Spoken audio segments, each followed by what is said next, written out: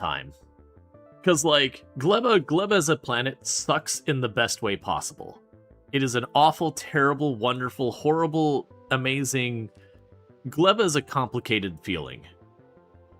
Because on one hand, all of how you deal with it is counterintuitive to the rest of Factorio.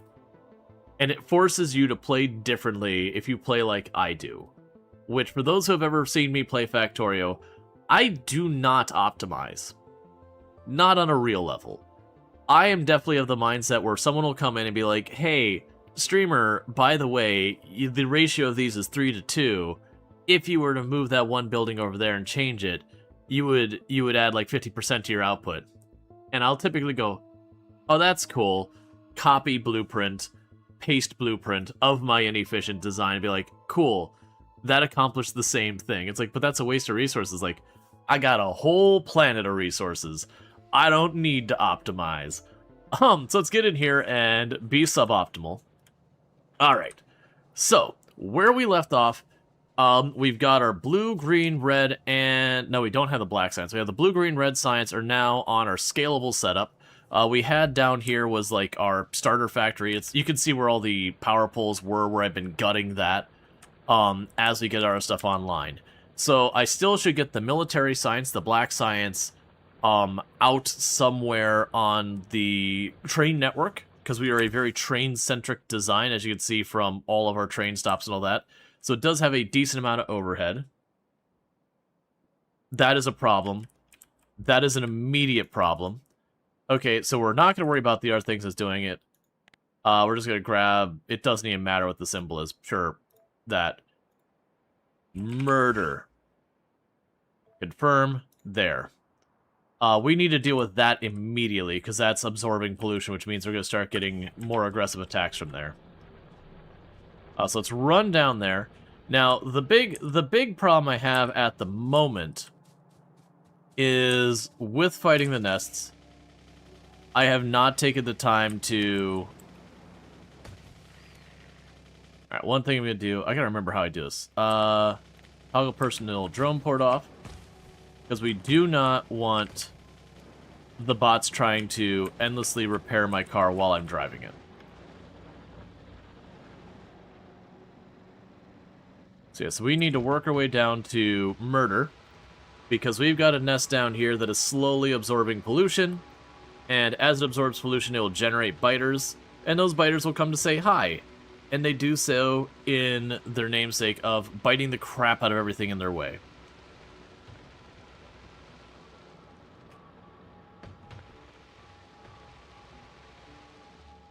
And I've not been good about driving the car around much, so we still have all sorts of areas that I can't really maneuver the car much. Okay, so which of these nests was the instigator? It's farther south still. But yeah, so we have a train network set up, and the reason I like to set up is it's extremely scalable, and then later on when I go to add more to the network... Alright, let's back up the car so it hopefully doesn't get killed. I'll go on the backpack long enough for that to repair. Okay, now unfortunately, I have not been stockpiling grenades. I have not been making rockets. So we're stuck with bullets. Oh, this is bad. They have evolved a lot since the last time. Alright, so we have a problem. Well, there goes the car. Rip car. Goodbye, car. Okay. Yeah, so we've hit the point that me getting away with that is done. Because they didn't only get the larger biter, which we haven't seen yet, but they were almost exclusively the medium biters, which is what we had been doing. So we're going to run down there. My stuff was far enough away I shouldn't have to aggro, but that does mean... You can hide in the trees? Yeah. No, it's definitely... I was trying to backpedal while shooting. They're faster than I am. So I think if I would have just run, I just would have gotten surrounded much faster. It doesn't really matter. The point was... I went aggro them, and very, very clearly, their evolution has gotten away from me. Because so far our plan of dealing with threats has been to run over there and just murder the crap out of them before they have a chance to attack me. So we've only actually had 2 biter attacks on my factory itself since the very beginning.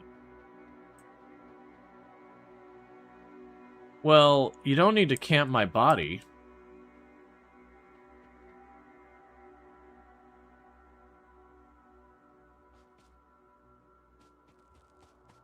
Can I aggro just the one?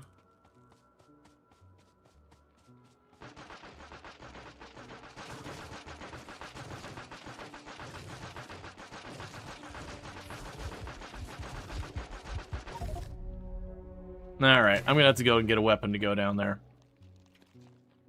Because unfortunately, rather than going back to the nest, they were just camping my corpse. Alright, let's go and deal with that. So, first of all, gun, it's garbage, get it out of here. You, get off my bar. Grab our ammo. And we can go here. So for the gun itself, I just need copper and iron. It's getting to be pretty low supply these days along here. I've got an actual place that's got all this set up to be far better. We have steel and all that in our production line. This is just the old production line from the very beginning. That we've been kind of obsoleting out and tearing down.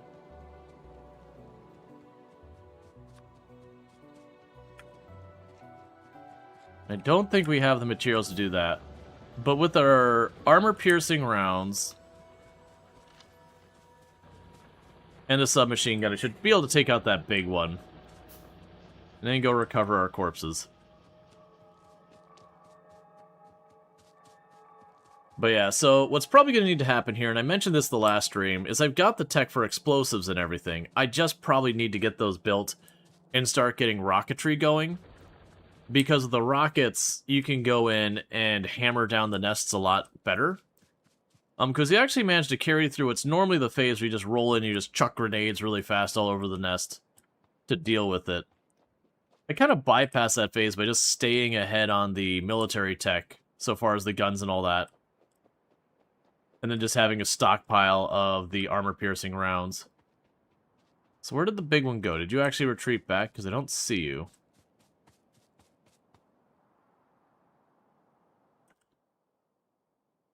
I'll get that off my bar. That off my bar. Don't accidentally switch the pistol. Okay, so it looks like they just backed away from my body. So really fast, we just run up, grab the body, and go. Alright, 1 second. What do we not want to deal with right now? So for right now, I'll move you over. I'll move you over.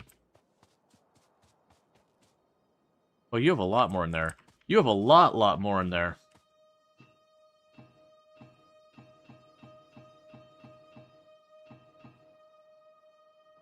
Okay.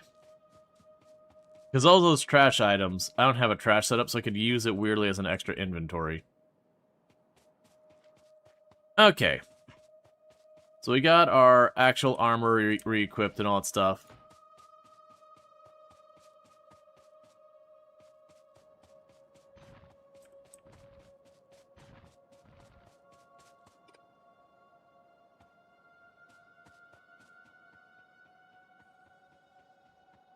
Oh, you do not want to be down there.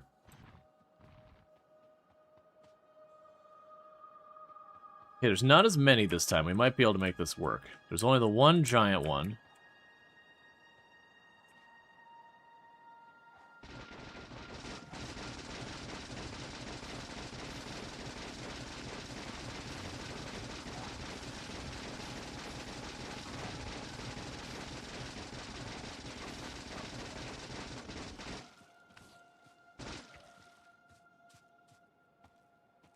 Okay. Oh, crap, that's... Alright, that's 4 of the big ones. Nope. That's done. 4 of the big ones. Nope. Can't do it. We have been out-teched by the bugs. That's fine. That always comes up. It's just a matter of time. But that does lead problems, and a lot of them. So, what we need to do is start fortifying. I mentioned this is going to need to happen sooner or later as is, but that sooner or later has become right the heck now. So let's start walling off some of these cliff edges and putting our lines of guns behind them to force the bugs to have to fight their way through that.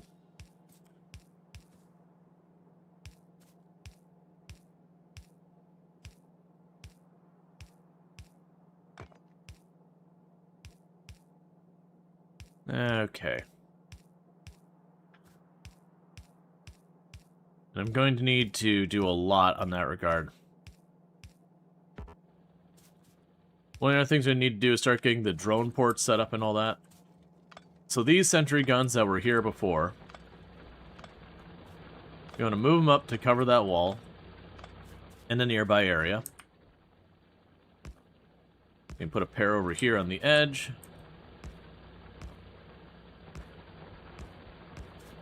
Put a couple over there. And a couple to watch that edge.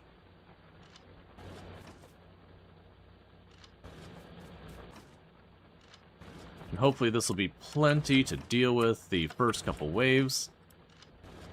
The big problem I'm also going to run into with this, though, is I am going to need to get my factory stuff set up. So we got that blocked off.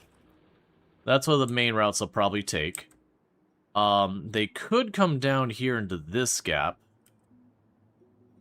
Let's block this off, because almost certainly their attack is probably going to be hitting up here, because that's the nearest source of pollution.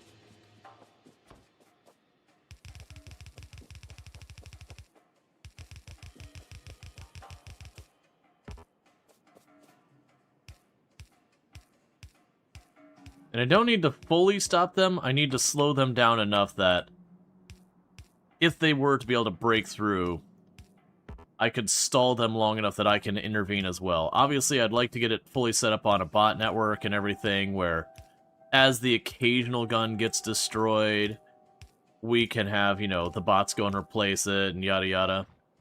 And then also, because I am currently using the bullet turrets, I will run into the problem that they will run out of ammo, and that'll be another thing that can cause a problem, is that I lose track that the ammo's getting kind of low.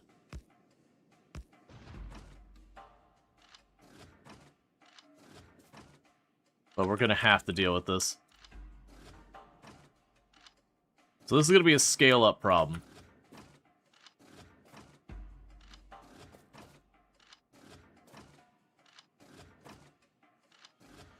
Okay, so we got that choke point set up.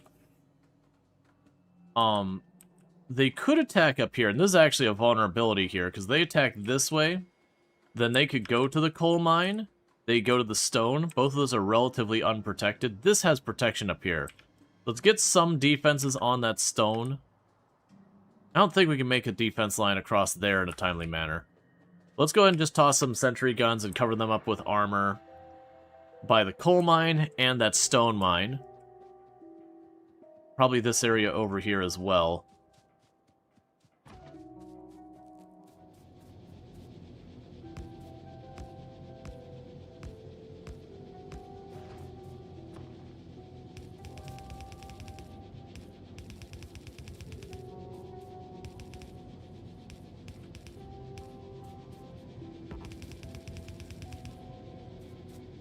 Alright.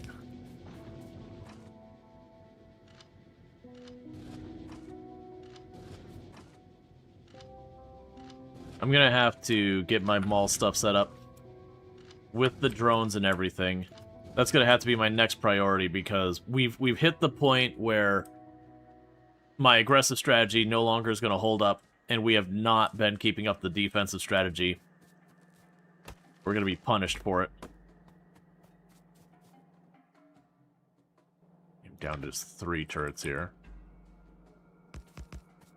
3 turrets is not enough to do anything.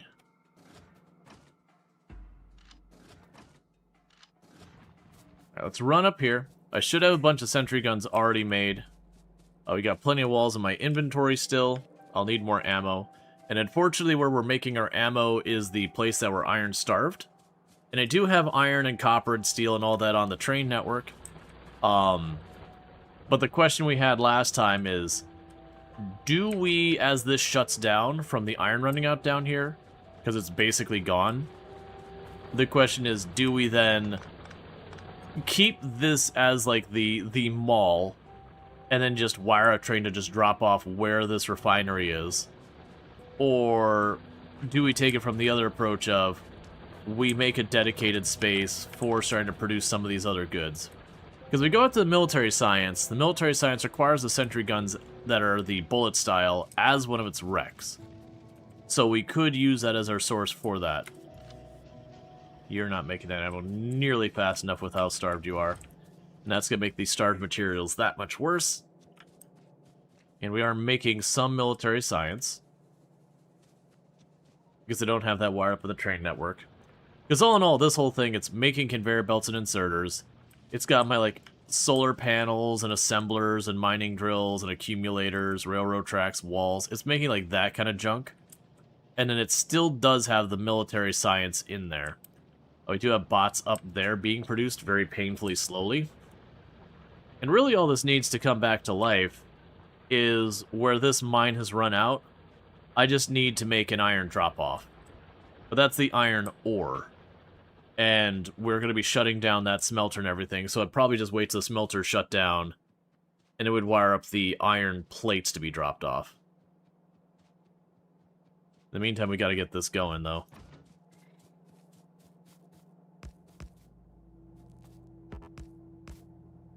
Make it a little wide that way, just in case the pathing takes them along the edge there.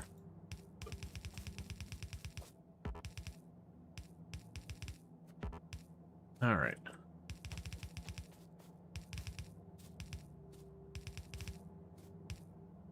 Now, even though power-wise they're kind of weak at this stage in the game, I tend to like to go with the laser towers, because as far as like shipping around, you know, napalm and bullets and rockets and all these kind of things, instead of doing all of that, I could just overspec my power grid and then just let the lasers cut loose.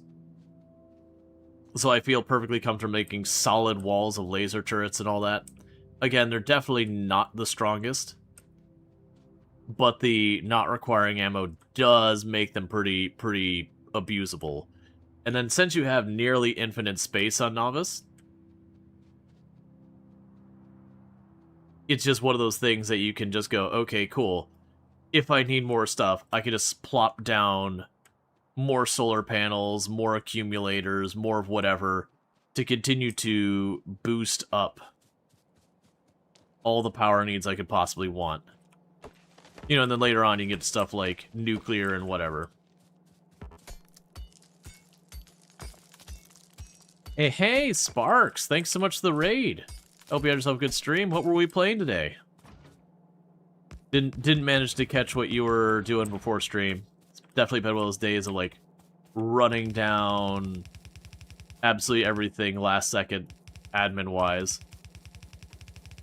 But for those who don't know, Sparks TV, absolutely fantastic content creator. Someone I highly recommend checking out. Plays a lot of simulation games. They're looking for stuff like Farm Sim, American Truck Sim, Construction Sim, any of that kind of style game. You can find it over there with Sparks. I'm gonna have to give you less ammo because we're getting a little scarce on the ammo front.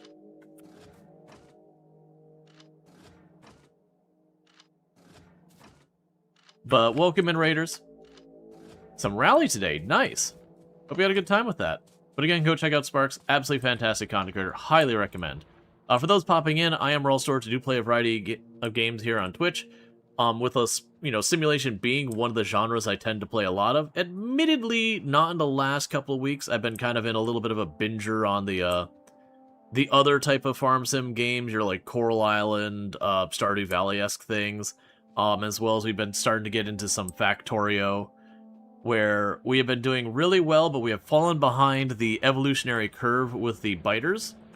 I've been going hard trying to get us into space, and we've hit that point that the biters have gotten evolved to the big biters. And so I went to knock down a nest that's getting it to be a threat to me, and The nest was not the thing that got knocked down. It was definitely my car got exploded, and I got absolutely decimated. And then just to sink the point home, is like, okay, they had one big biter, a bunch of mediums, that caused me problems. No problem, we'll go back and deal with it. And then there was 5 big biters. I'm like, alright, I understand. I get it. Message has been received. Yeah, so this is the nest I was going after, the one labeled murder, because it's starting to absorb pollution, which means they'll attack me. For those who don't know Factorio, it's kind of like the factory automation game. They'll learn once the nukes come out. Yeah, we're gonna be starting to shoot rockets at them pretty soon. And thank you for the follow. Welcome to the stream. Yeah, so for right now, the immediate concerns is where I left off last stream. We have been shutting down our starter base, our starter factory, for our giant train nonsense. I go very train heavy in my factories, so we got all these remote stops everywhere.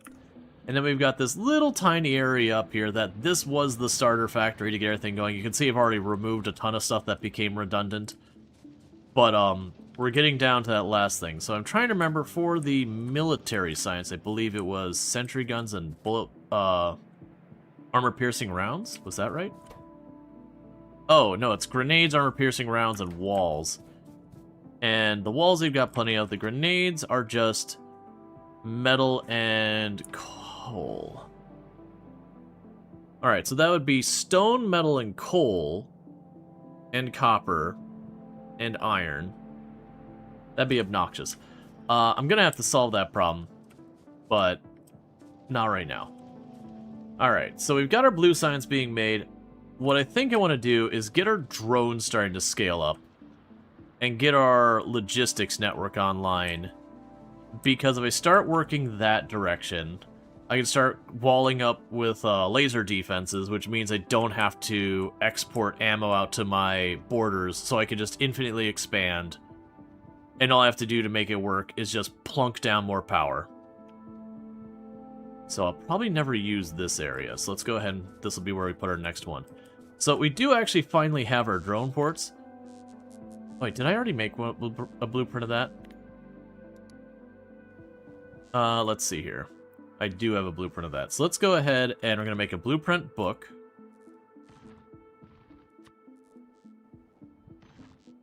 I gotta remember how to do this. Alright. Then go here. I believe... drop you in the blueprint book. That's not how that works. Alright. Okay. So we're going to start doing our blueprints. So yeah, so now I can take that blueprint, and rather than putting a whole lot of effort figuring everything out, and go, you know what? You go here now. And, oh, I turned off my roboport. That's right, because I didn't want my robots getting murdered as it's running around. And so then they can set up this. And I also should go down to the edges here. But yeah, so Factorio, if you play without the DLC, the basic premise is you've crash-landed on this planet. And you got nothing to show for it here. And you build a factory to slowly work your way up, to build a rocket, to launch a satellite, to basically phone home and be like, hey, I'm stranded, come get me.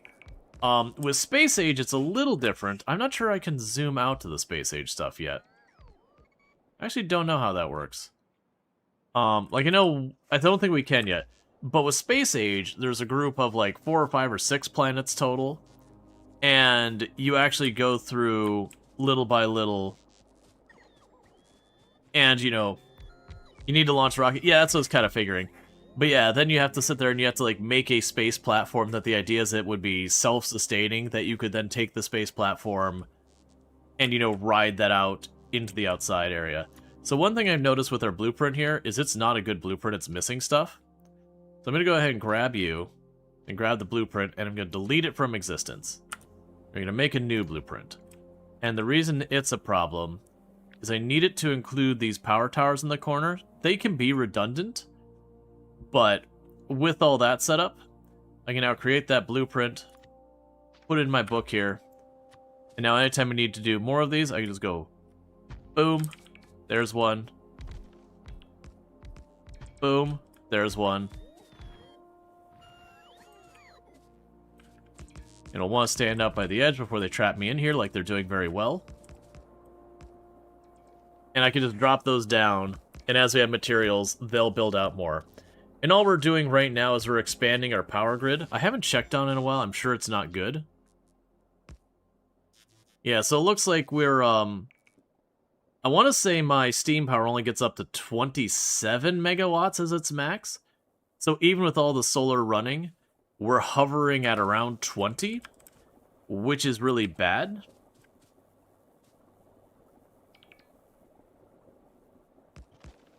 When your fish got stuck, you told this pet store, long story short, she felt bad is going to bring one down next time she's in town. You cried happy tears. Oh, like, yeah. No, I remember when I had fish growing up and, like, you'd lose the occasional fish to various things. You know, getting themselves caught near the filters and all, you had to be, like, super careful about a lot of that. It was very easy for the fish to get themselves hurt. Yep, no, absolutely. Yep. So we'll make a bunch of those power towers ourselves. We'll run down here and grab whatever solar panels we have handy. But that should help expand our power grid a bit. Then the next move is going to be just trying to get the bot logistics set up a bit better. So there was the solar panels. Let's grab the accumulators.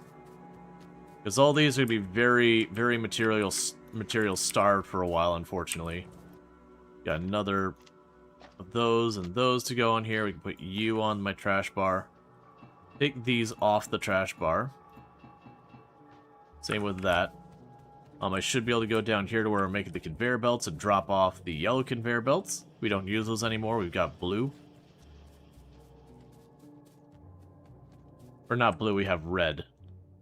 And drop a full stack here. Okay. But yeah, so this whole thing is gonna need to be replaced with a train stop. I'm just accepting this. But the goal is to basically shut down our coal power. It adds a lot of pollution. And it uses a non-renewable resource. I mean, it's renewable in the fact I can go get more coal. But it is one of those things that it's a bit of a costly resource to utilize.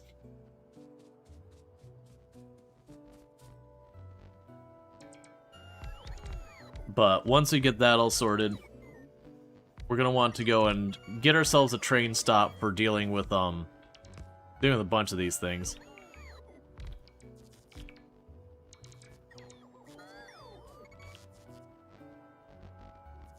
Okay.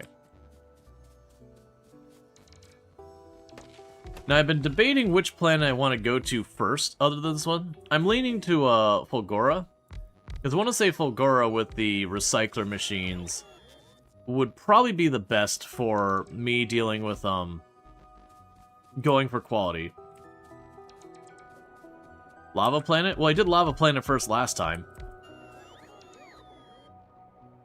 And then, you know, check out Beset, does a lot of RPGs and all that kind of stuff.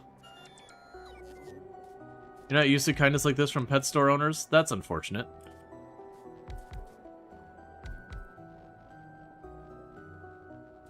Okay.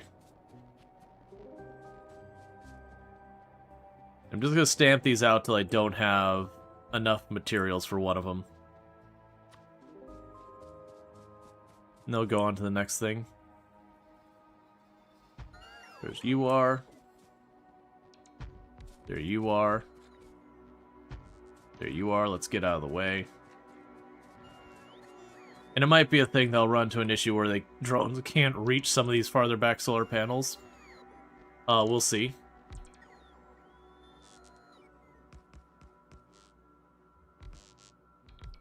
We're just going to give them a minute to do all that. And later on, I'll put up the roboports.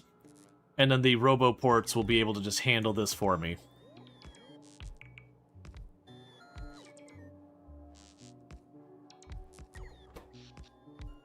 But the goal here is as we build those up, our solar power should go up and our accumulator should go up. And we want to make it so that basically the steam engines effectively idle most of the day. that they turn up at all. It's just a little bit in the evening when the solar goes offline.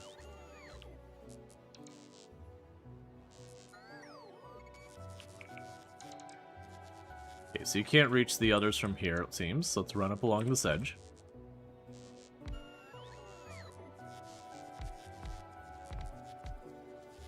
Yeah, so they're not going to quite be able to reach that, so I'm going to have to go and, like, cut into that area.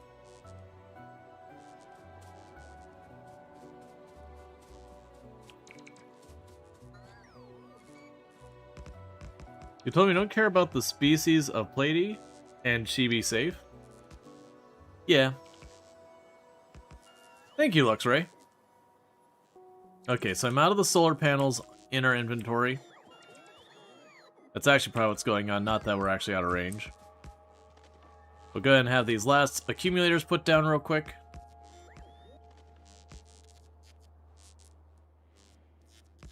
Alright. And then we can go about our day until we have more solar panels available. But yeah, so that should... Oh, there's 2 accumulators I missed up here, I see. Now, it should go and add a lot of power onto our network, which is a good thing. So we look here. It's still showing the Steam running at about 20 megawatts. But that's partly because we're still recharging all of these batteries, these accumulators. So it should start to drop off once those are fully charged up. And then meanwhile, we're seeing that the solar power has officially overtaken the Steam power. Thank you Ruangor for subscribing for 38 months. Always enjoy watching your streams, they are always fun and informative. And thank you, Rongor. I really do appreciate that. Subbing with a tier 2 sub, so going above and beyond with that sub, and has been subbed to the channel for 38 months, so I really appreciate that as well. That's incredibly generous of you, and thank you so much for that continued support. But yeah, no, it's, and thank you for the early birthday wishes. My birthday is on the 9th. We'll have a bunch of streams before then. But like I mentioned earlier, we'll be checking out a game called Blossom on my birthday stream. Not because of my birthday stream, it's a sponsored stream. But it is a game that feels like it's a kind of a mashup if you took the Planet Crafter and Astroneer and just kind of squished them into one game. So, Astroneer, but terraforming the planet's your goal kind of thing. And it looks really good. I obviously have not played it yet. I've heard nothing but good things about those who have. But we'll be checking that out on the 9th, which should be a lot of fun. Alright, so with all this, we've got some basic defenses set up. Still not feeling great about our stuff, because this is going to be a problem. And that's just the way it is. I can block off this area, too, which is probably another thing to help out with the defense. But it's going to take time. I'm going to have problems over here soon. Going to have problems up there soon. At least this northern area, you can see I've got all those walled off already. So this whole north area is protected relatively well. But where I got really good choke points up here, this is just open and there's like spots in the cliffs I can kind of take advantage of. But nothing too amazing. Tank time? I don't think it's the tank so much as the issue. I think it's more the ammunition. So, like, I could genuinely get the rocket launcher and rockets, and it would deliver. Or the tank. Both of them, it's about delivering explosives. But that'd be a thing to figure out. Oh, I could take you off the bar there and put you into storage here. The immediate thing I'm going to need to deal with is how I'm addressing the existing factory infrastructure here. Because this is going to run dry on materials very soon. And that's going to be my conveyors and all that shut down.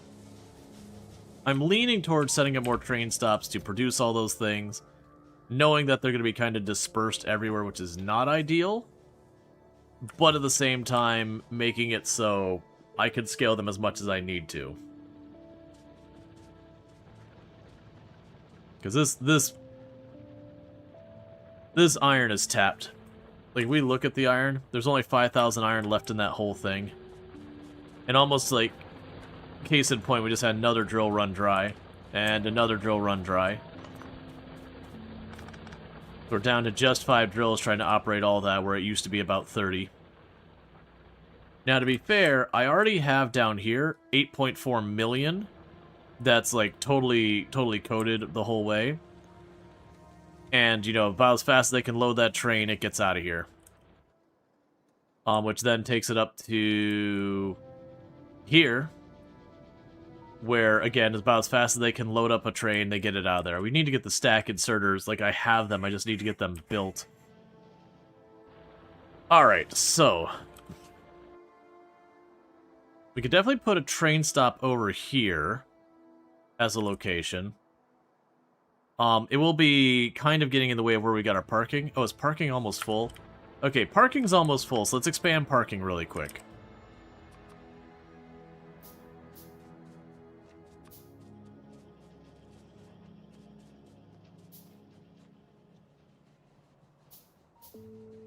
Okay. Because parking is pretty much how we handle where our trains, like when they're not busy, where they go.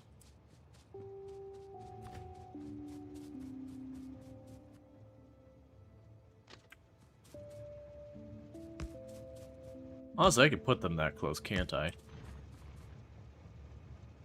long as they fit you here. Fit you there.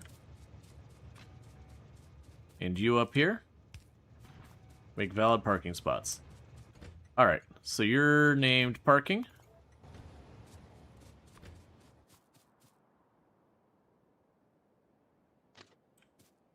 Okay, that's too close.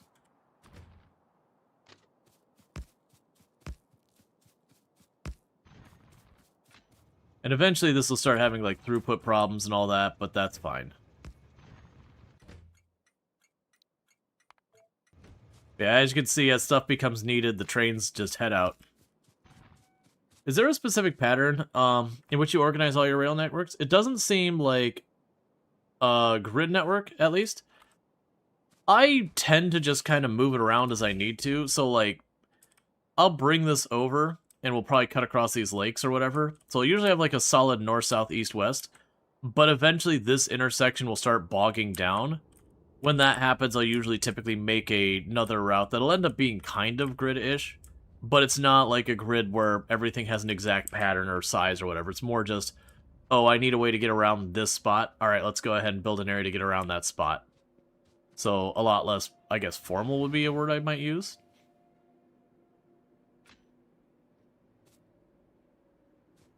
That's probably fine. Okay. So, what I need to do is get my next thing going here.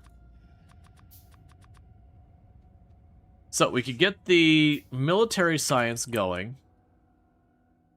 No, let's, So I can go for, like, the inserters, I can go for the belts, we can go for the sentries. I think for up here, is a hard call. Because most of that stuff I like to keep consolidated in, like, the whole mall setup. So we can start going for the military science. That could be what we end up doing here, is the military science. The military science, the black science, is grenades, armor-piercing rounds, and walls. Which ultimately means stone, coal, iron, steel, and copper, which are 5 different materials.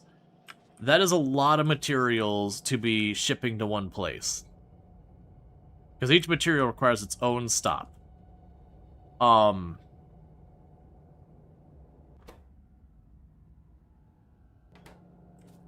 Yeah, you're steel and copper, and you're that. So that's 3 materials just for the ammo.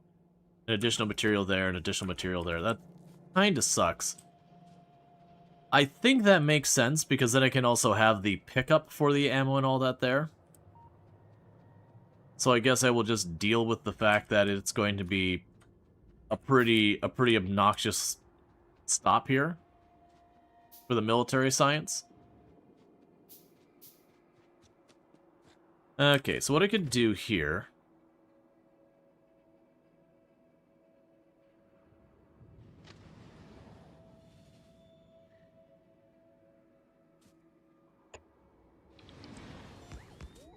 let's cut the bots loose.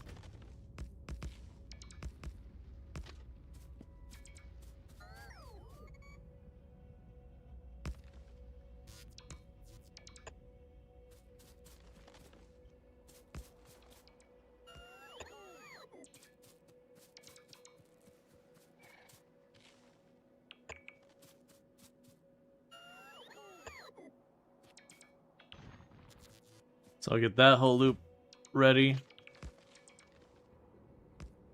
You need to go 3.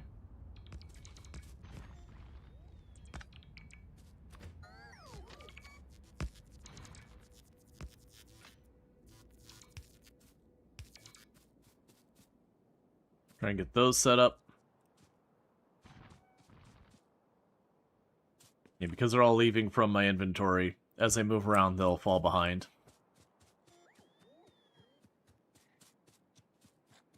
Okay.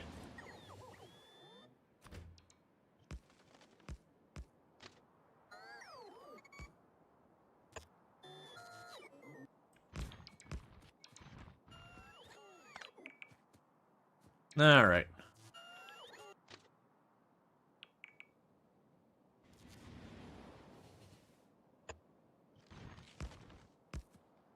But yeah, as you can see with the bots, now I don't have to fuss nearly as much with just like running around and dealing with all the various trees as much. I could just unleash the bots, let them do their thing. And so it's getting mad at me right now.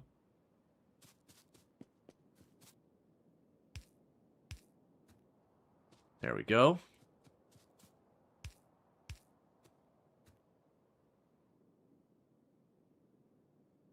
Yeah, so you go up, you're going to cut across over there.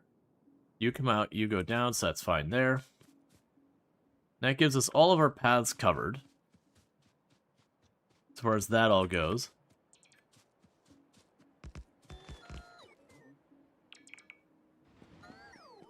Okay.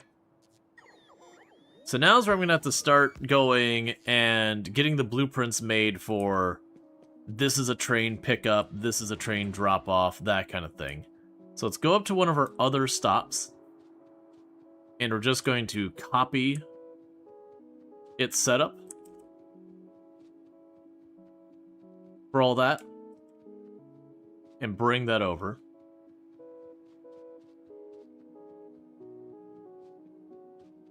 So we can just go over here. Around where it meets up there. We will grab the radar dish as well, because that'll prevent me from forgetting it. So that'll be a 3 stop. So 2 input, 1 output. I don't actually want the curved ones on the end here.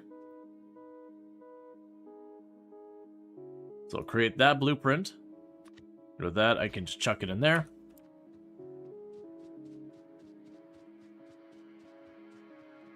And so what we can do then is we can have like a 1 in, 1 out.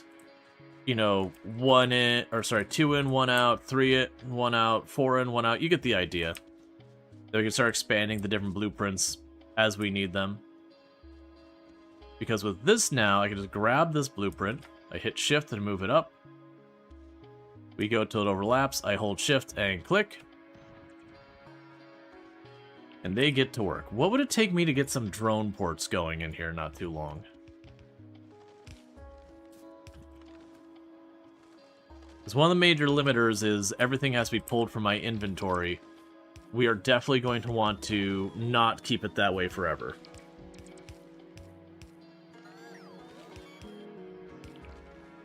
Okay.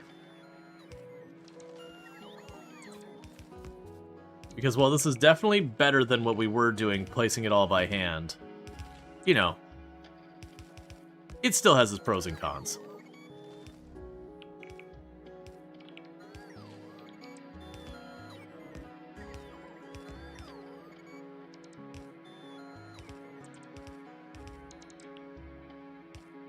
But this gives us a good place to start from, and then I can probably just copy paste the sections here over and over.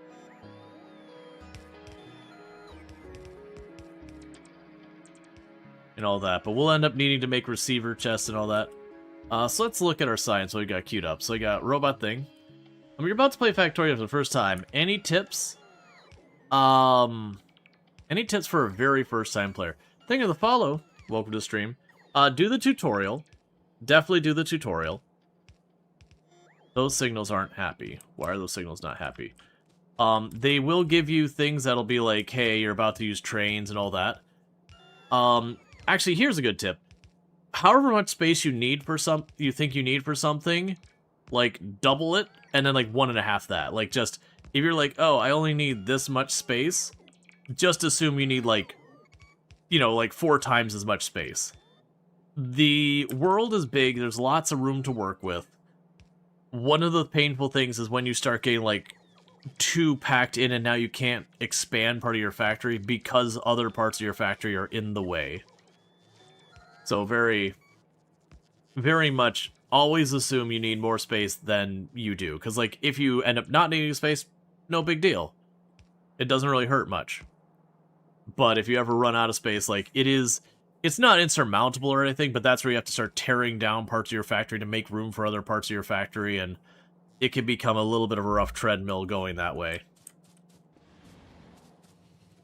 I think no matter what, everyone always runs into that problem, though, where they just don't have as much space as they think they do. Alright, so that is out going up, so why are you unhappy?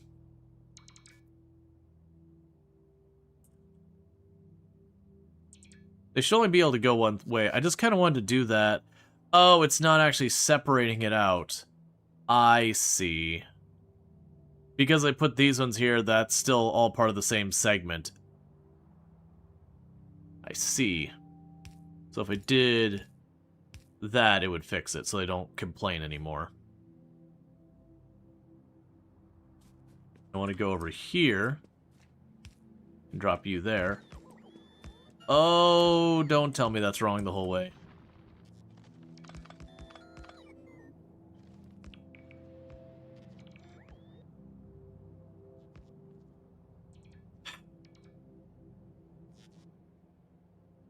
Off by 1. Just, you know what? Change the plan. Just change the plan. Just rip it all up. Rip it all up. We try again.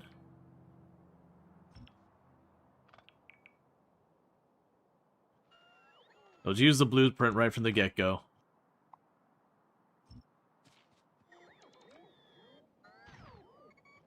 And that whole thing is not lined up, so we can go here and just go. You two as well. And you. Alright, so we're gonna just commit deforestation by bot.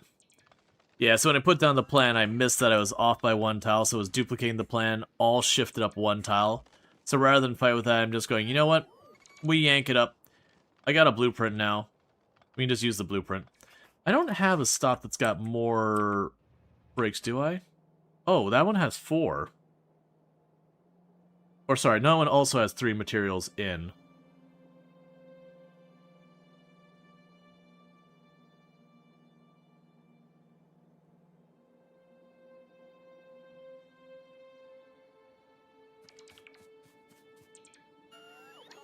Yeah, ripping up all these trees is going to let the pollution spread a bit faster, but that's fine. So we should be seeing the blue science getting over to the lab soon, I think, right? Oh, do I not have the labs where I can get them? I see. We'll want to fix that. Let's see, after the first, second, third play sessions, go check key commands.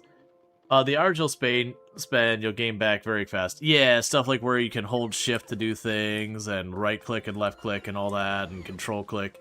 There's a lot there. Off by 1 tile. How often you have moved all your power poles on a grid setup? 5 to 10 radar blocks wide. Yep, exactly 1 tile.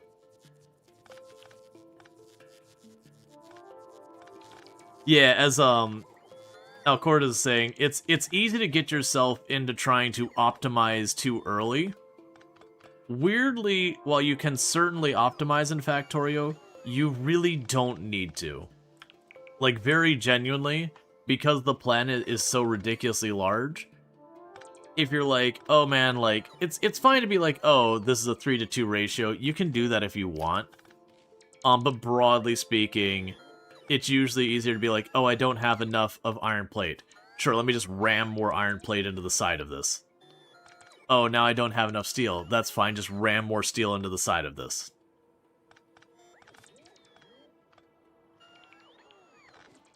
Ah, so I broke in the signals here, so 1 second. That'll fix the signals for now.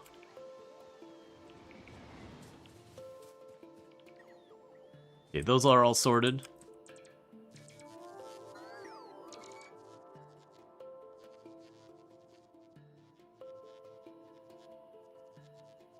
They're all recharging.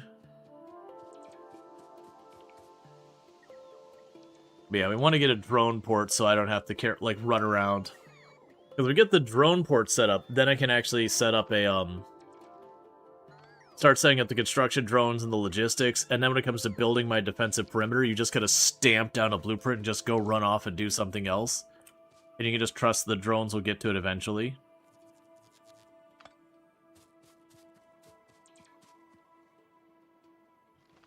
But that's gonna require quite a bit of infrastructure build out.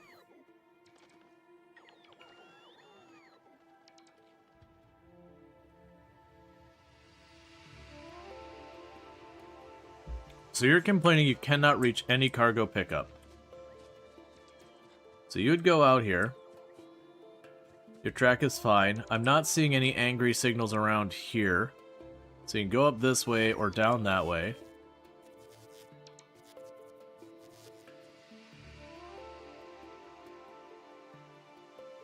No path.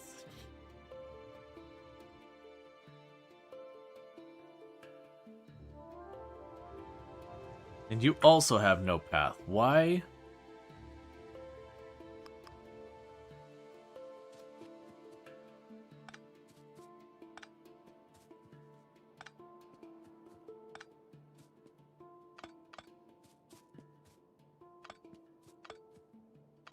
No, that should all be fine there.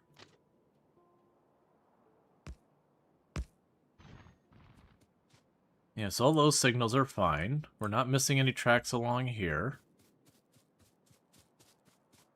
Your signals are all fine. What broke our pathing?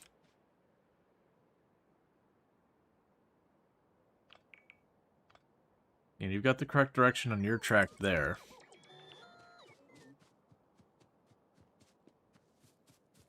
Okay, let's go ahead and put a outbound signal there. Separate that out.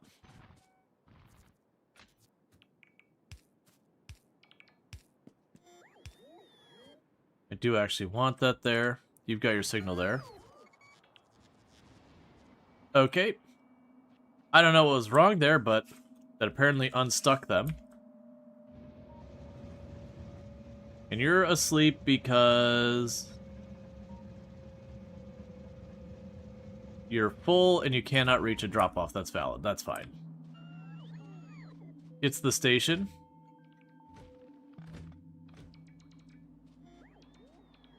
Oh, do I have a station that is accepting more than we can get?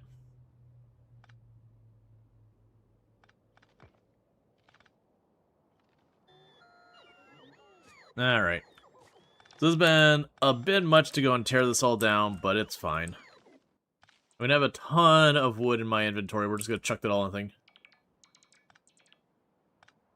Oh, it wasn't removed yet. Oh, for here? It shouldn't have been trying to go there, though. Interesting. Oh, it's probably naming it stuff that is wrong. And I need to make sure to clean that up. I wonder if I can go to my blueprint to fix that. No, I think I can only remove... Filters train station stop names. Don't carry those over.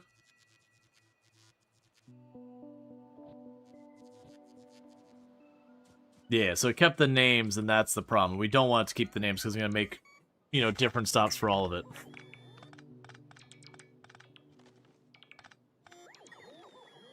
So one thing we could do is I could take the time, manually make a output-only train station, blueprint it, manually make a, output with one input, blueprint it. Manually make one output with two inputs. You get where this is going. So we can blueprint them all.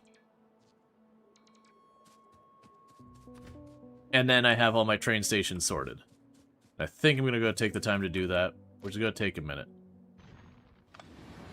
But if I do that, then I have my blueprints ready. So here's there. There's you. There's that. There's you.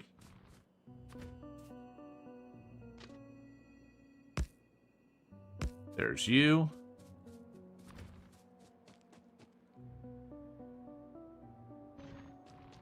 I'll get all your signals set up.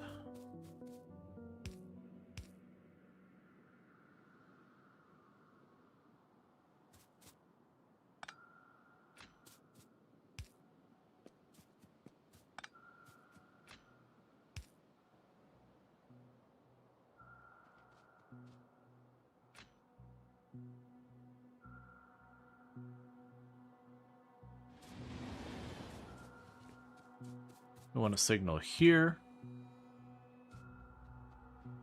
Okay. So we've got that part of it set up. I can grab you. Put you down there.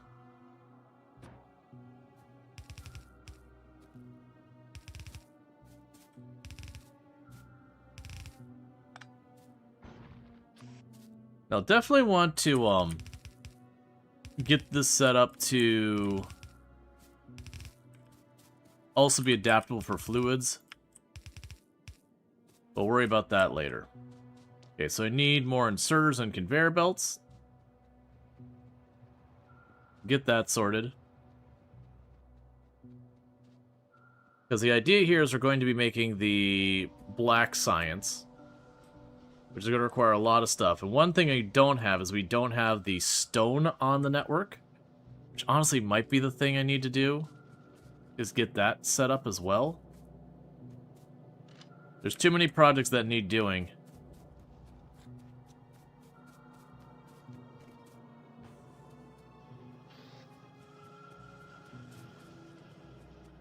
I probably need more steel. I'll need to drop off all of the other stuff. Yeah, so we need stone and stone block on the network as well.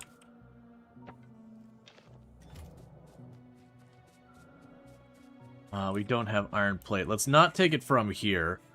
My iron plate is, I believe, just over here somewhere. I think that's the copper, and then the iron plate's farther down. It looks like I also need to expand my copper plate production, which is no shocker.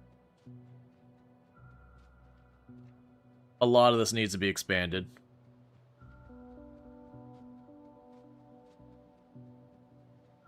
Yeah, so you're literally backed up. Is there no one that needs iron plate? That's hard to believe.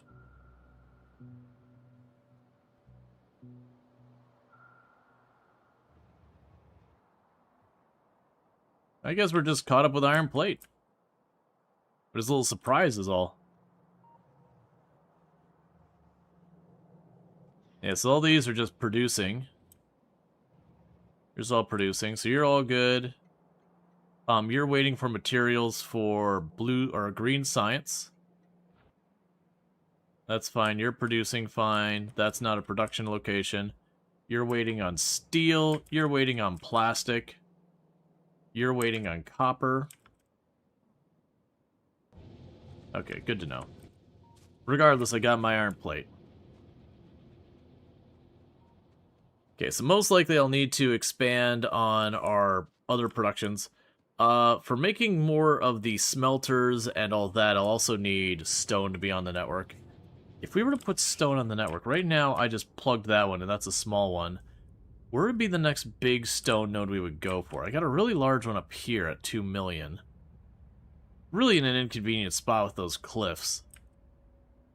But that would probably be the next one we would go for. We got a couple other big ones over here, but those are kind of closer to the biters. Yeah, so be that one. We could go and then get that set up on the network to make the stone brick.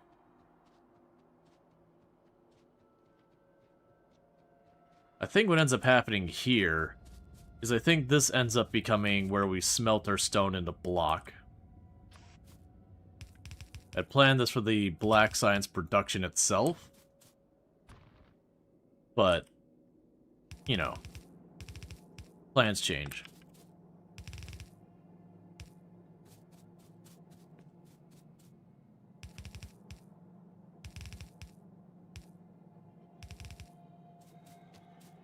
Okay, and we've got all this.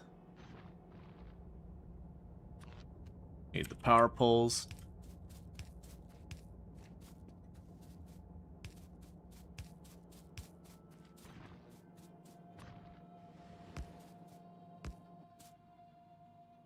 And I'll need you.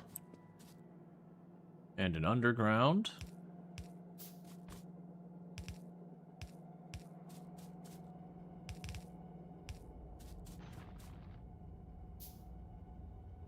Okay.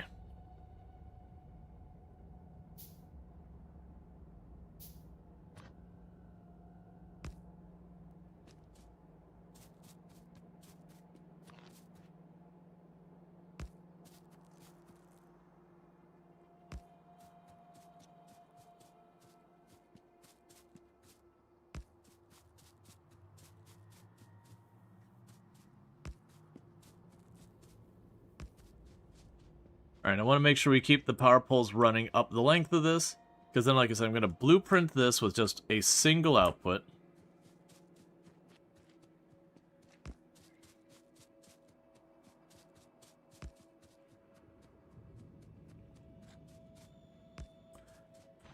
Okay, and that'll be our one output station.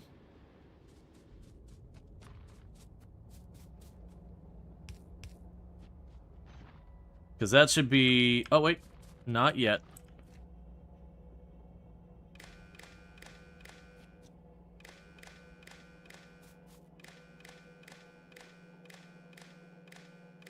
It's going to wire all this up, then. To tell it to check the inventory for just whatever's in there.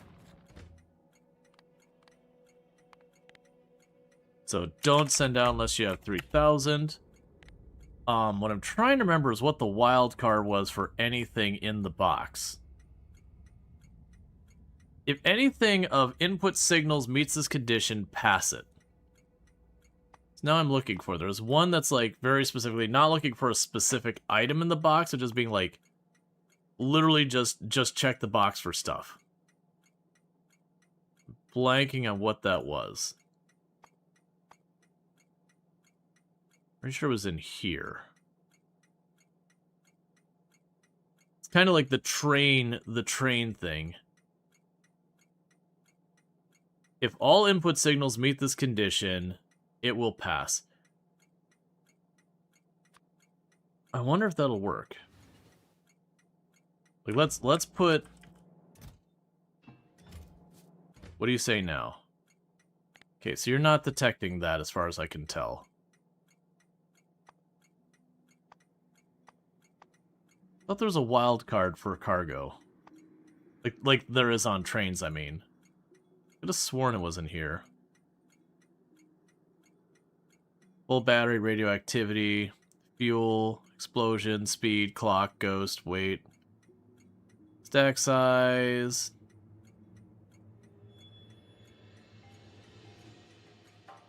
Those just look like symbols.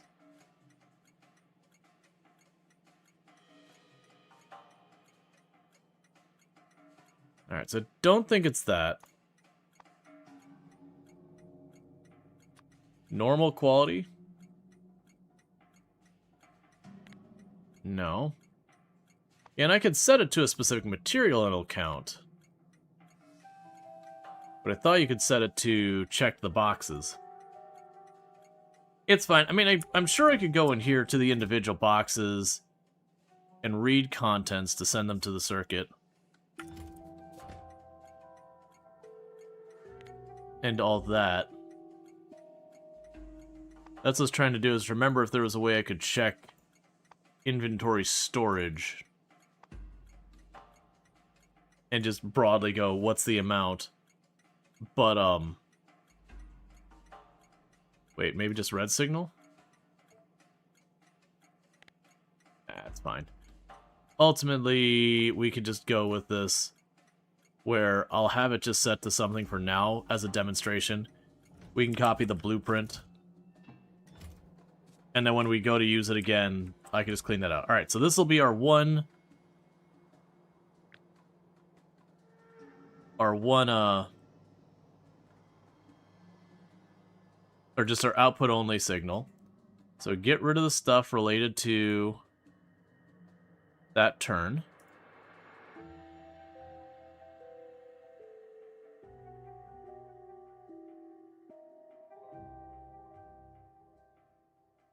But the rest can all stay. We got the power poles, we got everything else. Okay, so I should get rid of the other turn off of there. And we have all the stuff here, and then we rotate to your side.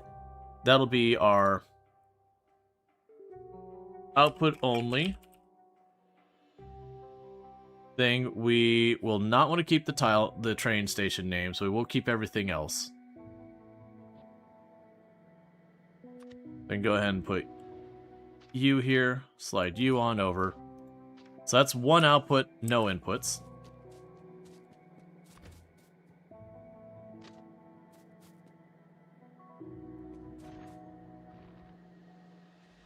And be a little bit lazy about this.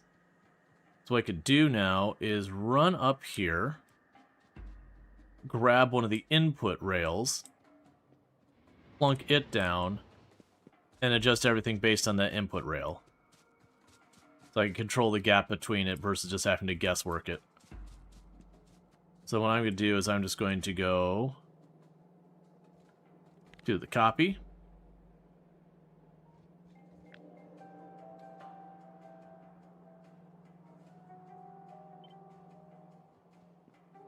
That's good enough. And I'll paste it. And then once it's pasted, we can do that. Because the alternative way is I could actually do a copy of the output, like that, just that length, and then do a copy of the input, and I could just keep stamping it, which is honestly not the worst idea.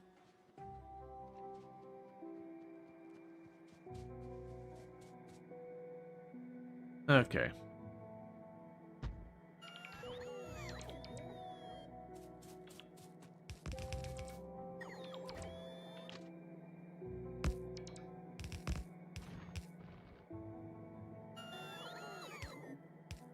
I also realized I'm missing signals I should have on that blueprint. Should have one here, one there to make those in their own separate segments of the network.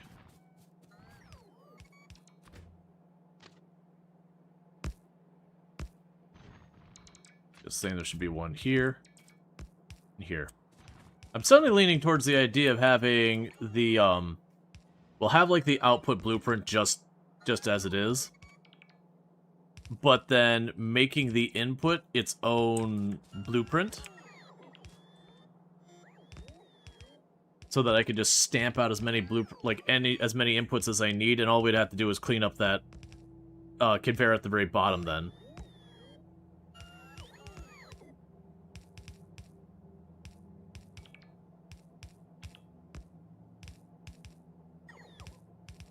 Alright. Okay, so I have 2 undergrounds needed. And we have some more steel chests needed.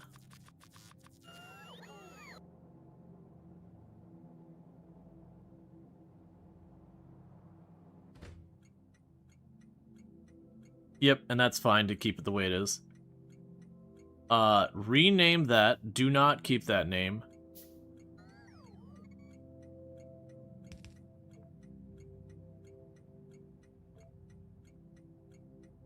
The reason we don't want to keep that name is otherwise they'll deliver steel here, and I don't want it to be delivered here.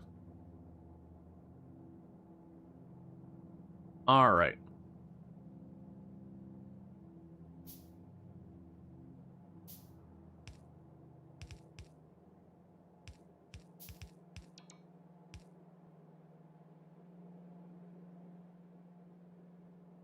So this would be enough for making this the stone processing stop. So just the same, we can grab right above those signals, come across here, right down there by that signal. Grab all this. Clean all this junk off. I want to put that back. And the reason I'm cleaning all the stuff going to the other side is I'm not always going to have, actually most of the time I'm not going to have another rail thing going off that side. I know I have extra signals here I could also clean off, but that's fine. One out, one in. Do not keep the train station names. Create blueprint, grab you, drop you in.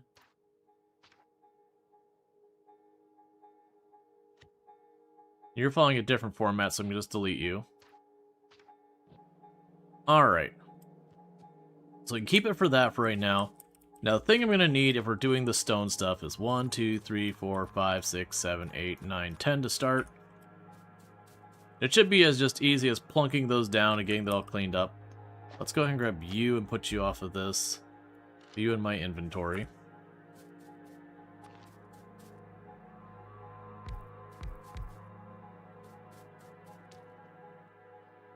And I'll need a splitter and underground. I'll put a radar dish here just because we can. Alright, any new immediate threats?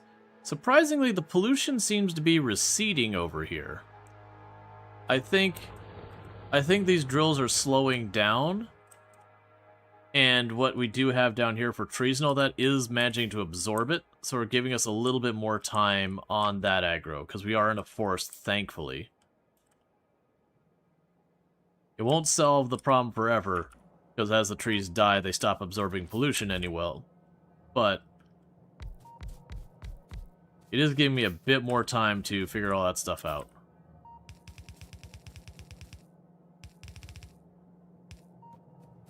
Okay, and we can just go like that.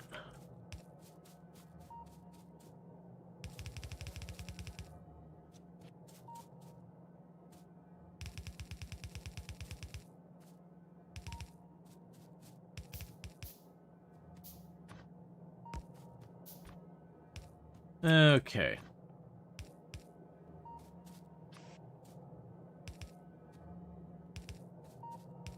But those will be for making our stone block. Then I'm going to get some stone on the network. Because we're going to need this for walls, and we're going to need this for military tech.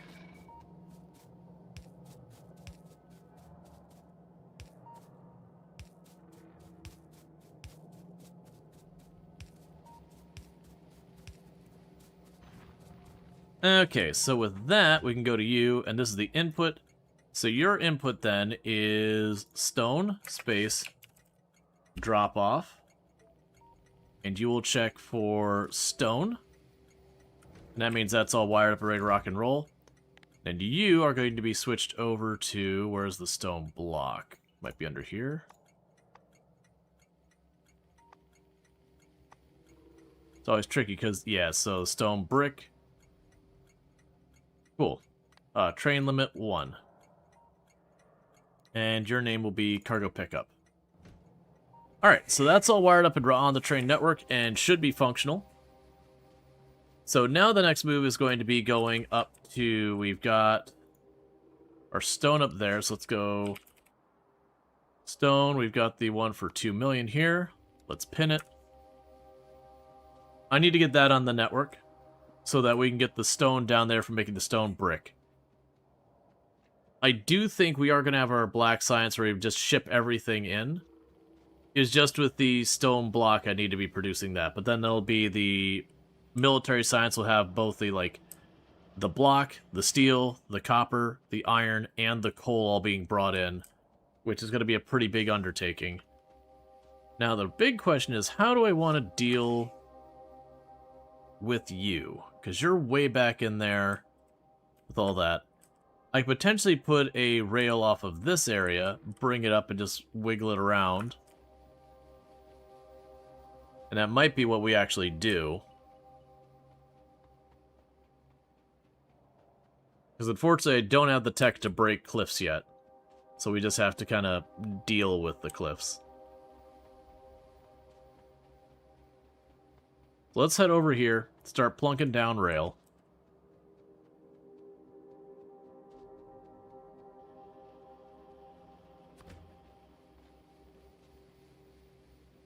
Another thing we'll probably want to do is get our, like, a rail blueprint.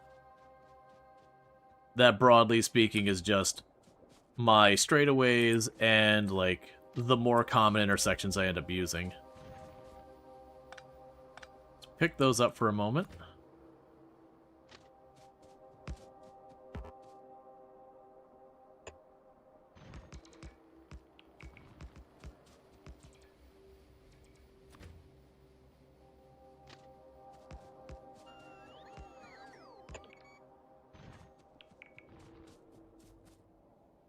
Okay, so this is out, and that's the up lane, so let's go and get that hooked up.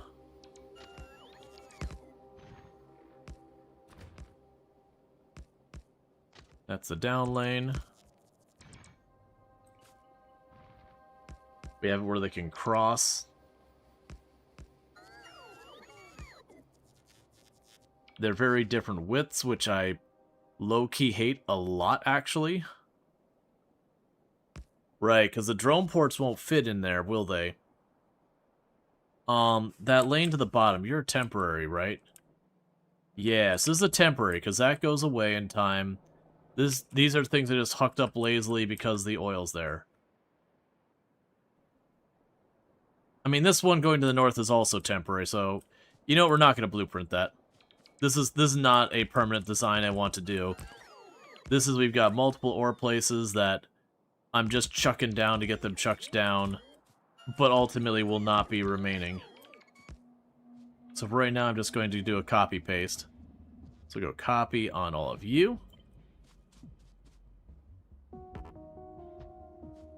Paste that there. Paste that there.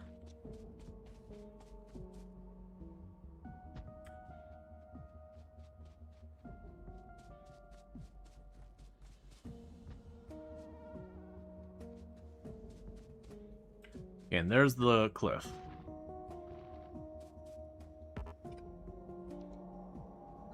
So now let's see if there was a cancel.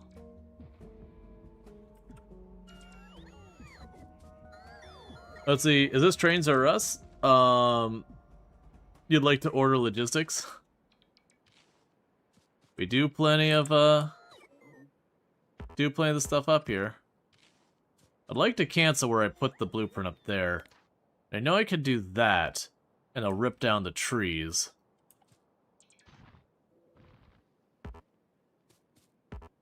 I'm trying to remember how I actually just clear it. Shift drag.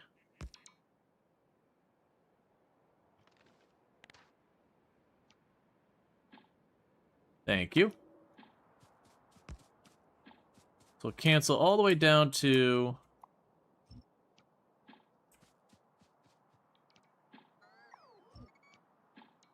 around there. That should give me enough room to weave it around that.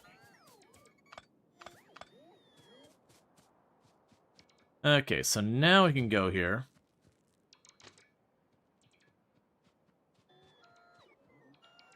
Kind of hard to make out where the cliff is. I think that's the end there. So I'll tell it to go up and over here, just a little wide just in case.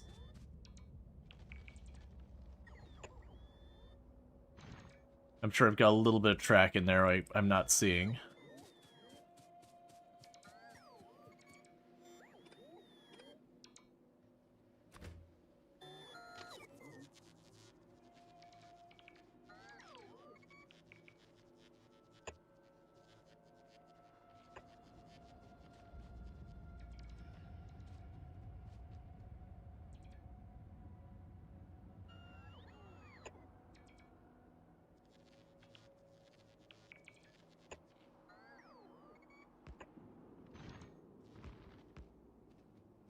Okay.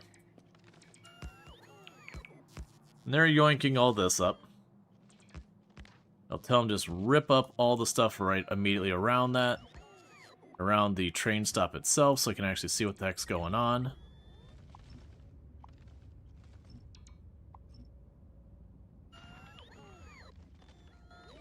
Yeah, let's be another one of those cases where I'm going to get too much wood in our inventory. That's fine. But if we can get this all wired up here, we already have defenses in this area, we can go ahead and just plunk down all the drills, hook it up to the railroad track, and that'll be all fine. Make a bunch of these.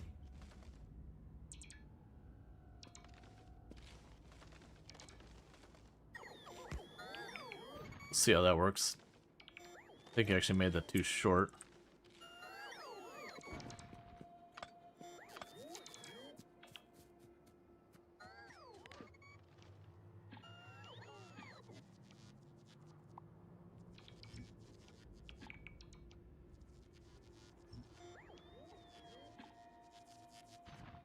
Okay, so you need to be slightly longer than I gave you credit for. So now if I put the stop up here, there's enough room. Alright, so we go like this. Oh.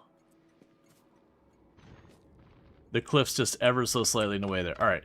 Slight shift over. I just need to shift this slightly to the left.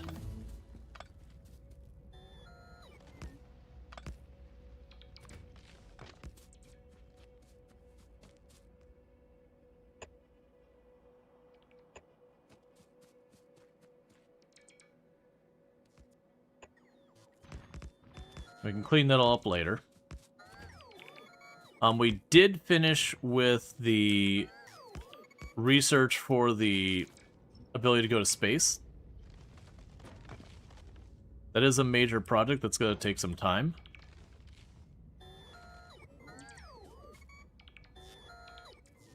Alright. They're all running around having me clean this all up. Let's go ahead and tell them to keep doing that. We are working on our various researches here. So I want to make sure anything that's got black science we don't have queued right now. I don't have the black science going. We got the uranium. Worker robot cargo size, sure. Stack insert size, sure. But we'll keep it to the red, green, and blue for right now. We are actively working getting military science back up to where I can scale it. That's what we're working on literally this second.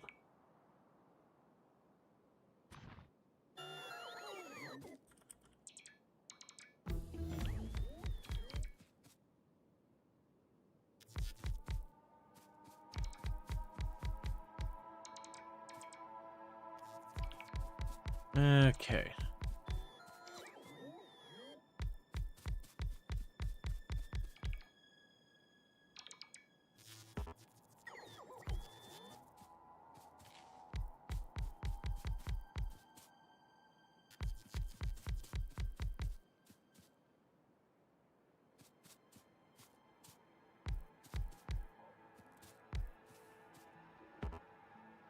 Alright. And go along here. I won't be able to see the pattern for it yet, but that's alright.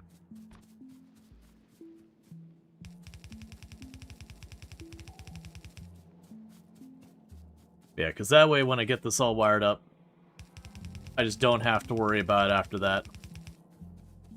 We just wire it up, and until this is depleted, it just does its thing.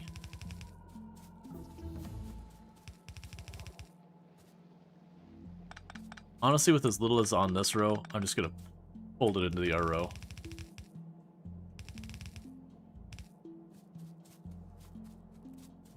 Factorio makes you feel dumb?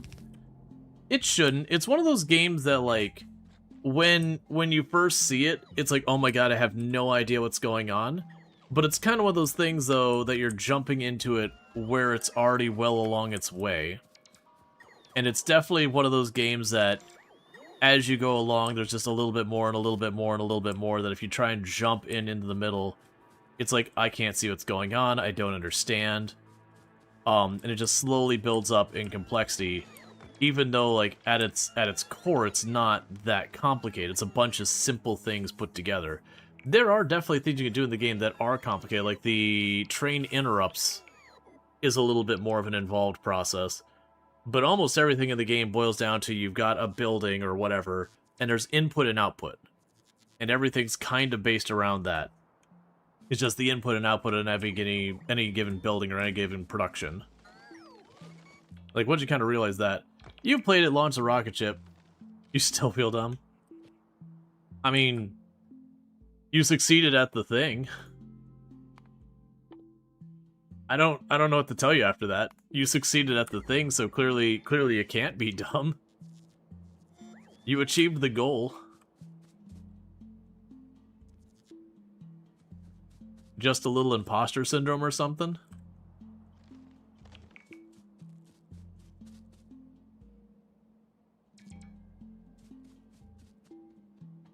Alright. So bear with me for just a second, chat. I gotta quickly throw something in the oven. It's not gonna be like my normal longer break. I'm just tossing it in and I'm coming right back up. So I'll be back in just a minute, but thank you again for tuning in. I'll be right back.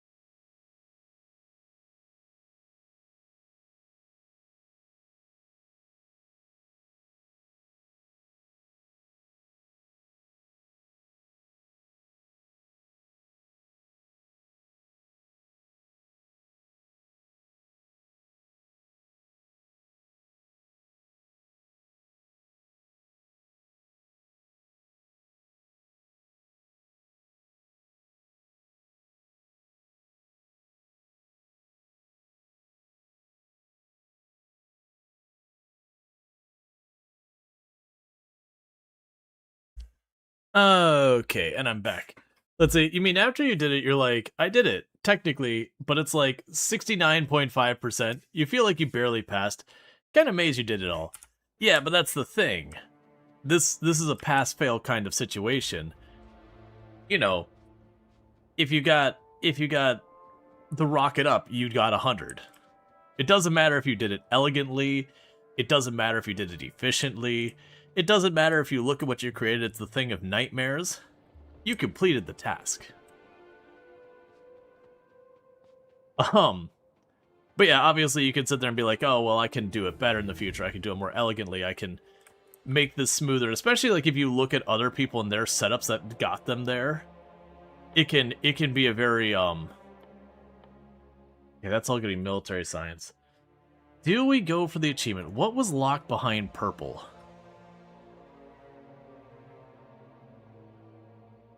Oh, level 3 logistics is locked behind purple? Because there's an achievement for not researching either yellow or purple. I don't think we go for that achievement this run.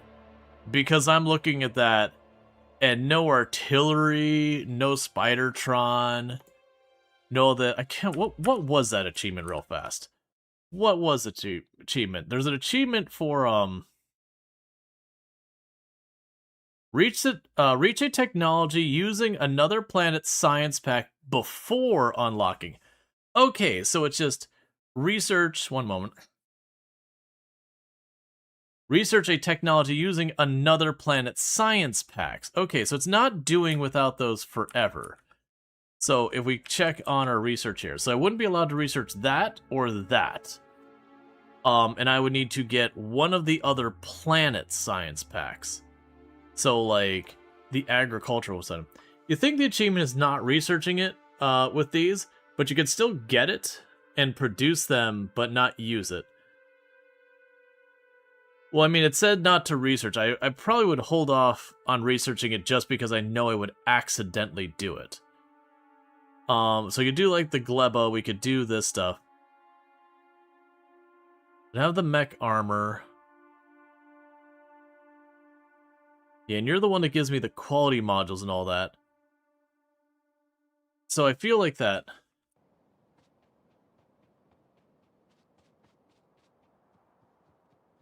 Yeah,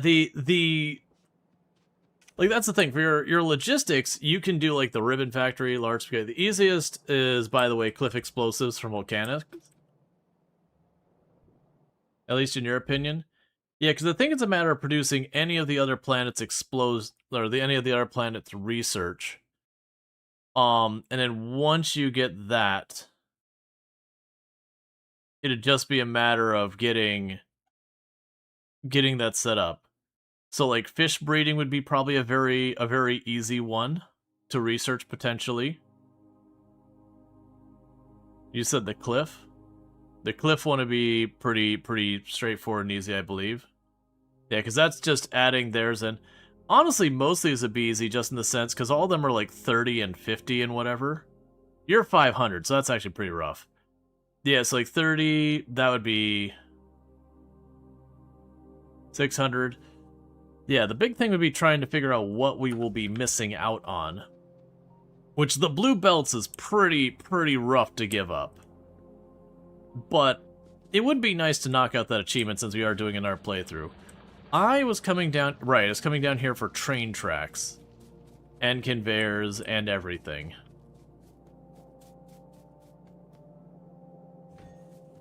The train tracks were good. Oh, I gotta drop off lots and lots of wood for our steam. Oh, you're idling.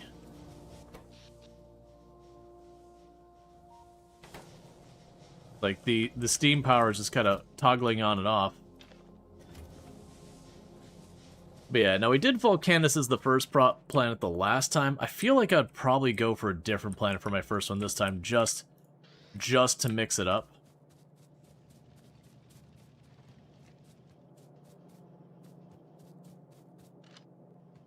Yeah, this whole place is starved. Are you done? How close are you to being done? We're down to 1.1 thousand. Or under our initial setup here.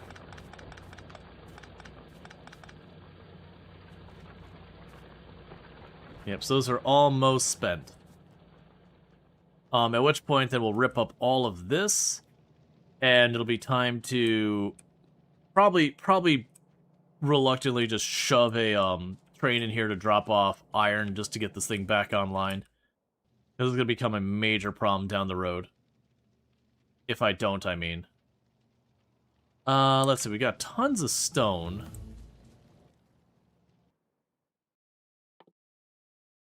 Okay, so it'll be once you get the uranium going. We continue to invest in bot nonsense. Keep that at least going.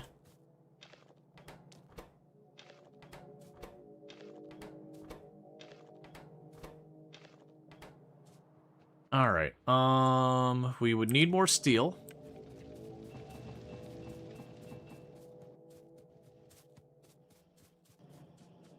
I probably should replace my vehicle and all that. Okay. Because, yeah, it'd also be a little bit rough to give up the, give up artillery.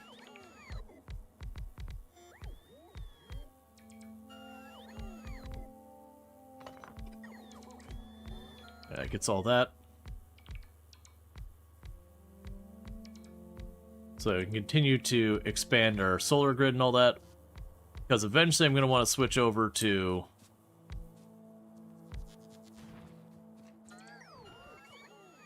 You need Volcanus for artillery either way? Yeah, no, that's what I was going to say, is it's going to be hard to give up artillery because of Volcanus. The last time I played, I went to Volcanus first. Which that was, you know, the very first time leaving your planet. Platform was definitely not really up to the task, but it got me there, but it wasn't going to be able to get me home. So I stranded myself on Volcanus with, like, no extra supplies, so I had to just kind of work up from nothing on Volcanus. Which worked out fine. We finished the game when we did that playthrough. But it was definitely a very messy situation. But, you know, I hadn't spoiled myself to any of it. Space Age had just dropped. And I got over there and I made it work. But yeah. Okay, so let's go ahead and start getting this rail hooked up. Because once we get this hooked up and dropping off the stone on there, that handles the stone and the brick on the network. And then from there, I believe we'll have all the raw materials I need on the network. We'll be able to do the military science. We'll just have to wire it all together kind of deal.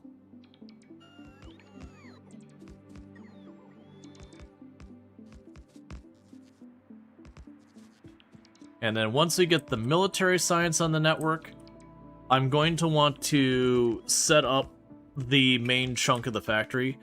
I might do the lazy way like we did last time. For the main chunk of the factory that's just building, like, not to scale any production.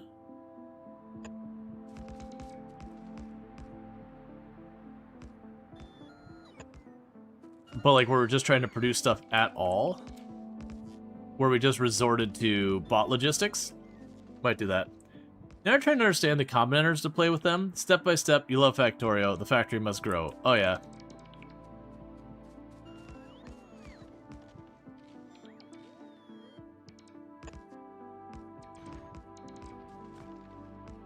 Okay.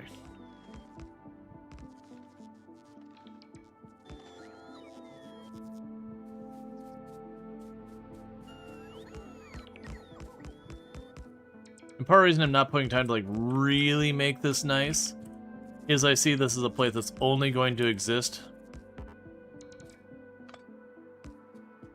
for however long it takes me to clear out that stone. Then once the stone's gone, this whole place would go away, because by then we'd probably be able to knock down the cliffs, that kind of stuff, and I'd want to reroute it anyways. And then this would likely just turn into a bunch of train stops to manufacture this and that need being made.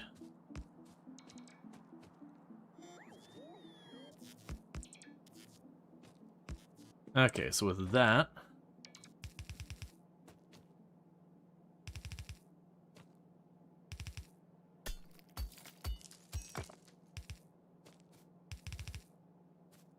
of you.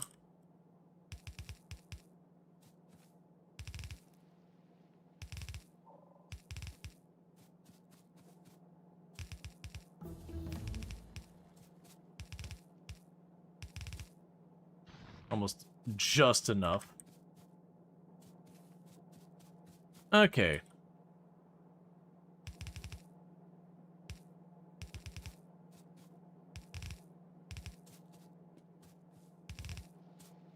Same exact design we've been doing. This is nowhere near, like, the best design you could do by any... That actually is fine where it is. By any stretch of the imagination. But it does work. So we'll need 1, 2, 3, and an underground. Probably an extra 2 for merging these up here.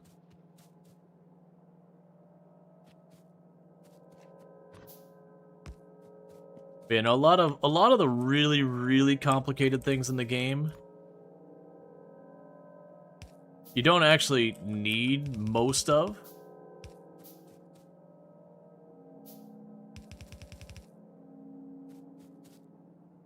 Ran out of conveyor belts again. We gotta get that iron fixed. This is just gonna keep escalating.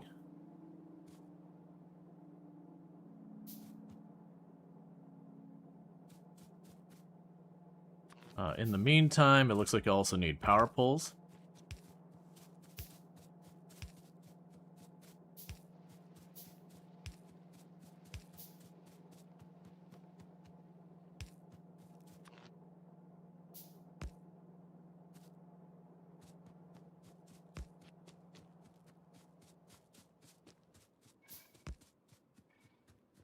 Okay.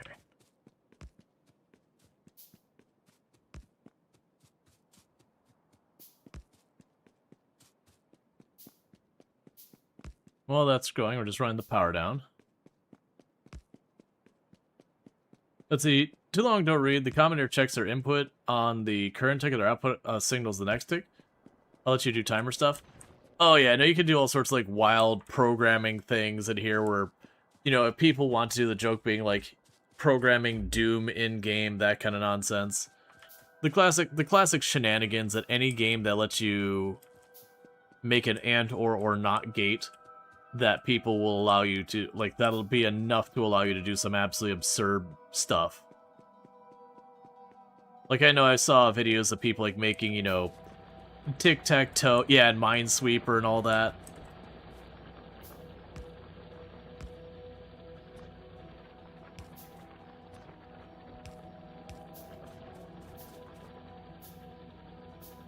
Don't need that last one.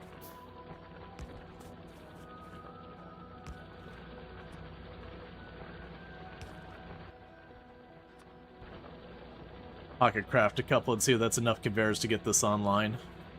I'll still have to run back to get the power poles to finish this out.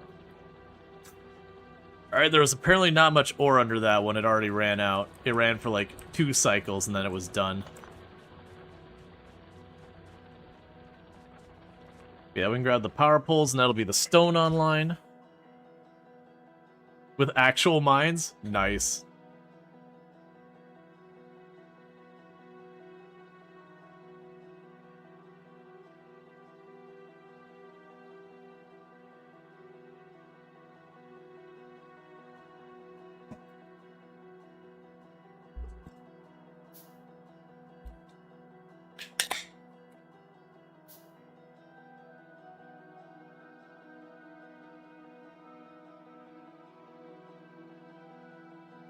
Alright, so let's see if we can make this happen. So first, I can't avoid those. Those have to be here. Okay. So we'll get this all configured.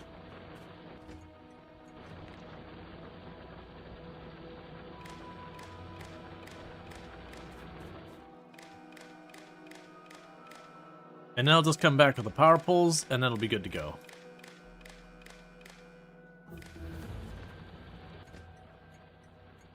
Alright, so you'll be with 1 drop-off. You're going to check your supply of stone. And if it is less than... It needs to be over 3,000 to be turned on. At which point now it's a cargo pickup. Yep, so all it's missing is power, and then that's good to go. As need more of the regular power towers, and now we got that going. Okay, and I think I've been putting it off long enough. The next thing after that, I gotta fix my iron back at home base. I've been putting it off, and we've kind of hit that critical point. There's a good chance it's run out of iron, which means the steel will also stop being produced for the home base. And with that, I could probably just do a quick and dirty 2 stops to import the iron and all that. The question is, do I want to do it that way? Is still the problem. Because I'm a little jam-packed where I'm there. And really all it's producing is a couple of buildings, inserters, and conveyors, which I do want to automate and keep automated being produced. The question is, at where I'm going to have to rip this down anyways, is it time to move it? Well, actually, let's see. Well, no, in all actually, okay, no, I actually do have plenty of space. I have this whole area, because this is effectively the mall, and then this is coal and stone that are temporary. So this is actually not a bad position for it. We'll have to do some finagling to make room for trains to come in and drop off materials and yada yada. But that's fine. Yeah, we didn't even get a single extra insert. There's so little iron coming through the whole pipeline now. But we should have plenty of the power towers.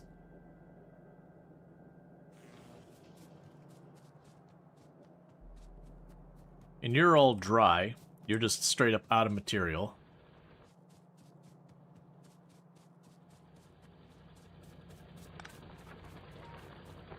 We got one drill left that's got 400 ore underneath. Yeah, so the next move once we get the stone online is we're probably ripping up all of this area down here, because all that's going to not function anymore due to the lack of iron coming in. And I'm going to try and put a train stop. That right now it'll be just iron, but I'll want to have iron and steel and copper and plastic, and you get where that's going. It'll be our mall that we produce all of our buildings at. So stuff that I'm not building for like blue science, green science, or anything like that. Stuff I'm just building to have the next thing going. Let's see. Train brakes. And at that point, we're starting to get to military tech, which I'm not ready for. We're working on that. But with that going, we should be able to start making our drone ports, our drones, all that, and we can start stamping out grids and whatnot to get the factory so that when these attacks start coming, because it's only a matter of time before we start seeing these attacks come. Like right now, that's the danger spot. I'm not seeing anything else that's particularly worrisome. But right there, I can start building like literally the solid wall where you have like your wall of stone wall, like one layer behind it, you got like your laser turrets, a layer behind that, you got the occasional drone port and radar dish and all that stuff, the supporting infrastructure. And that you can just go along the area and just stamp those out. And the drones will just gradually get the whole place sealed off. And once you do that, you can usually hold your ground against pretty much end game biters and all that. They'll occasionally knock out the turrets and whatever, like here and there. They'll occasionally like get a hit in, knock out your radar and whatever. But it will handle it.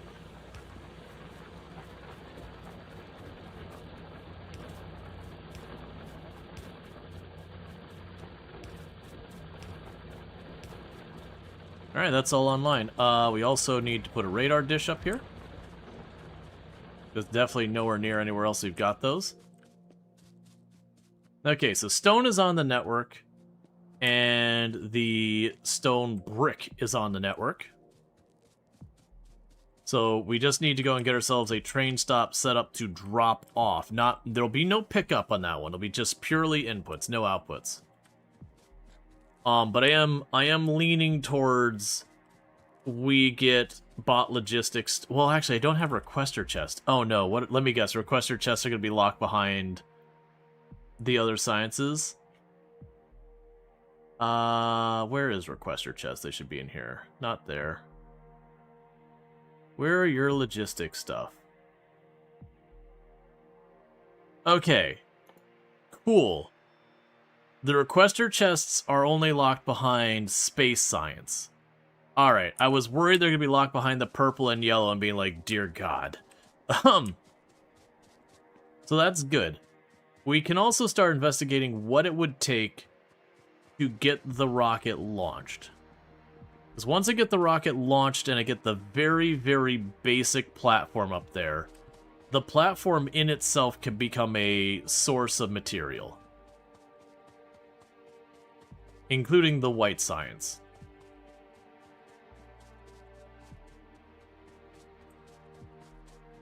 How am I doing on time? Got our 10-ish minutes till dinner's done cooking.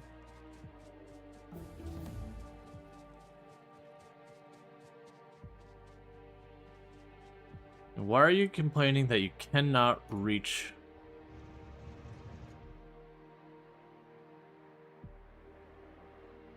Oh, I don't have signals.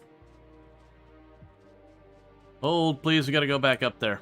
I don't have the signals wired up. That's the reason all the trains are complaining, is that whole area is blocked off the moment a single train goes into that area. That is the one... That is the pro and con of trains. When trains are configured, they can just whip around and get everything done very easily for you. The con is, because it's all based on one set of infrastructure, if you do something to break that infrastructure, you accidentally delete a chunk of track, or you set up signals that don't work right together, or anything like that, then suddenly the whole thing just kind of catches fire and falls over. There's your output, input, output. You actually need to be moved over one more. Output, input, output. Okay, so at least that part of it's all fine. That should make it happy, right?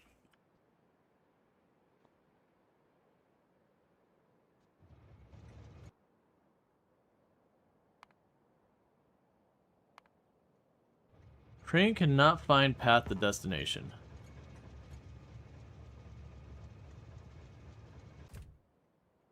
You want to get down here. You are set to limit 1. So I don't know why you're trying to go to...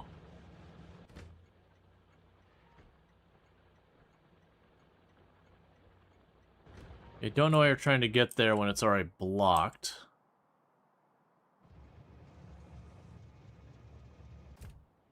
You're also trying to go down there.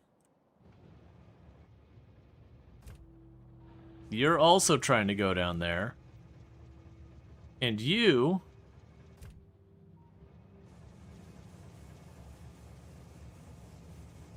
Huh. That's an interesting problem. Because the train with ore in it is trying to go here. So we'll tell you to go to parking.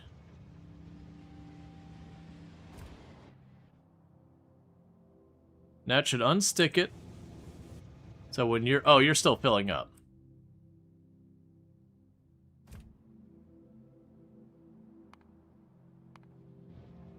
Why are all the trains trying to go to...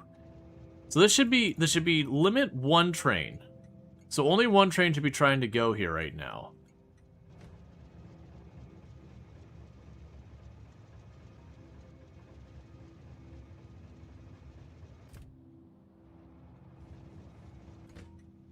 Ah.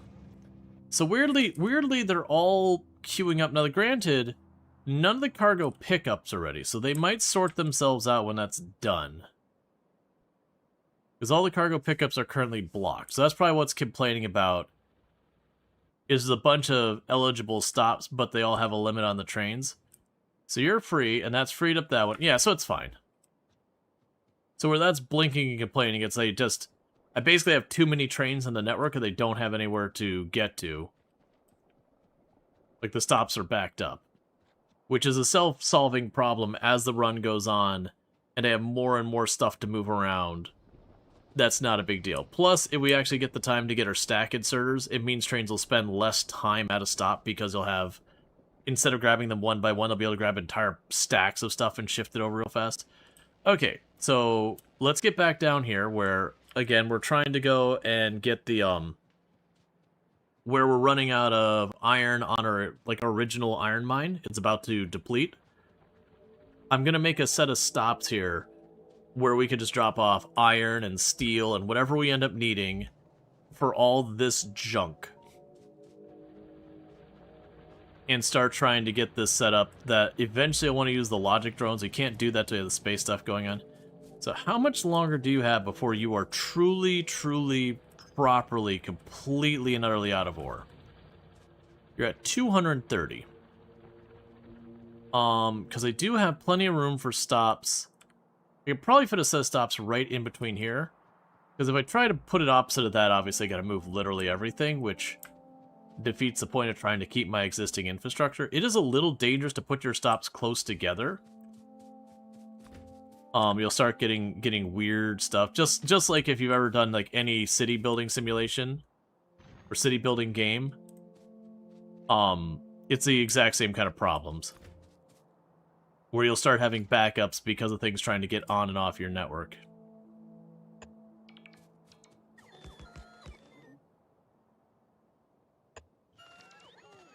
Because then you'd go here. It's not enough space.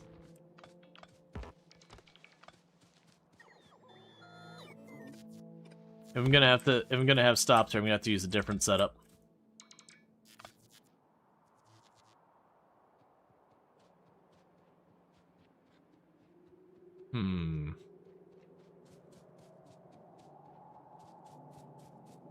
Alright, so this whole area is just steel and iron. That we don't want to keep.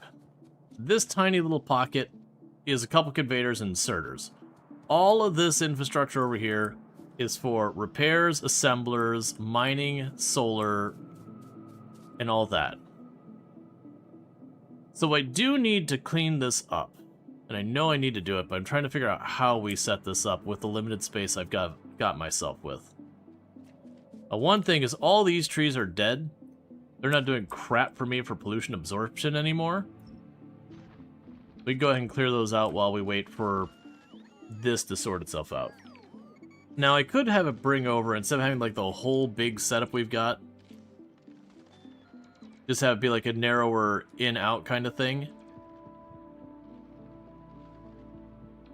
Now, this will get easier when those are gone, but those aren't gone near enough time for me to just leverage that. Yeah, the steel production's basically entirely shut down at this stage as well.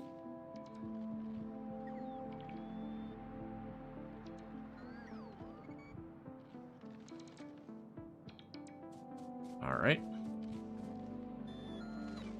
And what was the requirements for the... So rocket silo is a whole lot of blue circuit boards, which are not producing yet. Concrete, which we're not producing yet. But the other three we are producing. And the large landing pod is the same materials. And then you are just steel and wire.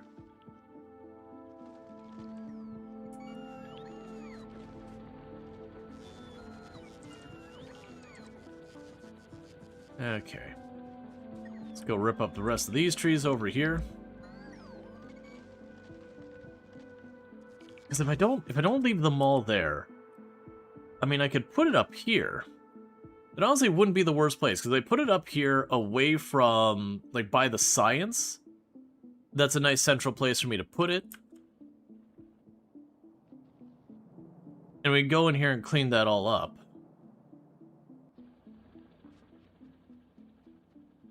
It might be the play. Because then I can go through and I can be like, here's your regular inserter, your red inserter. Because right now, this is just making the two types of belts. This is going to be very painful because this is sitting here not really working right now. But with that, I could do exactly the same setup I have with the science, where I can just keep scaling the whole thing up with any materials I need. Gonna delay getting the military science going more, which will be its own problem that I'm gonna regret.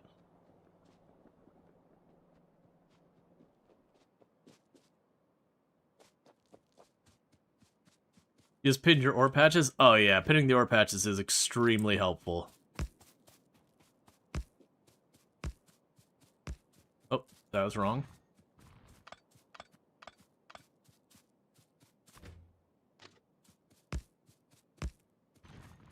With a lot of this stuff, one of the ways you avoid what I'm dealing with right now is if you take the time and either make your own like blueprint for a mall that works all the way to mid to end game. That can work around a lot of those problems. Oh, you'll need to be here, not there, won't you?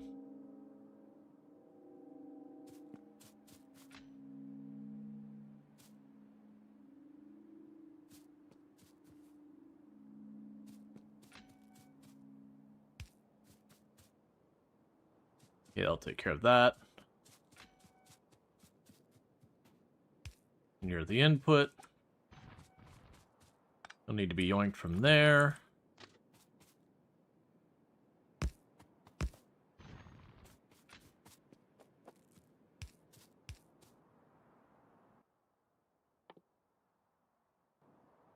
Okay, I need more iron plate. We can yoink those so they don't make the trains angry for a minute.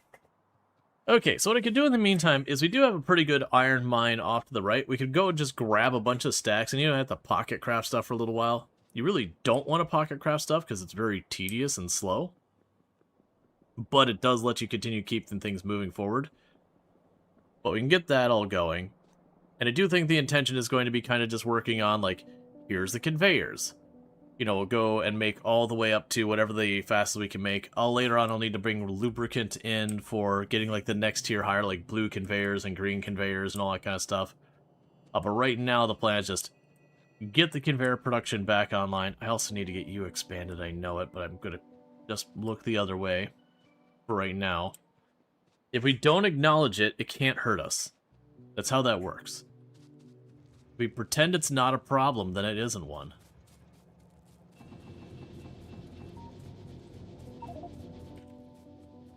Alright, we can drop off our wood. For the steam engines and all that. Yeah, if you ever want to see like how much of a difference it makes as pollution scales, if you look on the right side of my tracks, it's all lush and green and nice looking here, and you look at the left side, they're all kind of brown and kind of sad. And you go just a little ways north, and they're just straight up sticks sticking out of the ground that are long dead. I'm glad we've had such an impact on this world. Alright, bear with me, chat. I need to run down, and that food I put in the oven earlier, I gotta pull that back out, so I'll be back in just a couple minutes, and thank you again for tuning in. Also welcoming my wife home and everything, so I'll be right back.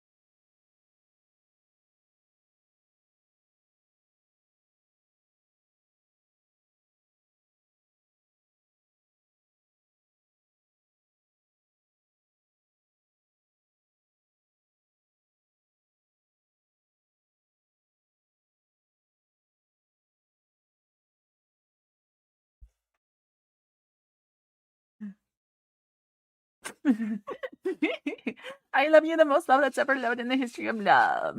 Aw. I was I was just like just unmuting the mic and getting ready to like be like, hey, I'm back and all that, and just tomb attacked. Love. I was like, I'm not entirely sure how to navigate this. Hey, but I'm back. Sorry about that. Not like her showing up, but like sorry about like the double break, whatever. Okay, so we're gonna go ahead and grab these rails. Right, so we're setting up. Right, no, I was grabbing. Was it steel? No, okay. I remember. We were dropping off the wood. Then we're going up here, getting this train stop set up. And we're gonna start setting up like an actual, like proper. Okay, we're good on materials for now. We're setting like a proper train stop. We're gonna have like the assemblers be like, okay, make the inserter, make the better inserter, make the even better inserter. You get the idea. I'll probably put buffer chests in between all of them just to give me kind of like an injection point for when we need to go and get stuff done. But this will be... I was about to say I saw the arrow go the other way. I was like, you can't go that way. That's against the rules. That's illegal. Chunk those down.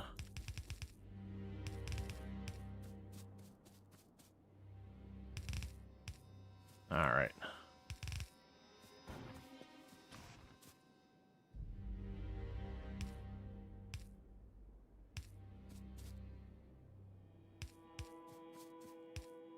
Okay, since we're starved on materials, we are going to start by just getting this thing up and running. Because I'm low on everything. Because it's continued to escalate.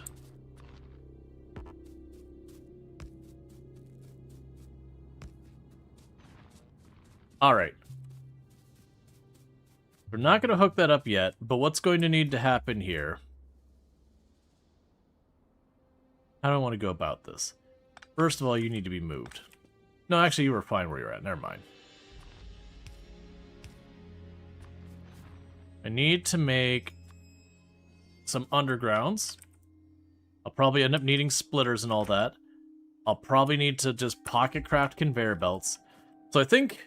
it's both the conveyor belts and the inserter were basically spent on. And it's not going to get better because... basically, I needed to do this a while ago. And I kept putting it off because I knew it was going to be a pain. And now it's gone from, it would have been a mild pain, to now it's a proper pain. And I knew this was going to happen, but I also didn't want to deal with it. And that is a thing you run into in Factorio. Where you'll look at and you'll have all the easy tasks that aren't very important in the moment. And you'll focus on those because they're easy. And you'll just ignore a bunch of other stuff there. So let's go ahead and just to kind of future-proof for a minute.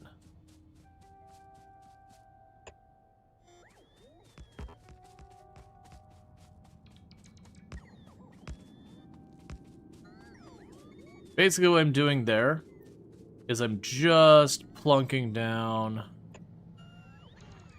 that whole area. Basically say this is reserved, don't touch it. Because by putting the railways out this far, I've ensured I've got room to be importing like a good, it's probably 7 or 8 different materials. Which will cover most of what we could possibly need. Hey, Whistler, how's it going? You feel like ADHD exacerbates these, but neurotypical people definitely have the tendency as well. Oh yeah, no, absolutely. It absolutely is the thing. It's like, I'd rather be working on this, so I will. Is that the priority? Not really. Am I gonna do it anyways? Probably.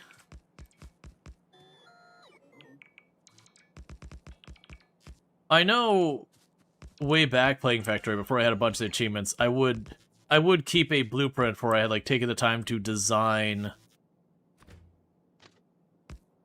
an entire like mall where I just literally start the run and stamp it out. and it would take me all the way to mid-game, and then, like, at mid-game I had a second version of it that I would stamp out that would replace certain things. And it was just, like, really, really fast and dirty. I could have my mall set up. Yep, and that's it for the belts. Then you'd come over here.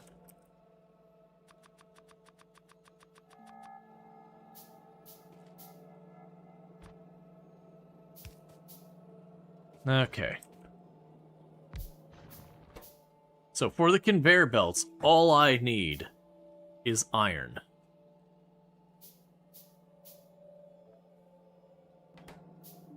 So at start, we can do this where we would make gears first.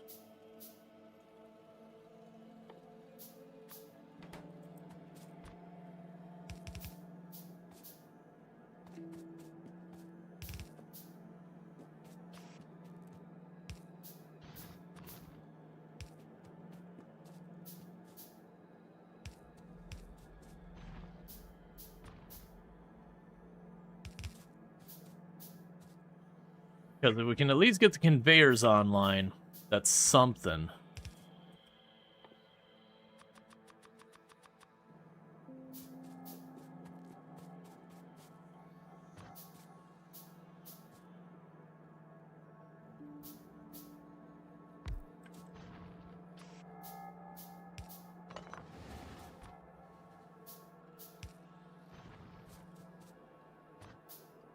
And then this would be the actual conveyor belts.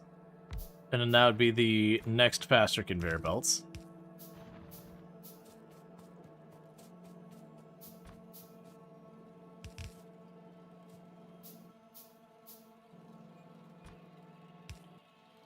Okay, get that.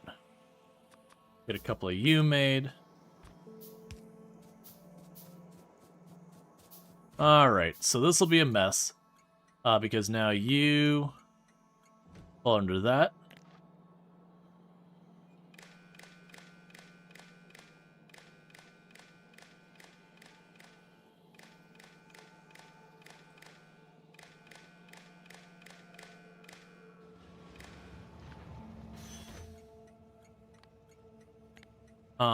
And if you have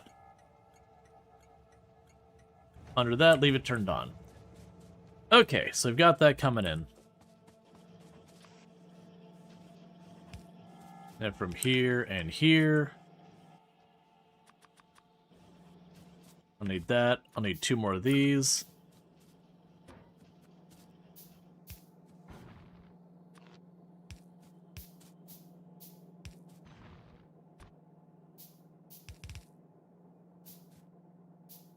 Alright, I'll need 1 more conveyor belt there.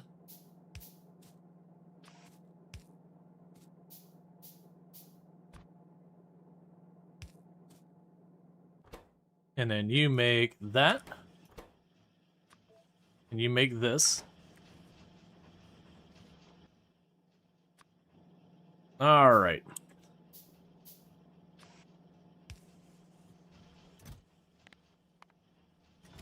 So we're officially making the red conveyor belts. Now, if I want to make the underground is that plus more iron plates, and then more gears. Alright. So you go over here. So you are the first level underground.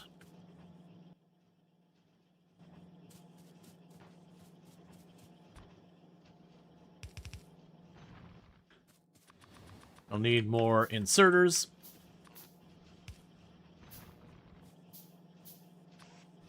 So then you and you.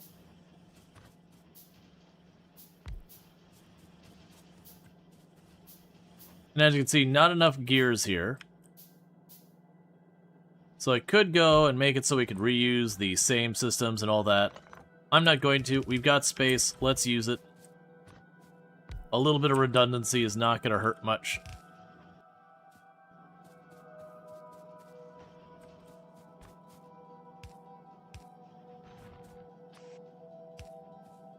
Then you go here.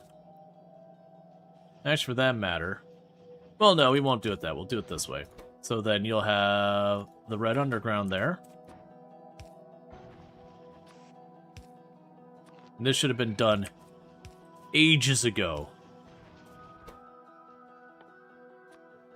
Alright, so that gets me the red undergrounds. I need more inserters.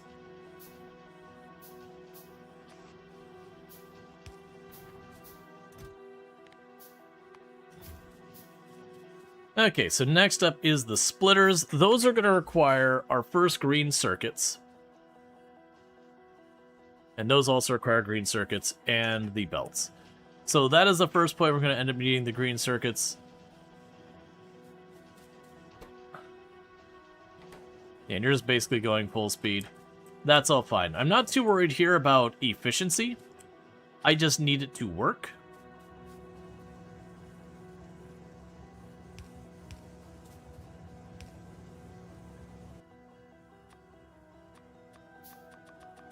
Let's make a bunch of these.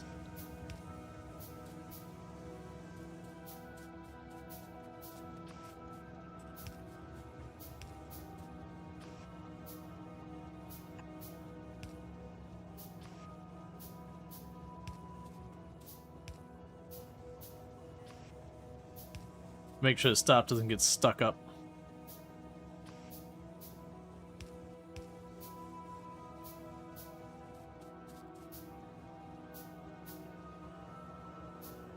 All right.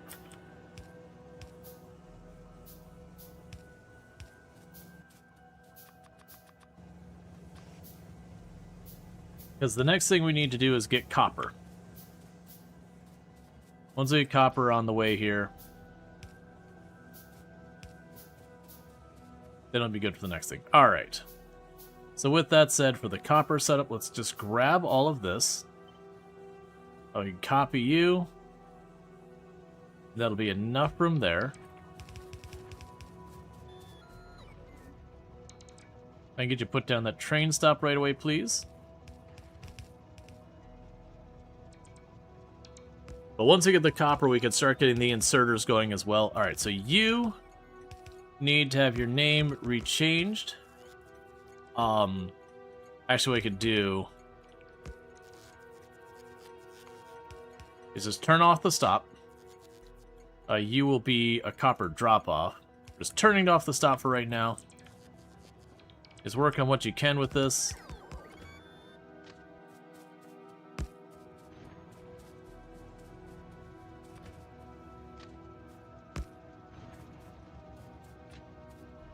Signal and signal.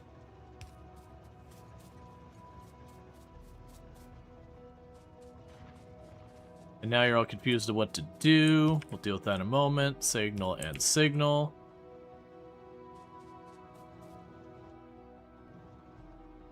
Alright, so it's getting stuck there, but that's fine. So, the next thing we need to do is get the copper line run over here. The good news, they already have a lot of these things being produced that I'm going to need for all this.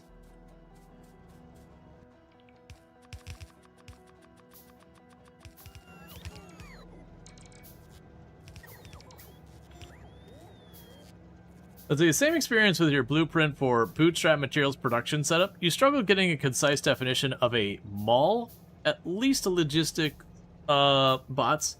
So you don't know if you can call it early materials mall. Yeah, no, I had put in an incredible amount of work on my first iteration of the mall. Like I said, I don't have that blueprint anymore because it's not been relevant to Space Age and all that. Like, a lot of stuff needed... It was even before Space Age. They reworked some of the recipes for a couple of things that I had to go through. And I never did go through and figure it all out. Because it was one of those things that, like I said, I think it had, like, 2 iron lines, a copper line, a plastic line, a coal line, and a stone line or whatever. And, like, once you just got those... And steel. Like, it's just those inputs. And it's kind of like...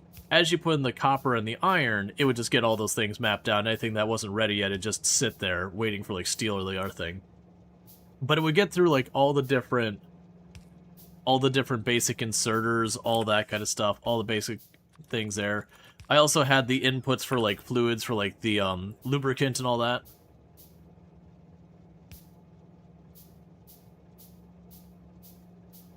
But yeah, no, it is all set up that Like I said, I want to say, like, nowadays you can circuit control assembler recipes and run an entire mall off one assembler. Yeah. That's going to be a lot of configuring and figuring out and all that stuff. All right, so you should be about ready. So we're going to switch you to copper, and we're going to switch you to that. So I'll get the copper over here. Because if I at least get the copper delivered over here, then I can start going with that. It's also way slower, but it's cool. Yeah, no, that's definitely one of those ones you do because you can, not because it makes sense.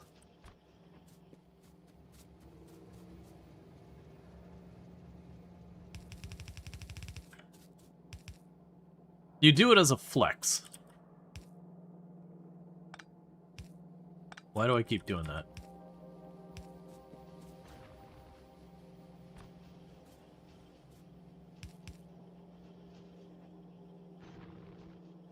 Okay.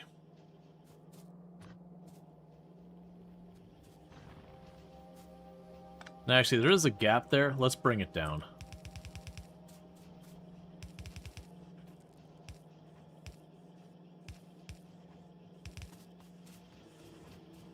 I was going to have it up top, and I changed my mind.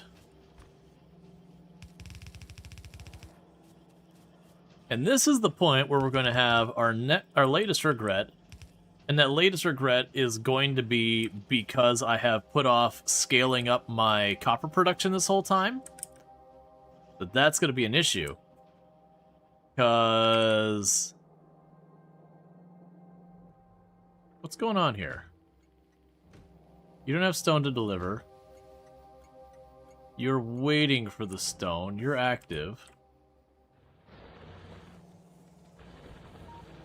You're ready for stone. That is connected, right?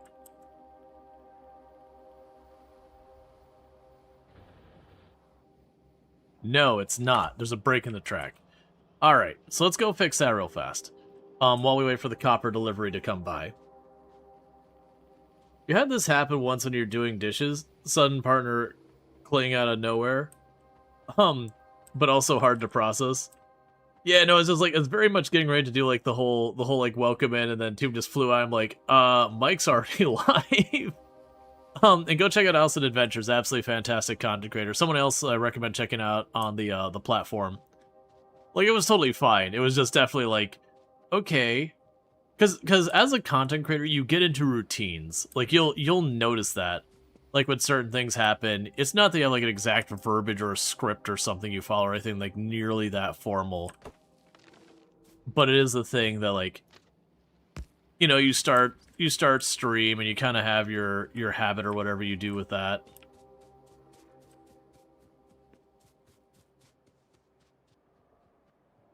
Okay, so that should have fixed the connection.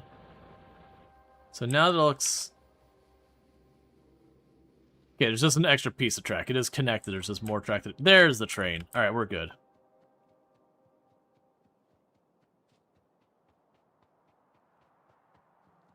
And our initial iron mine is fully depleted. There's no more iron on our initial iron mine.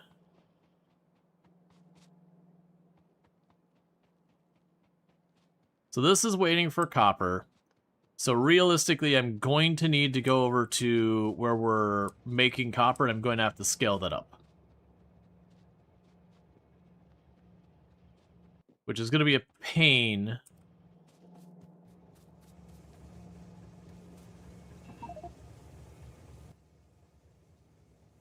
For a couple different reasons.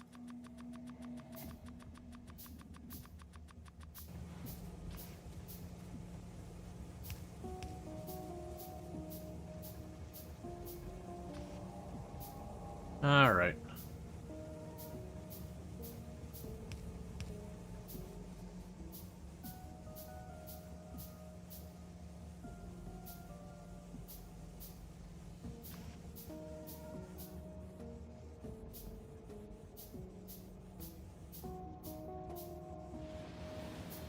Or the copper will come to me.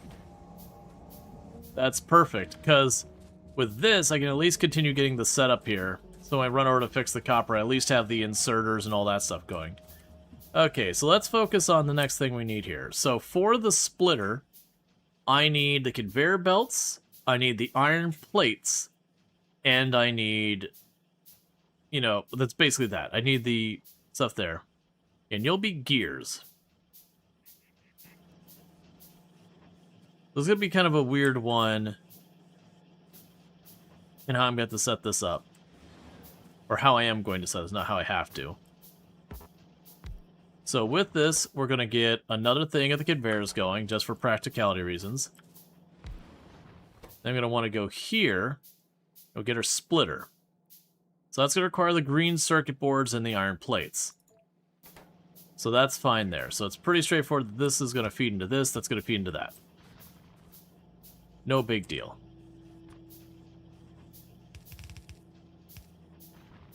And then you'll need to feed here and here.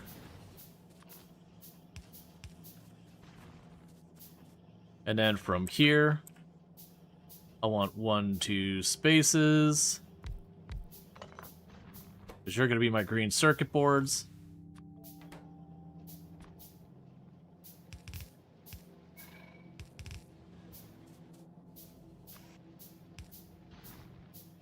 Alright.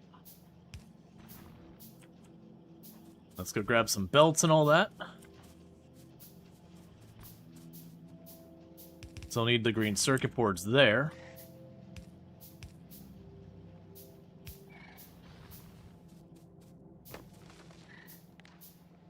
Go kill some trees. Hey, Alana, how's it going? Can we get a shout out for Alana Rama as well on their 3-stream streak? But another content creator that I highly recommend checking out. Was hanging out in her channel earlier. She was celebrating her, I believe, was your 2-year partnerversary on Twitch. Which I'm not trying to draw you out of lurk. But, her 2-year partnerversary on Twitch. And was playing some RimWorld, which is a classic for the channel and all that. Alright, so that gives me green circuit boards, which gives me my splitters. So I'm going to want to go up here and get our red splitters going. Yeah, so again, check it out on fellow member of the House Get Frequency stream team, the stream team that I am on. But does a whole range of stuff and all that over in their channel. Lots of variety. Has done lots of RimWorld historically. Because definitely does not have an obsession. You can't tell her otherwise. But definitely good over times. But does play like a whole variety of games. Alright, so we also need gears. Now I was going to just grab the gears off this line. But as you can see, it is already not remotely keeping up. So really I do need more gear production. But that sounds like a Tomorrow Me problem. So we'll let Tomorrow Me deal with that. Because Tomorrow Me has not done anything at all for me recently. So screw that guy.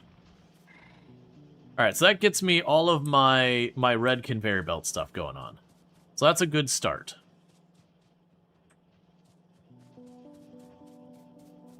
So next thing is to get the inserters going. So for the inserters, we need gears, circuit boards, and plates.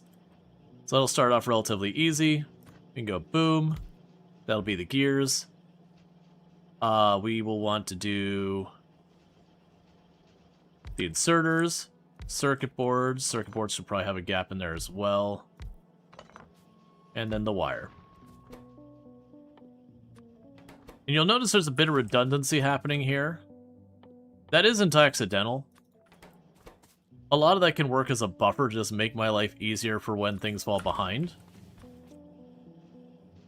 I'm pretty sure I'll end up needing more of these, which is why I'm doing it this way, so boom.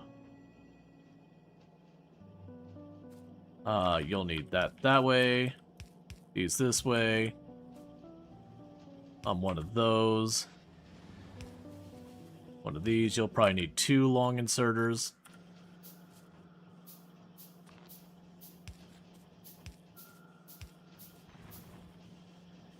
But with a lot of this, I'd rather have the redundancy.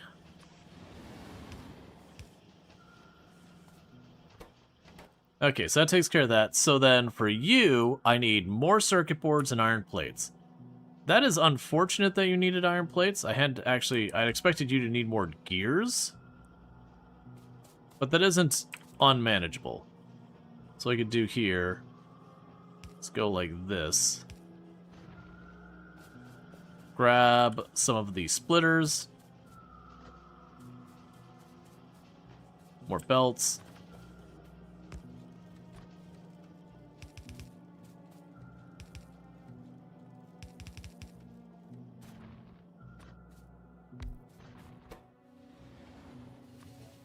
There's the blue ones.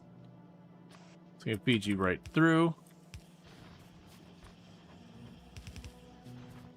Bring you down this way. Oh, and I'll need power on this side as well. I had planned to need more of the gears. I hadn't looked at the recipe. And then green is more gears. That's the reason I was thinking it. And then the red circuits. Which I do have the red circuits on the network. So we could get that over here for the stack inserters. Yeah, so for the stack inserters, it'd be getting the red gears here. I've already got, sorry, the red circuits there. We could literally just go like this. You go here, you go there, you go there.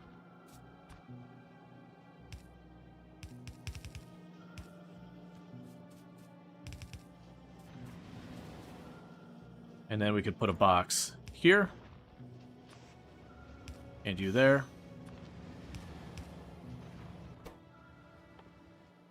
Alright. So we can go get... Where are you at? The bulk inserter. Because I want lots of those. We definitely want to strict that not down to too many. So that'll be good news. So with that, let's get our next train stop set up. So same idea as the last one, we just grab you. Plunk you down there. I want them to put the train station here, and I can quickly rename it. Just basically disable it. And I'll make this for the red circuit boards. We definitely don't want to be making those locally if we don't have to. Because those produce fairly slowly. Alright, so flip you the other way so you're disabled. You will be a red circuit board drop-off.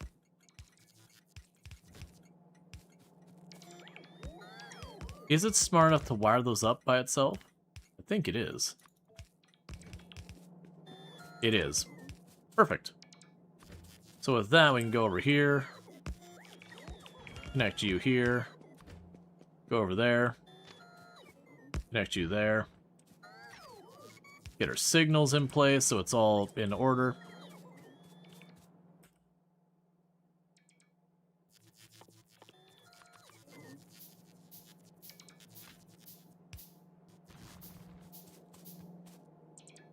Okay.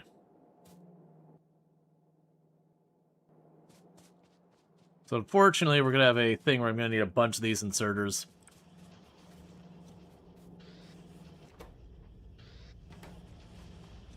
You can run up here and open it up for the delivery of the red circuit boards. Alright, so we're going to go ahead and open you up by flipping that back to the way it's supposed to be, so that train spot is now available.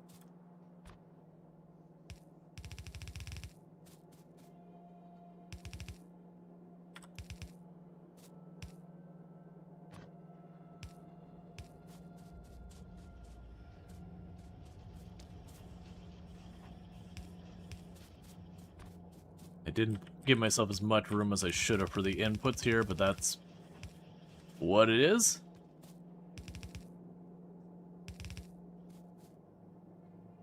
Honestly, this works just as well. Right now, that'll work for the time being. Get the red circuit boards down here, which will give me my bulk inserters.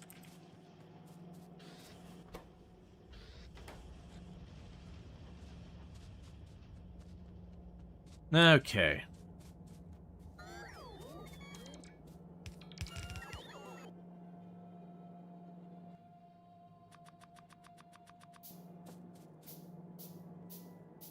Okay, so we should get the red circuit boards delivered here eventually. Let's see where we even have those being made right now. So you're all fine. Yeah, red circuit boards are fine there. Where was their production? Here. And so those are stalled because of plastic. And the plastic's probably stalled because of petroleum. So light oil's maxed, lubricants maxed, petroleum is tapped. So basically where I've got this chem lab, I need more.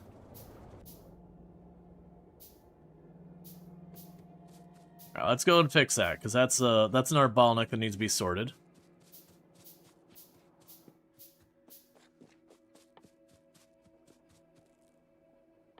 So I can go here to the chem labs. Where are you at?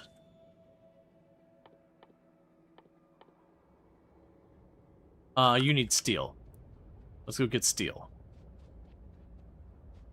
But yeah, so basically I'm not making enough petroleum. Meanwhile, we can go down here and rip up the parts of this that are making the inserters and the conveyors. Not that any of this matters down here. There's no iron going into it, so the whole thing's shut down anyways, but still.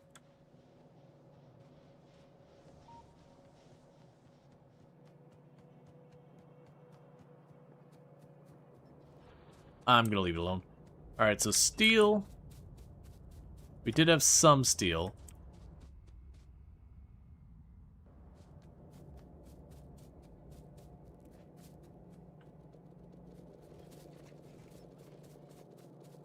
Okay. So we got a bit more steel. We can drop off the wood and the coal.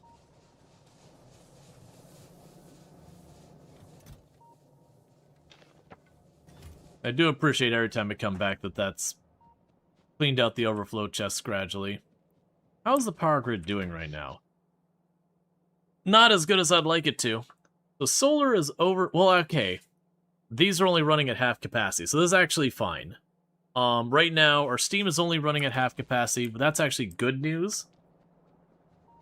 Because that means we're not fully utilizing what buffer we can have where we, like, ramp up our steam and all that is needed.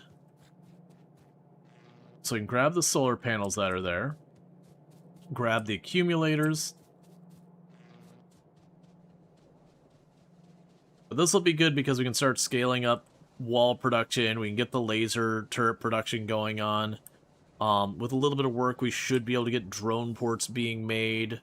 Get the logistic drones themselves being made. Do all that kind of stuff.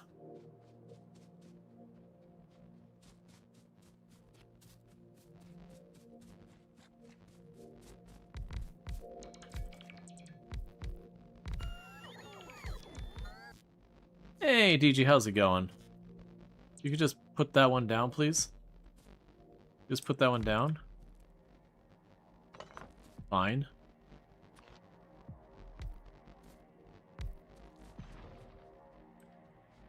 Alright, let's try it a little bit different. Let's go ahead and we'll do copy for right now. Just gonna grab that whole section.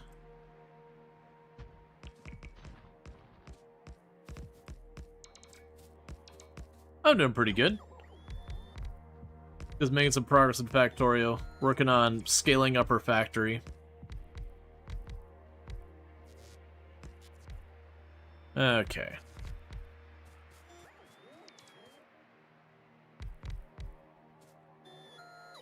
So that'll increase our power storage and power production on our solar side.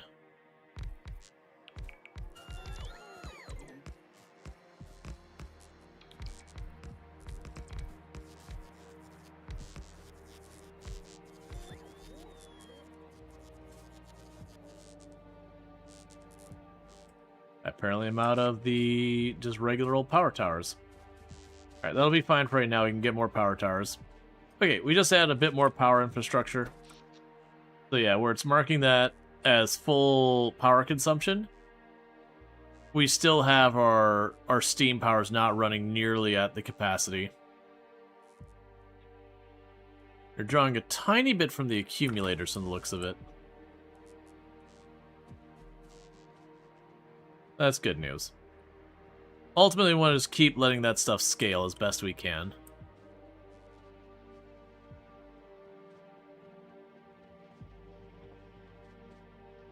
Right. And we were going over here to fix our petroleum. Because with the chem labs, that's kind of where we're at. That all these three are getting completely filled. But I don't have enough chem labs actually processing the stuff over to other materials. Be interesting because I did not leave myself enough space for any of this. Okay, so let's go. Well, first of all, 1, 2, 3, 4, 5, 6, 7, 8, 9. Start with that.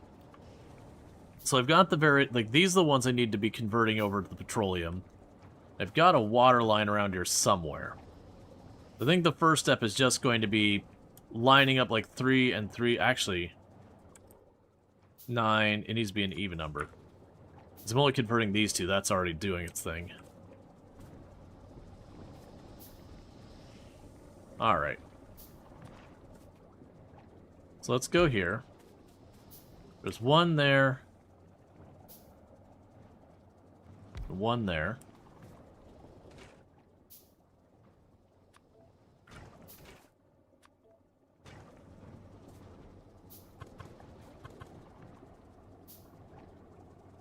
Okay, so this side will be easy to manage. We can go here.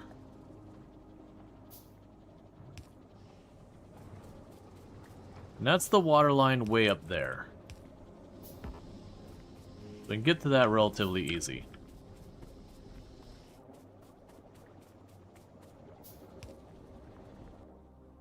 I'll need some straight pipe.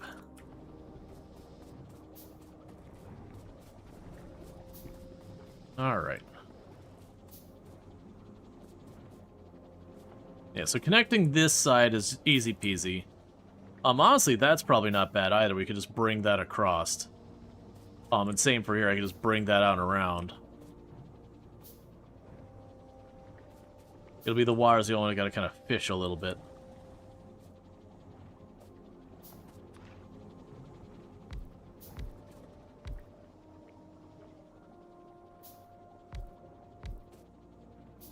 Alright, so I'll have to deal with getting past here. Shouldn't be too bad. I should be able to just go like this. There we go.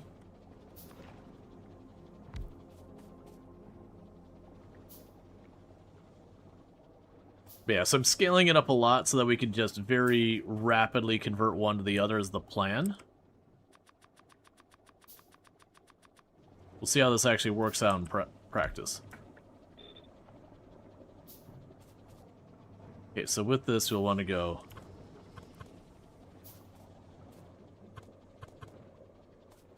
Alright.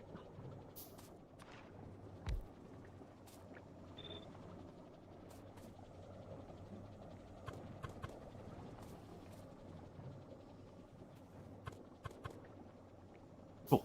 That'll make that life a little bit easier. Okay, so you can start here. So you'll need a pipe there. You'll have that.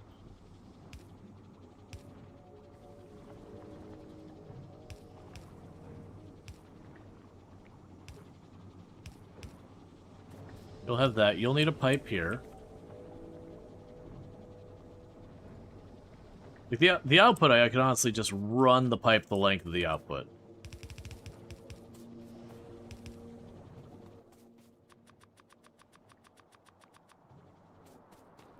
To hook all this up.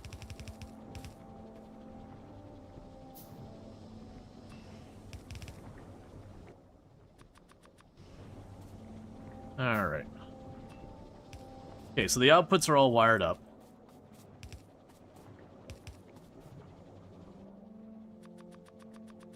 I need to get the inputs starting to get hooked up. So as you can see, it's going to be like skipping every other one kind of thing. So let's plan for this to be out here. Honestly, I can just bridge that across. I just pop the water, you know, along the edge there. And that'll take care of that. We can kind of do similar on this side.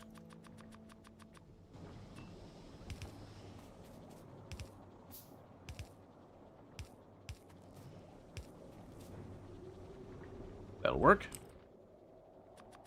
Gave me a whole bunch of undergrounds now.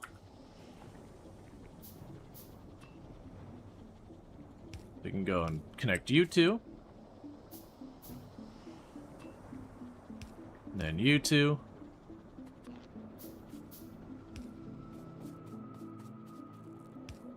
Get the power hooked up.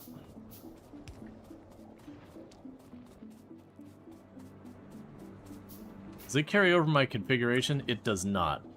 So we'll want to get that all wired up next. So it'll just, right now it's just going to turn on and start dumping stuff in as fast as it can.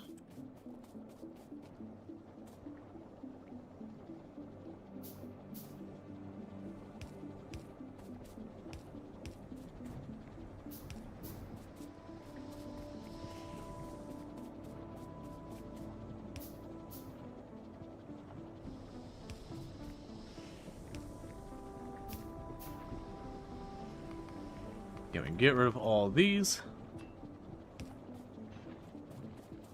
Alright, so everything probably should have just popped on down here. Why are you not running now? You don't have what? Oh, you're not connected here. There. So all of these just came on. Now, that would be good if I never needed light oil, but I will. So you're already connected to these. Are you on the green or the red lines? Wait, you have logic here. Where's your logic? But you're not running? Oh, no, you have the logic. Right, so you're on green signals. We can go ahead and, if I just run the green signal straight on down that line, okay, they can go to your logic, and so it's... If the light oil is more than that,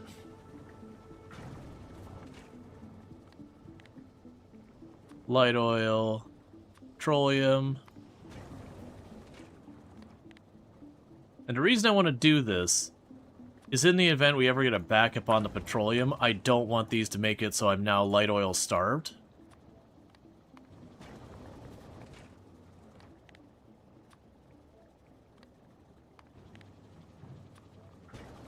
Okay, so you've got all that. So now I go to this side. You don't have the water coming in. There's that connection up there.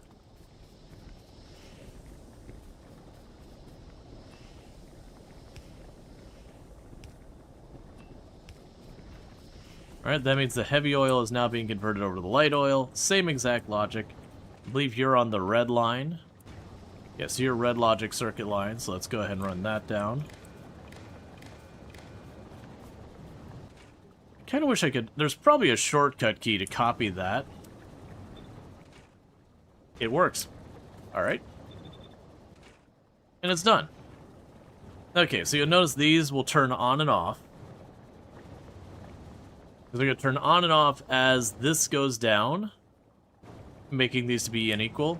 And this thing's just going to be going full bore because I'm eating up a lot of petroleum and none of the other materials. And now eventually these will fall behind because as these go, these oil things, they'll never stop producing, but they will get to the point that the amount of oil they're producing gets less and less until it's kind of unsustainable.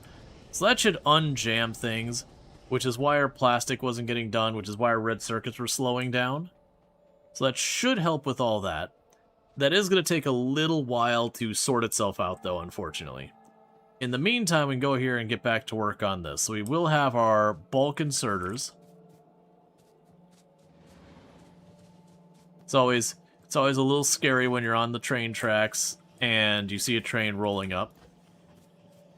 There is that momentary, did I misjudge my timing? Am I about to get squished?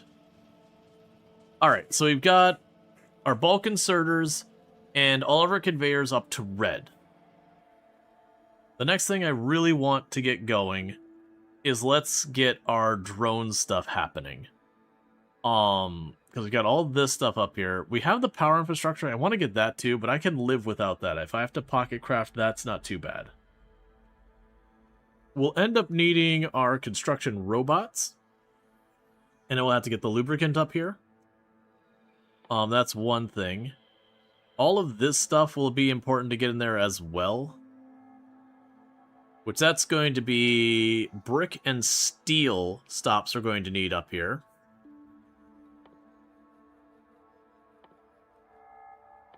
What does a drone port cost me?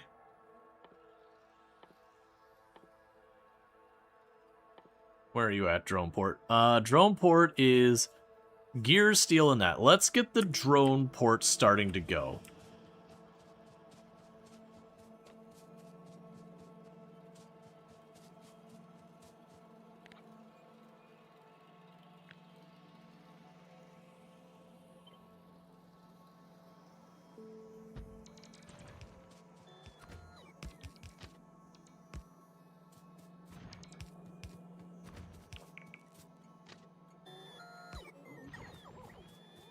Alright, same thing. We want to kind of camp out here for a minute until it gets that stop built.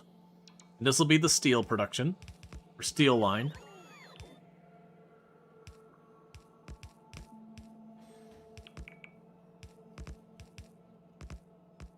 Now, eventually what I'll likely do here is I'll eventually likely just turn this over to logistic bots and not have, like, the spaghetti and getting everything set up. And we'll just tear it all down. Like, we'll just do it that way. Alright, so get you.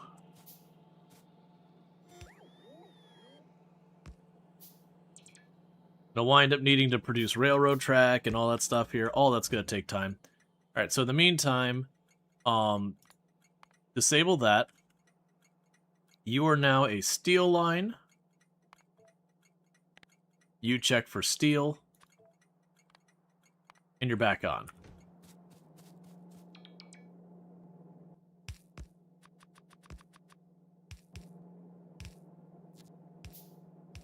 Okay. Need 5 more. And we'll need a bunch of the blue inserters while we're waiting for the red circuits to get delivered.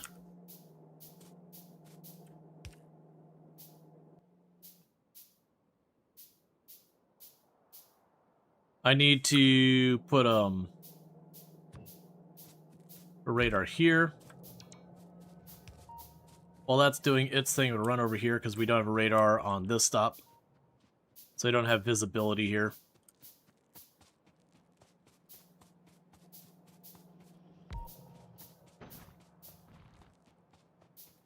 Alright.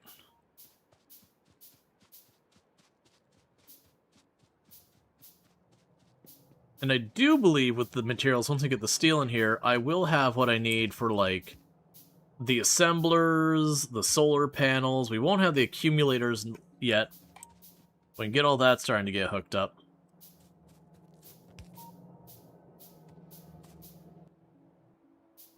Meanwhile, how are you doing so far as your plastic? That's the coal.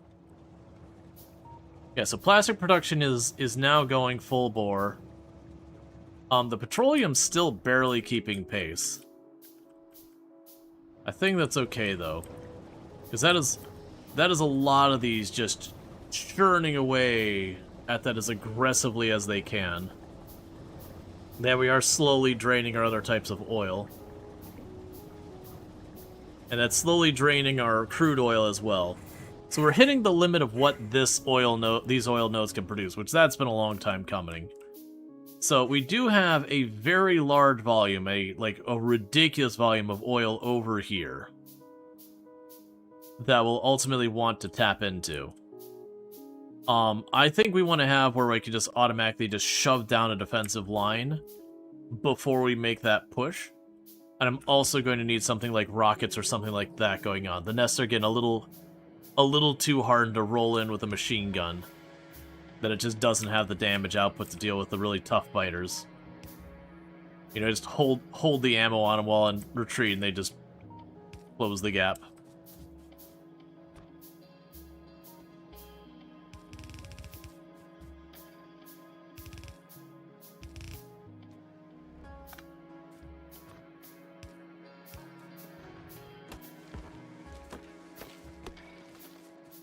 Okay.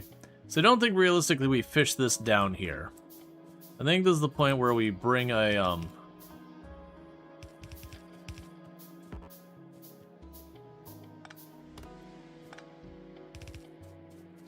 bring the steel line down, and maybe pull it around here.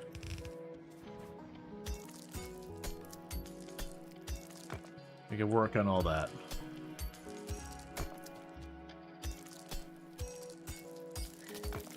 Because then we can also put a split off here for the red circuit boards and all that. Okay, so let's see.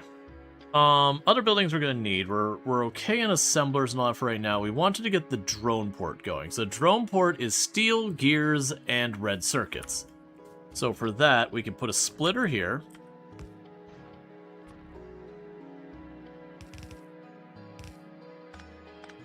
Actual. Fish like that. So there's red circuits. And then I'm going to need gears. And gears mean I need iron. So the iron's right here. It shouldn't be too hard for me to fish an iron line up here. So we can go like this.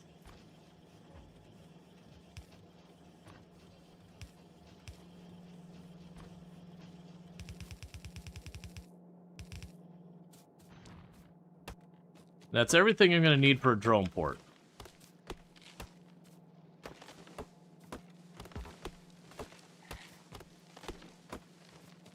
So let's plan to put a drone port production right here.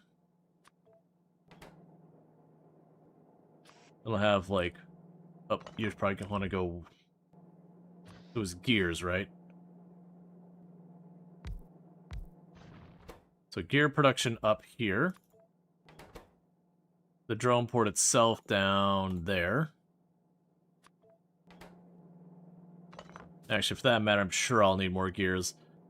Let's see. So you can put you there to space this out. Gears. The gear conveyor belt there.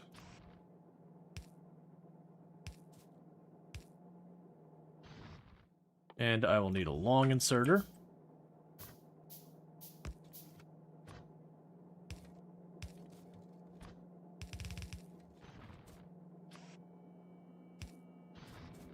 All right.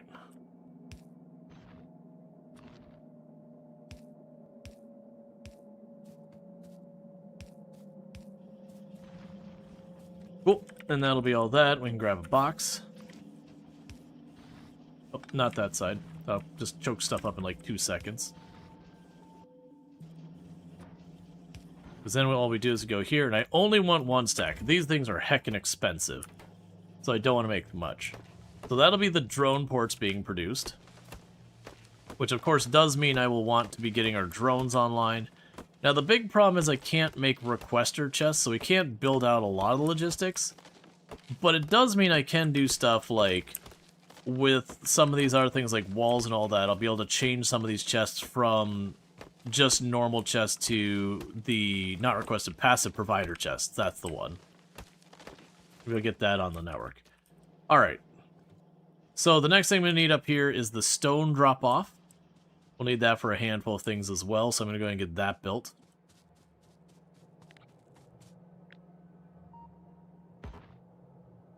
Let's try it again, because I wanted to get this as well.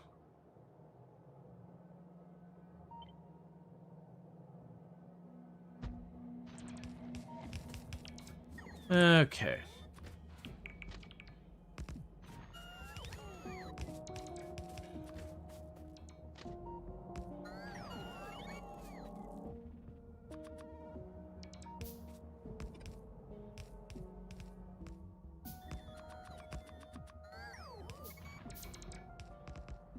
Yeah, so as you can see, we're just filling in everything here. Trying to get all the different stuff produced. I'm going to want to get the laser turrets going over here somewhere. That's going to require the sulfuric acid and all that we got shipped on the other side of the map. Which is not great, but it is what it is. Oh, you need to have your name changed immediately. So... Flip you. You are going to be the stone drop-off. Oh, I don't have a stone brick drop-off yet. This will be the first one. That's fine. So stone brick drop-off. You're in here somewhere.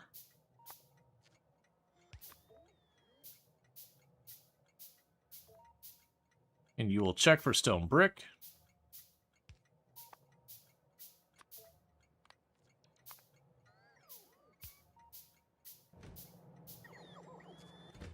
You're all wired up and ready.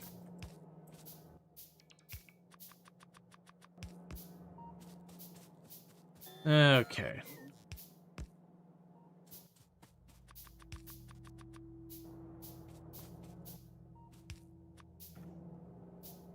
We're definitely gonna need this stuff delivered soon.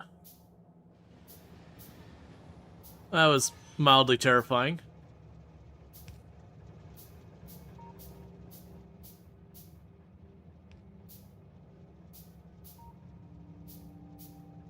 Alright.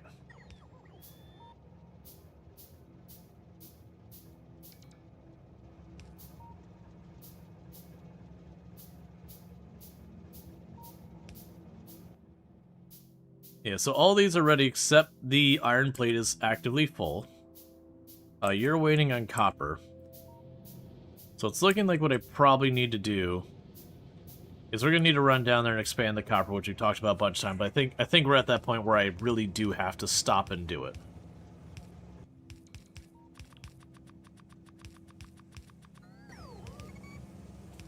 And my days getting away with ignoring it are pretty much at their end.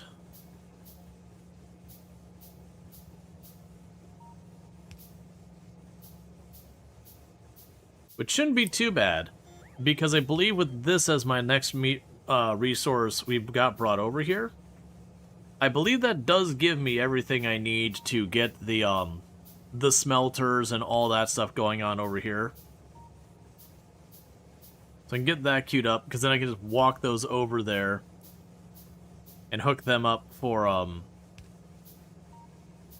getting the copper line all sorted.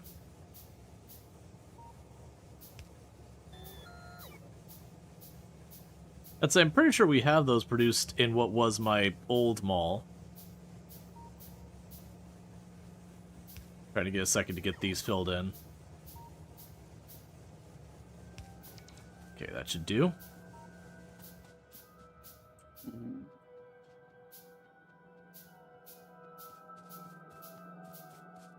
Yeah, so we're waiting on steel. That's something to take note of. Copper is another thing we're going to be waiting on. You don't have the blue science handy. That's stalled, and that's because we ran out of petroleum. We got that fixed, or at least mitigated. That's just gonna be the way it is for a while. Let's get down here and do some cleanup.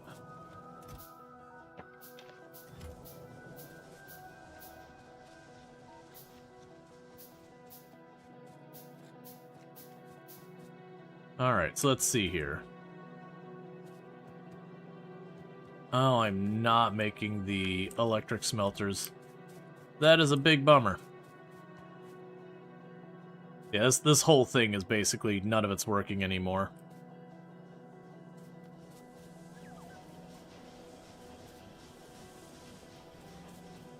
I'll grab the bot you got sitting around here, but those are gonna do us much any good.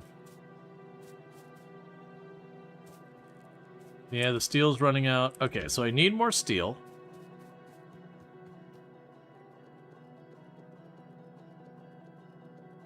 And with this, the steel's going to be all gone off this track.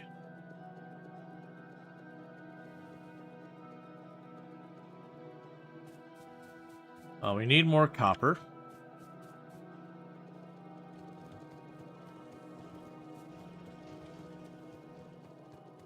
Now, we do have copper coming in here. Meanwhile, we actually do have a lot of red circuit boards I'll go ahead and snag while we're sitting here. Because that should make it so I can make these relatively easy.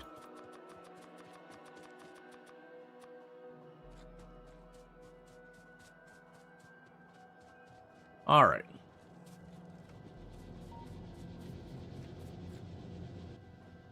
Do I have enough inserters, though?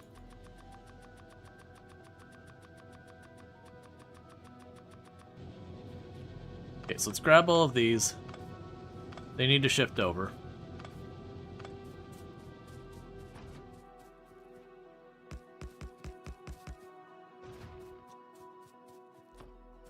They give them a little bit of a defensive wall, so the biters have to actually work through it to destroy them.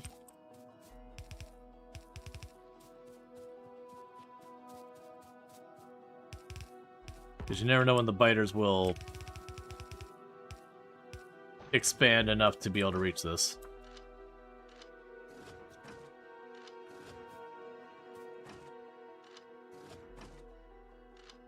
Okay.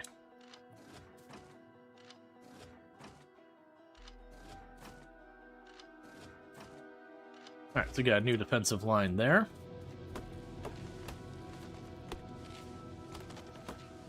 And we just clear this out a little bit. And this should help alleviate a lot of our problems we're running into right now with the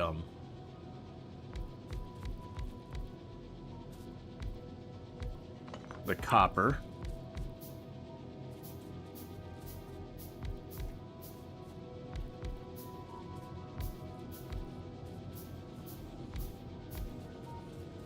Okay.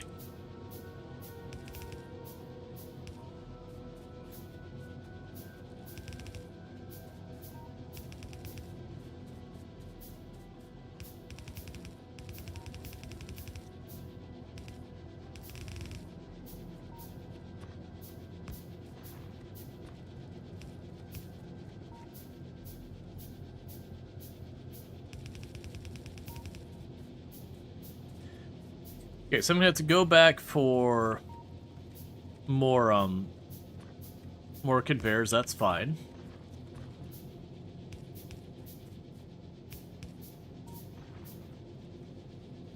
And you'll need to wiggle.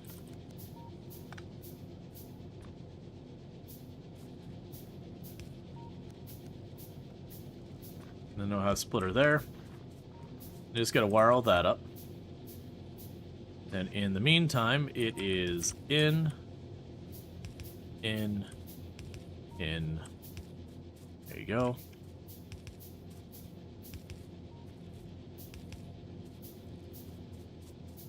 Let's get over here to get the additional ones added right there done.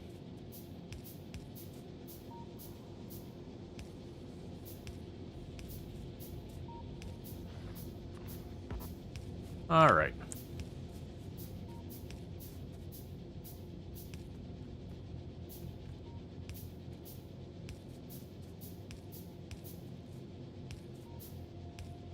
Okay, so that should mean we're just down to needing to grab the conveyor belts themselves.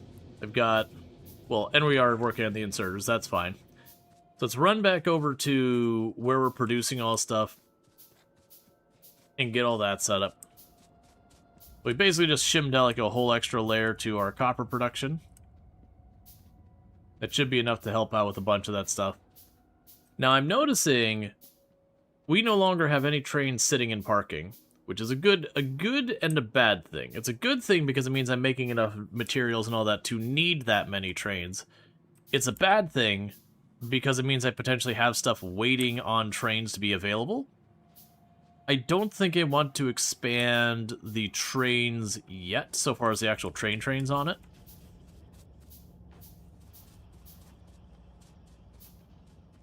But we'll get there.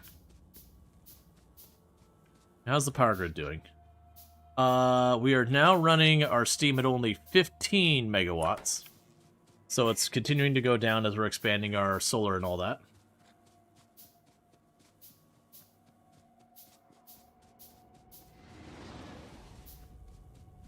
Eventually we get those things to practically idle.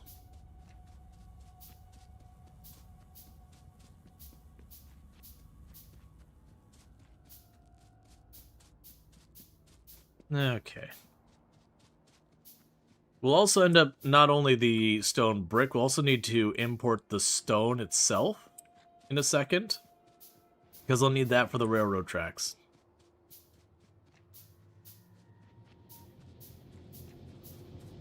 Alright.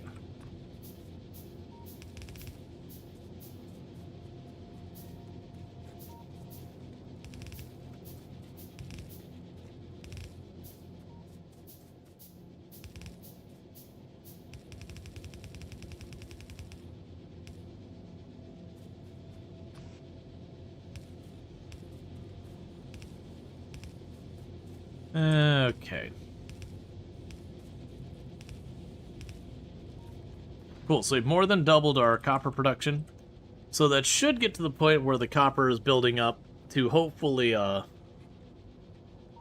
be able to get the speed going on a lot of the stuff that was slowing down because of copper bottlenecking.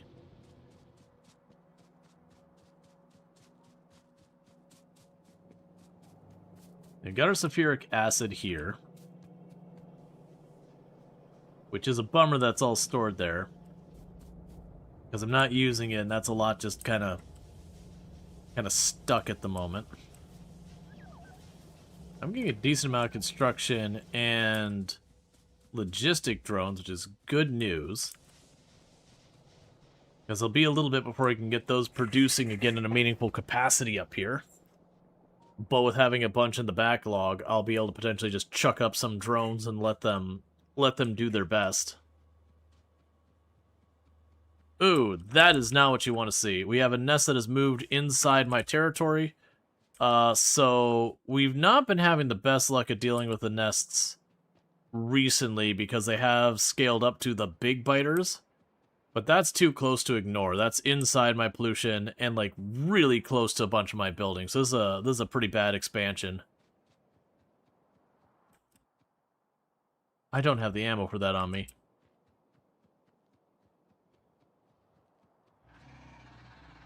That is mostly evolved to big biters.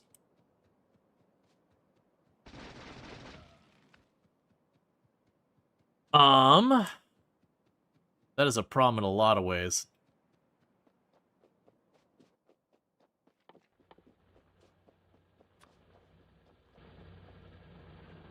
Yeah, because this is all exposed here. They kind of dropped... So the danger here is where we had them before, where they're down here. Their attacks should most likely be hitting there and there. But now that they're here, they can hit in from the sides and get past where I have defenses. So I'm going to need to go and grab a bunch of steel from my steel production, which is somewhere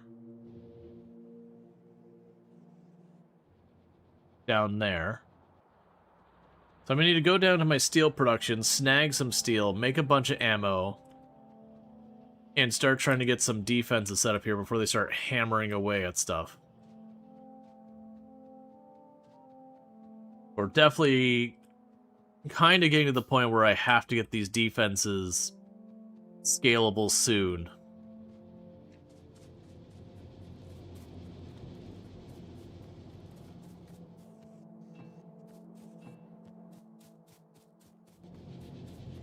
The other thing that needs to happen is that needs to also expand. Alright.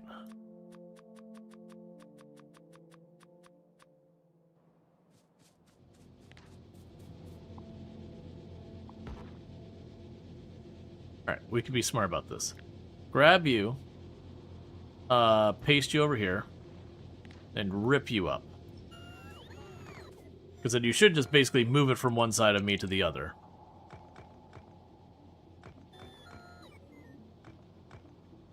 But I need to increase our steel output as well.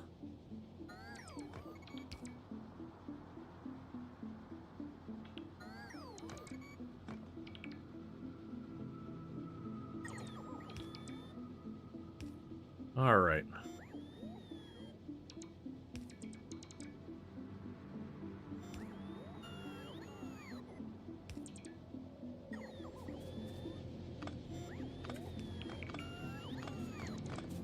That way they're not grabbing the magazines one by one.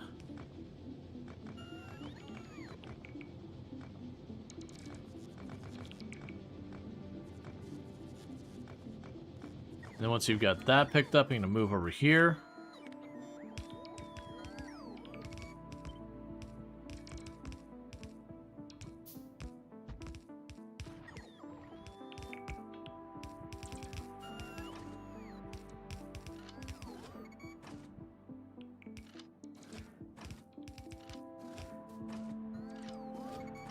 Get you all loaded.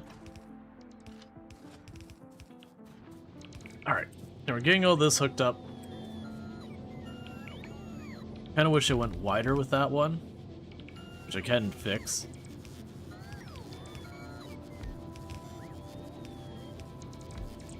Because I just need to get the steel production cranked up as well.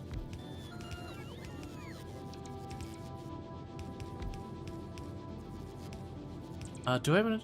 I do not have a satellite here, so let's get you hooked up here as well. So we'll put a satellite right there.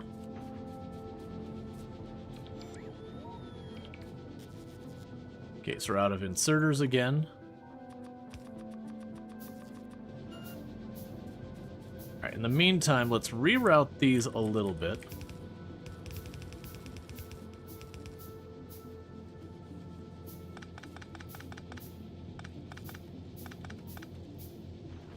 Then go back here, put a splitter there. They'll take 50% of those and bump them over.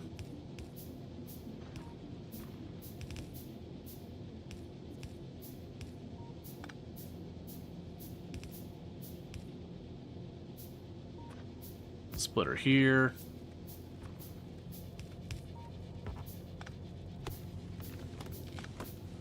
And this will expand our steel production, so hopefully that's one more material that's in better shape.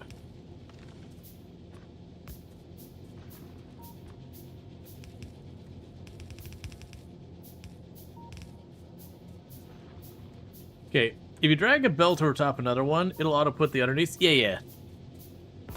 I often, for whatever reason, avoid that. I've just had too many times where it's done some like kind of weird curse stuff, because sometimes you'll have situations that your intent isn't really obvious on where you want the undergrounds to stop and start.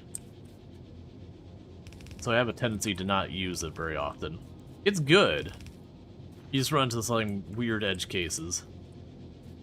Like, yeah, when it's just cutting across like one belt to another, I really don't have a reason not to.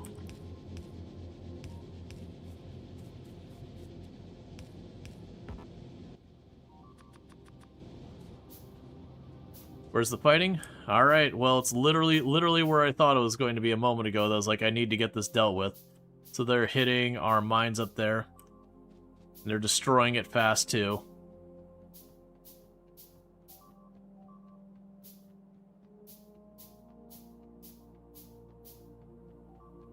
Actually, I was expecting to hit this spot.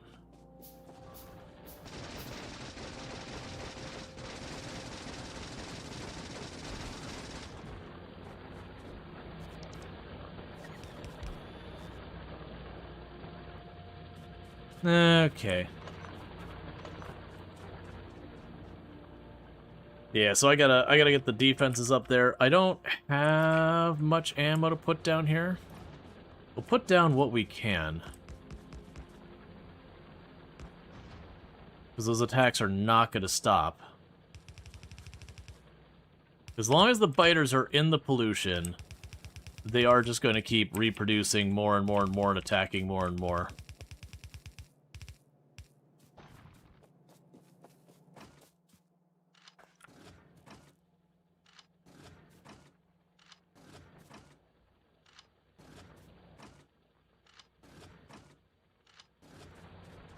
There'll still be some defense. It's pretty broken for a while, yet when you had weird layouts that fixed a lot of those issues. Yeah. No, I know I've run into one or two issues in this playthrough, but nothing like it used to be. Because like I said, usually it's when I'm dealing with a very spaghetti situation, I'm trying to just kind of make it work, is about the only time it starts to get kind of really dodgy. Alright, so we got that attack repelled. I need more power towers.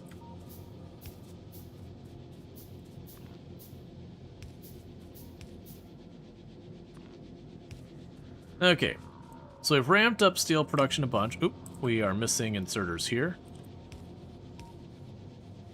Okay, and everything's on.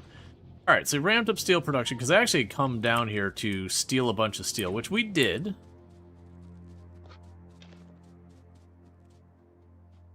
And part of that was to be able to go over here and be like, make all the bullets.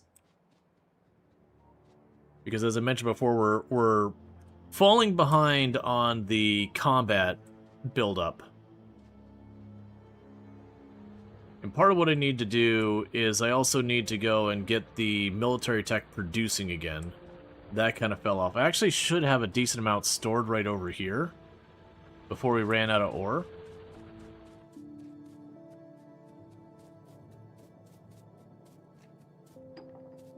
About 400. That's not as much as I thought it was going to be, but it's still something. Drop off the wood. Alright. That is not what you want to see. You do not want to see those blinking. Alright, so our power grid is being overwhelmed.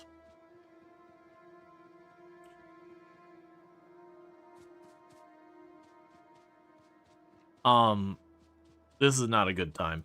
Okay, so, new priority. We have to fix our power grid.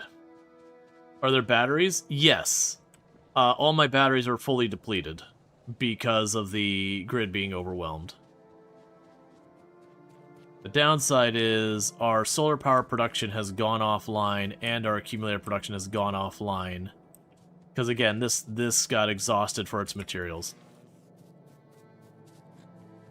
So, new priority on our mall, solar panels, accumulators. We need to get those going. Because if our power grid starts struggling, everything goes sideways.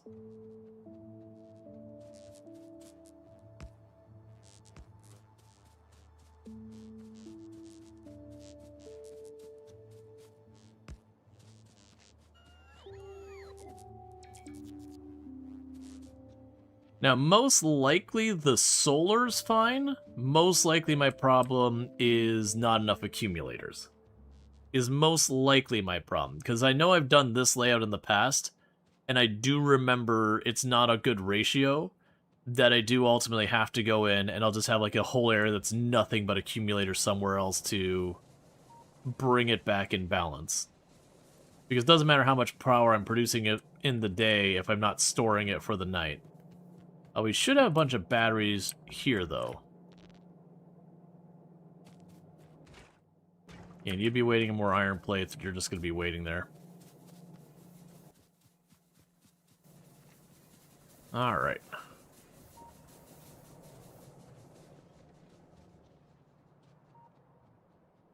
I think what we'll ultimately do is where I get the sulfuric acid. Once we get stuff set up here, I will run a pipeline with a pump on it to just pump all of that sulfuric acid into the rest of the area.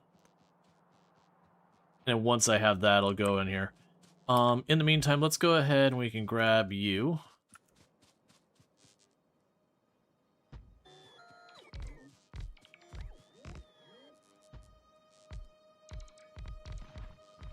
See what solar panels I do have out. Go to accumulators I do have out.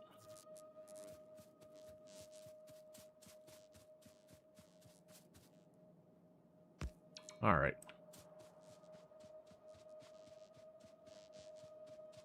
So it'll help a little bit. Like I said, we're gonna need to get the solar panels and the accumulators going on up here, which is fine because we need that for the drones as well.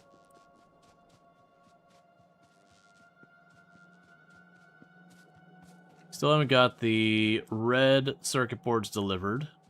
We got the stone delivered. The steel we're still waiting on. Okay. So, for fixing our power, solar panels are green circuits, steel, and copper. So I will need to run a copper line up here. And then one of these is a steel line already. So it shouldn't be too bad to make happen. So then we can go over here, because you are gears up there. So this could be the wire, the green circuit boards.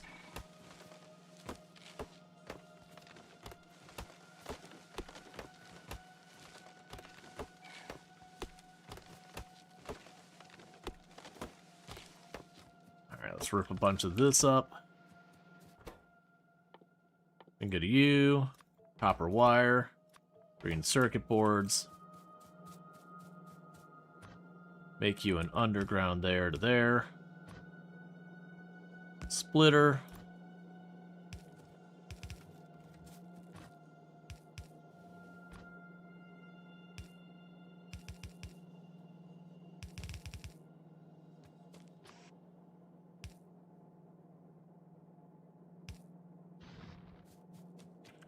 Okay.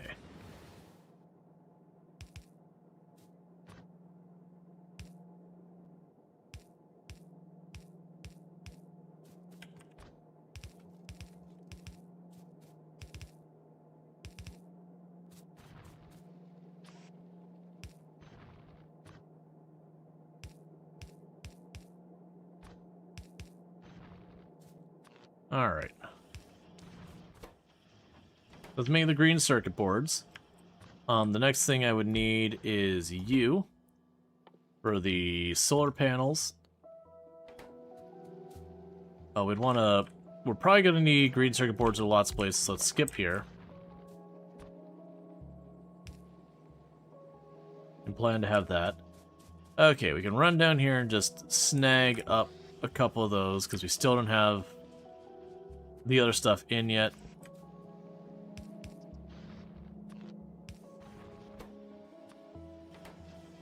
Okay, so with this, we're going to need to... so you are steel on the top here.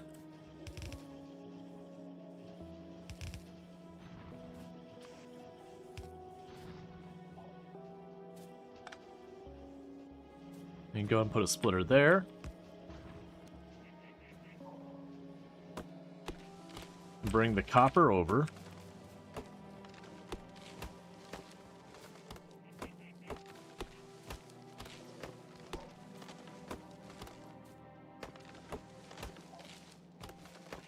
And then we'll have to check into what I need for the accumulators. Which will work out, because that'll give me the batteries, and I remember the batteries end up being one of the things we end up needing for the laser defenses.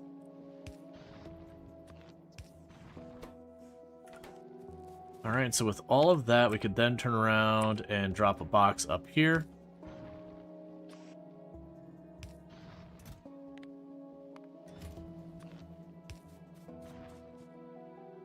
Red circuits have finally arrived.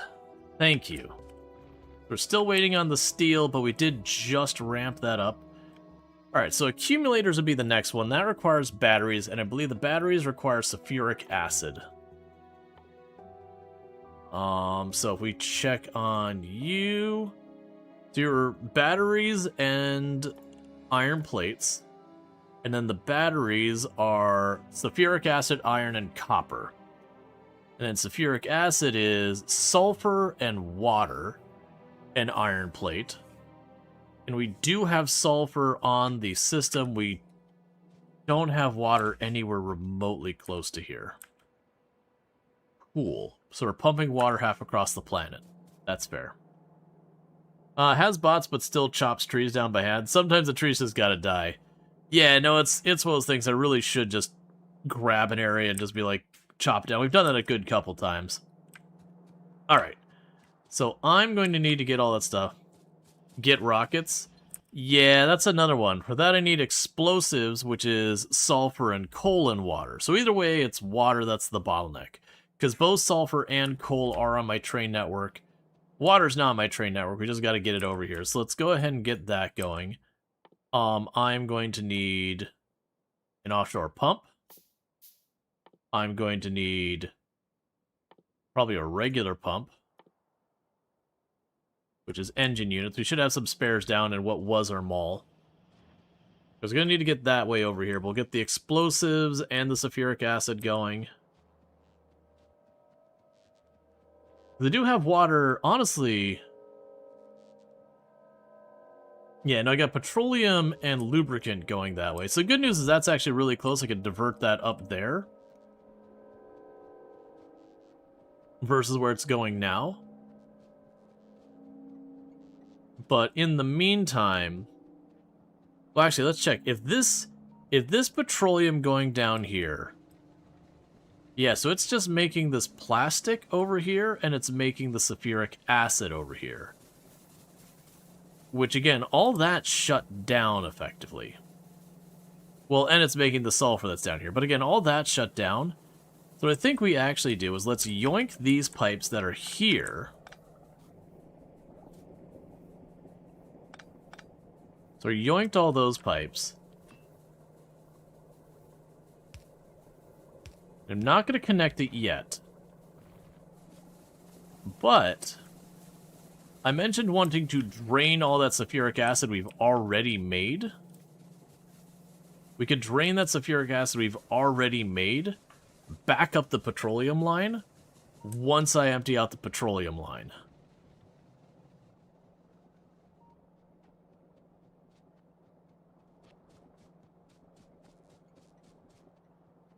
So I can go way over here, because neither of these lines do we want to keep here.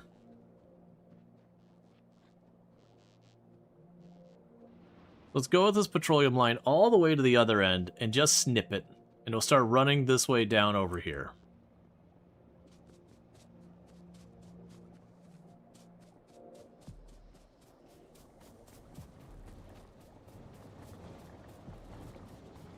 Okay, so snip it here.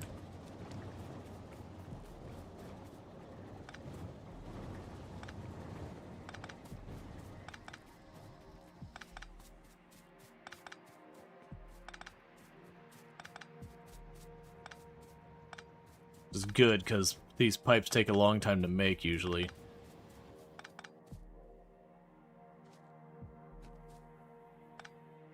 Alright.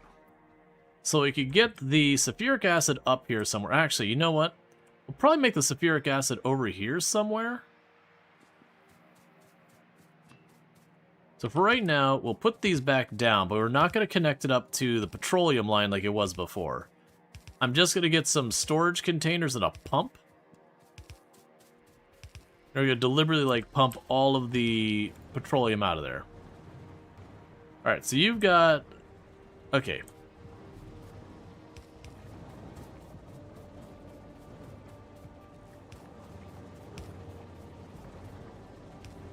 Alright, so we've got that there. So what we're going to do is I'm going to snip that. I'm going to grab you. There's going to be a gap there. I forgot to grab the motors, which is the whole reason why they're there. I could put a pump here, pull all the petroleum out of that line, put it in with the rest.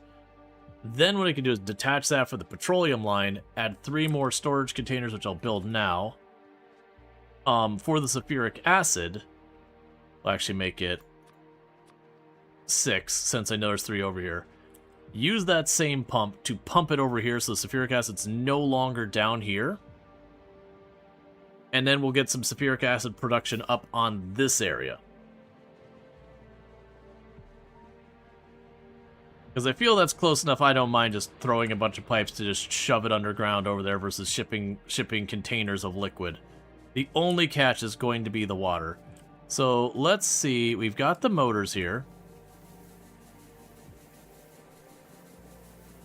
So give me all of these engines.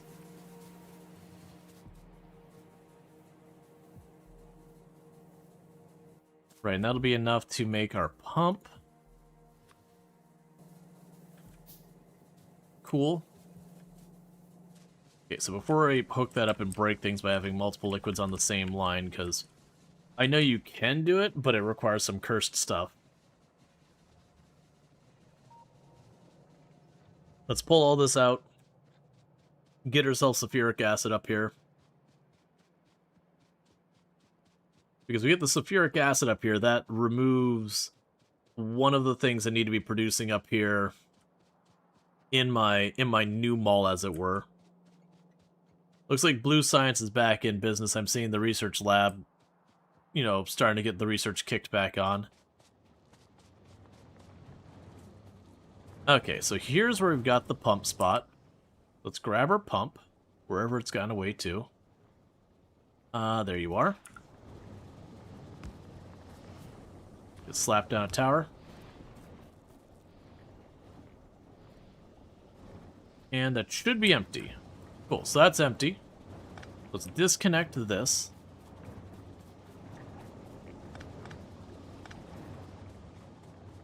Alright, and we can go ahead and...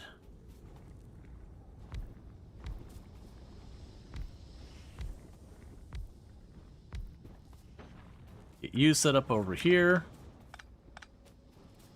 That's an empty set of pipes, so we will go like this.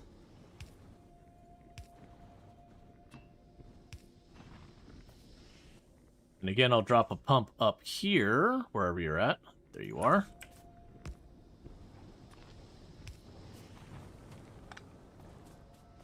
And now when we go back down there, we can pump all the sulfuric acid up here where the rest of all of our oils are. That'll be yet another thing removed from our initial mall. Yeah, we got tons of blue science there, so that'll get some good science done. And then I want to get the production of the sulfuric acid up there with the rest of our oil. Hey, Big Bad Beaver, thank you so much for the raid. I hope you had yourself a good stream. Can we get a shout out for Big Bad Beaver, by the way? I hope things have been going well for you. It's good to see you and all that. I am just knee-deep in figuring things out. Playing some Product Zomboid, so I'm glad you had a good time over there with some Product Zomboid. We are living with life decisions that may or may not be good life decisions. So that should now be draining the sulfuric acid out of these tanks. But yeah, so again, check out Big Bad Beaver, absolutely fantastic content creator. Historically has done a bunch of stuff like Product Zomboid and a bunch of other good stuff. Really good times over there. Doesn't play exclusively Product Zomboid or anything like that. But yeah. Yeah, no, you got hit with the... I think you caught just the very end of the mid-rolls. So it should have been a very brief kind of... You got snagged with a little teeny tiny ad and then done versus stuck with it for a while. Yeah, there we go. So we're draining all the sulfuric acid out of our old base and moving it on to the new base and all that stuff. Yep, nah, it's just the timing of all these things. But welcome in, Raiders. I am Rual Storge. I do play a variety of games here on Twitch. I'm most known for my exploits in Project Zomboid, where I used to hold a world record for the highest kill count run ever streamed. Back then, it was 135,121 zombies killed in one save with no mods of change itemization or vehicles and blah blah sweaty tryhard. Obviously, those records have gone way higher since then.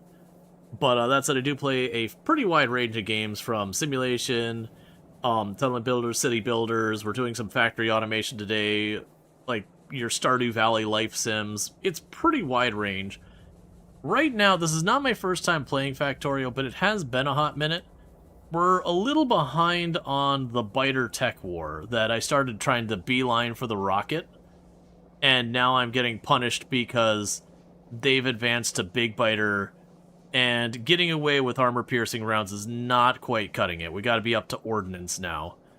And we were also in the transition from moving where you have like your initial tiny little factory to where you can scale. And it's just a lot of things happening at the same time that are not a great combination.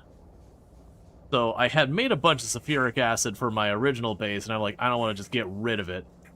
So just venting it that way. Hey, alright. Yeah, thank you so much for the 10 biddies. I do appreciate it. We'll get all that moved into storage. I could rip up this sulfuric acid line. And you can see this part of my factory is all shut down. This has run out of materials a while back. This was our initial factory. But, we've shut that down for other stuff. So let's grab all your stuff, because none of this is in use anymore.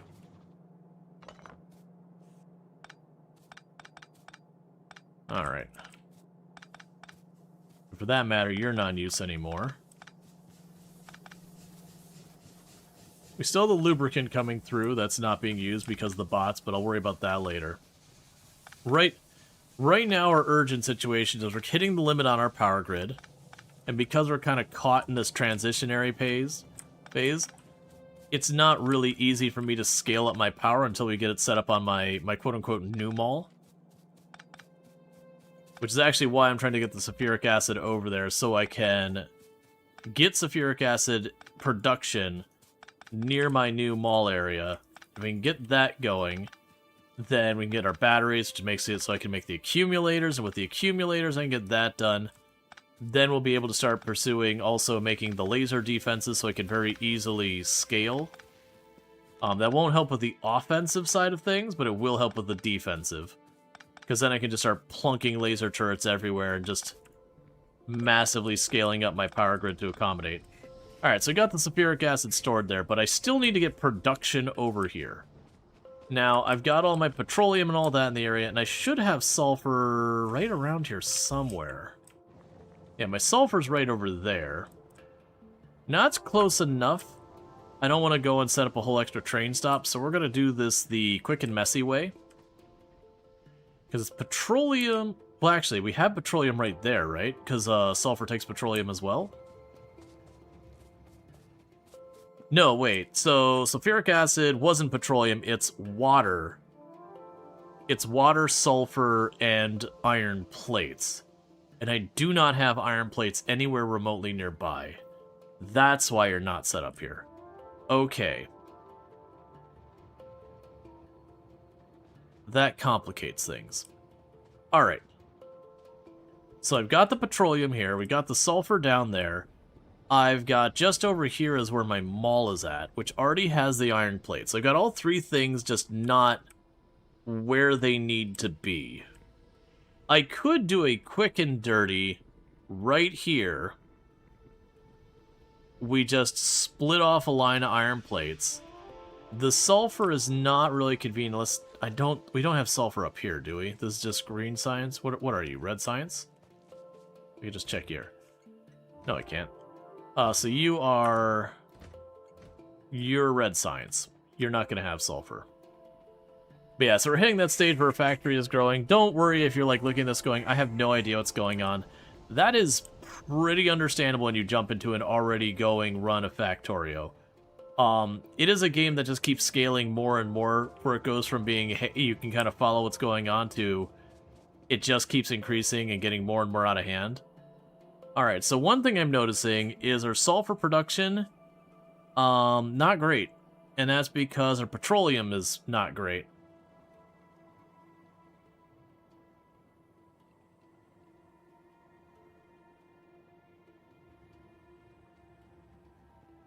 Okay.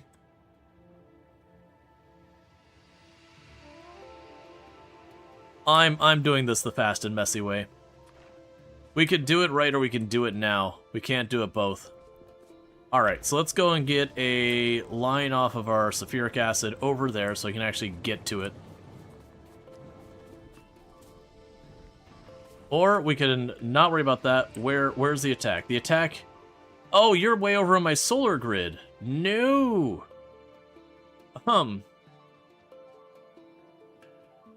They are destroying them so fast. No, it's not in my solar grid. They're hitting my coal power. Well, the good news is they're mostly destroying the belts. That's one saving grace. They're destroying mostly the belts.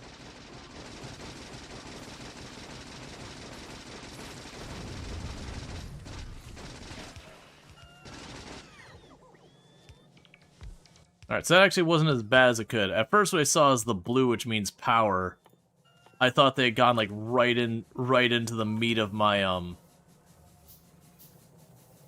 my other stuff. Well, that's annoying.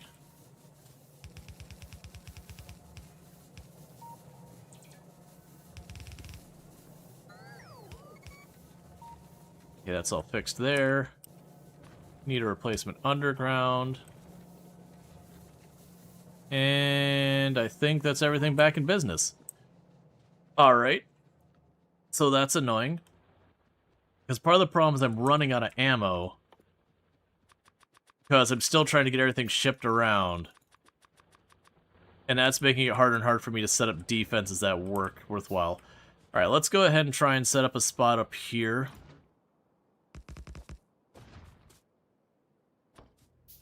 Because unfortunately those nests have gotten to the point I can't just roll up and just pop them with my assault rifle. Literally the big biters come out, and they overwhelm me by the time I get enough damage into them to drop them. So running into a pretty severe scaling issue there.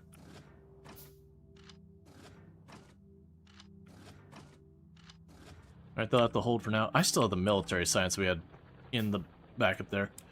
Alright, so hopefully that'll help. Someone needs legs. Yeah, oh, gonna do some cracking? Yeah, at some point. Alright, so let's go over here. Not too picky where the military science... Well, actually, got the containers...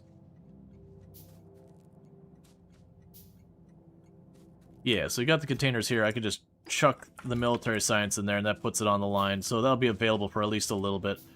Let's check in our research. Okay. So we can get the faster logistics and all that kind of stuff. That's been working well for us. We can get faster research speed. The reason I keep choosing these ones is I don't really have much so we can get the laser turrets. The rest of that I don't think we're going to be dealing with. The military tech will block off a lot of stuff I need. That's 100.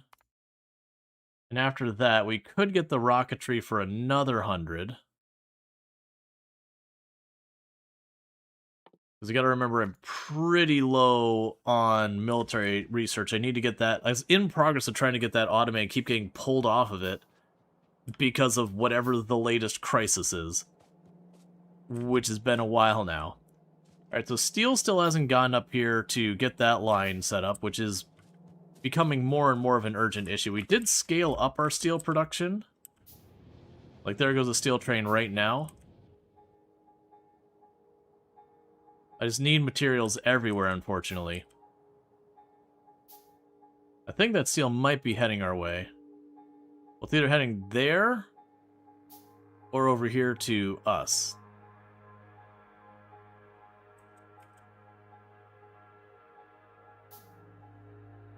I've lost track of it. Shouldn't take that long to get around. He didn't stop to refuel.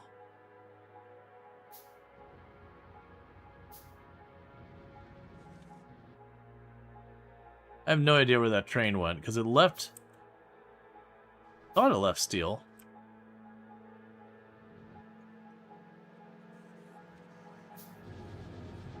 Yeah, so all those are producing, they're all getting in line. Yeah, and the stop is currently disabled. It's about to come back on in just a second. Yeah, so this is just absorbing pollution, so we're just going to get more and more and more attacks out of it. That's just where we're at now. And I went over to take a crack at it before, and we just didn't have the material, or we didn't have the firepower with my current weapons, and I've needed to uptech them, but it's been since then. My first iron mine ran out. Just one thing after the other. So we got the increased power up here. We would need the accumulators next. Right, so we were getting the sulfuric acid production online. And I'm going to do it the quick and dirty method. And the quick and dirty method I'm going to do is I'm just going to rob this iron line, and I'm going to bring it over and down. And I'm going to rob that sulfur line, and I'm going to bring it over. And I was hooking this up when we got the attack that drew me away. That'll do there. Great pipe.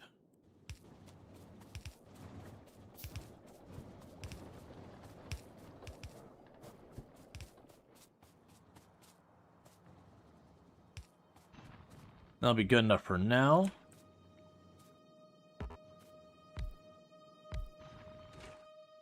Sulfuric acid. That's water in, sulfuric acid out. And I'll need pipes to connect this side. And this side. And it also needs sulfur and iron plates in.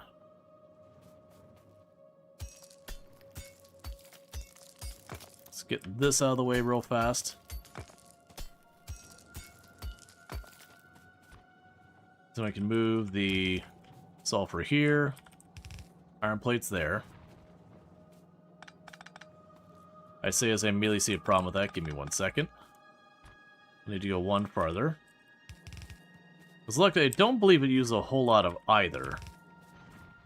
Then we'll just need some long inserters.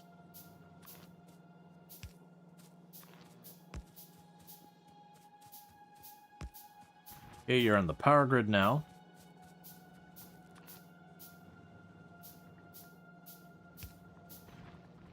Okay. So you'll need...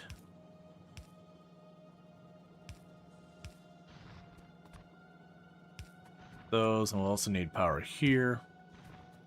Alright, so the first thing is to get this conveyor hooked up to our iron over there. Like I said, this is not how I should be doing this.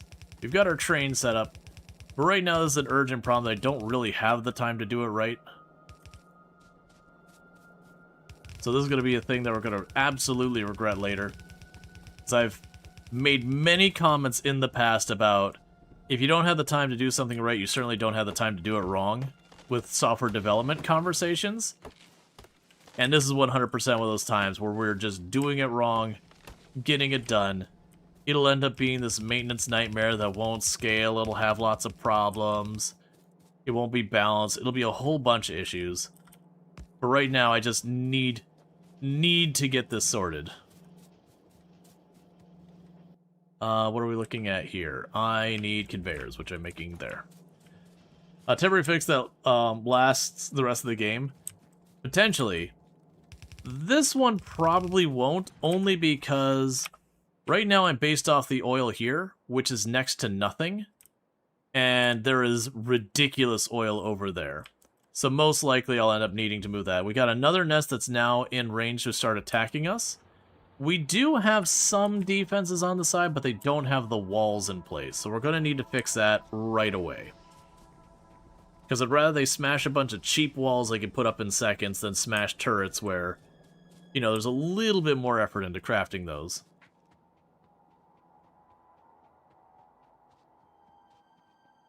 Alright. Yeah, because I got these sentry guns already in position to protect this copper area.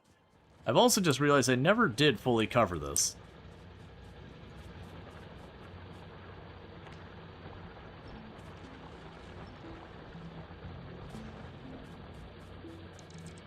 So I'll do two things at once while we're here.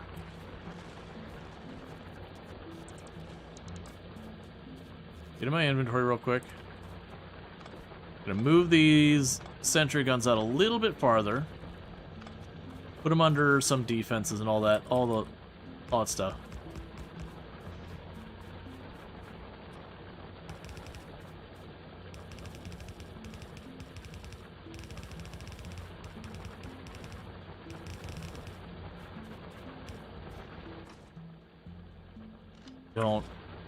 I don't have enough ammo.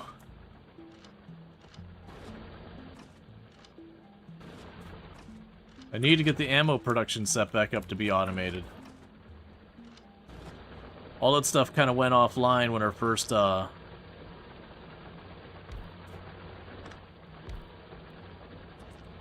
area ran out of iron. They've been in the transition period, just not having the chance to finish it. That's an annoying thing. We can fix that. Fix being a very relative statement here. By cheap walls, you mean value-friendly walls? Yep. Nope, there's the first attack. Luckily, it was just like one biter or something like that.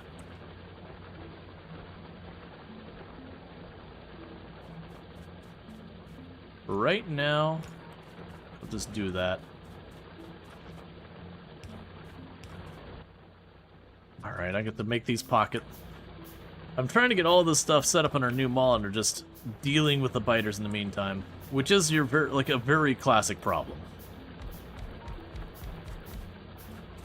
All of these pains I'm running into right now is just normal everyday Factorio. There is that mid game where you're kind of in this weird tech race with the biters. Getting that to work.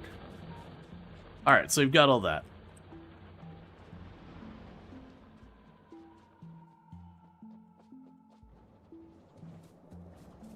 Alright, so you... just taking water and all that. So what we're going to want to do here... we're going to put another splitter up the ways slightly. Where would be the best place to... yeah, so probably up this way.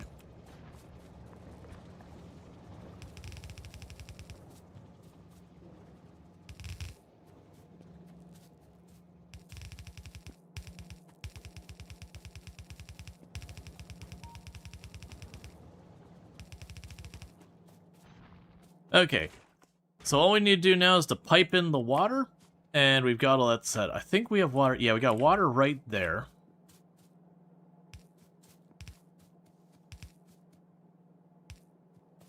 These are very quick and messy. I need sulfuric acid. I need it now. And with that, we should see them come online, and with that, we've got sulfuric acid production going. Is it elegant? No. Is it upsetting? Quite a bit, actually. Is it technically working? Yes. And that's technically good enough. As long as you don't want to feel good about yourself, then it's not good enough. You're gonna be let down. Still waiting on the steel delivery here. These trees, get them out of here. Crunch them up and pull them into my inventory. Alright. Yeah, so these biters are going to keep spreading into my area. We did get a couple of choke points. I got some choke points over here between that nest, which is the first one that pushed into our area, was the one marked murder. That's where we kind of discovered we had fallen behind in the tech war. So I did put a really solid choke point right there to at least protect my main iron mine. I've got a bunch of different defense points here. On the north side, I actually have all of that closed off where I've got, you know, I've got these all walled off and choked points. This whole upper area is pretty safe. It's just these ones are now spreading in, and I need to get a defensive line I can keep renewing to hold them back. Yeah, so you have the explosive rocketry. I don't think I have enough military research stored to go after the rest of that stuff there. Yeah, biter management is a whole thing. We were doing a really good job for a long time where I was just being very aggressive and just pushing them back. It's just, once they start going to like the next tier biter, it is a magnitude worse. And it was the moment they got the big biters in there, so not the mediums, but like the big biters. The weapons I've been using just fell off. Alright, so I'll pick these ones up. Okay. So I'm going to grab this. Oh yeah, love to see it. Bulk inserters are finally in place. That'll be great for a lot of things. I got a lot of that needs to be addressed. We'll end up wanting to go and drop by, like, all the high volume things, like our iron mine and all that. We'll want to go by all of that and start swapping their inserters out for bulk inserters. Because they'll just make them faster. But that's gonna be a whole thing in its own right. Okay, so we want to go over here. So I can delete all this wood into my coal power.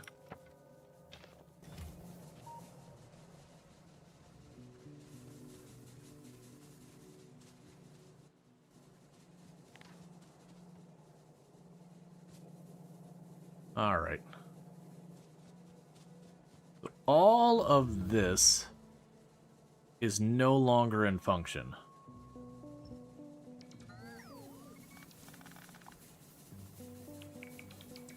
Nor is any of this, or that, or that.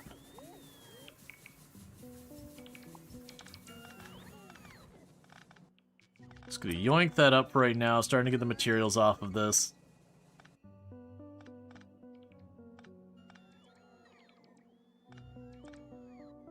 Alright.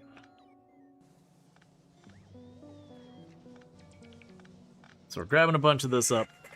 Okay.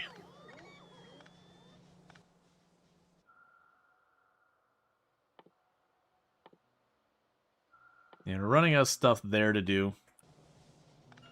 An amazing feeling of tearing up the old base. Yeah, I mean, it's gotta happen. The problem is we're tearing it up and we don't have these things set up at the new location yet. That's the problem. I usually avoid tearing up the old base until the new one's set up. But this one, unless I start piping in, like setting up trains to drop off all the materials it needs, it's not going to function ever again. So it's kind of one of those things like, no, just rip it up. It's not doing anything. Like, just get those materials, get them moved over. I've got this one copper spot I'm going to have to reroute somewhere. Honestly, I could literally just pipe it in over here, just be messy about it, because that's just going to deplete out of ore, and then I can tear it back up. Let's get these pipes ripped up.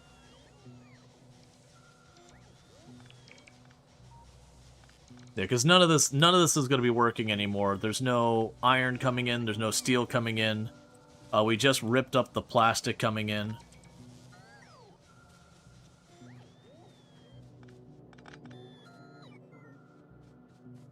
Yeah, so you can go down here as well. Grab all of you. We'll probably have the power grid break here in a minute.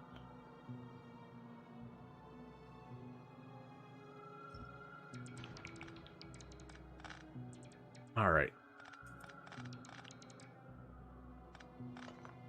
But I'd rather see where the power grid is wired through here that we don't want it wired through.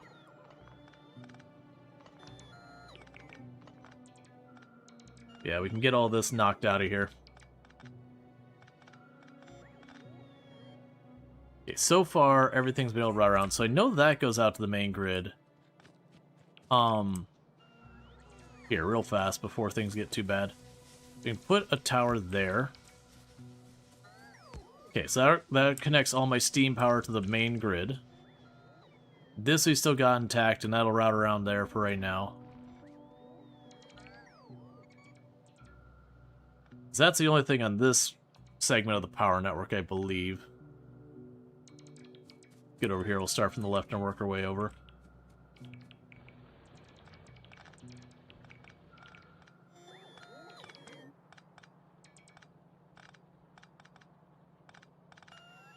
And we have all that coal that's going to get yanked up. Alright, in the meantime, before things go too far, let's go ahead and route you there. Route you there. Route you there. So that no more coal gets fed onto this side. Okay, so now we're getting in the military tech. It looks like everything else is going to potentially be locked behind the military. Okay, and that's what I figured was coming, is that we would overfill our inventory. That's been a long time coming. So for the time being, let's run up here. We can drop that coal off.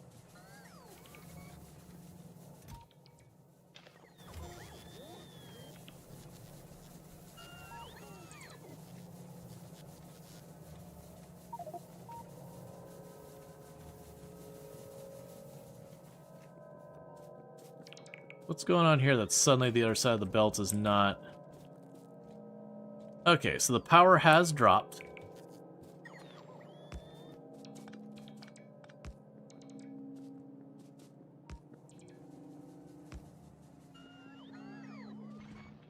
Power's back online. Okay, let's see here. We got more stuff. So that's garbage. We're not going to use those ever again. That's garbage. We're not going to use those ever again. You're filling all this in.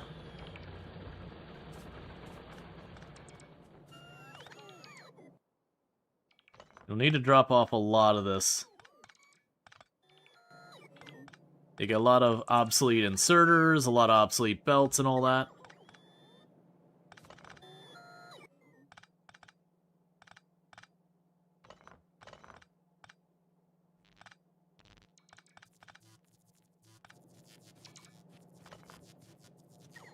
Okay.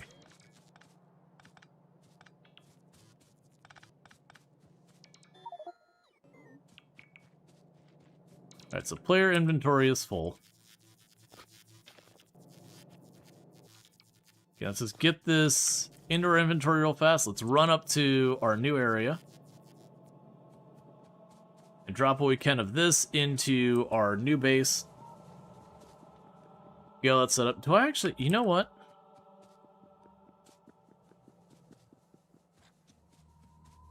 That wouldn't help immediately.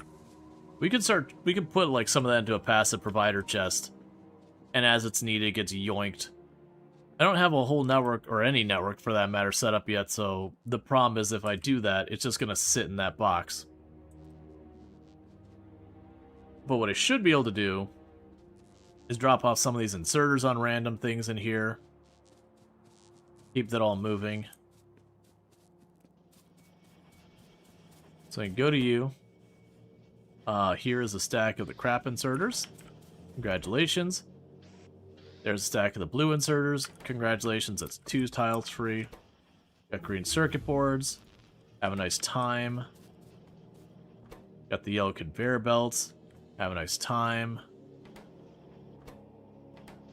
Go the yellow conveyor belts over here. Have a nice time. Drop you off there. Just dropping these off in a bunch of these random areas that'll help out. Did I see... We actually had 4 of the not as good assemblers. I thought we had completely gotten rid of those. But apparently I'm just wrong. So 1, 2, 3, 4. They'll get those switched over to the new stuff. We're still waiting on steel, which still surprises me. I didn't like goof and this isn't connected, right? No, you're good there.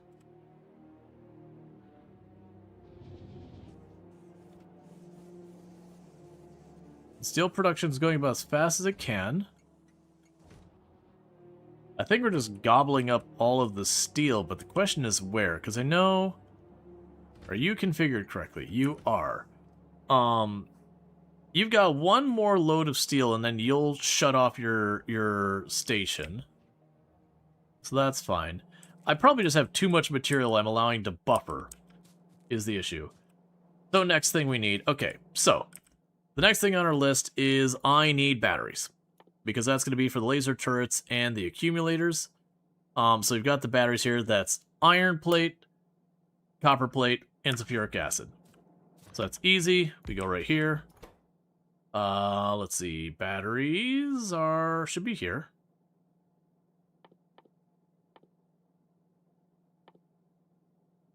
Oh, chemical lab. That's probably what it is. Chem lab. Do the wooden poles have a fuel value? Not that I'm seeing.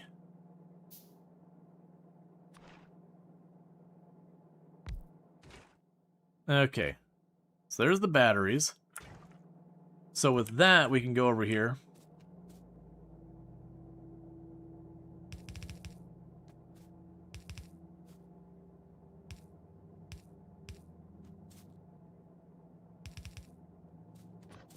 And this is all just a mess. It started organized, and as things have gotten more urgent, that's changed. Oh, we can go ahead and take you off my list, because we are now Team Bulk Inserter.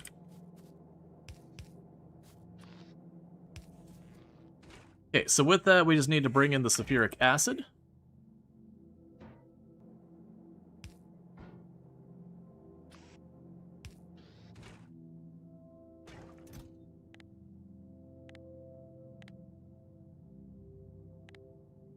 There you go, that's weird. Alright. I guess we gotta pipe it in over there. So let's go get our sulfuric acid over here. Because that'll give me the batteries.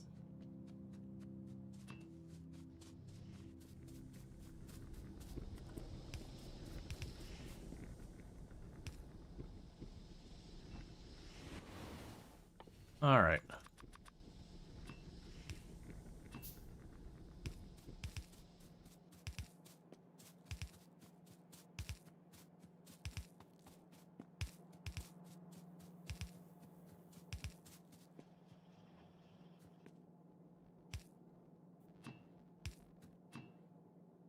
And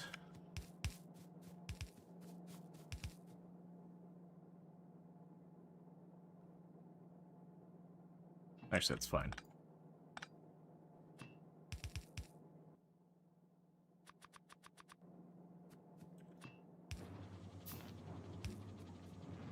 Okay, so the batteries are officially being made. I actually don't need those to go into a box. I need those to go into a conveyor, don't I? Alright, so with those being made, there's a bunch of things we'll need those batteries for. I need them for accumulators, I need them for drones, and I need them for the laser turrets. So we'll start with the accumulators, because if our power grid goes down, everything goes to hell. So for the accumulators, that is batteries and iron plate. I make that work. Just put you here. Grab you. There's the accumulator.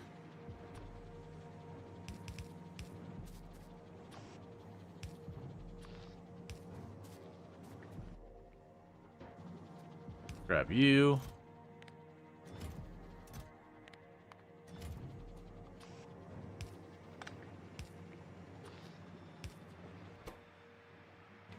All right. So that has the accumulators being produced. So next up is the laser defenses. So laser defenses are battery, steel, and green circuit boards. I do actually have a belt for green circuit boards right here, and this is a steel line right there. So that shouldn't be too bad. We can just go like this. Actually, I can even do this one better.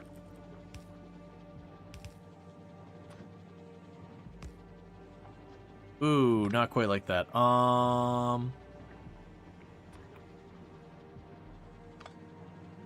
It's fine.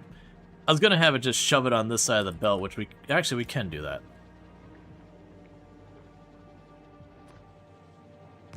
Because if I go like that, all right. So steel goes on this side, green circuit's on the other side. And bring that up and over. We can put the laser defense thing there.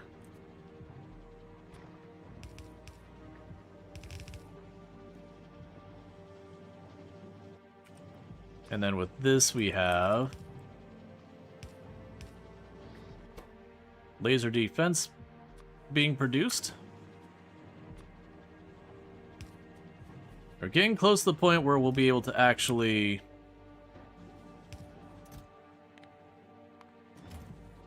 get things scaling. Okay, cool. So for right now, I'm going to go ahead and chuck a stack of the batteries in there and there to get them out of my inventory. Okay, so we're officially producing laser defenses once the steel gets in here. So let's figure out what the expletive is going on with my steel and why it's still not here. So you are the stone line you've gotten in here.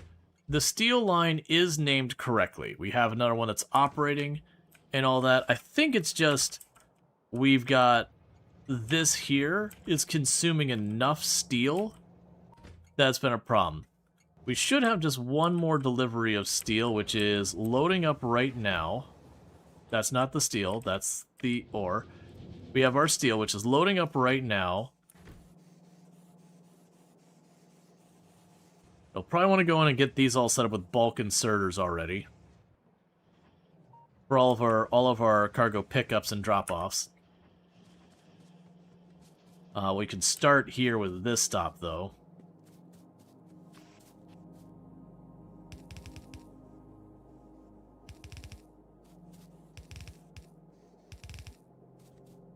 That way the trains spend as little time as they need to function here.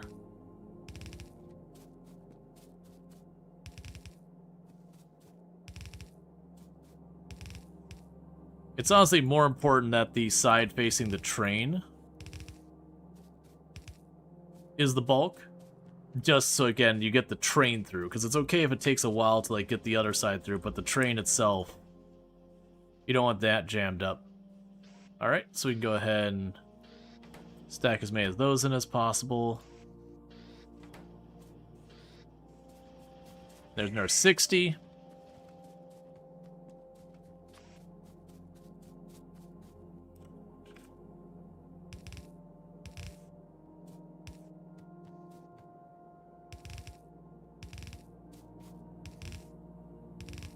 This gets the trains back on the network faster. And it can be one of those things, if it just takes too long to empty out the train, that you actually have the other stuff slowed down, waiting for the availability of the rest. We've already got those pretty heavily filled. I'm going to go ahead and fill in the missing inserters, though, in the meantime.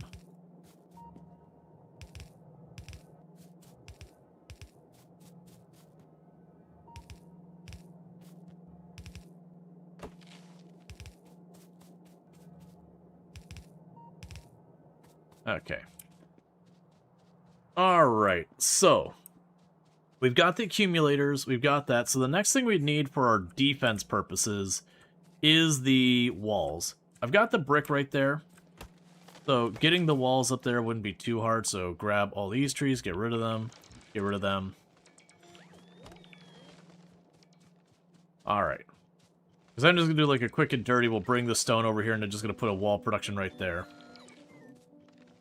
We'll also want them to get the electric smelters being produced.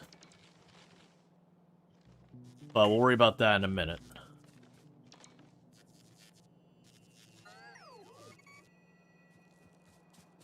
Okay, so let's go over here and get that piped in.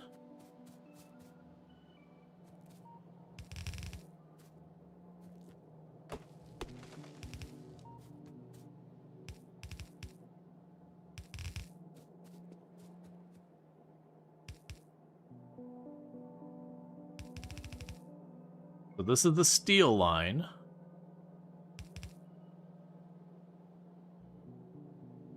So plan that to turn that way. Alright, so we can go here. I don't need to do a bunch of fancy stuff. Wall, okay. I'll need to go grab some bulk inserters.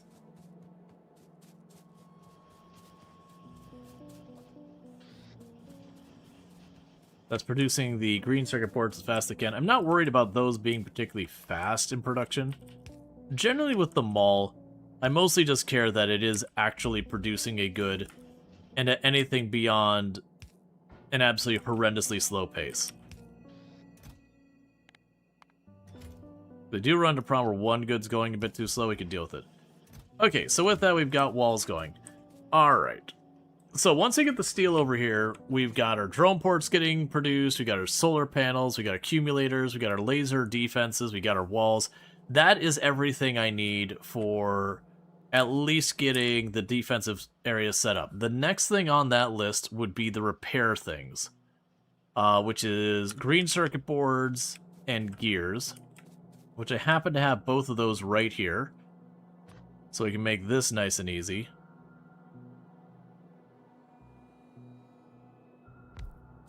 Oh, like literally it's going to cut across here. So let's go ahead and we'll just do this.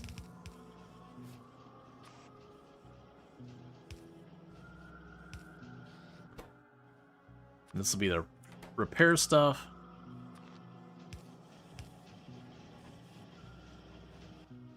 Grabbing our box.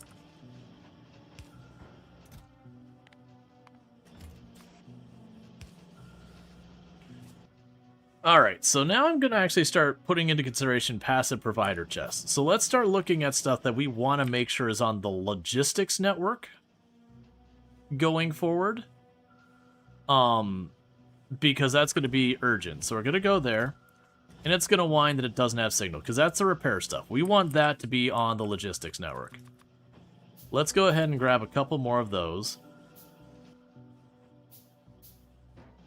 So the walls will want on the logistics network, the laser turrets will want on the network, the accumulators, the solar panels, I don't care about that, that's not a thing. The drone ports will want on the logistics network. Let's see what else we want here.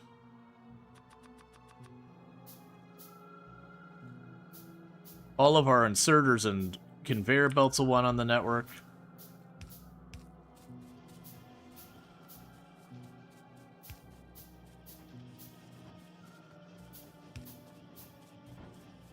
Alright, so the next thing on the list to make is going to be, well, probably not the bullets, because if we're going to be switching over to the laser turrets, the bullets become irrelevant for the network's purposes. The big thing I need now is I do need a drone port. I'm going to go ahead and pocket craft one.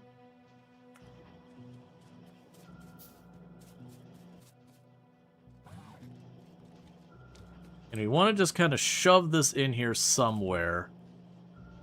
Gonna end up being 2 drone ports, that's fine. I'll put 1 drone port up here. That covers that whole area. I want a second drone port down here.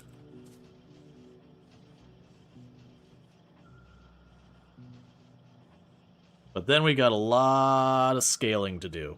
I'm also going to change my solar accumulator layout thing so that they're spaced so that I can put the drone ports in the middle, so that as I build those, I can kind of bridge along the way with the drone ports. so I naturally expand my power grid as the drone ports go.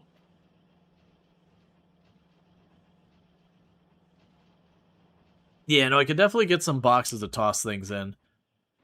So far, right now, I'm just putting them there. We'll want to go and empty this out. You can also take these out of here for right now. Meanwhile, let's go up here.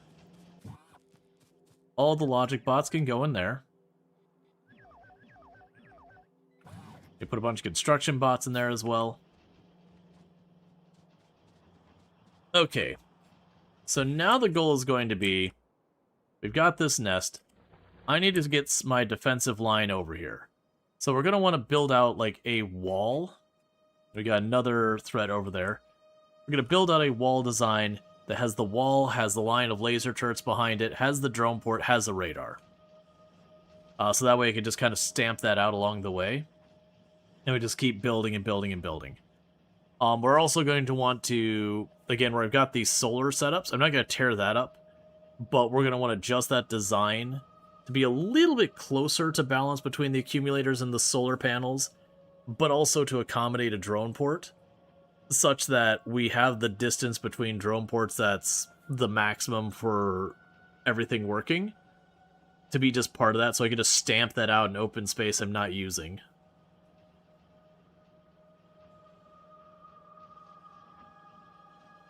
But for now, we just need to daisy chain drone ports out to the edge, get the wall built.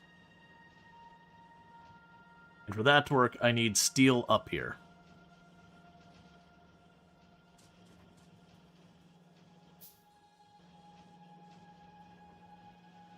We're also going to need stone up here for railroad.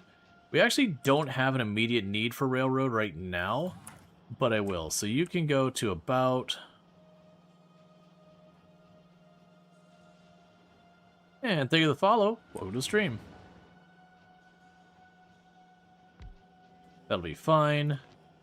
Plug a cable in. Okay, so I've at least got those. We got our first parts of the drone network. And as you can see, they don't really extend that far, so you need a lot of drone ports to get stuff done over a wide area. That is one of the weaknesses of my train-style bases, is it's not super good for dealing with a bunch of that. Alright, so next thing we've got, what else do we not have in our mall that we need? So I will need the smelter. I will need the mining drill. We're not making those. Let's get that to have a spot.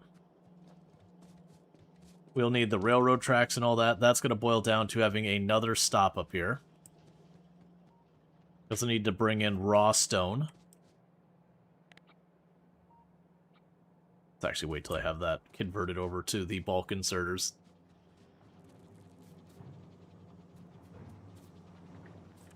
Okay, so for the next contestant, we have the electric mining drill is going to... Oh, actually, and that's a couple things. They use that same pattern, if I remember. So we'll have the iron plates, gears, and green circuit boards. So we got the green circuit boards. We actually have the gears right here as well. I don't have the iron plates nearby. We also have that all down here. Yeah, so that's green circuit boards. You don't want to pull off that line. It's already struggling. I'm down to just jump on this one. Okay. Yeah, we can just jump on this one. It'll be sloppy, but whatever. So we'll have up here the drills. So there's that. And the gears will come through here. Actually, for that matter.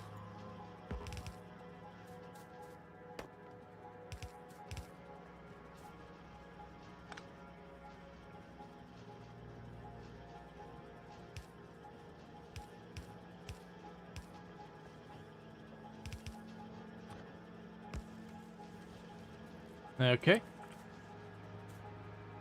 And then we can have you just go ahead and chuck that right there. That'll be another one to put on the providers.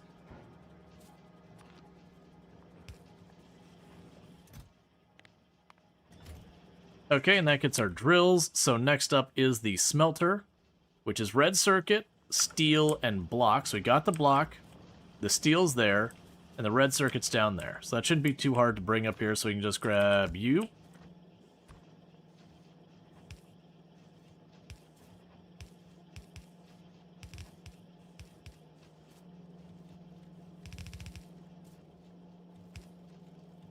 Okay, and then we just go boom and boom. Splitter. That's the red circuit boards. I can drop an assembler up here. And even if I don't think I'm going to need it, I always do put a space in between if I can make it happen. Just because you'll end up running pipes and all that through stuff. Alright, so that'll be everything we need for that. We can go up here. Inserter. Provider. And part of the reason we also want these on the provider is later on I can put those as requested items on myself. And then once I have that as a requested item on myself, when I just run in here, it'll just grab everything in. Alright, so we've got that. So the next contestant after that, we would want all these signals. So it's green, so these two are just iron plates and green circuits. We could deal with that by just going plunk, making you straight through, going 1, 2.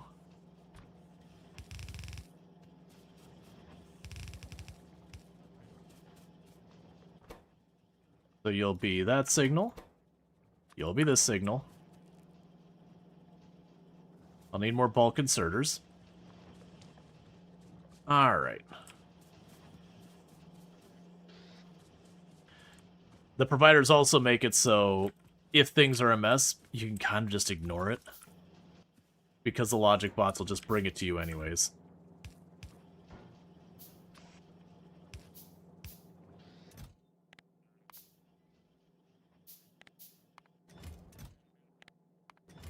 There'll be our train signals. We can drop a cable in between here.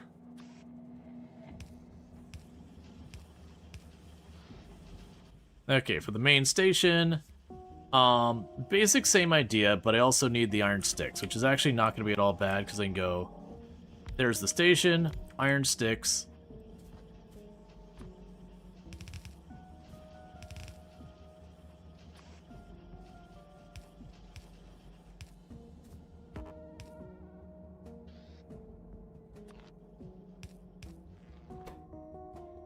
Okay, so parts, iron sticks.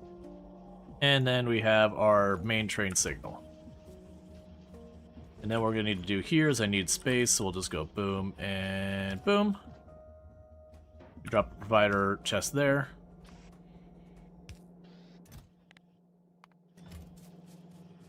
Alright.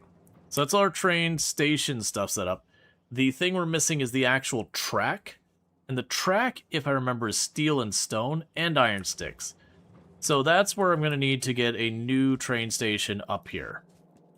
That right now, I unfortunately don't have stone in the area. I've already got stone on my train network. It's just not got to stop here to deliver. So I want to get that set up. In the meantime, we could run down here and get this all going.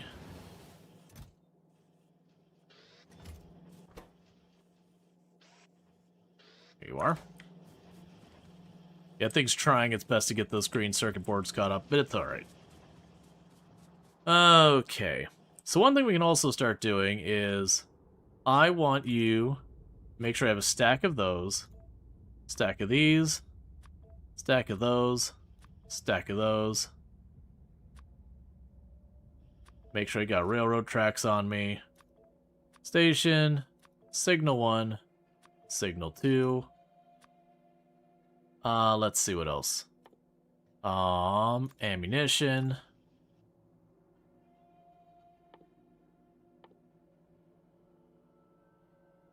We're not making the supply chest and all that yet.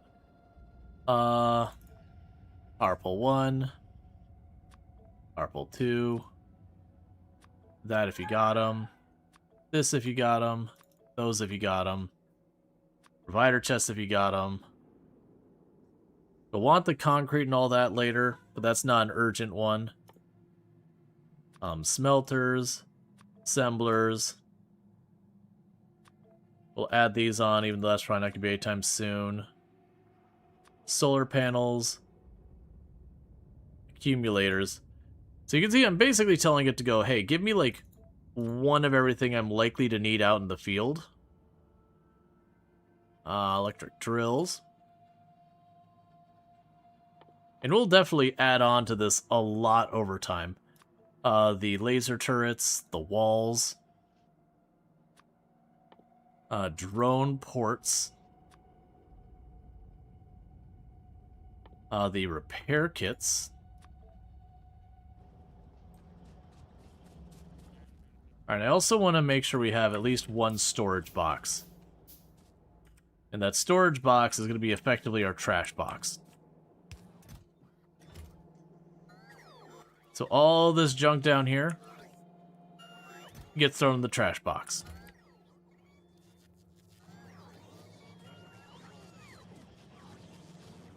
Okay.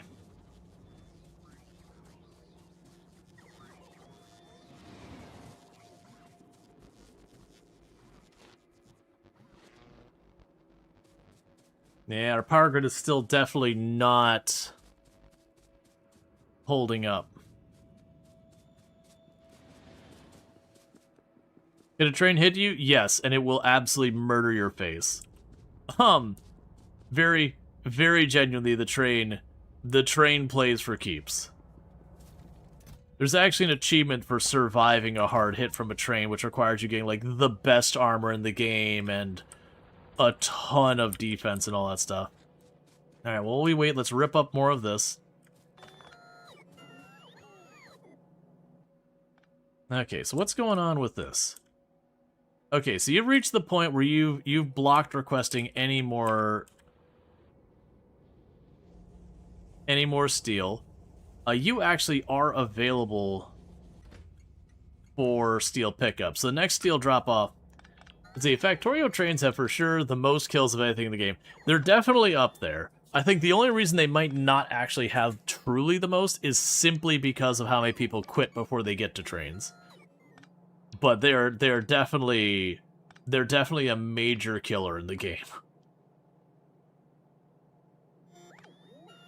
Almost certainly, before I'm done with this run, I will have died to the trains 3 or 4 times. I actually tend to be pretty good about not dying to trains. Thank you, for subscribing for 3 months. And thank you, Supplet Sip, for the Prime Gaming sub. You only get one of those a month and use it here. And I really, really do appreciate it. It means a whole heck of a lot, so thank you so much for that. Does you assume laser turrets are #1 if you mean any kills? Well, if you're talking about kills against the biters, yeah, the laser turrets would be pretty up there. I don't know if they would even be #1. And again, the only reason being is how many people don't get that far. So like raw number of players we have that start the game but don't get to mid to late game. You know, that is a very large quantity that would skew the numbers pretty hard. Now, if we do say, okay, of players who have launched the rocket, yeah, laser turrets would probably be pretty far up there. Because even for people who prefer to use, like, the napalm, like the flamethrower turrets, or just the gun turrets and the, you know, shuffle the ammo around, or go out and deal with the nest themselves, or whatever, or artillery and all that, usually always have some laser turrets in most setups.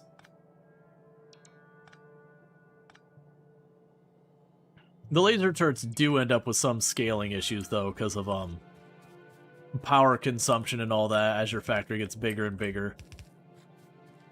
You just end up having to put down a lot of solar to make it work.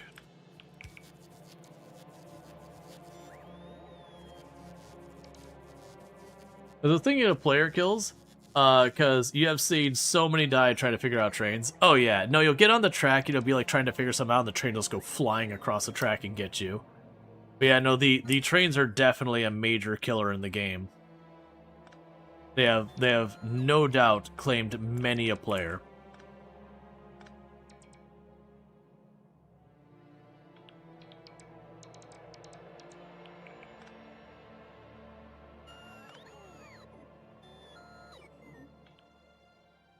Yeah, so we're getting tons of stuff loaded into our inventory. I see. I have a box of the assembling machines was sitting here. That's where we're getting those from. That's fair. I'll pick those up to deal with that. So inventory is basically full now.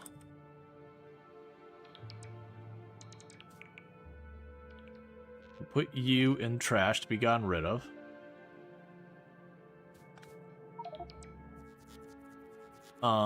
We can put you in trash to be gotten rid of right now.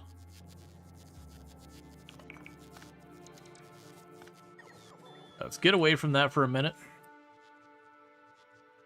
Because I do have a bunch of junk that needs cleaned up. Okay, so with that, let's run up here. Because we want to get that next train stop going for stone drop-off. So that way we can start wiring up the construction of railroad tracks. We also need to get the construction of the armor-piercing ammo going, if for no other reason than my own supply. Like, obviously, we're trying to get moved over to, like, laser turrets to be less ammo-dependent. But, you know, everything with due time.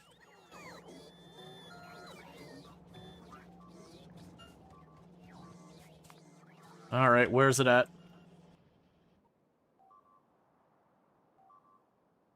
It's to the south. Nukes are another good player killer? Yeah, no, because you get a nuke and you just underestimate the range. You end up shooting yourself with your own nuke.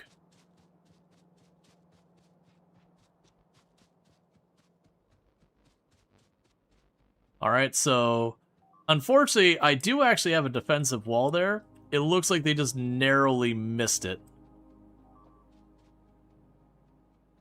Yeah, they're hitting my stone mine, I believe.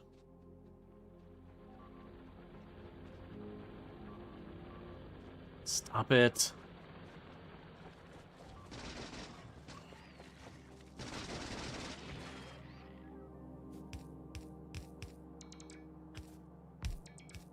Ow. Ow.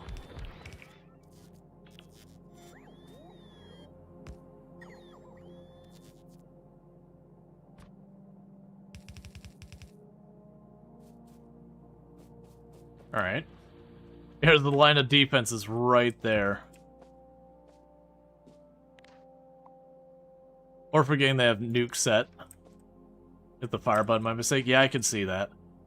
Aw, man, I can see that, like, doing that in your base. Actually, like, hitting spacebar for some reason. And then just obliterating half your base. Alright, so we're gonna have to pocket craft some ammo.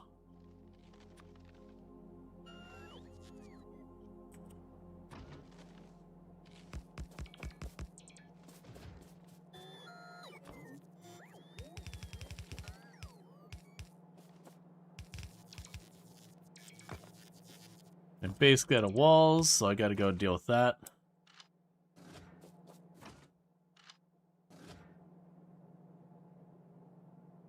Yeah. Shooting your own active nuclear reactor. I've not nuked myself. I've not used very many nukes in general in the game.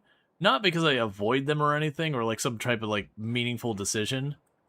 It's usually by the time I have access to nukes, I've already got, like, where I can set up a solid wall the biters can't get through, and just opening up the artillery.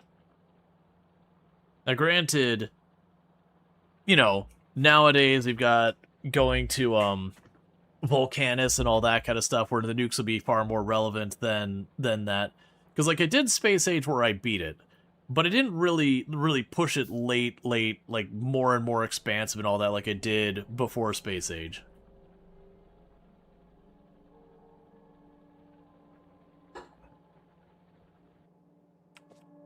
Alright, so we are desperately trying to get the ammo going. You had your Spidertron full of nukes next to a box spawning eggs.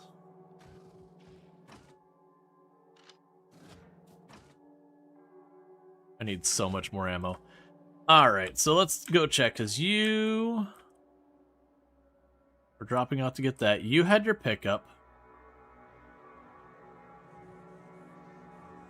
Hey, that's steel. That is steel on the line. Heck yeah. Alright, so like we're getting our laser turrets made, we're getting our drone ports made, we're getting our solar panels made, train stations made. All we're missing is to be able to make our railway. I am going to need to go in here and get it so I can craft ammo again, if for no other reason than my own supply. The fun part with unloading stations is trying to balance the output lanes. Yeah, I've done that in the past. Very admittedly, I don't take the time anymore. As long as it's not causing problems that are backing it up, it's like, it'll figure it out.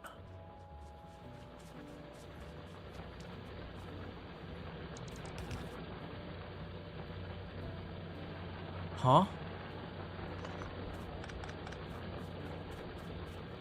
I don't know what they're dropping off over there.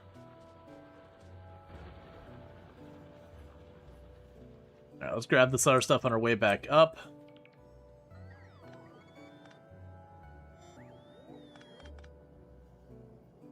Because we're getting pretty close to having this whole thing yoinked. And then, like I said, I'm probably just going to pipe this copper straight over to our copper production over there, because this is just a mostly depleted copper node.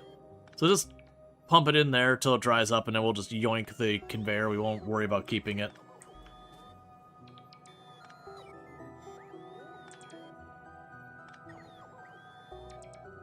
I also don't know what I'm going to do with the stone that's down here. Wait, do I actually have the stone on the... I don't...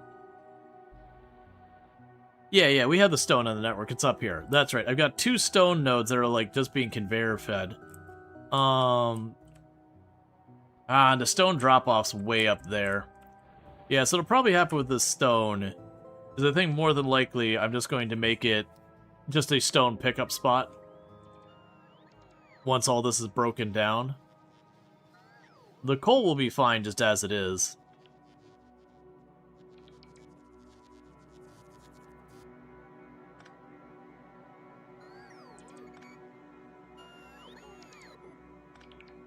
Because what we could do is, as we get a lot of these materials pulled off this belt, we can just take the coal and, like, route it back over here.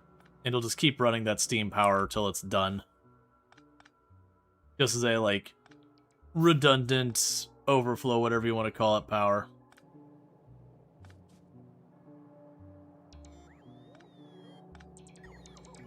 Alright.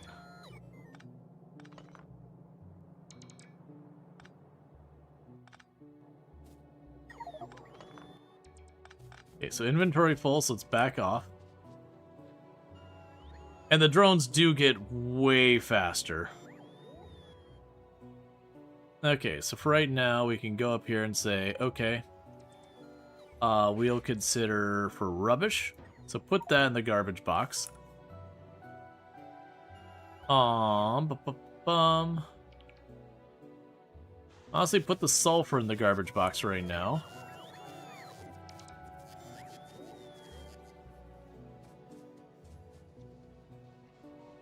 Okay.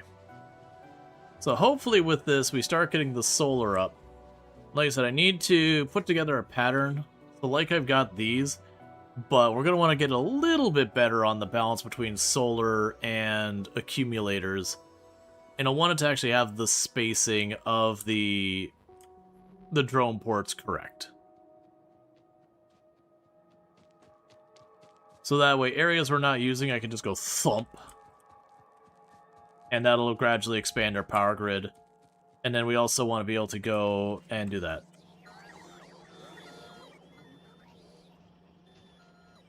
Okay, so you got all the sulfur out of there. I have entirely too many radars for right now. We can go down here to the conveyors. Have a stack of yellow conveyors. Can go to you, have a stack of those. Hop over to you. There you are. We should drop off the coal and all that down here. Let's, so in theory, we are, personal logistics. Bring me my buildings.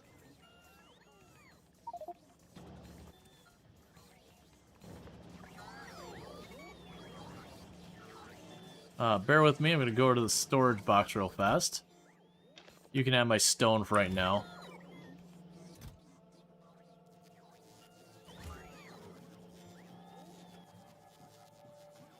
Okay, so they're continuing to bring me these things. We can also run down here to you. Drop you off. Alright, so I've got a stack of most of the things we wanted. There are a few things that were still in progress of being made, but that's good. Okay.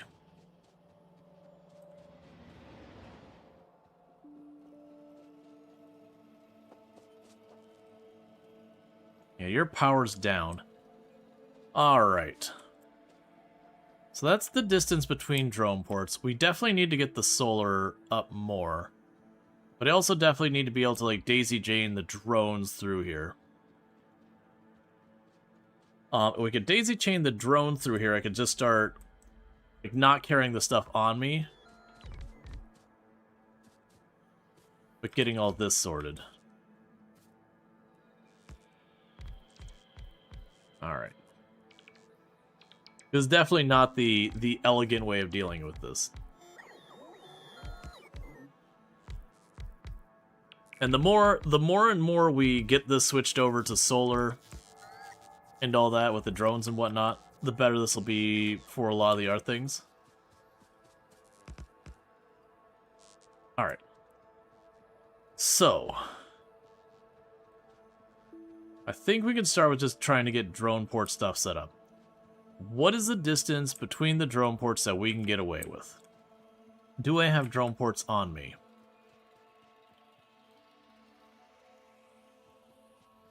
I did request them, but do I have them? Those are two different things. Oh, I do. Alright.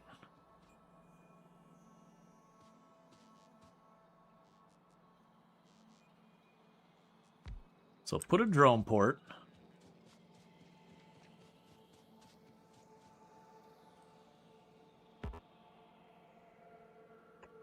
So that's the distance the drone ports could be apart. So next thing...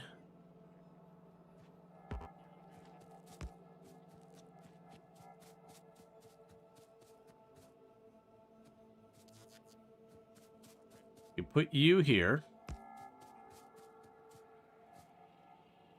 And that's enough that it would connect the drone ports.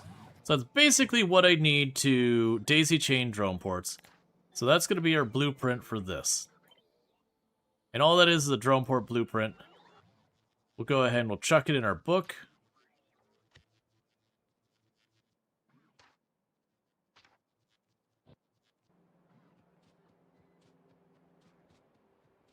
And then we can go ahead and do that again. So this...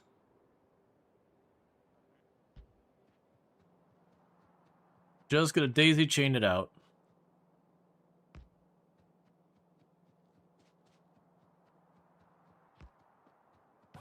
And that puts it about where we'd have our defensive line and all that. Think, is your solar not working correctly due to too few solar panels or too few accumulators? Probably the accumulators. Most likely it is actually the accumulators that are the problem.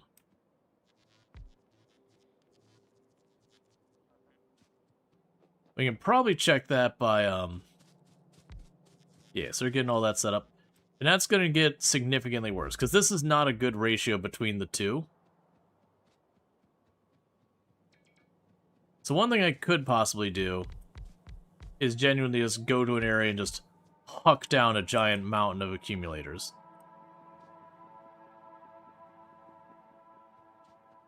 Yeah, which we might even do, is I might just go right here.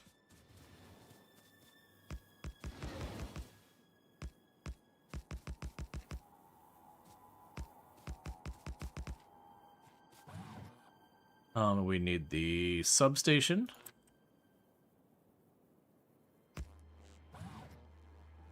Because you notice those are full and all that.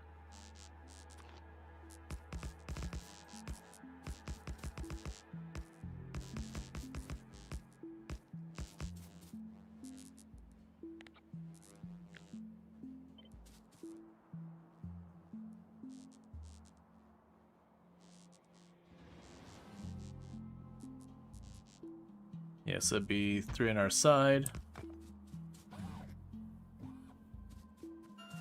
Alright.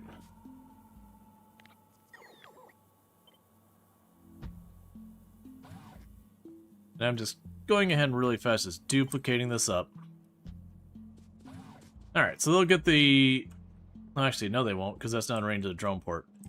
It's fine. I'll deal with that myself and eventually. But yeah, that'll be a big thing we need to do. Yeah, so you see it just came over to the accumulators. We want to make sure they hold up long enough to last the night.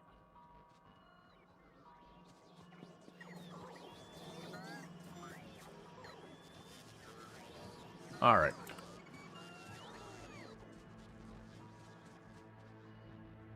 But yeah, so I don't remember, like, you don't need a perfect ratio, but I don't remember, like, roughly what the ratio should even be close to.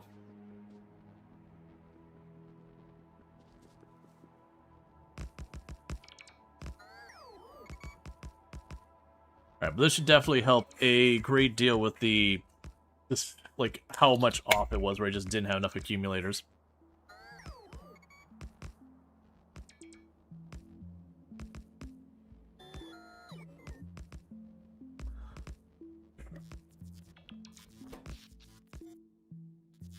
Yeah, because if you look at the accumulators and how fast they're draining right now, that's your problem.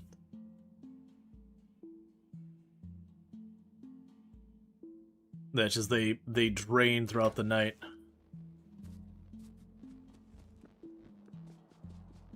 Alright.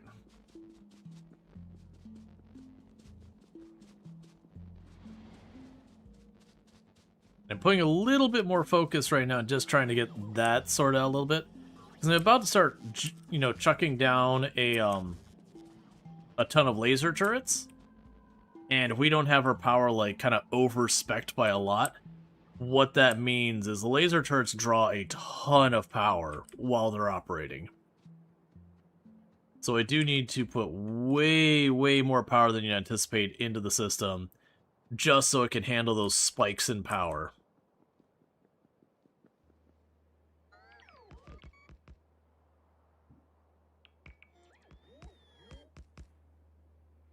Alright. Can I craft one? Yes.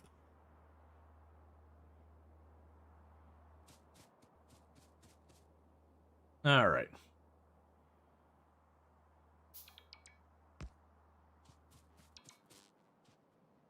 Yeah, so I won't build more of that there, just because I want to make sure we're getting this going. Alright.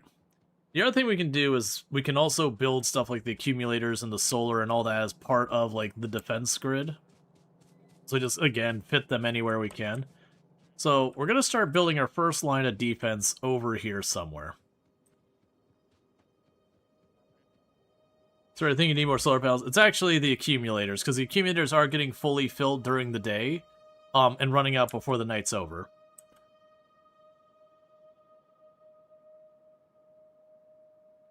Not that both aren't relevant.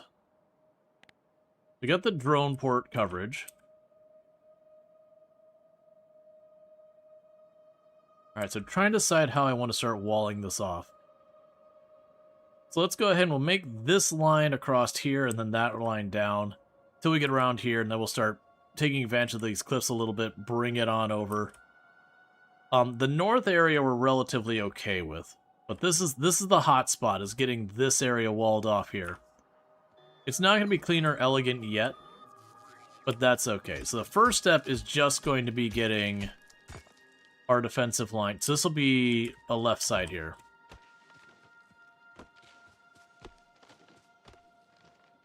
Alright.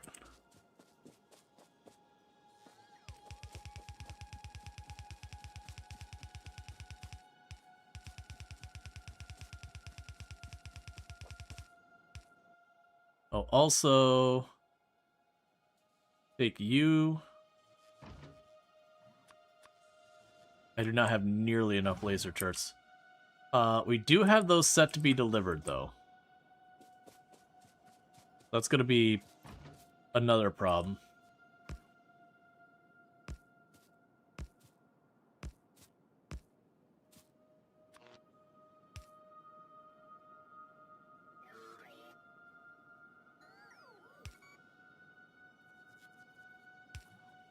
We want to make those redundant.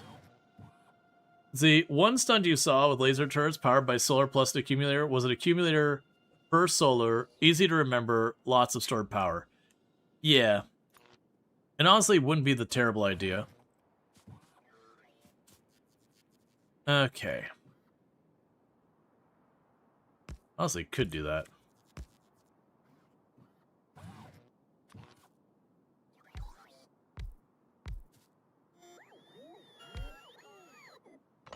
Let's actually see. So, yeah, those would line up perfectly if we repeat that pattern on this back end. We would want a radar dish. Let's get more power poles. Let's, again, redundancy is good. Expensive material-wise, but it is good. So you put the radar dish there, and the drone port here. And then the idea we want behind this is that with this pattern, I would duplicate this up, and then we'd have these spaced out however much they can go. But before we go and start doing all that, queued up, the grid pattern does mess with the biters. It doesn't prevent them from attacking. Nothing quite that strong. When it comes to the biters pathing through it, they do get a little confused, and it just slows them down a little bit. What does this do? So you can only see when you're not nearby something if there is a radar dish there. So if you look over here, I can zoom in because there's a radar dish. But then if I go, is there any one of my buildings that's not covered by a radar dish? Yeah, so if you go down here, I can't see my defensive line there to know what's going on. They'll also scan for threats and all that a little farther out, so it's got a benefit there. So grab you.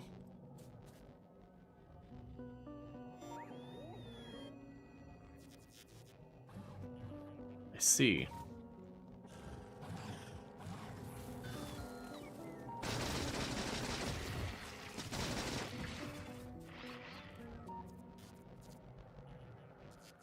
Alright, so we're not quite there yet, but we did repel an attack.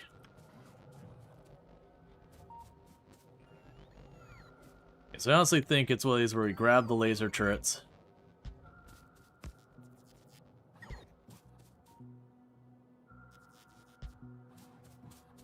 That'll take care of that part. We grab you.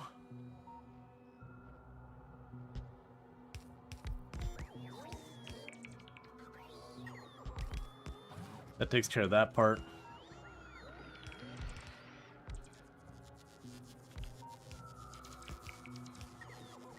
Alright. Row parts already get vision.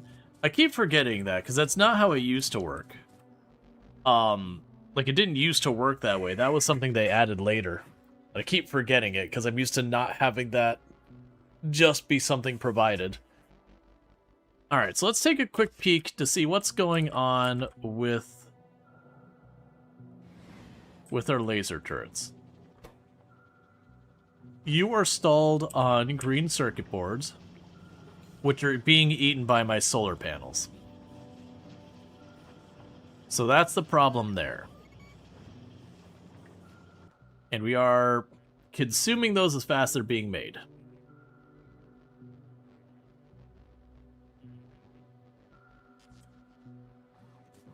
And so ultimately what I want to do is I want to find the correct spacing.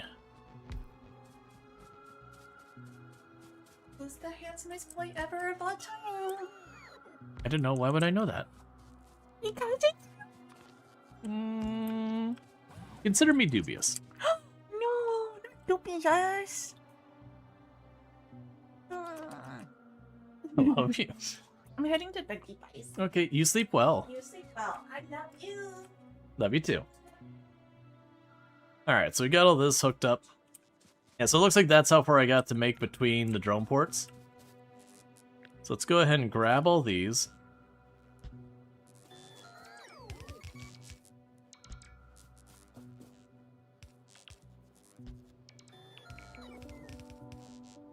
Yeah, so the goal is to have that set up where I can easily just go to a spot and be like, I need this, and just thwack it down. And it just happens.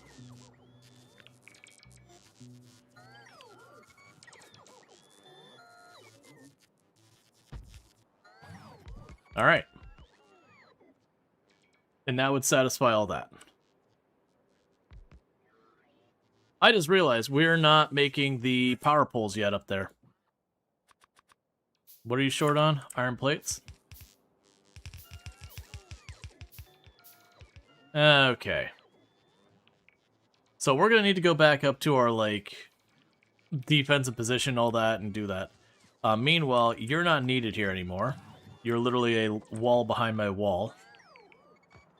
So you can consume all those materials and use those for other things. Alright.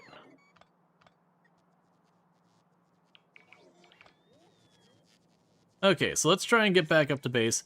Now the good news is, with these solar panels not stealing as much of the circuit boards and all that, that should be pretty good.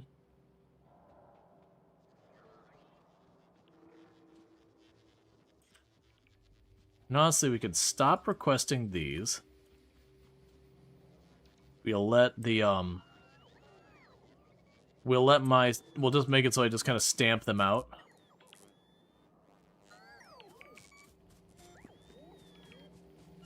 Alright. Yeah, because we're going to be using that to deal with it, so we'll go ahead and we'll put those back. Put these back. We'll probably also tell you to only keep one stack of those. Don't... Why are you showing us a blueprint? Okay. Yeah, so you're waiting on green circuit boards. That's going to improve with this. We could honestly get more of those being produced somewhere and belt them in. Wouldn't be a terrible idea. It's got more here that are just sitting backlogged.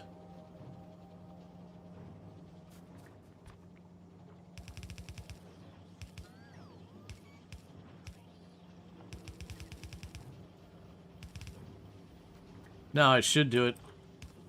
They'll at least pick it up a little bit.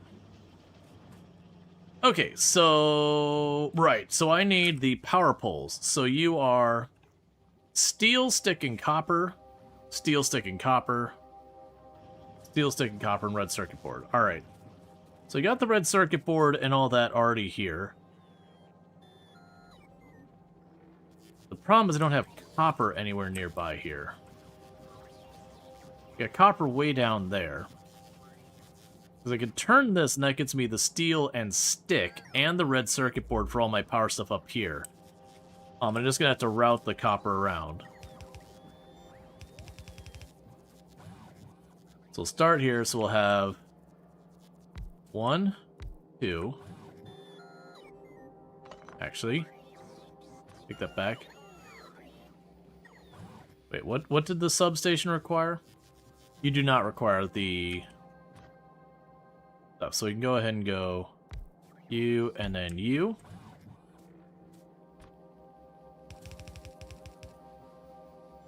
Those are all too close.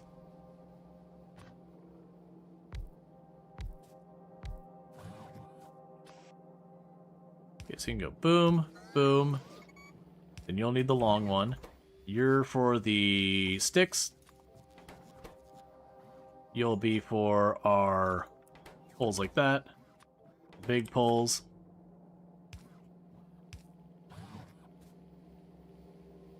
And then we'll need the copper wire to run through here.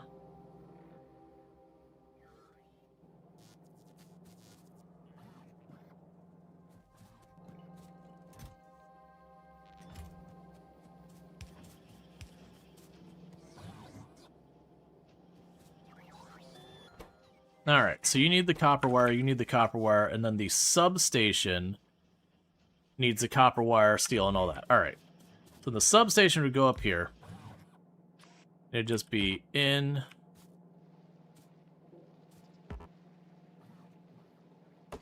There you go. In.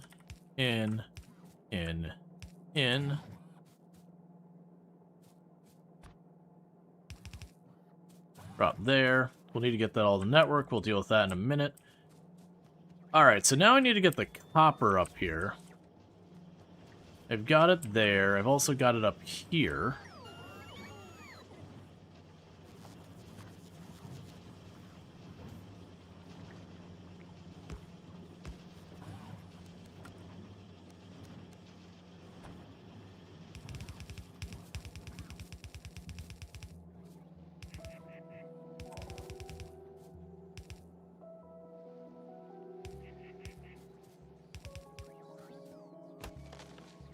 This is not how I should be doing it, but it is how it's getting done.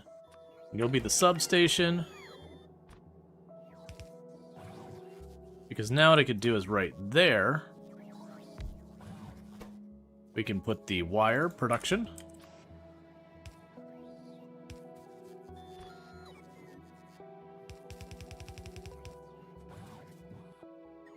Alright. And again, this will be messy. Probably how it shouldn't be done, but, you know.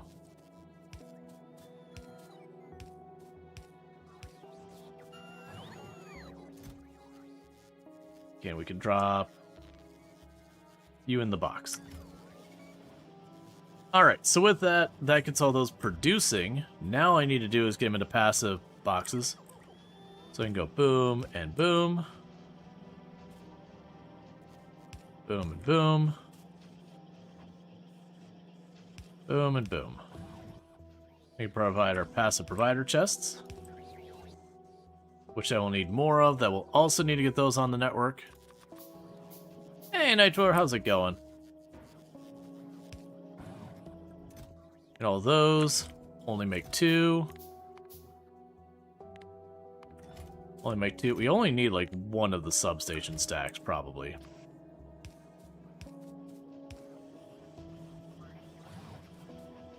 I will put you down. Alright, cool.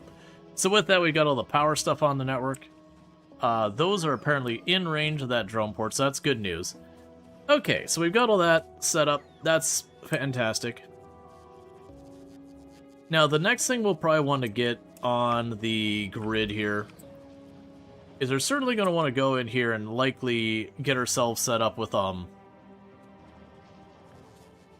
Alright, likely get ourselves set up where, again, we can start stamping out more power infrastructure, all that.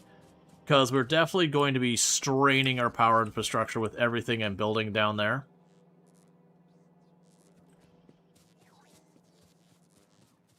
But it is giving us a defensive line, finally, which has been overdue. After that, I need to get our military tech, because we have exhausted what I can research without the military tech. That's not true. You're queued up. Get there. But, I need to get the military tech producing. Which is going to be a 5-stop train stop that needs to happen, but all these other things are taking priority. Hey, Nitro, how's it going?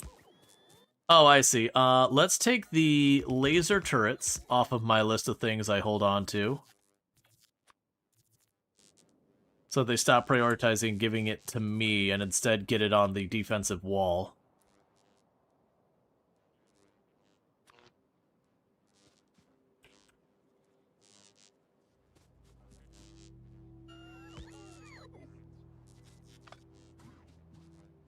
It was both on the bottom side. Alright. Why are you taking it back? Build those lasers.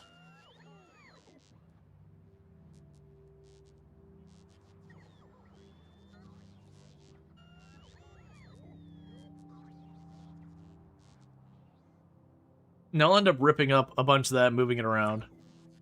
Solar powered defense wall. Yeah, that's kind of the idea. It's very likely I'll end up needing more accumulators and more solar panels to power this, but at least this is something.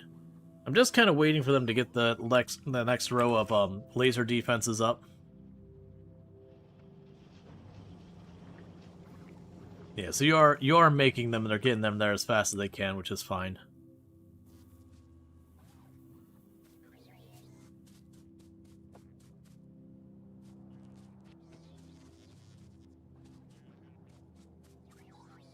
Yeah, pretty soon they'll stop delivering those to me. We can also go over here, rip all this up.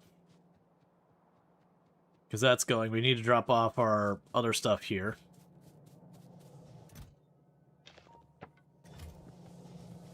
Yeah, but the big ways is probably need a lot of power. Yeah, no, that's the thing. We were doing so well that we were really pushing. Like, we actually have the stuff for going to space researched. I just haven't had the chance to stop to deal with it because we started running into power problems, and then also biters started escalating to a point I couldn't just knock them down real fast and run off. And those things happening at the same time while I was scaling up my factory just ground all that progression to an absolute halt. But it's good. We're getting a lot of stuff done. We've got our new mall basically sorted out. It's in great shape. There's still more that needs to be added to it, but that's okay. Most of the stuff isn't urgent now. I think the next move while we're working on this defensive thing is to get another train stop on our network somewhere. Honestly, probably down here. Yeah, probably down here. That we make the military science. Which I've got everything we need for the military science already on the network. I just need to make the stop. The downside is it'll be my first stop that has 5 different materials being delivered to it. Which kind of sucks. But that'll still be good.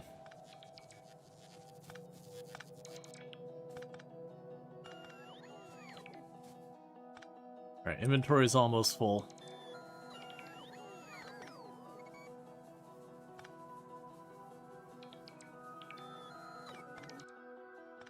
Okay.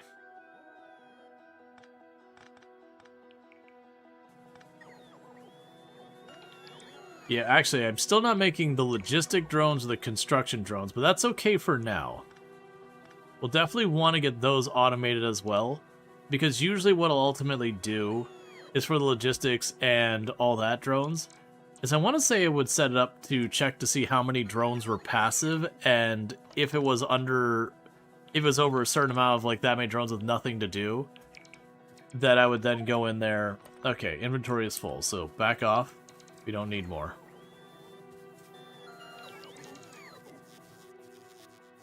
Okay, so with that, we'll go ahead and tell you to toss 2 of those into the garbage. They can run up here and drop the coal off.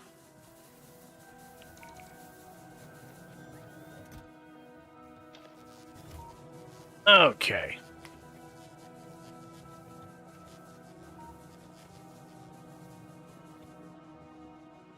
Cool, so let's go ahead and start getting our next train stops and all that set up. That'll be a whole thing. And how are you doing? Are you still... You still haven't delivered those. Are we still waiting on those to be produced, or are you just taking forever to get them over here?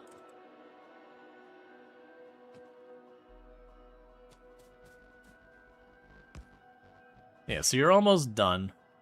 And the way I'm going to approach this is, once they finish one segment, I'm just going to plunk down another segment. We're going to end up with some weird stuff because I'm going to just make it turn here and then this will just be all wrong. Or actually, what I'll probably do... Yeah, because I made that too far up from where it should be. I mean, I can just start working at... Oh, man, we got another spot that's... Another nest that's moved in close. We're just going to keep working our length down here to get this area walled off. We'll have to backtrack and get that walled off. It's gonna be just a, you know, a lengthy problem to get that sorted. But my plan is to queue up one of these segments. Once it's done, we just queue up the next segment and just let them slowly work on building that out. How's the power looking? Our accumulators are... You can see where the maximum we could accumulate is gradually climbing. Alright, here comes an attack, so let's watch this slam our power grid for everything it's worth. And the turrets did their job. That actually didn't hurt us that bad. I was expecting to see, like, you'd see a dip in the accumulated power where it overloads the power grid, but that's okay. Alright, and unfortunately most of the rest of the stuff isn't on the grid yet, so we'll be dealing with that. So let's get down here and start getting our military science back into production.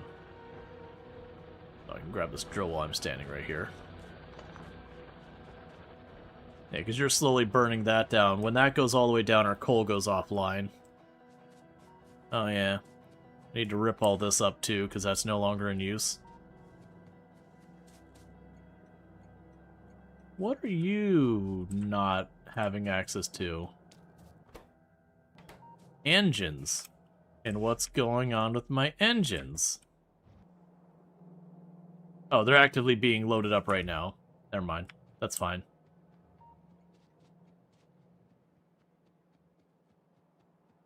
It's just waiting its next delivery is all. And that's probably I just need more steel, I need more everything. Typical Factorio problems. You know, what do I need? All of it. When do I need it? Now. And when I have all of it, I need the other all of it. Yeah, so our iron is slowly knocking down all those drills. That's okay, though. Right, so. What we want to do here. We have a little bit of a snafu. Gonna pull that off. Pull you off. You're not in a good position. And move you down there. The rest of that's fine. Grab our blueprint book. And that's about the best blueprint I've got right now for what we need.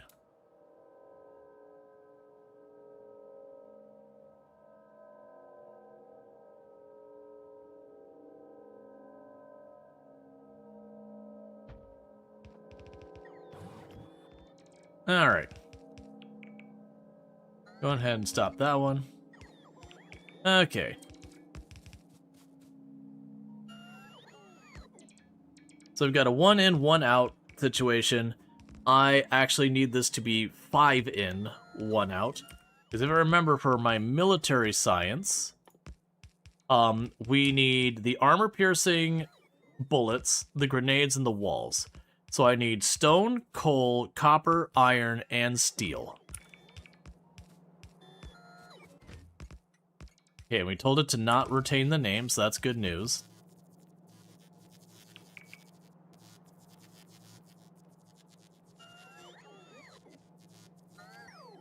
Oh, I see.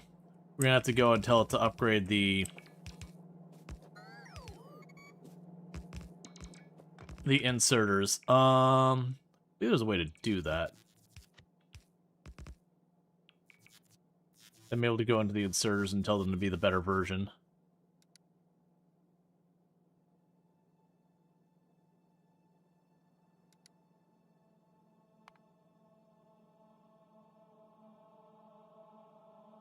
That's not really what I wanted. Don't save that, please. Alright, we'll deal with that in a minute. Right now, you've got a lot more train station to build.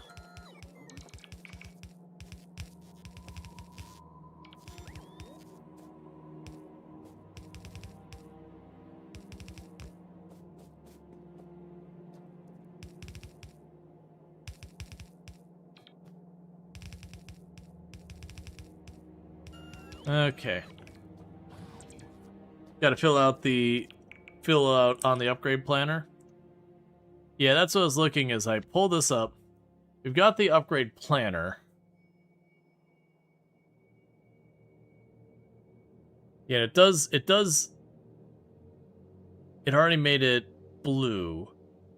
I don't know how to deal with that.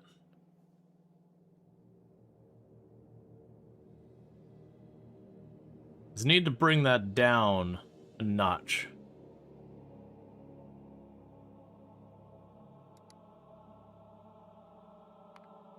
Alright. Yeah, so what I need to do is get the fast inserter upgraded.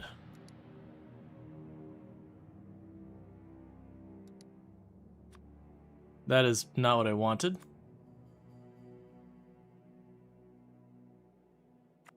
Discard changes, grab you.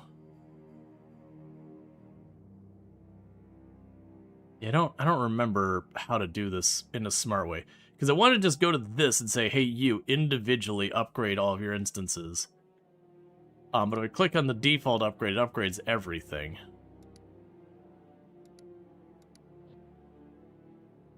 Let's see. Okay, so click on you. Click on, well, the default upgrade just upgraded everything.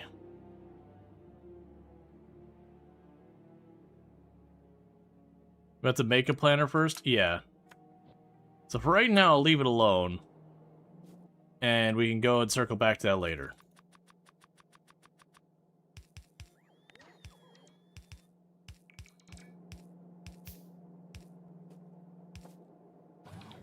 Because right now I just want to get this constructed, and we can fix it. So if I get this sorted out, though, I can copy this station over the 4 times I need to copy this station. And then we can go back to the one spot that's going to have the wrong stuff at it. The big negative I'm going to run into is we won't have all the right inserters over here and all that. Okay, so that's good. So we've got all you. Are you already wired up? You are, so that's perfect. And you don't have a name I need to worry about. Cool. Let's see, put the upgrade planner in your inventory, then click on it, and upgrade this to that. Okay, so let's go ahead and we can take away for right now the lab. Upgrade planner. From yellow to red. From yellow to blue. From blue to green. Yellow. Red. Yellow. Red. All right.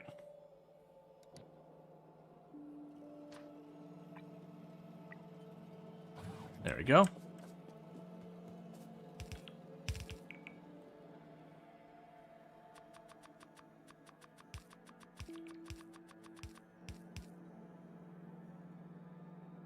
So you've got all that filled in. All right, so now I can go here before we forget. Grab all of you.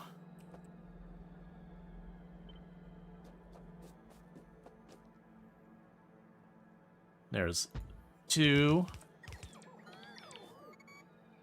3, 4, 5.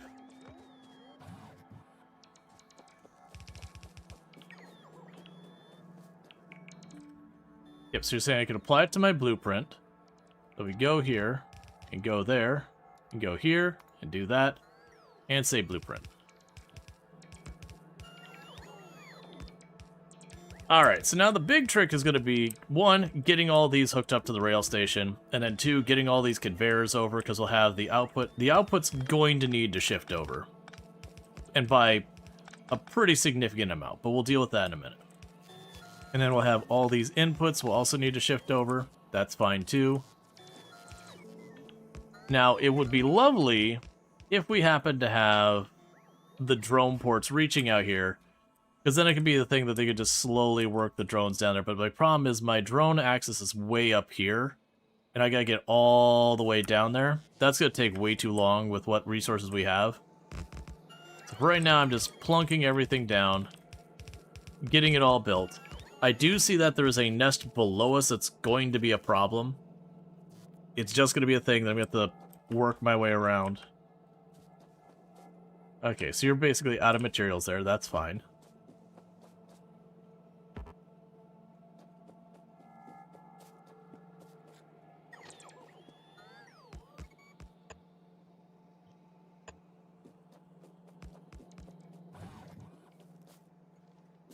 Okay.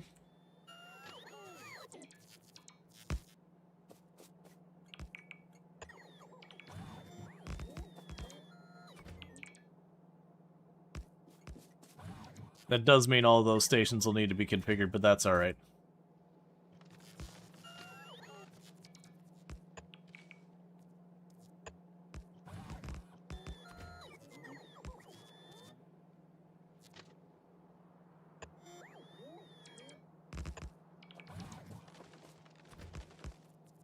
Alright.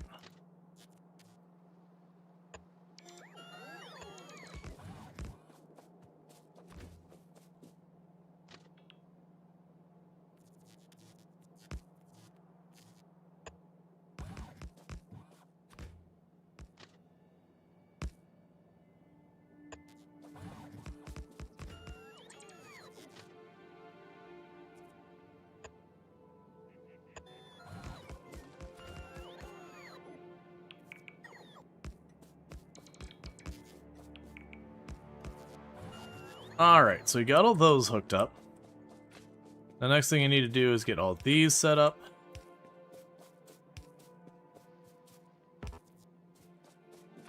Get all my signals back here set up.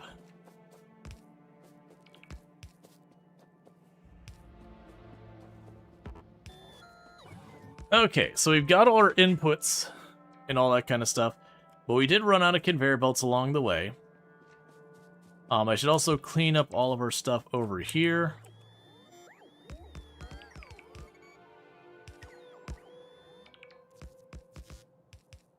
Why are you all mad? Okay, so that's all sorted there. Cool.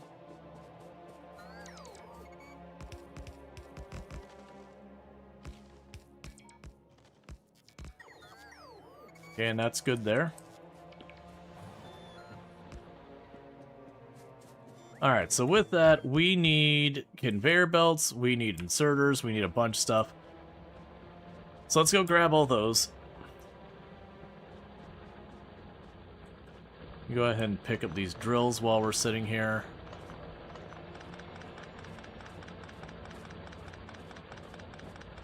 Because we are slowly depleting this iron.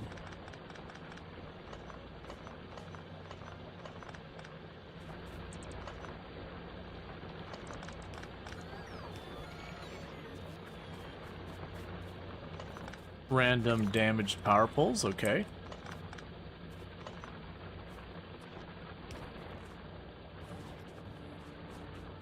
Alright. Oh, right, there was an attack there a very long time ago, before I walled that off. Okay, so we need to go up there, we need to... Well, actually, let's drop back down here, drop off the conveyor belts we've got. But I'm gonna need a bunch of conveyor belts, and we're gonna need all the stuff to assemble, because I gotta make the grenades, I've gotta make the walls, I've gotta make the armor-piercing rounds, and then we gotta make the actual military science. Before we get all that, all this needs to be hooked up and whatnot.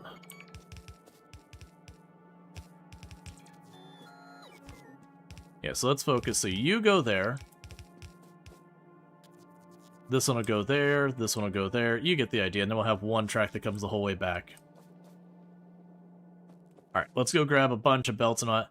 We're also getting to the point I probably just need to carry a pocket train.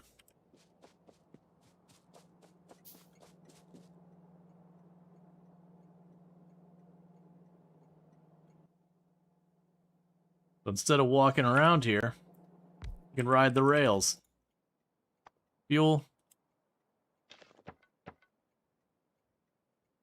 Alright, so I would like you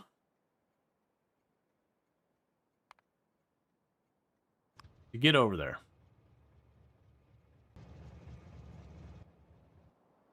Can I tell it to go there anyways?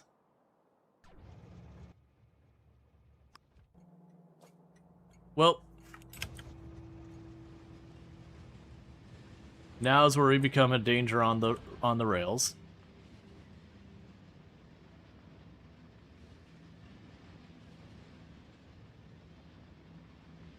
I'm not going full speed, I'm just feathering it because, unlike the trains that know if the route's clear or not, I don't.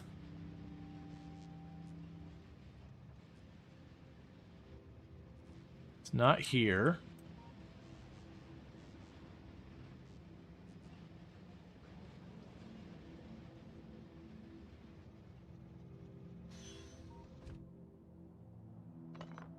There we go. So, we need a whole lot of conveyor belts.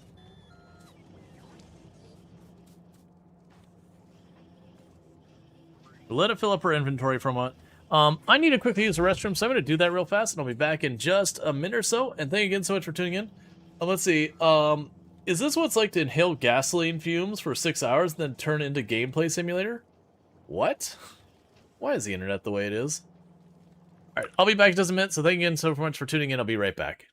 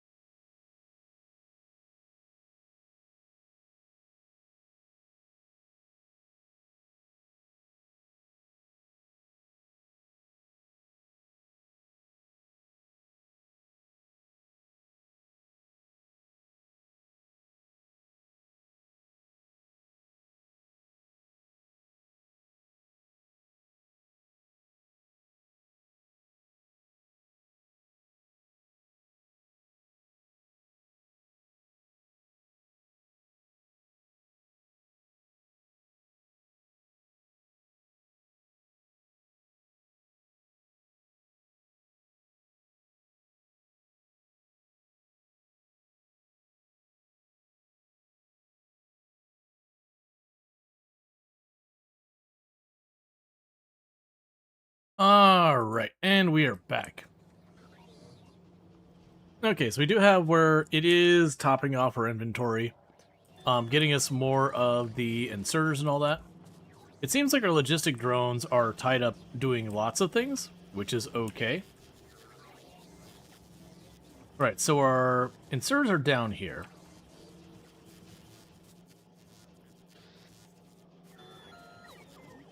So that's good news. That was 100-something inserters. We're pretty good in this. I think I actually want to go here. Let's give you a little bit more volume we're allowed to carry. They're getting me power poles, so let's give them a moment to do all that. It's alright, we'll let them top off everything, and then we'll head back down to get back to work. Alright, so looks like we're all topped off. Now I'm not going to take the train to my next destination because I am going where there's not a train station. I'm going to run down here to where I've got that segment of wall, and I'm just going to chunk down another segment of wall. I'm just going to keep doing that. And grab you, switch you to our defensive pattern. Oh, I don't have it blueprinted yet. Alright, blueprint, grab you, okay. Create blueprint. Chuck you in there.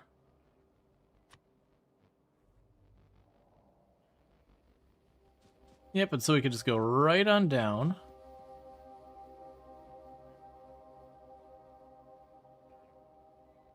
We'll just not worry about the fact that it's going to be cursed up here.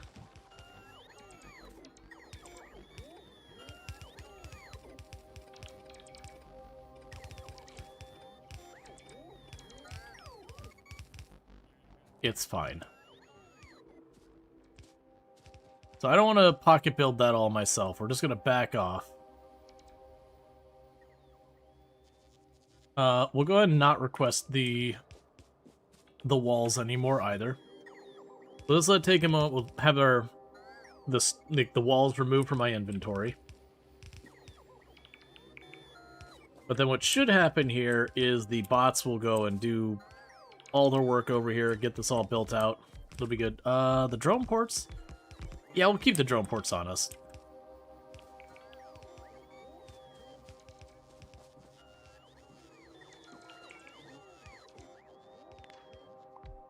Pull that up. That's not going to be needed anymore.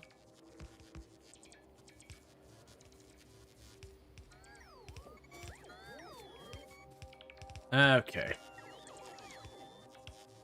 But they let it just keep working on that. And again, that'll be just that much more of the base is covered.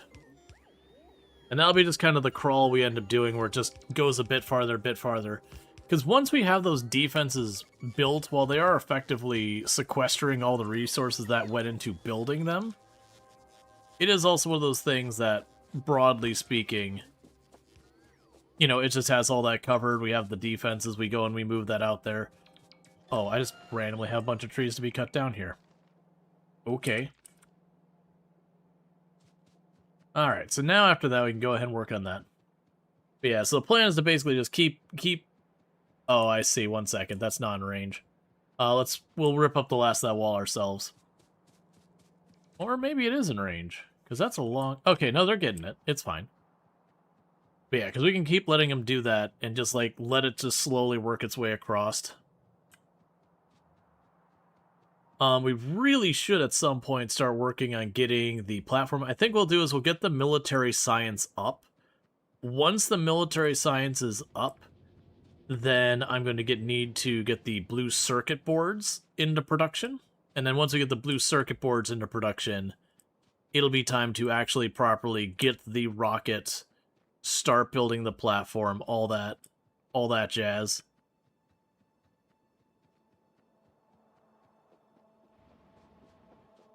Okay. Now I can run down here and you're going to start throwing this all out.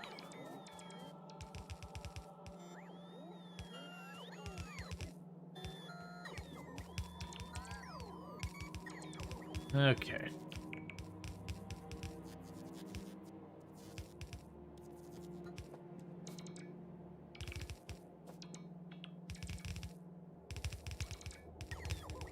I'm gonna need so many inserters. It is definitely a whole thing. Alright, so that's the first input there. There's the second input.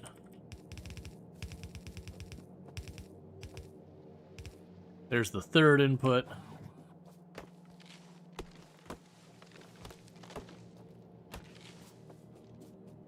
Let's clean some of this up that didn't get removed because of how I placed it.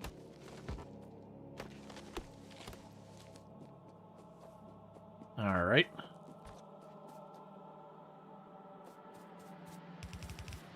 This will be the fourth input.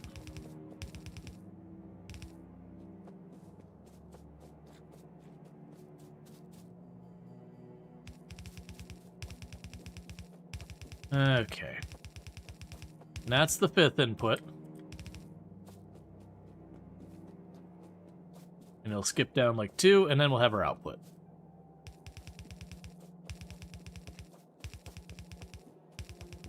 Now, unfortunately, I don't have any inserters left.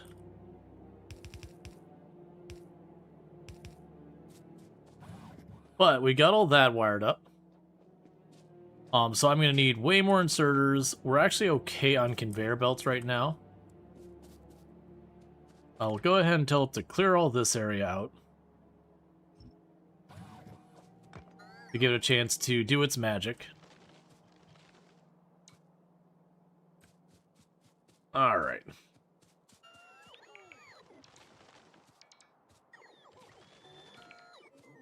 And then we'll see if we can't start logicking things out. Okay, so ultimately the goal is military science, which is going to be walls, grenades, armor-piercing rounds, and all that. So let's plan for this to be the stone drop-off spot, because then we can get the stone out of the sequence immediately. So I'll go here and be like, boom, boom, boom, boom. You make the walls.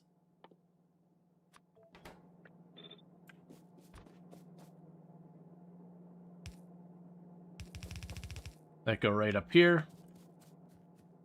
And then go right back down, and pops right back into the same lane. So the next up is going to be the grenades, because those will be the next least complicated. So that's the metal plates and the coal. And then the armor piercing is metal plates and a bunch of stuff. So the next line here will be our coal. So go over here and your coal. We could do one of these where... Yeah, you know what I could do here. So you go like that. This will be the metal plates. We go like this.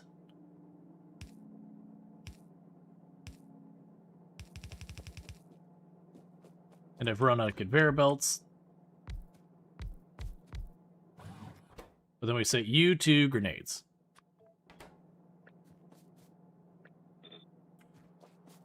You'll be an underground to skip past that. And then we'd have another underground there. And then this belt would run down here and do all that stuff. That'd go on. Those would go on. Alright, so with that said, let's worry about building more of that out once I actually have more of my materials. Let's go ahead and use our train to shortcut us again. So we can go fuel. Alright, so you're saying that I can click on this and control click. Excellent.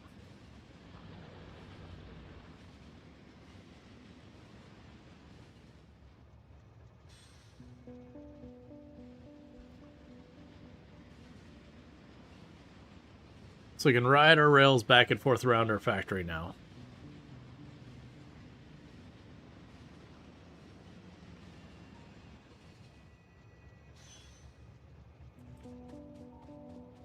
Okay, so we need a bunch more conveyor belts, and we also need a bunch more inserters. There's the conveyors. There's the inserters. We do not have enough for any of what we need right now. It's great. We're also getting our inventory filled up with a bunch of other stuff, like power poles and all that. That's fine. And if we're looking down here, good progress is being made. They're getting more of the defensive line built there.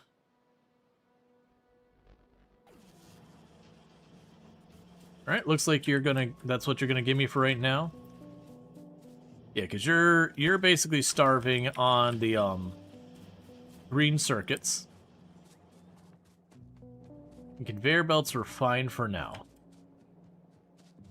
Let's hop back in our train.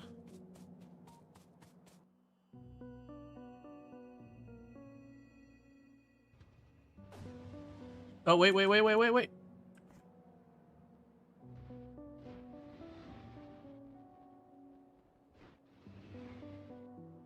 Well, it did go.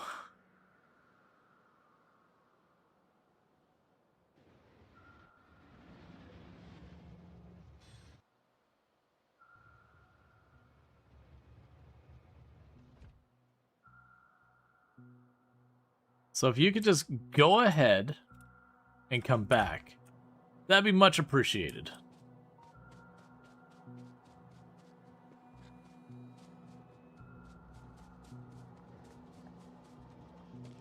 I even expected to do that sooner or later. That train with nothing attached to it, that's only running on wood and it's going that fast.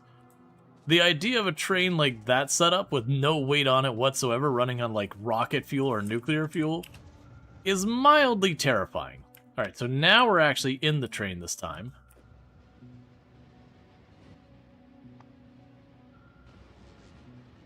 And that's just because I happen to have a bunch of wood just sitting around. It's like, alright, I'll just chuck this in the train, it's fine.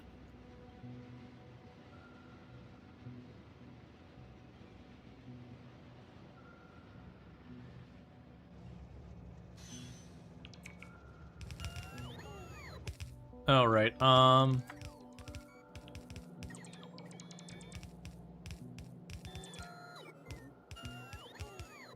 Yep, it's fine. They'll take up all of our inserters, that's fine. We can at least plan out the other part of this. Oh. That's not what I'm hoping for.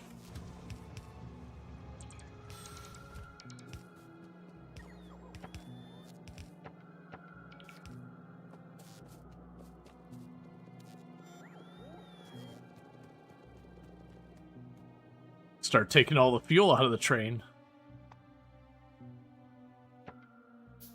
There you go. Alright, so we got our grenade production. So this is all fine. You go this way. The grenades go down here. And since that's the end of the coal line, we just go like this. So that's coal and that's the walls. So the next contestant is going to be our ammo. If I recall correctly, regular bolts are literally just iron plates. Yep. And then the next one is steel and copper. So with this, we make our regular bullets. So we go boom, bullets.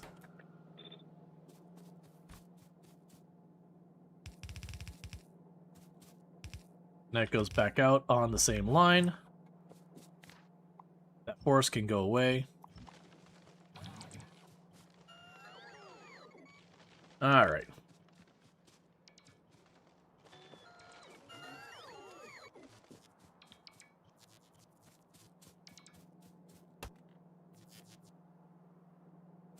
Okay, which brings us up to the next one, which is going to be our armor-piercing rounds.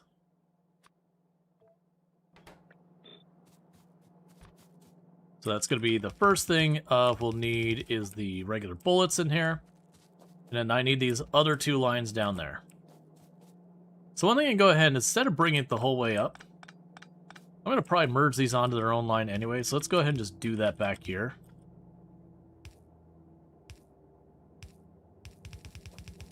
That way 1/2 steel, 1/2 copper. Run you up here. Run you up there. And run you down there to the third line.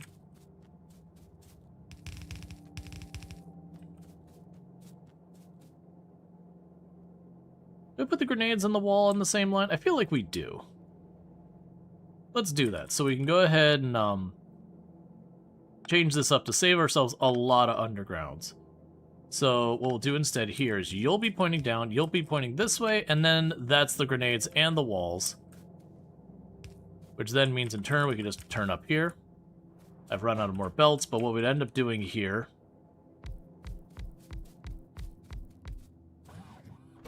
is you are now military science.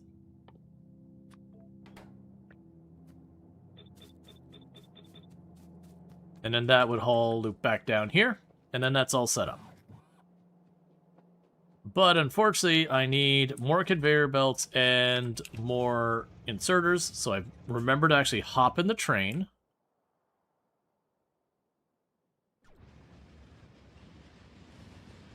Okay.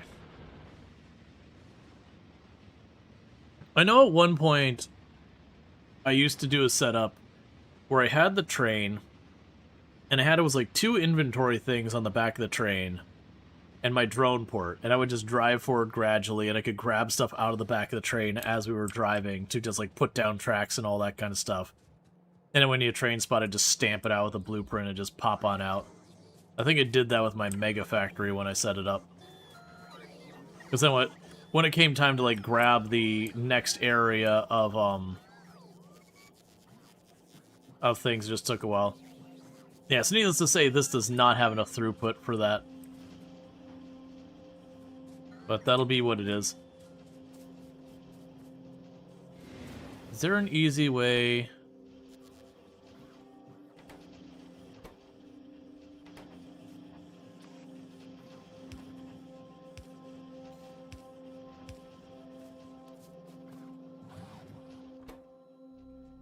I'll help a little bit with that.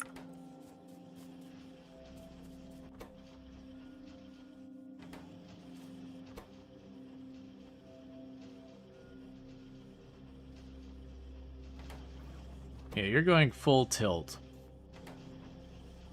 But that's still backing up a bit.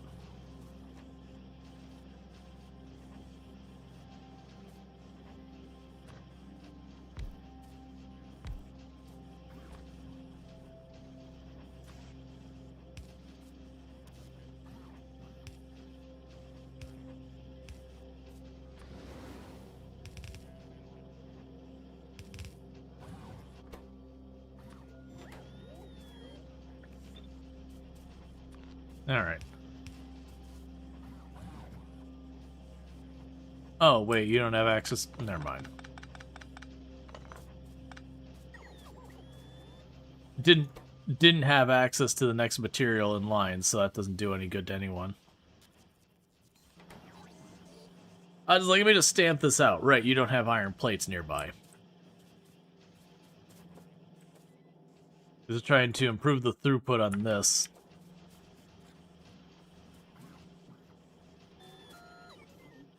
It's not that urgent, because this is mostly just a problem when I set up a whole new stop. But once I get that set up, it kind of just needs to idle. So let's grab more of those. It'll take the train back down. Needless to say, these bulk inserts are just going to get gobbled up by the train stop when we get there, but that's fine for now. How goes the wall down here? It's getting close. Only needs a couple more laser defenses, and then that's fine.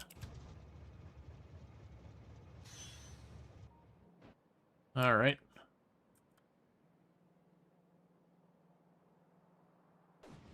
Just looping a little bit past so we don't have all our stuff taken.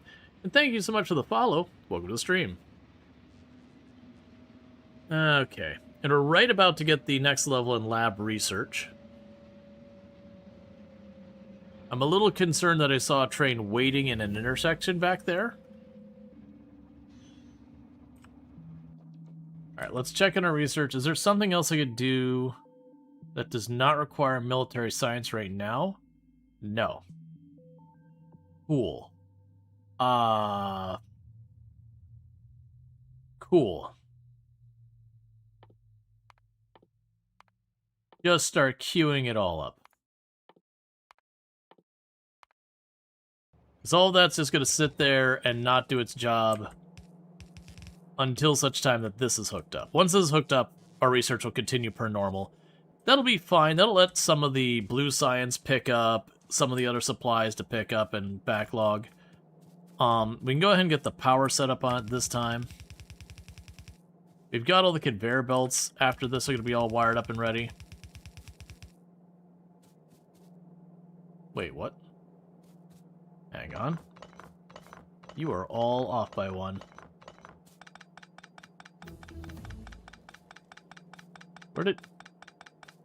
Where did you get the military science? Oh, you know what? I probably had more military science left, and I actually had run out of the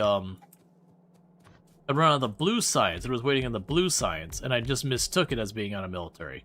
That's fine. Either way, I'm just about to run out of military anyway, because it was only like 300 left in the original base setup.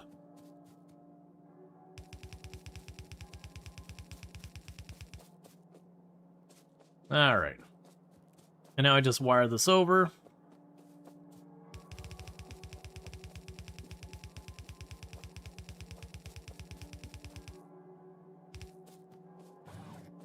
Okay, so all of that is set up there. We don't have the...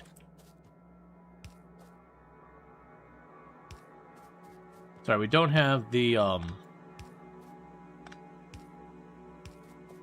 inserters in place, but that's okay. We'll get to that.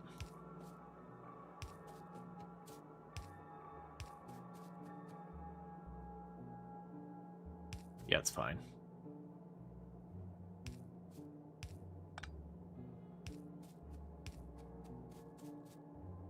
No, it's not fine. You'll need that there. Okay.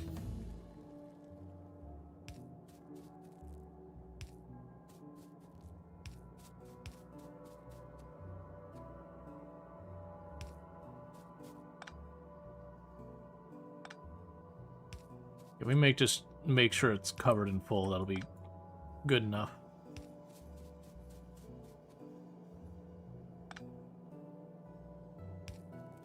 Alright, and then we could just take that to the other side. Okay, so it's basically just waiting on inserters. Everything else is ready to rock and roll. We're waiting on inserters. Unfortunately, I can't get this all fully configured. Oh, we still have more boxes to put in? Actually, if we can get those all set up, at least I can wire this up while we're waiting. Sure, just keep going through the line. Yeah, that's long, so it's gonna be out. Okay, so what we could do here...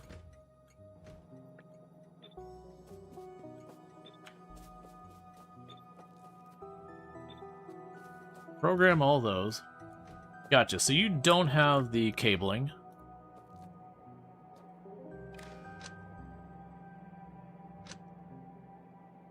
What? Oh! The boxes are all wired together.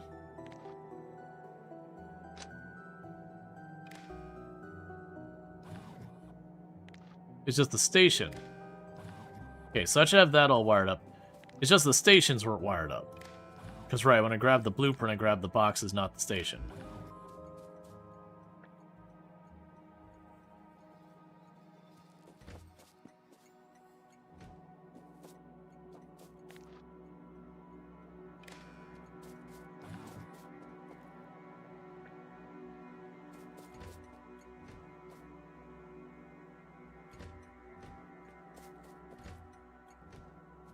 Okay. So I've got all that hooked up.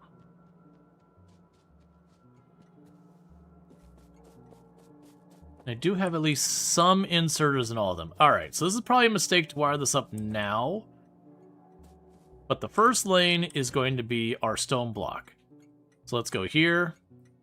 We want to tell you to grab the stone block.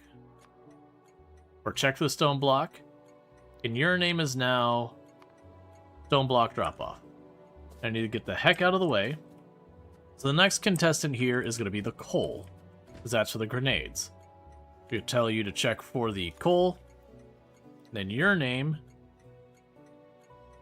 I don't actually have one called coal drop off. Pretty sure I have coal on the network. If not, I'm be upset about that. Okay, so after we have those two, so you...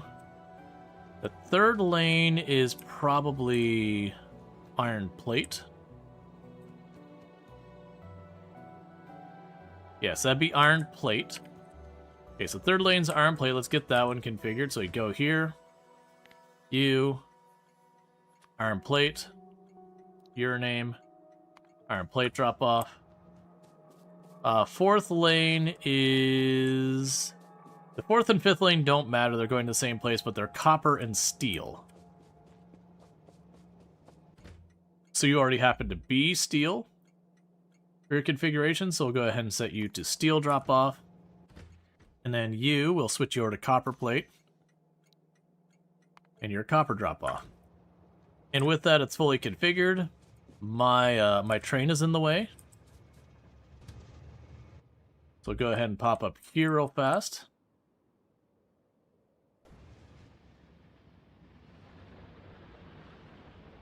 Okay, so that'll get that starting to load up.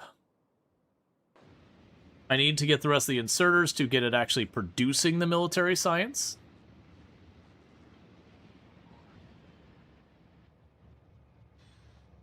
And then that'll be good.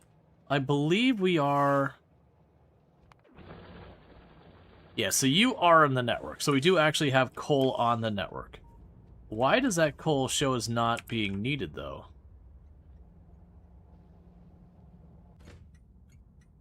Ah, you are not configured correctly.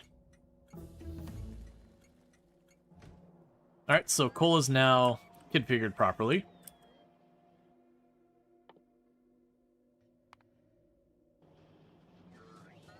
Alright. Hey, Serverlord, how's it going? We can grab a stack of those.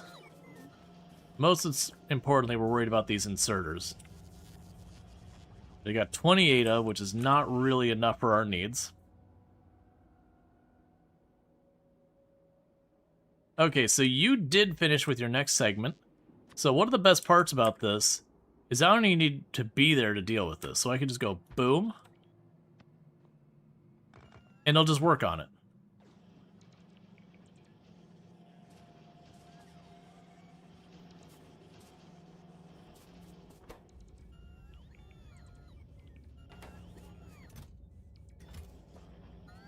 Let's get one more inserter.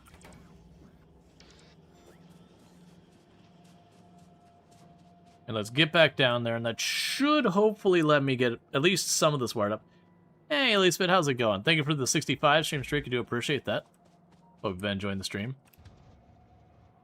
Alright, and now we can go back down here. So I pull into that spot that should keep me out of the way.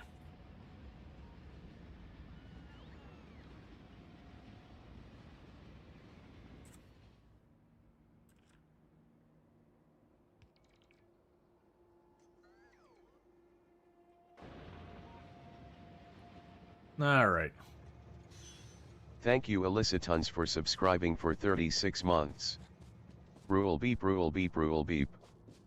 Thank you, Listen and Z, for the Prime Gaming sub. I really do appreciate it. You only get one of those a month to use it here, and you've been subbed to the channel for 36 months, which is a heckin' long time, so I really do appreciate it. I had to laugh that it called you Eliciton. I don't know why. I don't know why the TTS went with that, but it sure did.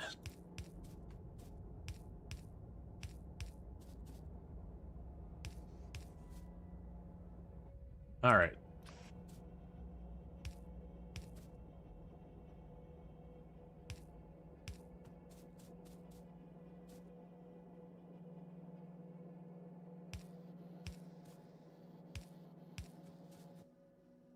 And that is it for our inventory.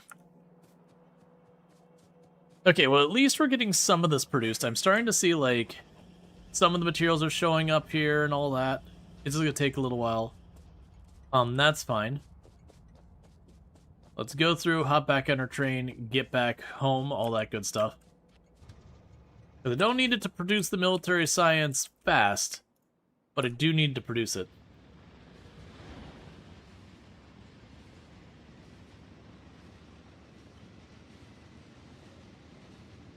How many friggin' emotes?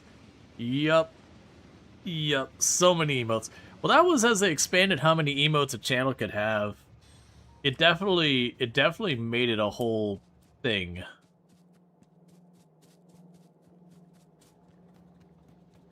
That just could be like an overwhelming amount of stuff. Alright, so only got a handful more inserters. You are working on it. Alright. So what do I need down here? We do need another satellite dish down here. So I've got all that. I think you're doing fine here. So we're waiting on steel, iron, and coal on the network there. That's the stone block. We don't have any trains in parking. We might be reaching that point where I need more trains. If I want to make more trains, I'm going to need steel, and I'm going to need iron plate. So luckily I can just go here and grab a couple iron plate from those boxes. Run it up here.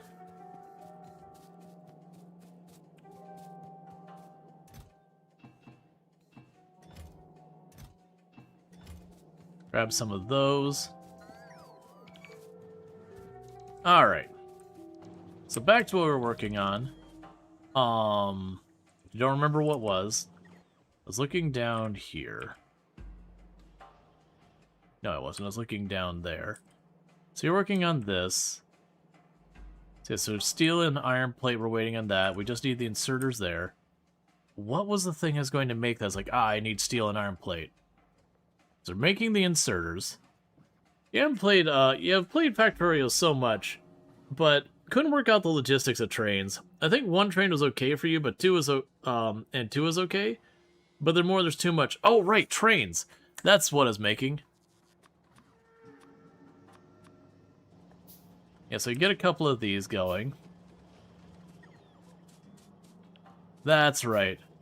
Yeah, no, it's a whole thing getting your train network set up. We've actually got ours set up in a pretty slick way where we're using interrupts. And the interrupts are just kind of snazzy because you can do all sorts of silly stuff where I don't have to go through a huge hassle configuring each train. I just set up my rules once and I go, okay, new train, you're on those rules. And it just works. Alright, so let's go over here. I want you to go to parking. Go to chuck some trains onto the network real fast. And all that. One of the other things is dealing with the signals. The signals are a whole art within themselves. Okay. So, train. Trailer. You are now part of the cargo trains group. And once you get like 50 fuel, get out of my sight. Next train.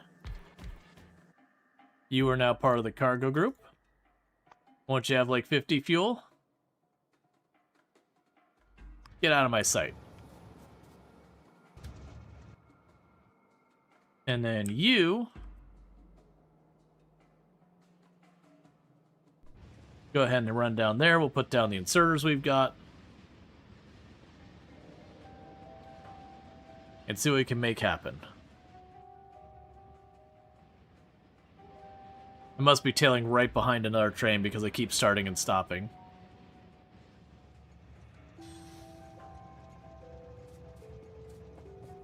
You like to blueprint your train so you could just hit it and goes? It's not a bad idea. Alright, and there's the coal and there's the iron plate. And the copper. So that means we have everything going in now to make the military science. But unfortunately I am short on inserters to do it.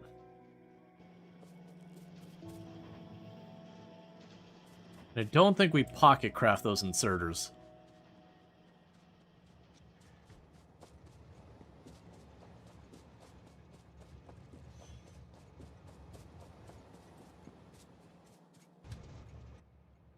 get back up here.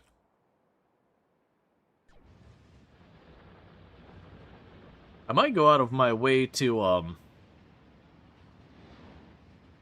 you know, I might just go out of my way to, like, leave a dedicated, you know, parking space by the mall for the train. It was definitely convenient, just hop on the train and roll.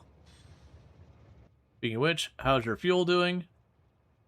I have a little bit more. Alright, what can I do to speed up this process? One thing I might be able to do to speed this up.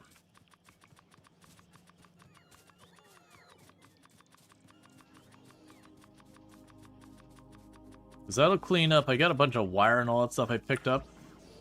So go ahead and get all the wire out of my inventory. Then you can just shove it in this building. Get those inserters rolling. And meanwhile, we got all the drones doing their laps. Slowly building out our next section of our defensive wall. Looks like we got another nest that's moved in up here. So we're getting that wall up, but we're a little late to the show. This area over here is still in danger, but my plan is just cut this across down here till we at least get up to this cliff area. Then I've got those defenses. Then I can probably cut across here to protect our military science till we get around this area. And then cut our way probably up here and to the right. Oh, we got another one right here. I'll probably also need to start building a defensive line here. You get the idea. We're slowly kind of getting closed in on from all sides from the biters because we are behind on them.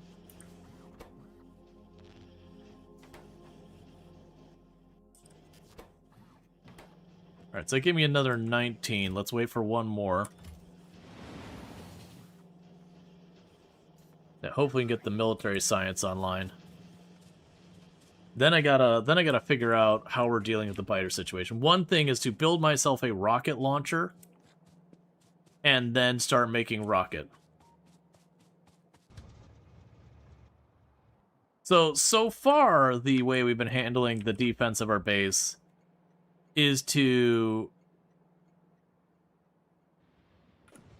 simply kill the nests before they start attacking us. But we have reached the point where there's the big biters now, and that's kind of not become particularly sustainable and all that. Like, it's gotten to the point that I can't just go over and slap down a nest personally. I'm gonna have to get better armaments to do that. But we've been trying to, like, work on other things to get done. So you got those in position, that's fine. I mostly want to keep going over here before you take all of my stuff.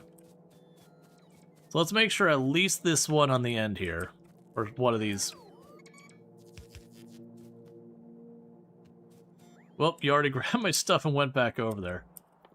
Alright, it's fine. So 1, 2, 3. 1, 2, 3, 4.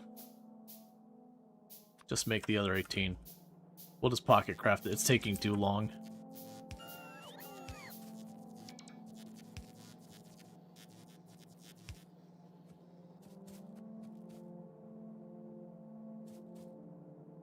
Okay. Do it this way so I at least get them gradually.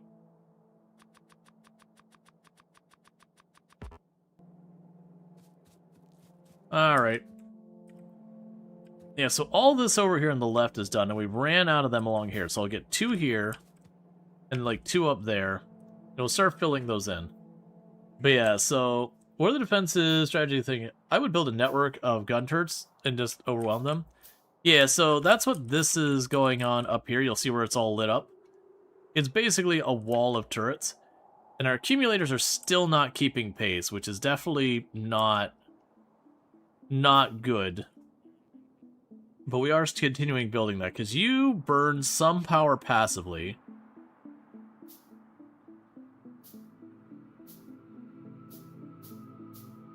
But yeah, we need to keep building that power network up as well. Which could be another thing we work on as well. While the laser turret walls are getting set up, just getting more areas with more solar and accumulators and all that going. Okay, so you got your first 2 here. So that allows us to get our ammo going. That'll be the first one producing military science. Then get that on that side.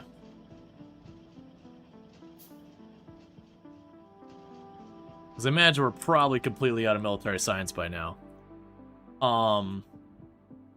Next up, we're going to have to get the nuclear setup. I have still not done that. Which that requires me getting a drill and putting it on with sulfuric acid fed into it. Which ends up being the whole thing. Where is my nearest uranium?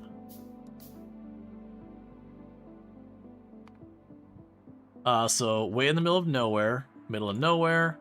Literally a hive on it. Middle of nowhere. It all sucks. Okay. Oh, those all suck. Literally all of those are terrible. Okay. So we're not going to have any nuclear power for a little while. That's what I'm reading into this. It's going to be a little while till we have some nuclear power going on.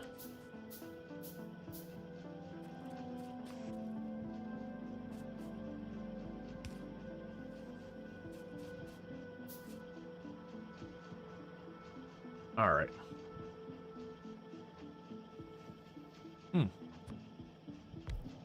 Put one of those down there so we got vision down here. Okay. Yeah, because it looks like all the uranium is pretty far out there, unfortunately. But once we get ourselves a setup with what we've got, then expanding gets a little bit easier, because all you do is, like, where you've seen I've got, like, I've got this wall here. That genuinely all we have to do is we run out there with rockets, start just slamming it. When it starts to get too hairy, we just back up to our laser defense, go back out, that kind of thing. And you can knock it out, but then we can kind of, like, work our way out. Because it could also be, instead of, like, just walling across there, I have this wall back here, and as we clean out the nest, then I start, building a wall out here to then cut across, meet our other one, tear up the old wall, that whole thing.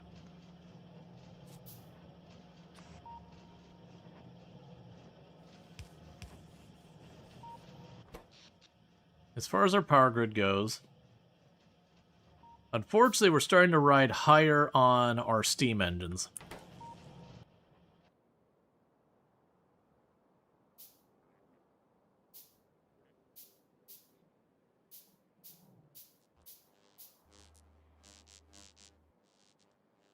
I'll have to figure out a better ratio, because that's what? 9. So that'd be 36 solar panels.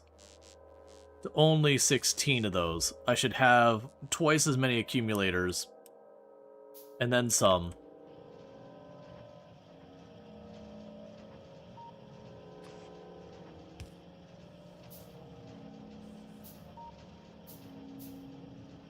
Oh, you're short one spot. There you go.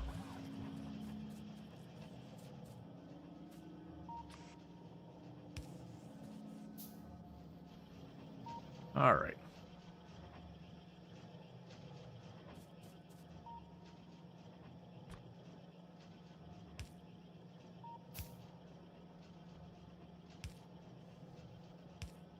There. Do a little belt balancing on that. You always just plop a pad full of accumulators when you need more, instead of trying to ratio them out. Yeah, I mean, that's what we did earlier. I'm not super against it. We have these areas here. I'm not against doing more of that.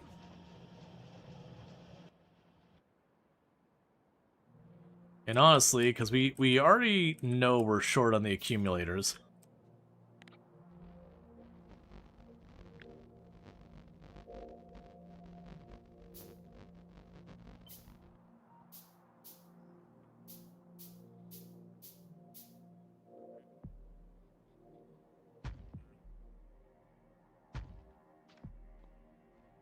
Chunk 2 of those down.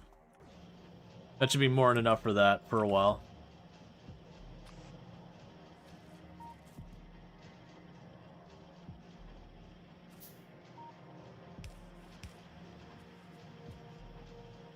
Alright. Meanwhile, we should go over here to the train station there. You are now configured to check for military science.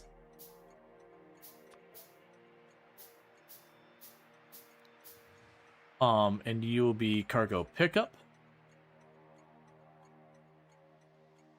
It's needless to say, gonna take a while. We'll set you to 1,000.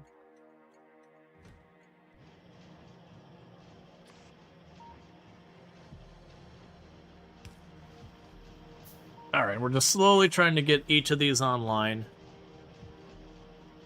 Because I should be able to handcraft enough of these to get this done. It's not efficient. You can see how painfully slow handcrafting later game stuff ends up being. But with all that said, we can then go back up and collect whatever's up, at our place.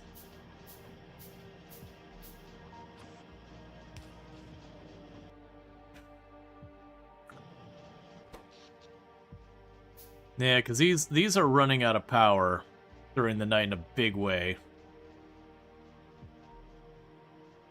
We're not even remotely meeting it, just completely bottoming out.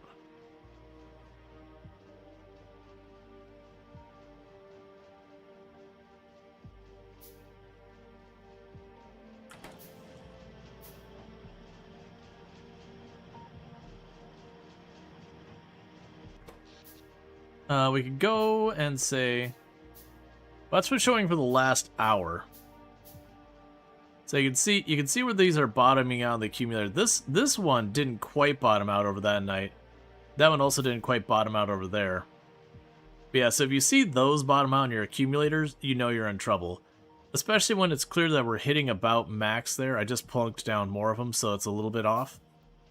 Yeah, so our accumulators are the problem right now. The solar could still use some more. The accumulators are what I need more of. Yeah, so they're starting to recharge.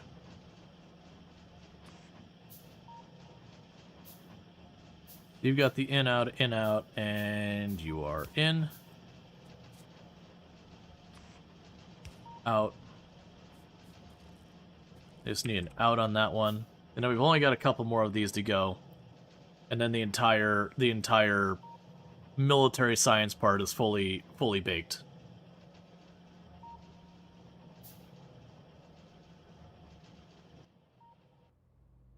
Imagine you're plunking all this down as best you can.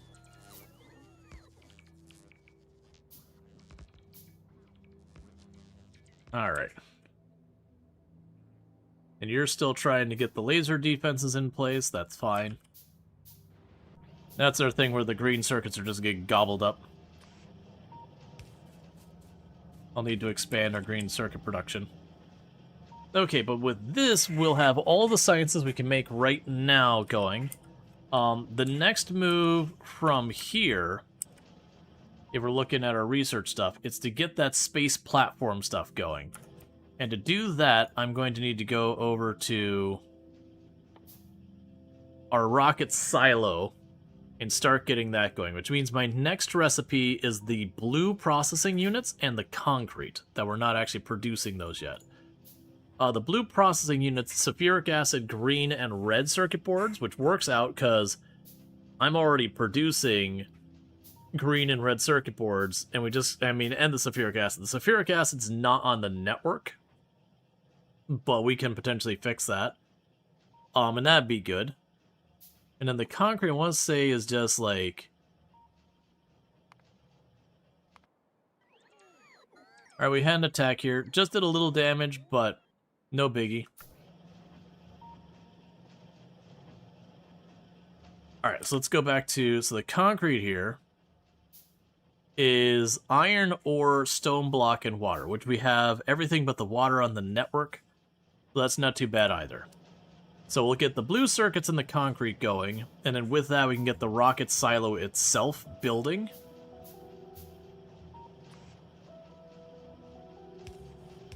Am I seriously going to be short by 2? It's fine.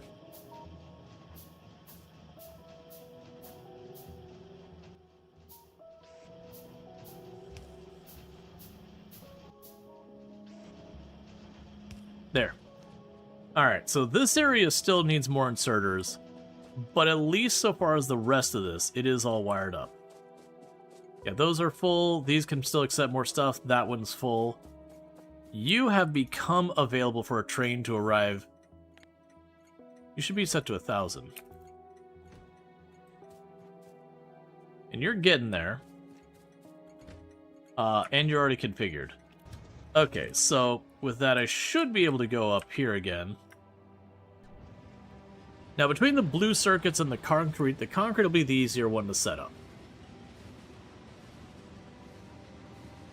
Because that I can just go anywhere, put down a three material stop,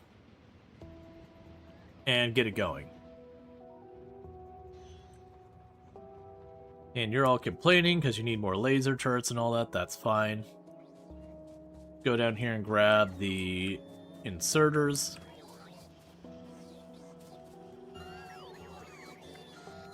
Okay, I was gonna say, please tell me you have way more than 12. We should have way more than 12 as long as this way.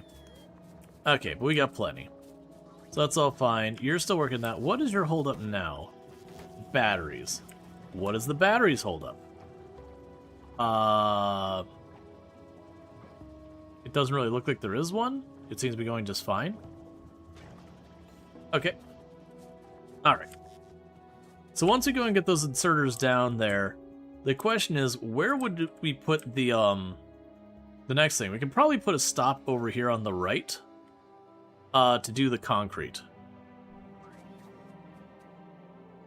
And the reason I'm thinking concrete down there is the sulfuric acid's nowhere nearby. Whereas I could potentially put a stop over here, maybe. Really not a good place to put ours, because my sulfuric acid's up here. I don't really have a place I could fit another stop in right nearby. Not unless we start carving out here and start landfilling that, which I do have some landfill, but not that volume. Alright. Yeah, because that'd be the blue circuit boards.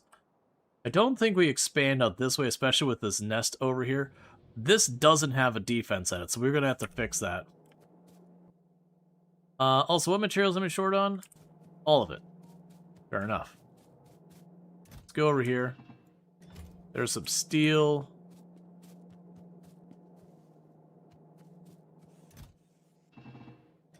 There's some copper. There's some iron. What I might be able to do is hop on to the area down there where we've got our military science going. Snag some of that ammo.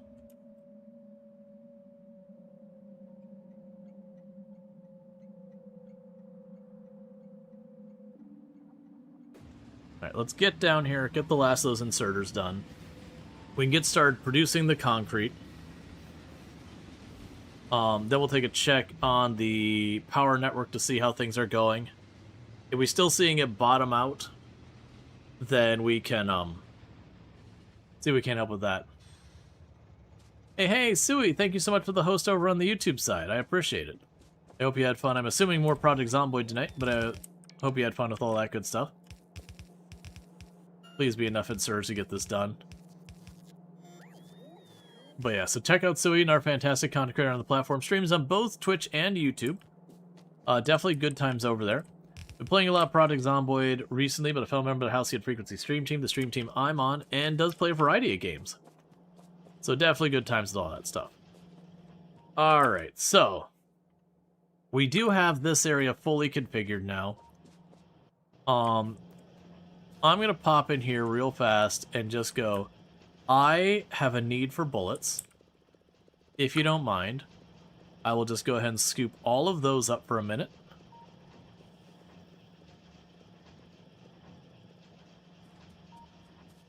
Then, while it's not really sufficient defense for down here, I'm going to go ahead and grab some of these guns.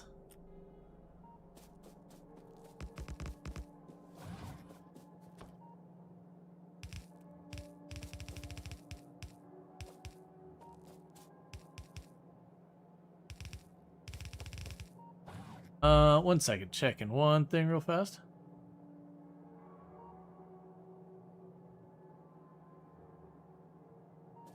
Gotcha. Good to know, so thank you for the heads up.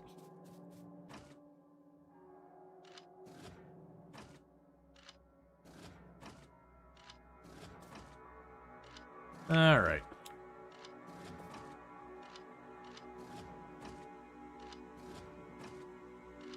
So at least some defense there.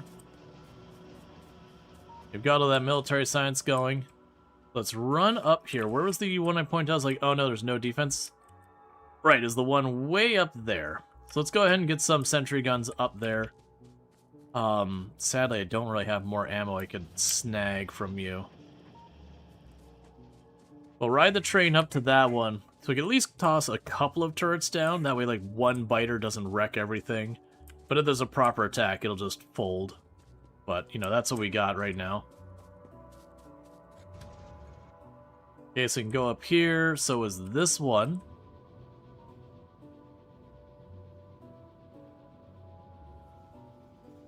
There's no defenses on that side. I'm just trying to get that going.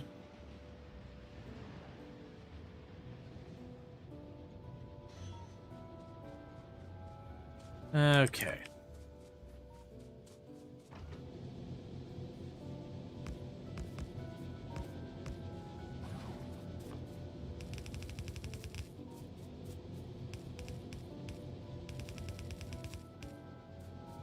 And that'll be it for my walls we've got handy.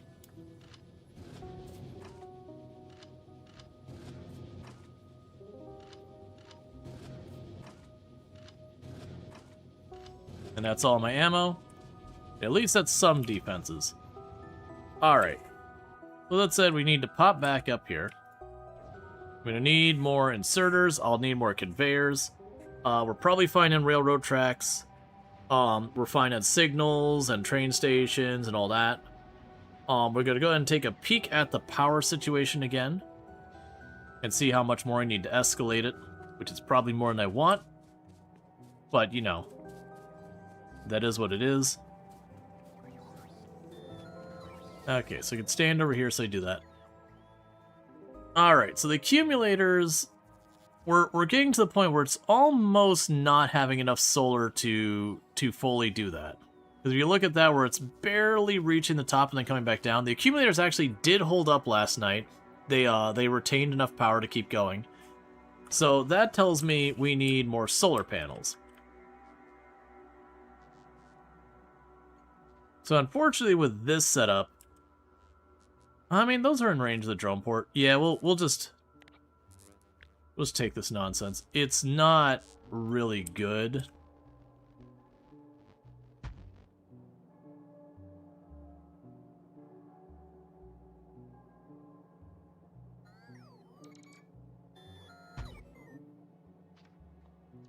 You plunk down some more of that. That gets more power on the grid. What do we need for more laser defenses? So we're only missing 2 lasers there. Oh, there's a tree like right in between it all. You're just missing 2 lasers there. Then it'll be time to stamp out the next set. So I'm going to go ahead and do that anyways.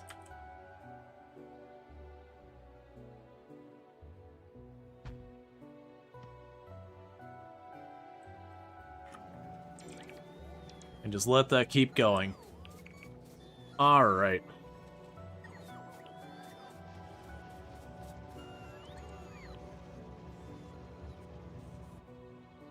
The solar panel setups look like what they're building around here in real life. I can see that. And just the speed at which that all gets slapped down. Okay. So with that underwork, the next plan was to go down probably in this area. And get some concrete production going on down here. Over here on this side. The big catch is water. Do I want to put it over there? Because I won't have water over there. I can't put it there. There's not really a good place to go off of there. I don't think I have enough room off here, because concrete was what? It was water, copper, or water, iron, and what? And stone. So it's a 3-stop. Which means it's basically, or 3, yeah, so it's 3. So it's the same size as this. I mean, we can fit that here. It's not elegant. The alternatives, I don't think we can fit it there. That would put it right next to the water. It also puts us on this one that we said was a temporary line, thereby removing it as being a temporary line. I could extend this out this way, but then we gotta like deal with all this, which I'm not eager to get another place where we're getting pushed in right away. I don't have room over here. None of these are near tapping out. Because if they ran out, then it'd be like, okay, we just tear that up and it goes there. Right, so water's not available down here. But water is available up here, and I can't really get at this. So the choices I'm leaning between is, one, putting it over here, which would be a bit snug. I'd put the actual production probably down there, and just run a water line over. I think that's probably the best bet for us. I think versus riding the train over, I'm going to run it. Just because the train's going to be blocking things.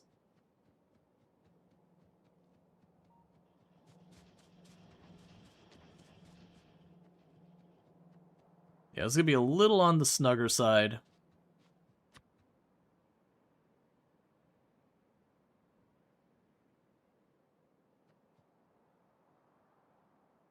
Oh, I didn't grab one that was the 3. Alright. So I can go here. Because this is the 3. 1 in, 2 out. We'll grab all of you, including the radar dish.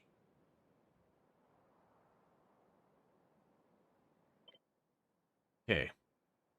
Remove the extra tiny little bits of track on the end there. We didn't get any of the mirrored stuff there.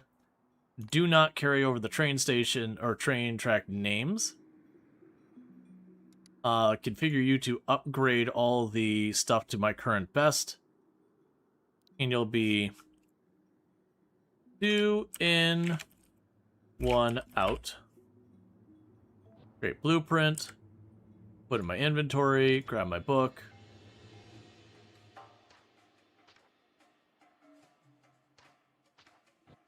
Alright, so now I should be able to go and grab you.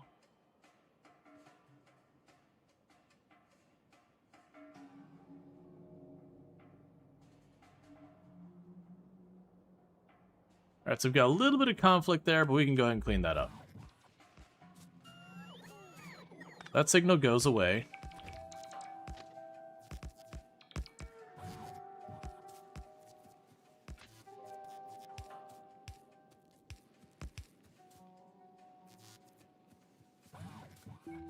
We run up here, pull up that signal, and do the same thing.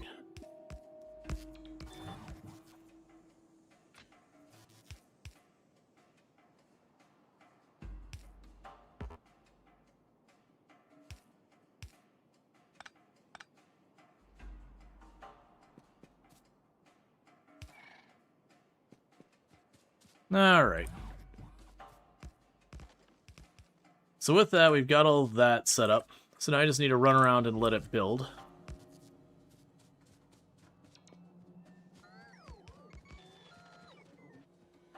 And eventually we'd want this all on the drone network where I could just stamp it out and do that. That's one of the things that ends up happening as you get later and later in the game. When you're on like other planets, you just have access to this. You just stamp out the drone network and just be on your way.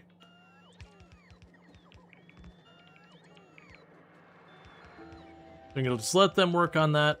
Whatever materials we run out of, we'll work on it. And then the plan for this one, as I mentioned before, is this will be our concrete production, because we got water right to our side. We'll just pipe it out underneath and across. Hey, Uko, thank you so much for the 3 streams you can do, appreciate it. And with the concrete production online, that'll be another thing going. Okay, so we got an attack going on here. Alright, the attack was thwarted. I didn't get to see exactly where it was. That's fine.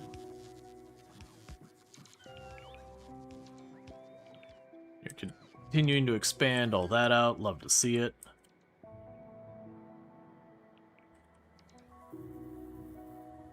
Oh, I actually grabbed too many panels. Don't put that back row panels.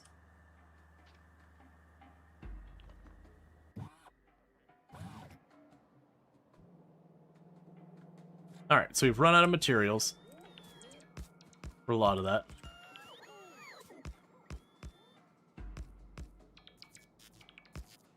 I just remembered we never set up the, we never set up the train production again. The railroad. Like the rail production, I mean. So that's going to be an interesting one.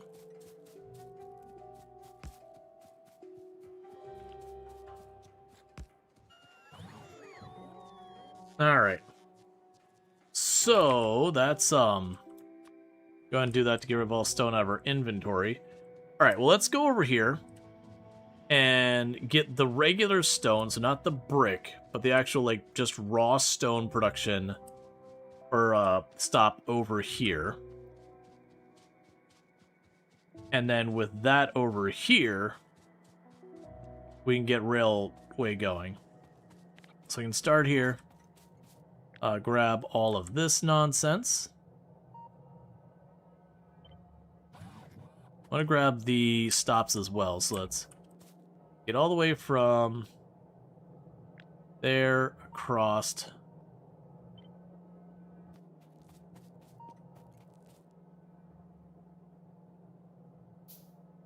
Cool. So put all that down for right now. You already got the stop in place. So you are going to be checking for boring old stone.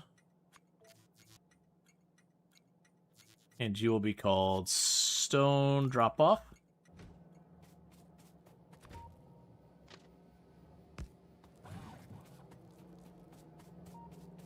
Okay.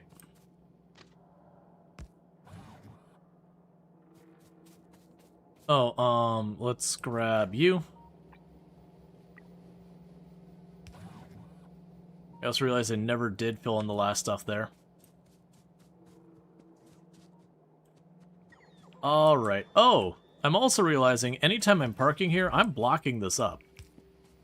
Because I'm on that same thing. That is an important thing to observe. Because if I don't fix that, then these stops all shut down. Okay, so you're working on getting that all brought over. We'll end up needing to get another drone port farther up to cover all that. So give me all that track.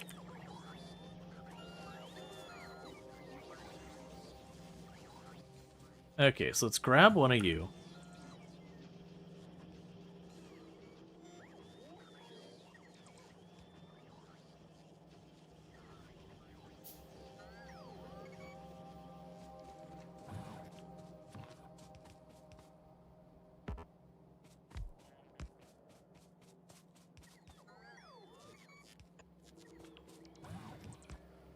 Okay.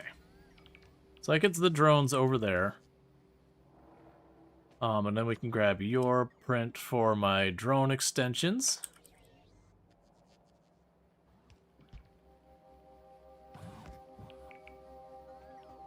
And bring that over here.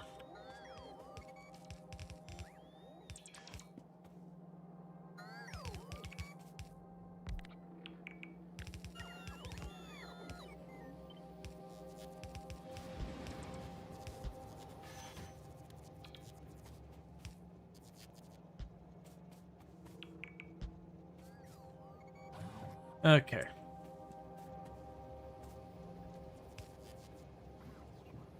Oh, we don't have the boxes yet. I was like, why are you not doing anything? Right, it's not actually on the network yet. Okay, so that's all good. So I've already got the regular stone rolling in.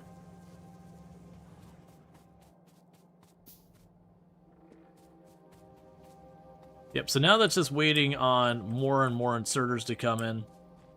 That's just going to take time. Okay, so the next move from here is to get this down here where I can get at it. Let's go ahead and go over here.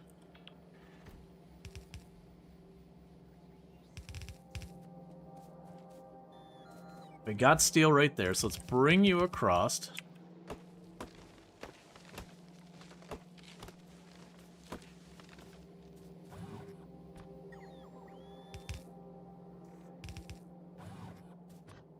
And grab you. And railroad track. You also need the iron rods. That's fine, we can make that happen easy enough.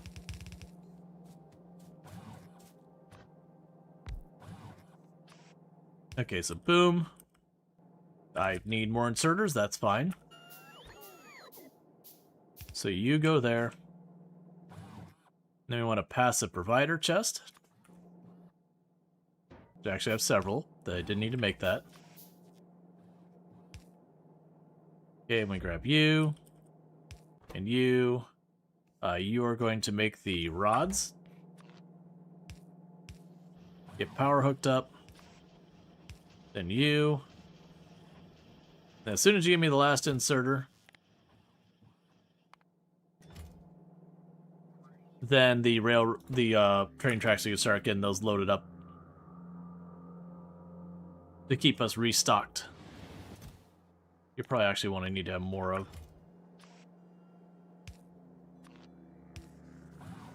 Alright, and with that, we now have railroad tracks being produced. And all that should get built out over time.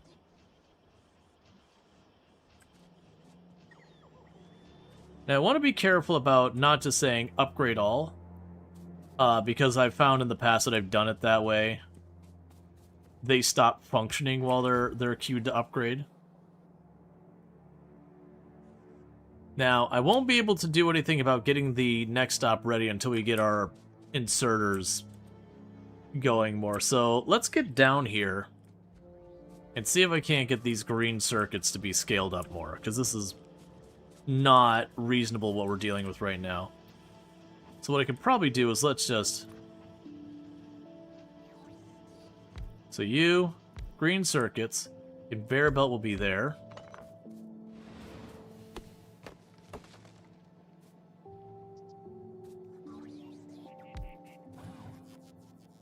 Alright, so plan is simple. Boom, boom. Boom, boom.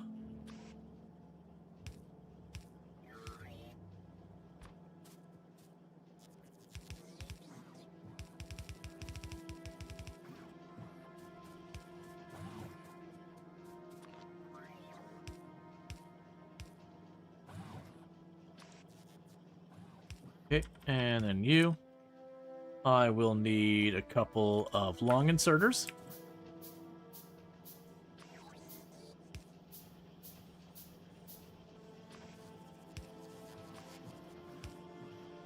Okay, so that should be effectively tripling the production speed we have on the green circuits, which should hopefully be enough to meaningfully increase the production we have on our big inserters there.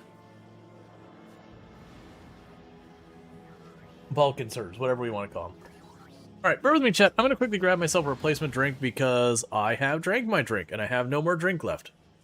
So I'm going to do that real fast. I'll be back in just a minute, and thank you again for tuning in, and I'll be right back.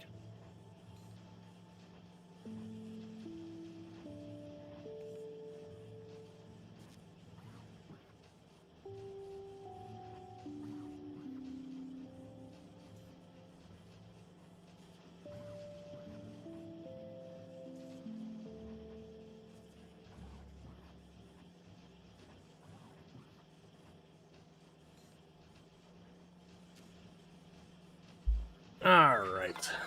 Just get stuff moved around. I need to get this all out of here. Okay, so let's see where we're at. We were working on getting the concrete. I'm waiting for the inserters to come in. It does seem like having 3 of those going has definitely picked up the pace in getting that done. I'm a little concerned to see that this belt is starting to become half emptied out. We're starting to fall behind on that. I do have trains going to parking, which means it is not a matter of not having the trains to work on things.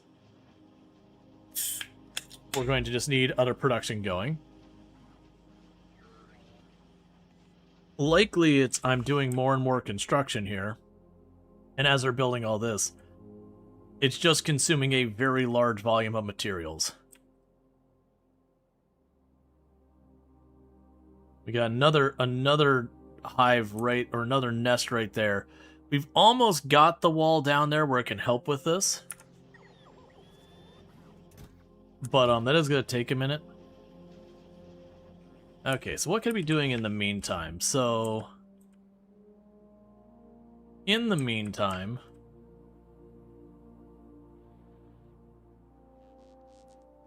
yeah, you basically got the solar and accumulators mostly handled there. And you're still working on it here, so I need to not touch it. So there's some good news. You finally reached the point where the green circuits are no longer the bottleneck. Now the downside is, the bottleneck is now gears. But that does mean we're at least getting those significantly faster. They don't really have room to expand our gear production over there, but that's fine. Meanwhile, the laser turrets are getting built, that's fine. Railroad tracks are fine. Okay, let's go ahead and run over here and get back to work on the concrete. Because what I could do in the meantime while I am waiting... Do I have iron on me? Yeah. While I am waiting for the inserters is I can at least get that water run over.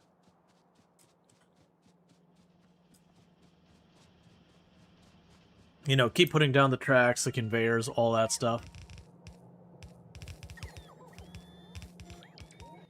Oh, I need more boxes. That's more steel.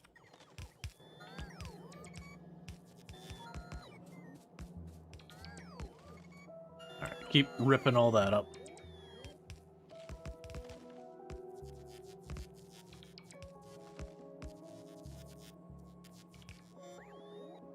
I did remove the station names, right? Yeah, station names are gone. That's fine. Alright.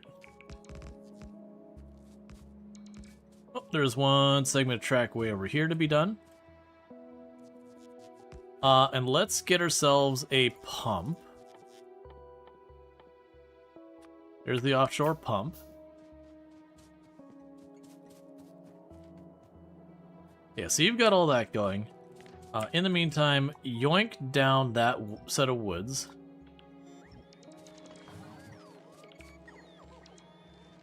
Because I actually might have enough room over here that we can just get away with doing this right here. So just immediately turn this down.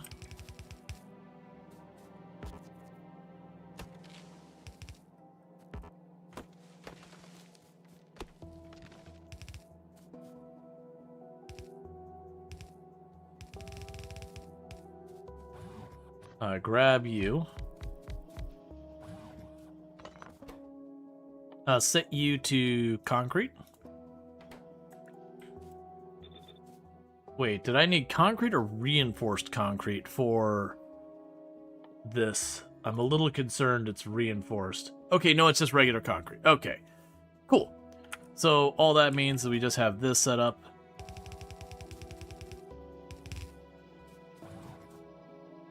We can go here real fast and make 1, 2, 3, 4 of the long inserters.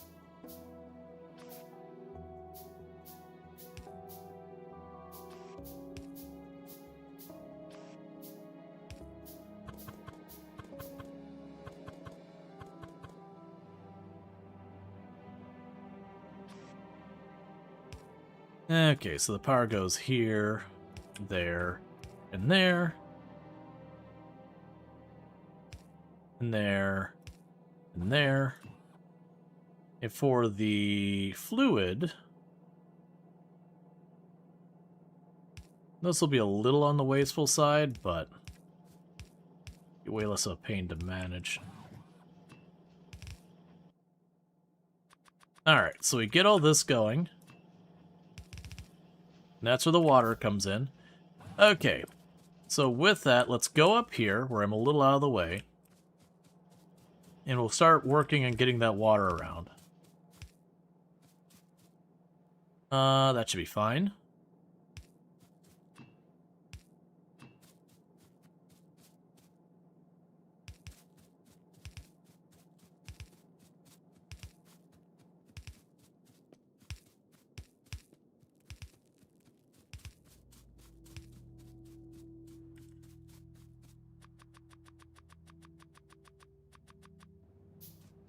Question is, will it be faster? Probably faster to just keep going the way we're going, and then turn down to get the pump. Let's grab the offshore pump. And put it right on down here.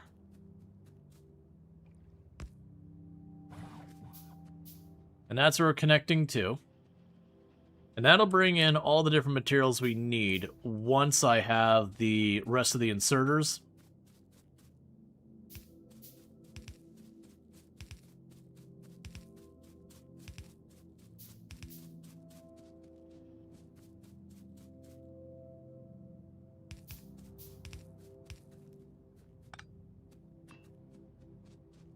Alright, let's start working from this angle.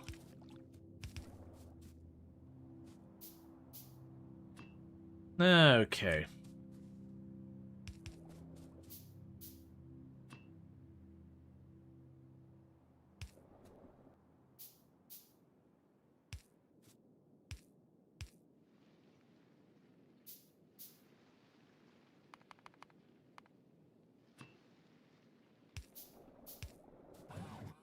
Alright, now I just need a bunch of regular pipe.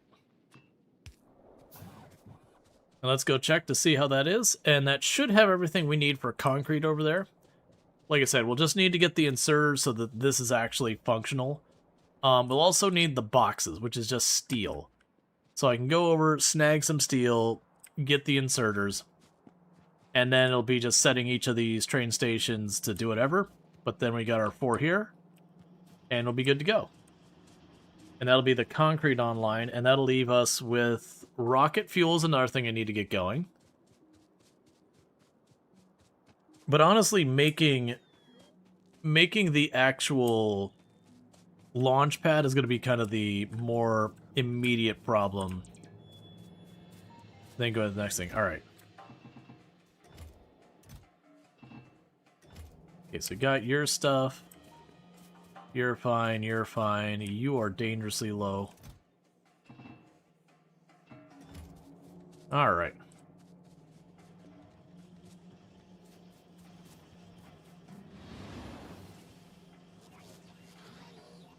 There, so they did not have much. It looks like we're basically waiting on trains to catch up. Or like the supplies, because we're low on steel, pipe, and all that. Yeah, you're all fine there.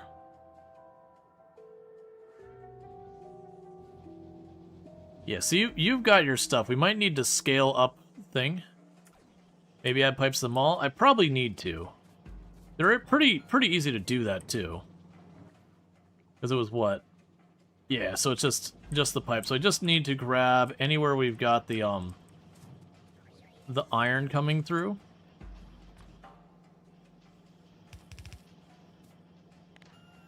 Grab another section right there. Then you go boom. Boom, actually. Boom. We can grab passive provider chest and another passive provider chest. 1, 2, 3, 4. Bring you over. Power cable.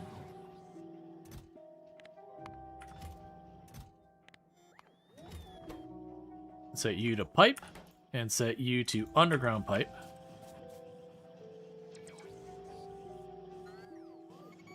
I was like, I'm not sure what's taking you. Oh, is one construction is being brought from like way far away. All right, that's fine.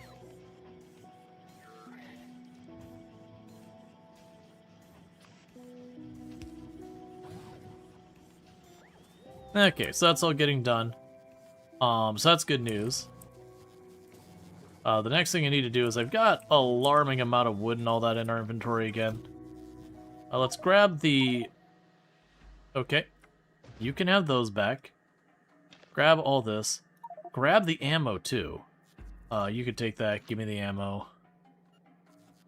Drop off some of these radars. Give me more of the ammo. Give me those belts. Alright, so what we can quickly do is run down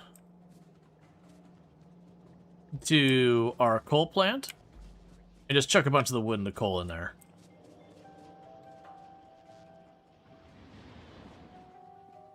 That way it can gradually burn through it.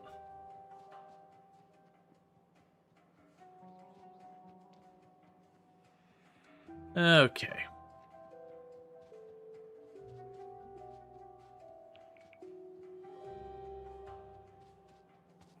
Ryan, we're probably at the point of needing to get more of this wired along the way.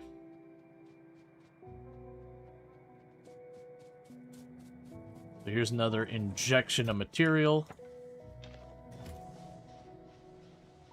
And we can go ahead and start picking up more of this disaster.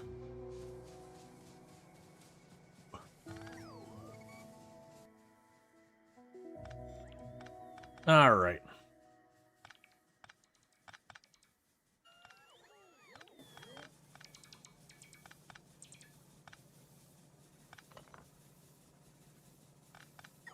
Because, yeah, like I said before, I think we just take this copper line, since it's just a temporary thing.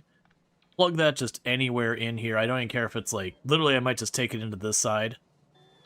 And to, like, temporarily, you know, just augment the supply of stuff we're getting there. Oh. Yeah, it's fine.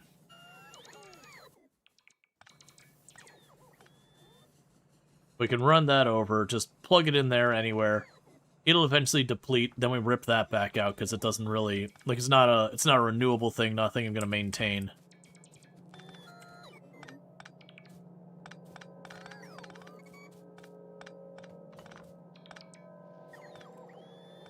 Alright, let's go ahead and start working on that.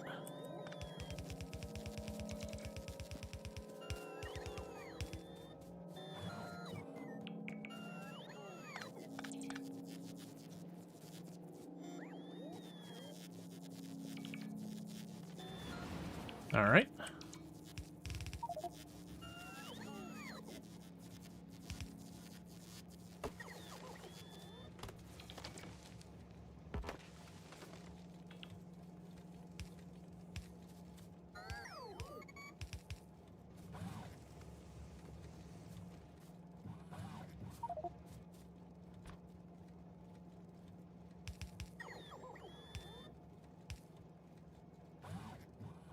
Oh no, what am I seeing there? Stone walls? Why do I see stone walls in there? Ah. Okay. Put that in the trash spot. Get back over here.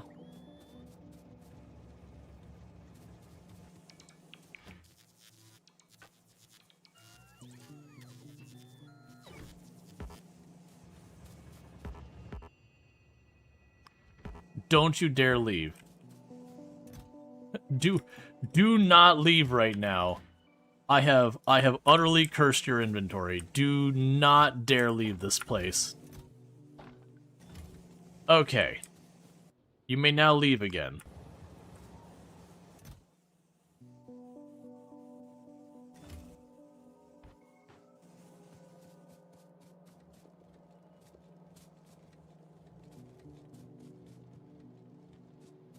So walls in the loading box. Oh, good catch. I thought I got them all.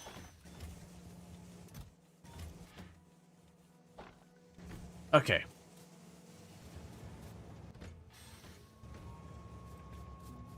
Alright, so we managed to get the last of them. Sooner or later, we're going to find something that depends on copper is completely frozen up because some walls or whatever have gotten in there. Good old contaminated belts.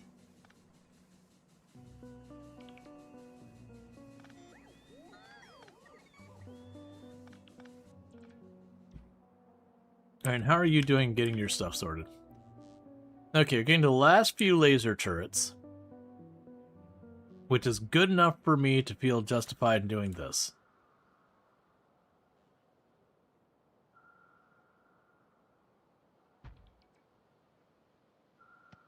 Now it's getting dangerously close to that nest down there.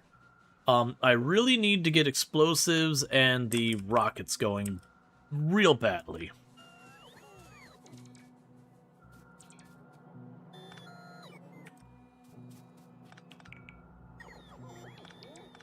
Alright, and that'll be the last of this part of the base, and then we just have the smelting area to clean up. But the important bit here is now I've got this copper line over here. It was just backing up and it's going to sit there for literal all eternity. And now we're just using it to supplement our copper here.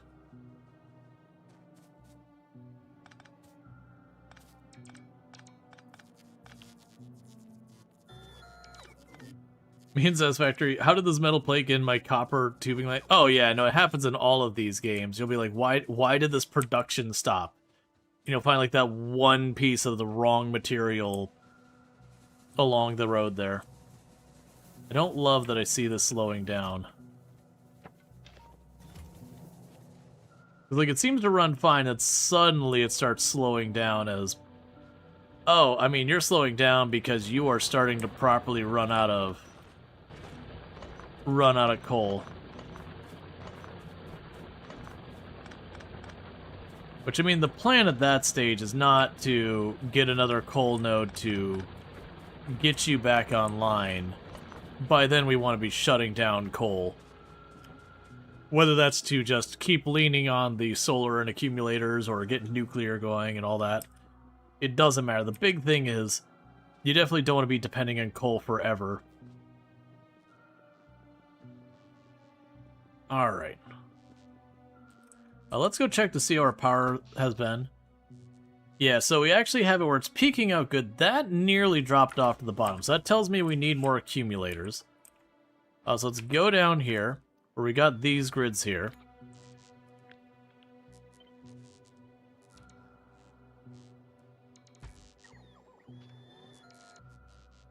Alright, so we'll add more accumulators onto the setup. Let's go over here and see what we've got so far as our inserters now. Alright, it looks like we need more iron plates. So we're going to need to check for the iron plate situation. Is the iron plates, are they falling behind because they're not producing enough? Okay, so it's not ore. Ore is fine.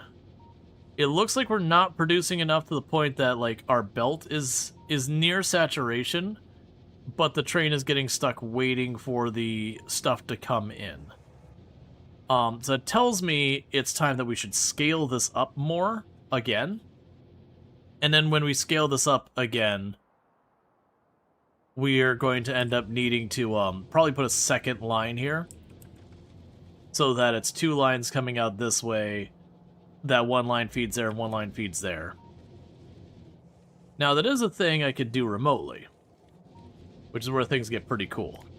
So I can go over here and say, all of this cool stuff you got going on here, what if, I mean, honestly with this,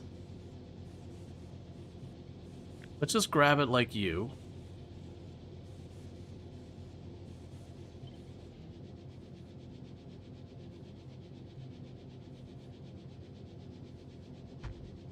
Plunk you down there.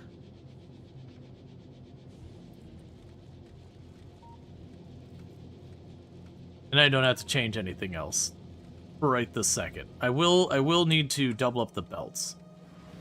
So we can go here.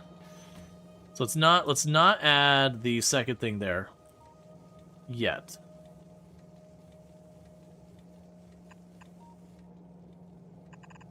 Hey, Italics, thank you so much for the raid. I hope you had yourself a good stream and all that good stuff. Welcome in, Raiders. We are just doing a bit of Factorio and potentially breaking everything. As you do. But welcome in, Raiders. For those who don't, well, first of all, check out Italic's absolutely fantastic content creator. Someone I highly recommend checking out. Definitely good times over there. But, sorry, I am in figuring things out mode because we're trying desperately to get a bunch of things improving also. How can you break everything if you never got to work in the first place? This is true.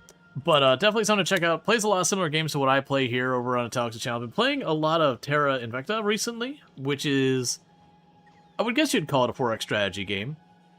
But has a lot of overlap. Has played a lot of similar games what we played on here. Let's see. Time for Slay the Spire 2 tomorrow. Nice. I hope you have a good time with this. Low key, I never really got into Slay the Spire. I just got into too many of those card-based roguelites that I kind of like, I don't want to see cards anymore. And I know it's a good game. Like, I very genuinely know it's a good game.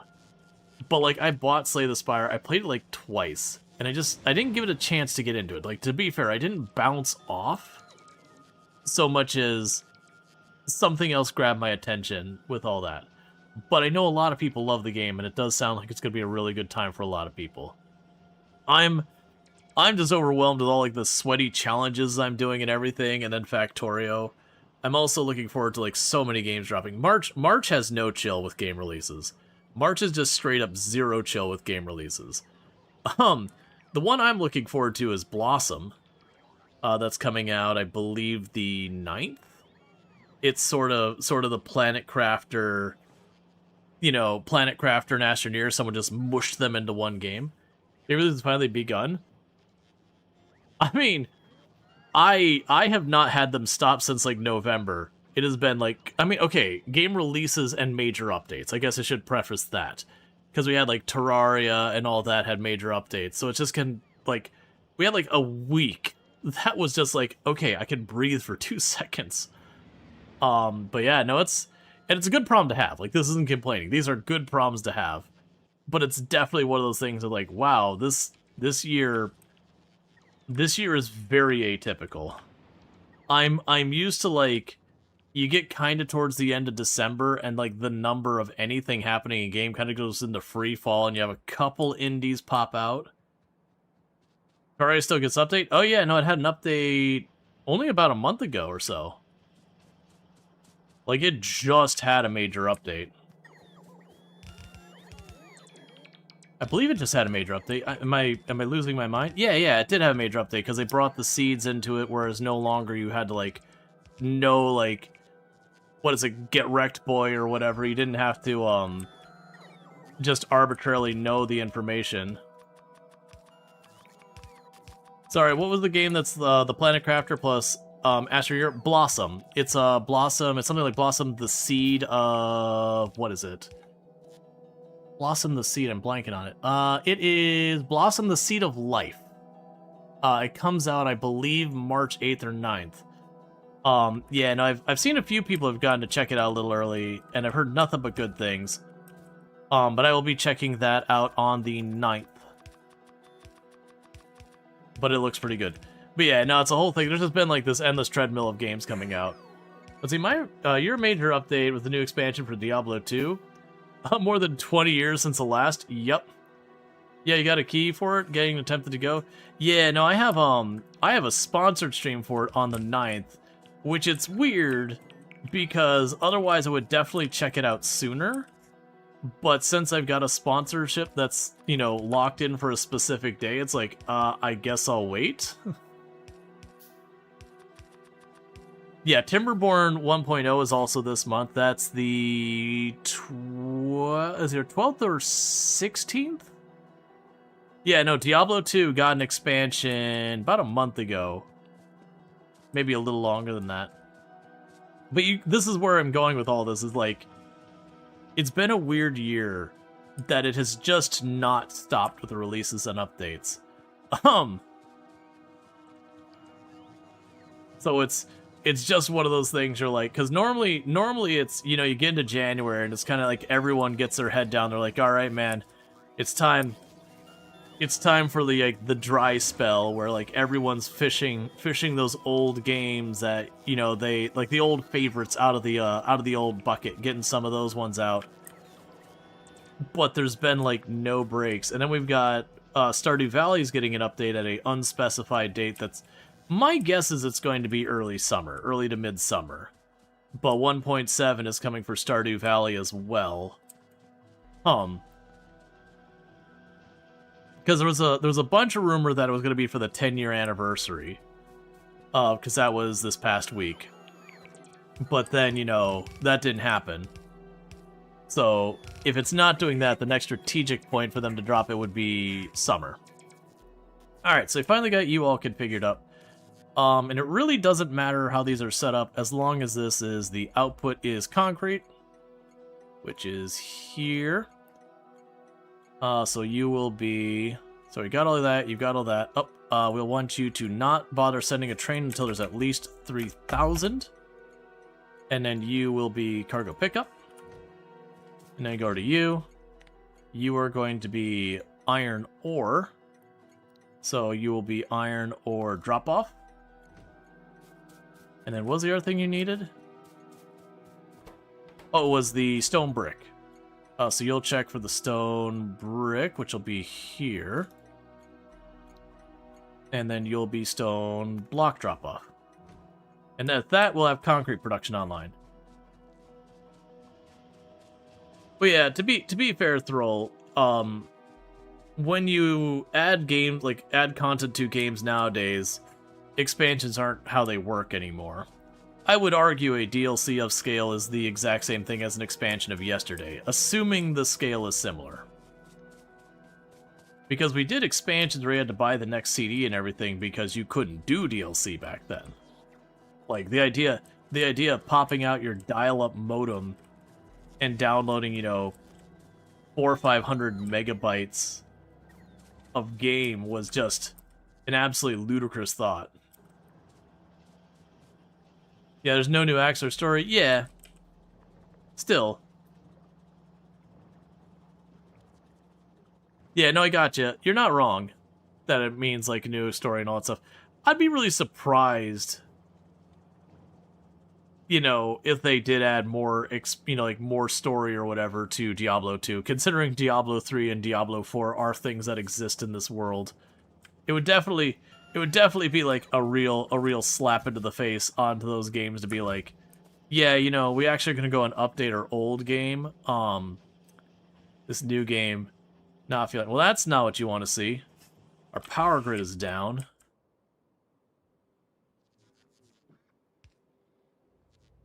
You're still getting more of those lasers going. Yeah, so we've got all that going there. That'll take care of the accumulators. So we are going to just need to expand our solar and all that.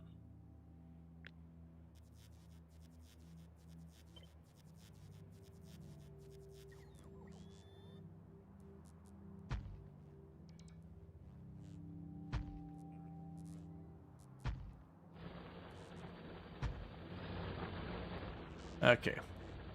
We'll leave that going cleaned up. Maybe it's a precursor to some story needing that class. Who knows? You don't want a new story for Diablo 2? Everyone who worked on it's long gone. Yeah, and that's the thing. I think it's good, like, it's good to keep games that were really wonderful, like, as they were at the time. Like, by all means, fix, like, bugs and performance issues, or, you know, give them compatibility with modern hardware, that kind of nonsense. But, especially if you have sequels and all that. Like, it would be weird if suddenly, you know, Maxis/EA turned around and was like, okay, we've just updated, you know, Sims 2 and Sims 3, and you'd be like, why? I'm not against it. Oh, there's no inserters here. I just don't understand.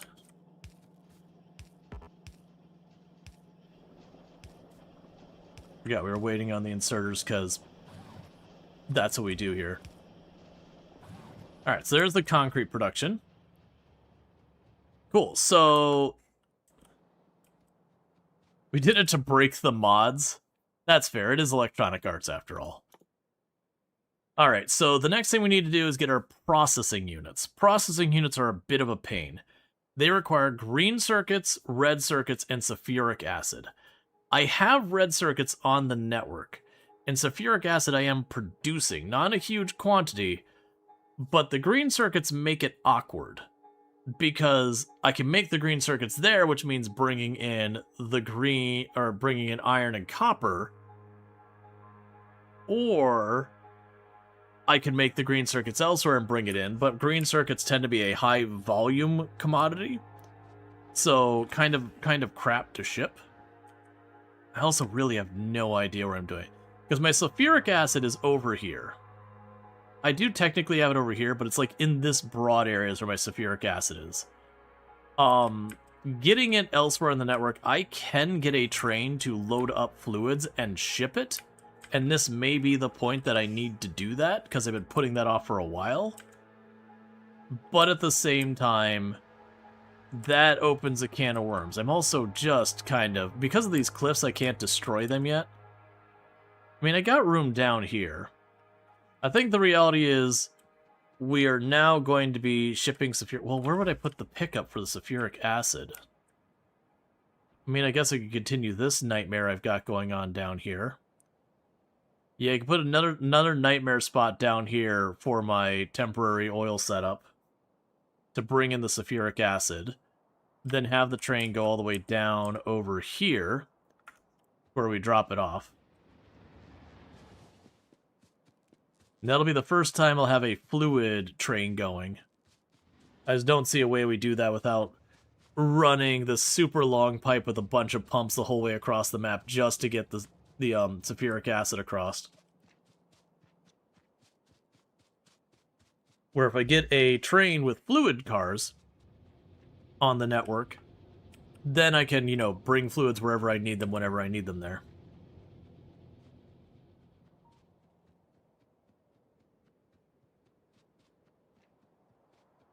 Okay. Oh, I forgot I queued this up. Let's actually build this. Because I recognized we were hitting a bottleneck on our iron plates. So we'll get this going, and then we'll get the processing units next.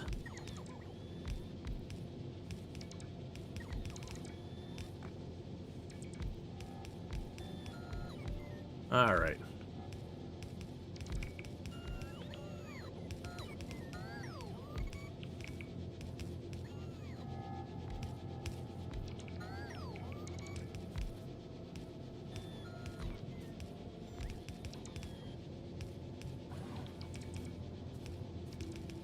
Okay.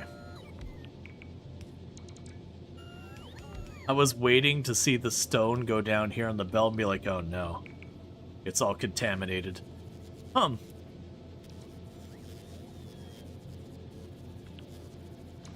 Oh, right. The reason you're not placing these...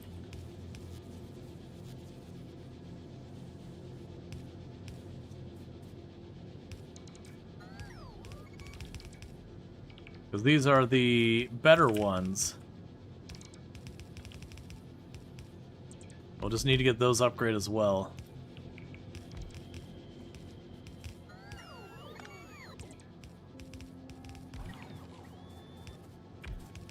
Alright, so we'll need more inserters. There's a real shocker. Let's try and get this all set up, and then get the outbound lanes set up to balance out better for getting the trains filled up quicker. Okay, and that'll just require me to get a lot more inserters.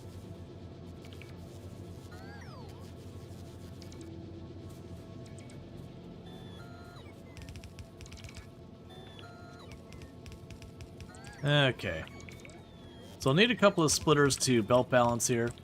Yeah, so you now see that belt is at absolute full saturation. Another thing I'll probably need to do is on this end, we're probably going to need to upgrade a lot of these things. So let's go ahead and put a splitter there, pass through here. Oh, you can put a splitter here, and here, and here.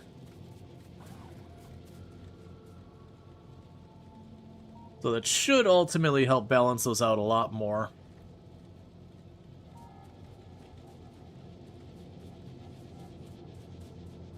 And meanwhile, we're going to grab our thing that upgrades all of our inserters until all the inserters in the back you're supposed to be upgraded. And with that, I'm going to need to make my way over there. Is this actually a stop? This is not a stop, which works out great. So what I can do now is I don't feel like walking. I can grab my train here, and we can tell it that I need a ride.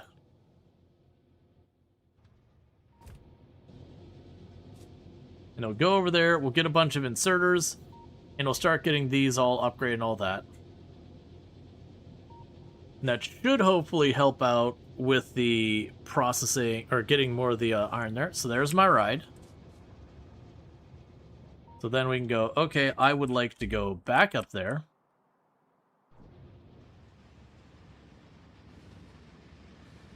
Just hop on my train and get back over there.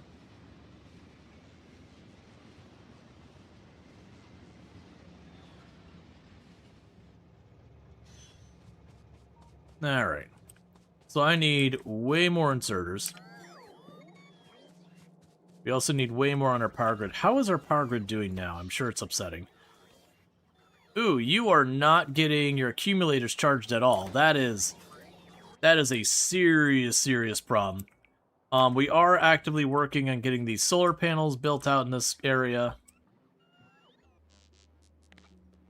I'm just going to grab more on here.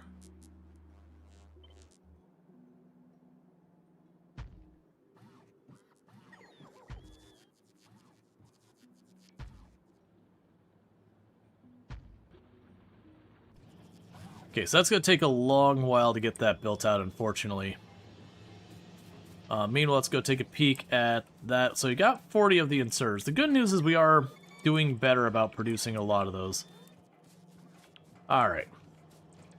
So we're good there.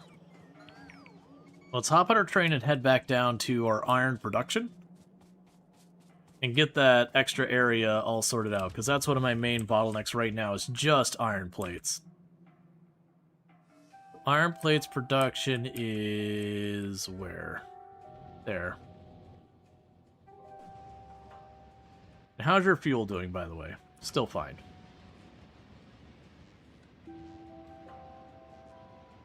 Yeah, we're slowly expanding our setup here. Getting our power to be covered. Starting to, like, wall off the areas we're being threatened by the biters at with just tons of laser turrets and walls, and we have accumulators and solar panels all the way along, so if, like, ever a power connection gets broken, there's at least something there.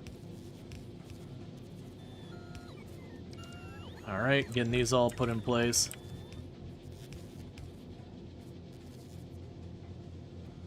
Okay, we got a little bit of way through there.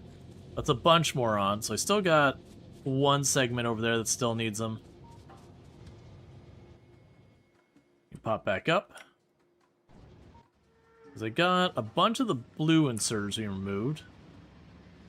Yeah, that's kind of what we're waiting on, is just... I'm using the bulk inserters and they're just taking a while. We're building out a wall that's taking a while.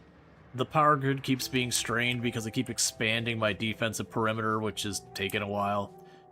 Pretty much everything's taking a while.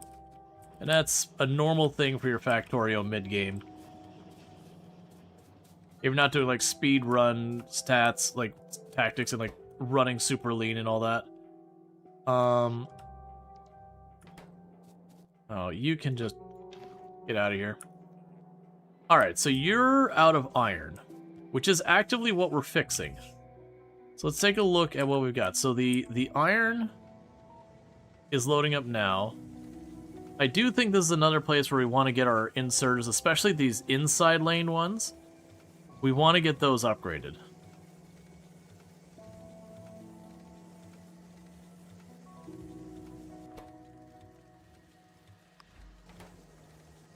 So prioritize the output right on there.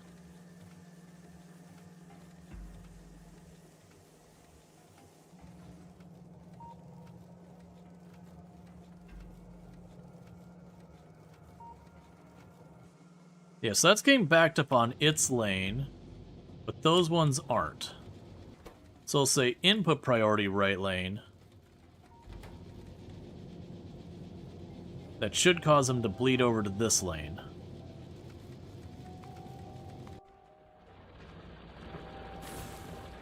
You suck.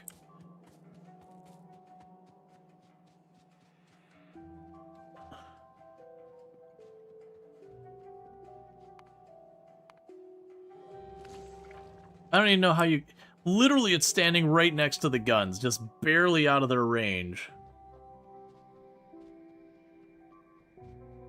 Do I have ammo? I do have ammo, thankfully.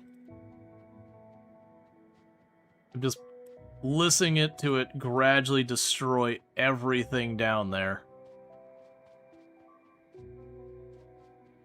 The sneaky biter? Pretty much. It happens. And thank you for the follow. Welcome to the stream. It's so far away. I should have taken the train. I just didn't have a good stop and I didn't want to like figure it out while I'm actually actively having things destroyed.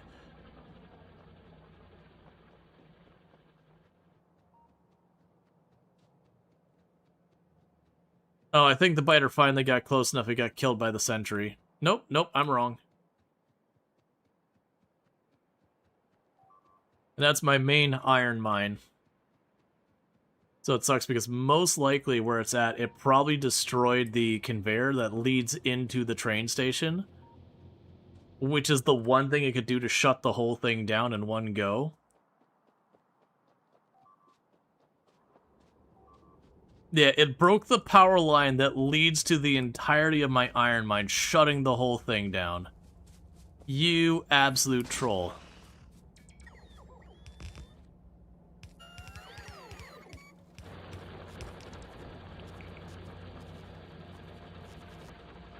Alright, well, it's all back online. So it maneuvered around there. Yeah, so it's probably one of these nests over there. I don't really have anything I could do to get that going. Hey, Julian, how's it going? I don't really have the sentry guns on me anymore. Not the regular ones. But if we had one attack here, the most likely outcomes will have more. It's just interesting. I'm guessing they came from this angle. I have a few walls over here. We can try just plugging up this spot here.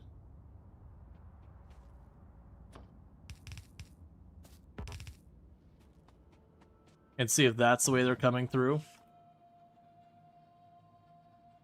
Otherwise, it's there or over here. I'm guessing they came through that spot. Definitely want to block that out in the future.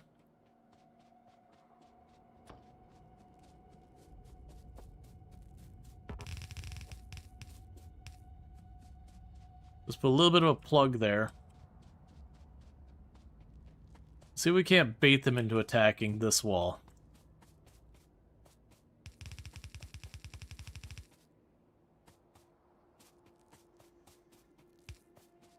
There. So I put down some walls, so I'll hit the walls first. I don't have guns to put behind them right now. But if they at least attack that gives me some time to head down there. It also looks like we're starting to have a bunch of these drills run out of ore underneath them, which is fine.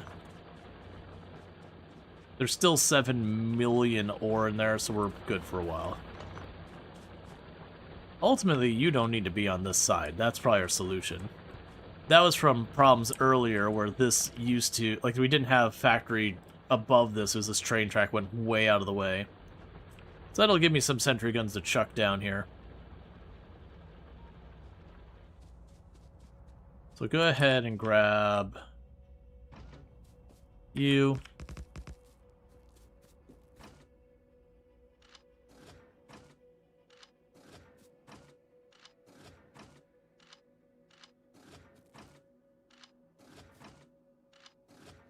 There we go. Alright.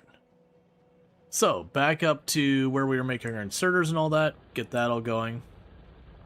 Yeah, so you can see all this area had fortifications around it. But the biter just went around. It was destroying stuff right there.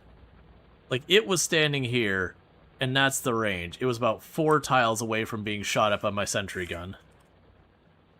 Because, again, it's an absolute troll.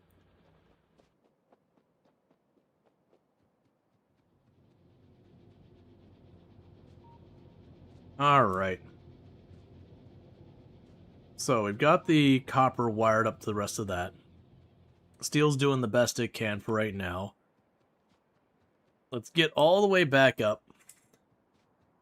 We probably could afford to get an upgrade in armor. I got 3 tiles here that I'm not using. Is there something I can make worthwhile? You are 2x4. We could definitely fit that in. The night vision is a wonderful. I never end up using it. The only reason I don't end up using it is usually the power consumption on it's pretty astronomical.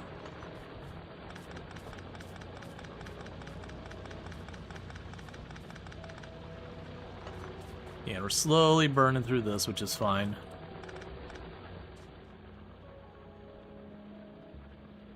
Not loving that I'm seeing this all starting to get low.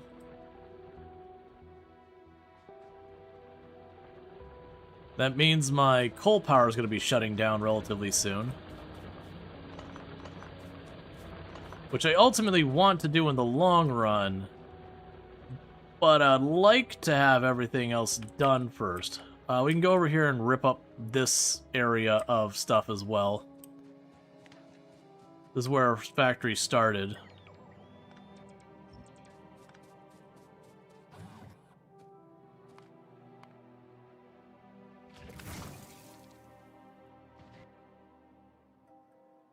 Alright, we got the answer to that question.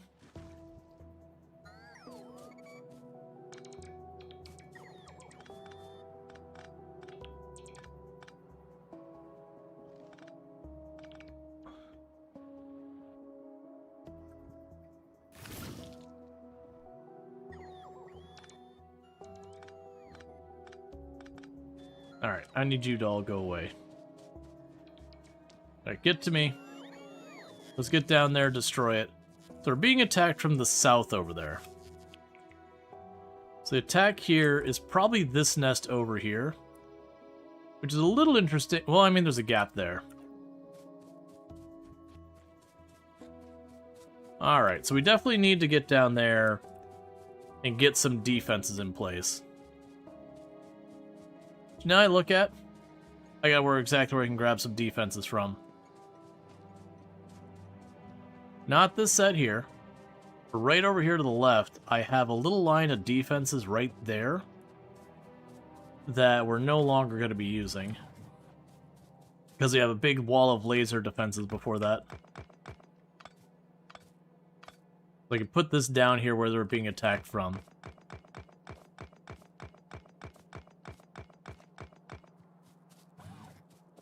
Factorio ads are rare for you? You see an ad for a game that is one of your favorites?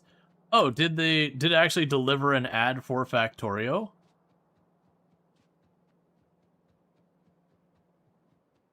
That's an interesting thing. Very, very topical, if it did. Alright, so let's get down here where that wall was getting hit. I'm glad we put the wall there, because like this, otherwise the whole time it could be tearing up our railroad tracks or other nonsense. Instead, it's just picking away a concrete wall, which is cheap, easy to make, not really a big deal. So you can just run down here. Get to their place. Did you... Oh, it did die. Yeah, so it went to attack over here. Oh, I thought you're commissioned to play Factorio? No. No, the ad has to do with that we're sponsored by Fractal, who makes like computer cases and cooling fans and water cooling and all that kind of stuff. Yeah, it's a shame that like the titles on streams are so short, because they do have people make that kind of mistake. Not all the time, but you know, enough. That I think it would be good if I had enough characters to be... Well, I mean, people don't read the titles half the time. But, like, to be clear, like, maybe have it so just on Twitch that when it comes to, like, the listing of ad or whatever, you could specify, like, you know, sponsored by, advertised by, that kind of thing. Because we do a lot of game sponsorships.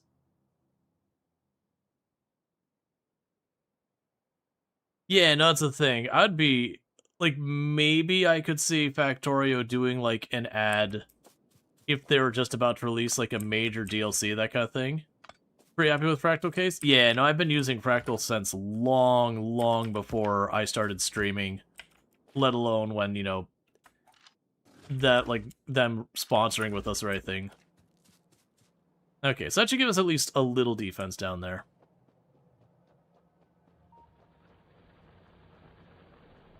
Yeah, it's been a long time that they've been sponsoring the channel.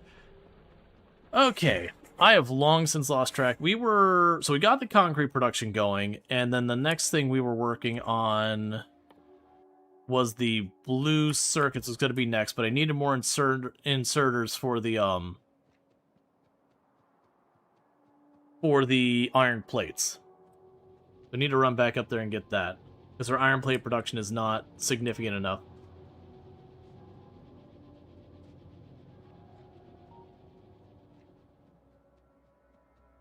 Because as you can see over here on the left wall here, we are working making that a solid defense. Hey, Mahalik, thank you so much for the raid. Hope you had yourself a good stream and all that good stuff. If we can get a shout out for Mahalik, I'd appreciate it. We are not producing enough on our solar. I'd really appreciate it.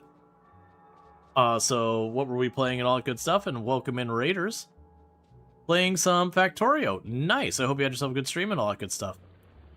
We're dealing with like mid-game headaches, where we worked on flipping our factory from our starting factory to our middle one, fell behind on the alien tech, so now the biter's becoming a huge pain in the butt. And then also trying to get other things advancing. It's a whole experience.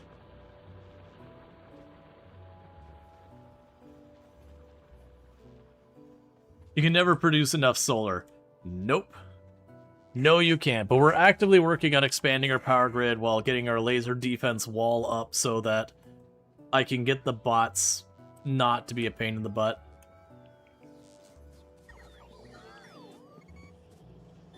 Alright, so we're getting the inserters. That's good news. Because it looks like they got a iron plate drop-off. You do have a simple quality of life mod for Factorio you'd recommend if you aren't going for mod free run. Generally speaking, I either run extremely light on mods to no mods. For Factorio, I have never modded Factorio so far as on stream. I have done like a little bit of like C block, and it was like Bob something or other back in the day. But that's been a long time since I messed with any of that. We could grab one stack of those. I need to go through and start sorting that out, because that's going to be a problem soon in its own right.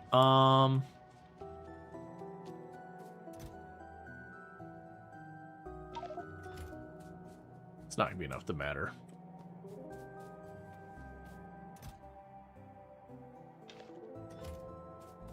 Okay. So I got all this. We've got a bunch of inserters on us. Let's go take this train over to you. Because then we can get those inserters going so we can get the fix stuff. Might you ask what mod? Always looking for new ones. Oh yeah, no, by all means share the mod for quality of life for anyone who wants it. Just most likely, broadly speaking, it's very rare I mod my games. Like I said, when I do, usually it's something like a challenge mod. Like we've been doing a Stardew Valley challenge, so it's the Tileman challenge. So we basically have to buy every single tile. It's even distribution. Oh, I don't think. What's a mod that allows Steam achievements when modded? You wouldn't cheat, would you? I genuinely don't care. I've always found it weird when like people made a big deal about like, people like disabling Steam achievements with mods. I've always found that to be a weird thing. I do get that some mods are broken powerful, but I always see Steam achievements as a thing you do for yourself. Did I? Oh, lovely. They built a nest even closer. That's really close, actually. Alright, that'll be thing. You're really doing a Factorio mod called Warp Drive Machine. It's like Warp Torio, but a bit different. Really changed up the gameplay. I have no idea what any of those things are. But yeah, like I said, I've always been one who prefers to mod lightly. I've just run into way too many times about being like getting crashes, bugs, and soft locks and all that from mods. Let's see, what about global statistics? You find it useful to know how many people actually got the achievement? I mean, that's fine, but like I said, my comment is more when, you know, you're playing a game and then it's just the, like, it disables your achievements if you run any mods. Because sure, it's one thing when you have, like, a mod that's, like, really kind of cheesy and all that kind of stuff. But there's just a lot of cases where, like, really when you look at the mod, like, City Skylines. City Skylines has a lot of really agonizing things that very genuinely you mod because they frankly shouldn't work the way they work. Like, making it so you can put down more trees and more of that kind of stuff. But at the same time, there are a lot of people who get, like, weird about, you know, oh, but you didn't really do it. It's like, look, man, it's a quality of life mod.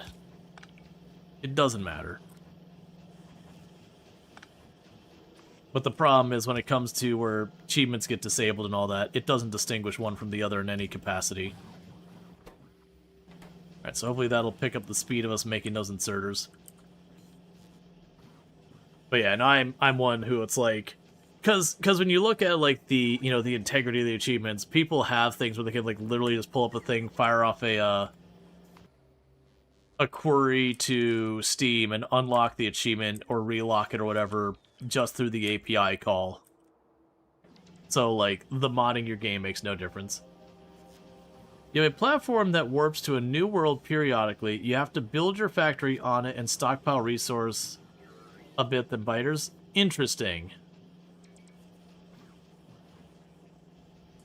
Alright, so just letting them get the inserters kind of piled up a little bit.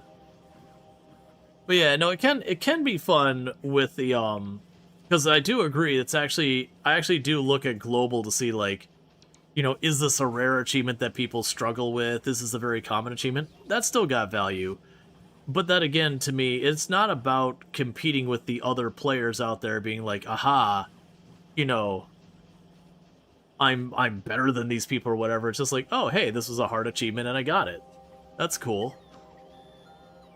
Like, if people are using mods to help them get the achievements, I don't care. It literally has zero impact on my life. Like I said, I'm kind of against where games will be like, oh, you're running a mod, achievements disabled.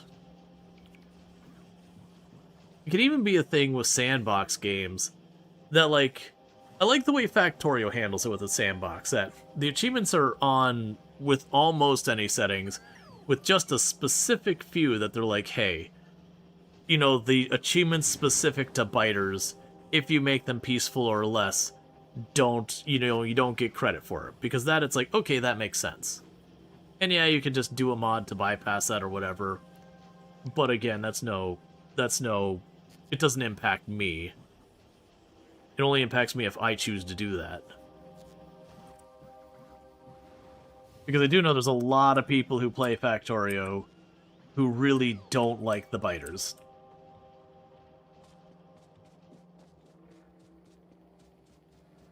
Yeah, Factorio's achievements are in-game too, so mods can add, remove, mod them. Yep. Alright.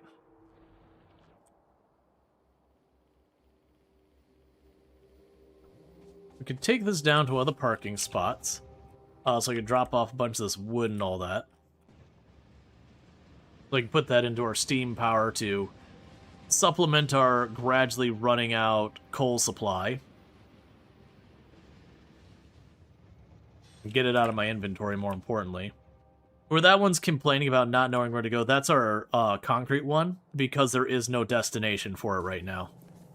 So it keeps queuing up to go to a station called Concrete Drop-Off, but there is no station called Concrete Drop-Off. We'll get there, but I don't have it yet.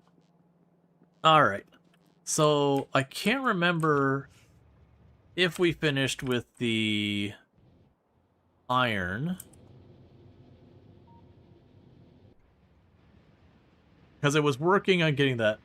Let's see, isn't the issue with Steam Achievement is that you can gift items that you can buy or sell mini stock market? Oh, those have nothing to do with achievements. The thing you're thinking about is, oh, what are they called? They're not drops. Yeah, that's fine. They'll pick, because that's when we need to go fast. Yeah, I'm blanking. It's certain games you can get, they'll give you like these little trading card things, but that's not tied to achievements. That's purely play hour. Like literally you boot up, yeah, the trading card, you just boot up the game. You'll get the cards.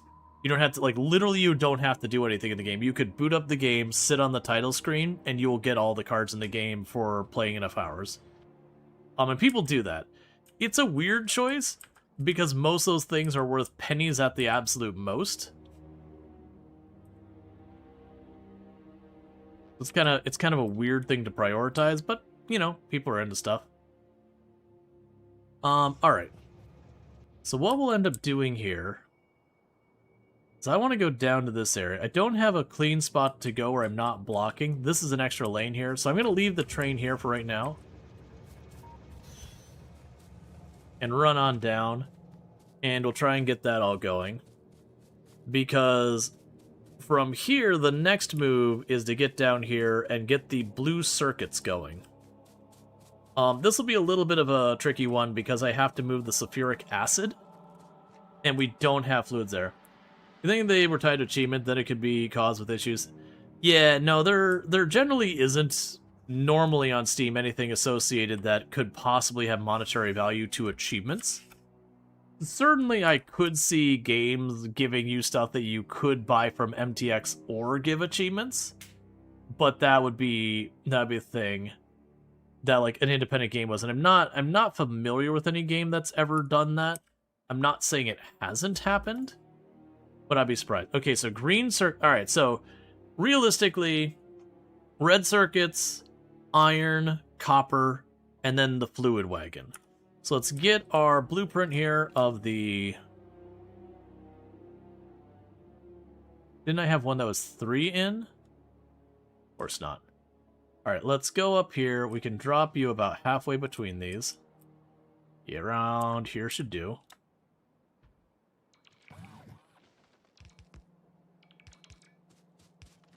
Yeah, if someone I know, someone you know set up a bot up to run all his games to generate those cards. It was really annoying as Steam kept telling you your friend was running X, then Y, then Z, then A, then B. I asked him and he admitted it was a script or app or something, card farming. It's so weird. Yeah. Well, like I said, especially because with those cards, 99.9% of them are worth like a penny or 2. Like you're not going to be selling those cards and making a meaningful amount. Like, there have been really rare cards on there that have been worth a couple of bucks. But broadly speaking, people just grab a whole bunch of games that just have cards and just do that. And it's more about just like, I got a bunch of cards. Alright, so we've got the copper. So I have copper, iron. I will need the plate. For right now, I can go ahead and yoink you. Let's also tell it to yoink this. Yoink that. Yoink this. And yoink that for right now. And the reason we're doing that is I need to put another stop over here. And then past that I need to put a fluid stop here. Which the fluid stop will be something we don't have one set up. Alright, looks like we got our black science delivered. Considering it just had,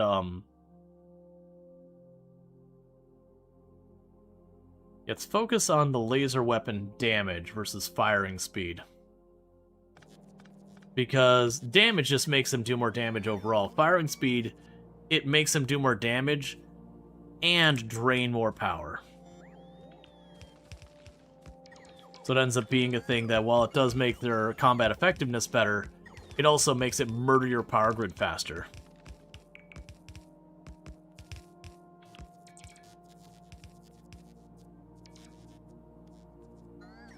Okay, we can run up here. So what needs to happen with this one is we can go ahead and grab all of that. So that'll be our next stop for there. And then what I want to do with this stop all the way on the right is we want the stop, but I want to yank all the conveyor belts because that'll be a fluid stop. Alright, let's keep going and getting all this built out.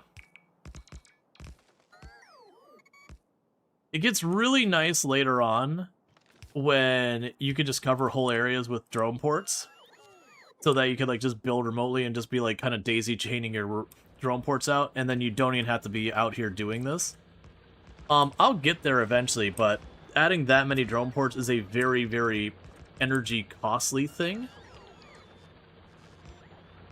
And so it is just going to require me to expand the power grid that much more.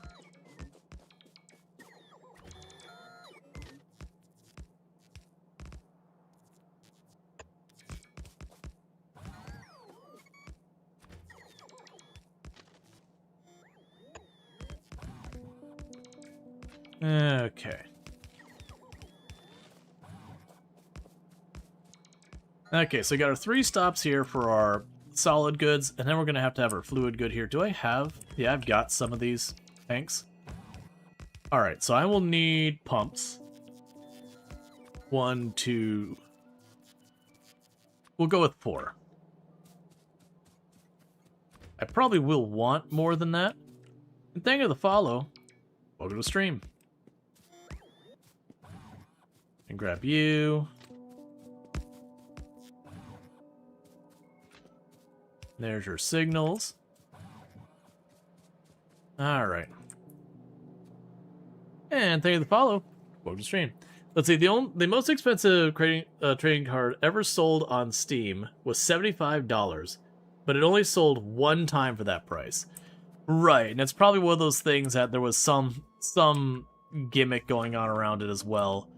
It's also those things that can get like really kind of dodgy with stuff that it's not embezzlement, but you can get the idea where you can do some dodgy stuff. Who even buys those cards? I know there's a couple people buy like to complete their set. It bothers them to not have a complete set or whatever. Some kid with mom's credit card. You're probably not wrong.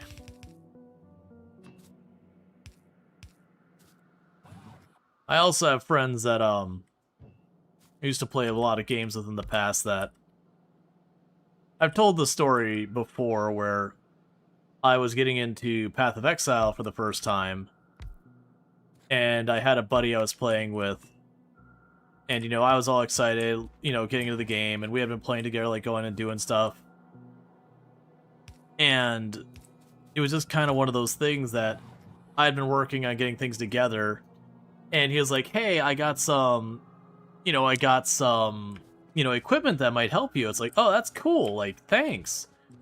And I came to find out he was RMTing, which is real money transactioning.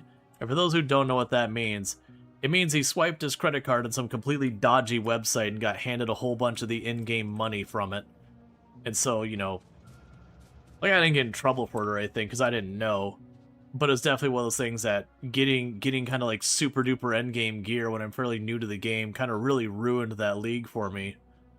That, you know, I didn't really have anything to chase on a meaningful capacity. I wasn't a knowledgeable enough player yet to know about like crafting your rare equipment up and all that.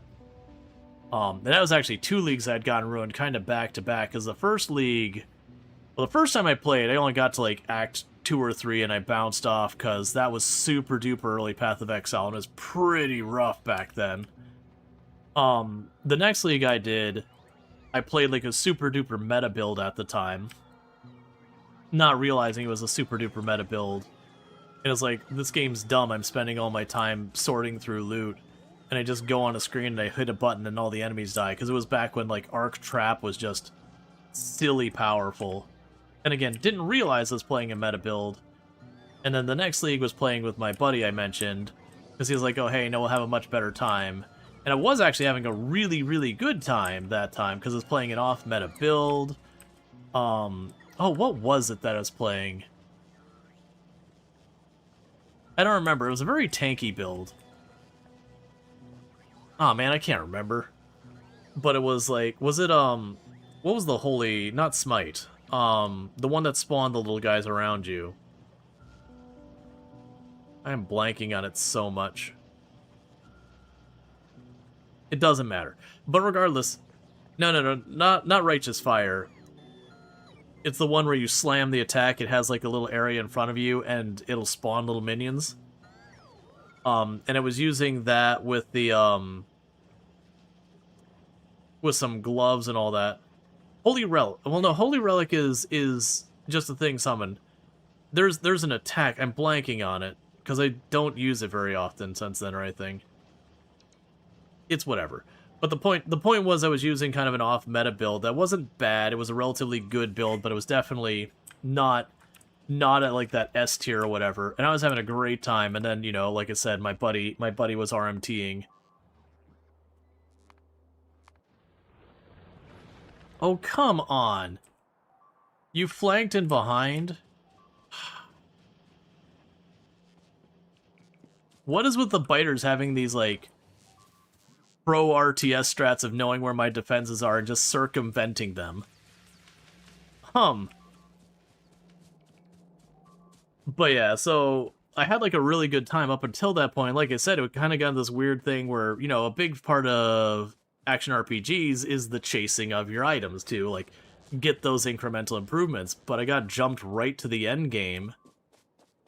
And there was, like, the only thing to chase was, like, you know, you're one of a kind on the entire thing. Like, they crafted for, like, half the league kind of rares.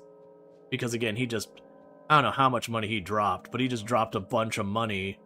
And then just got me, like, all the best uniques that were available for my build at the time. And it really ruined the league for me.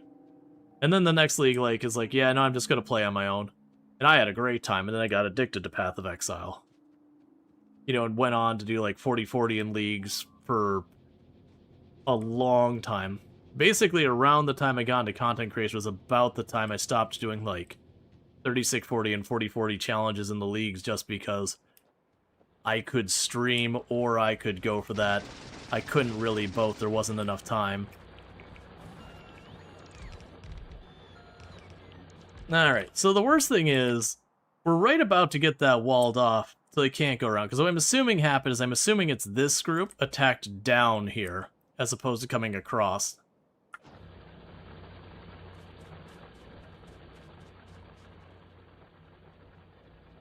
We got all that replaced, right? I'm not missing any? Yeah, no, it's all moving around. Okay. And everything's just hitting my main iron mine. But yeah. I don't have ammo to put more sentry guns down, unfortunately.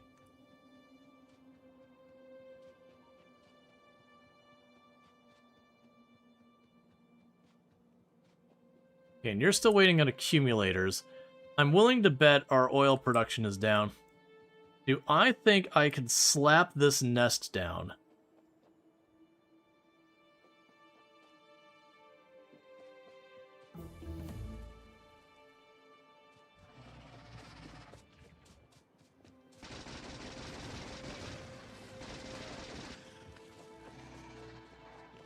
Come visit my lasers.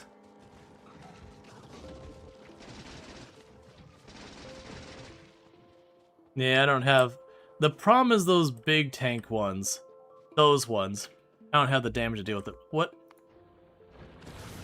Literally, where are you coming from? I just cleaned you out. I was just there 2 seconds ago, and I attacked up here. Where did you come from?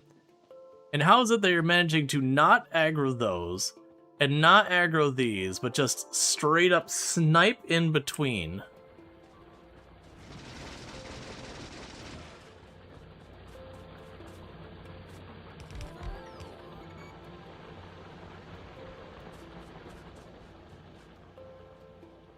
Because they're clearly coming from up this direction.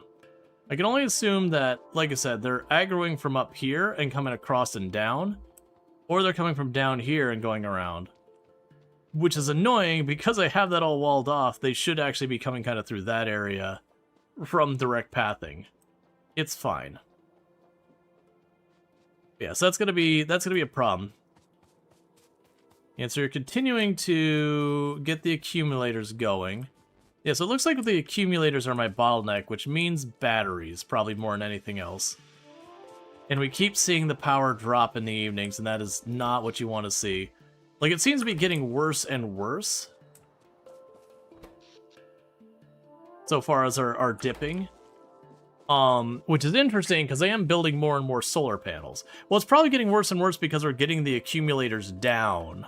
So it's not actually worse. Let me look at that again. Is that percentage or whatever? So that's 3.5. No, it is just actively worse. Alright, so we just need to get more solar. We just need way more power.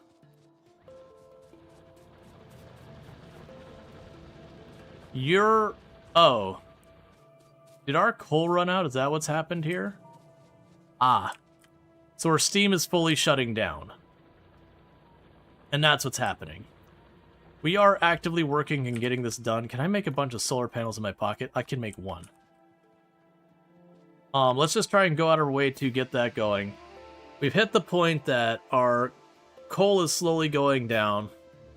And I don't really want to take the time to build it out, because it's only 20 megawatts or whatever. And at this stage, our solar's producing like 3 times that much.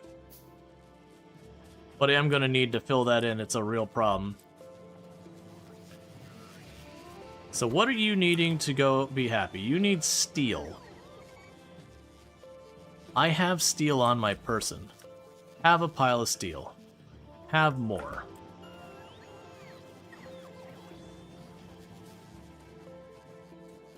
And go over to our steel train, which is, I think, this one.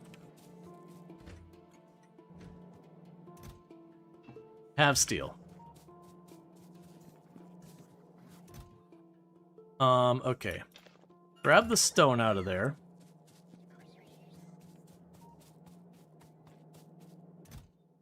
Have stone. Okay.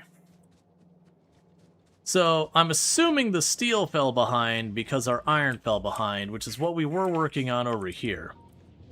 Now, the good news is the iron has definitely picked up the pace a lot. The trains aren't sitting here quite as long as they were before, which should pick up the pace.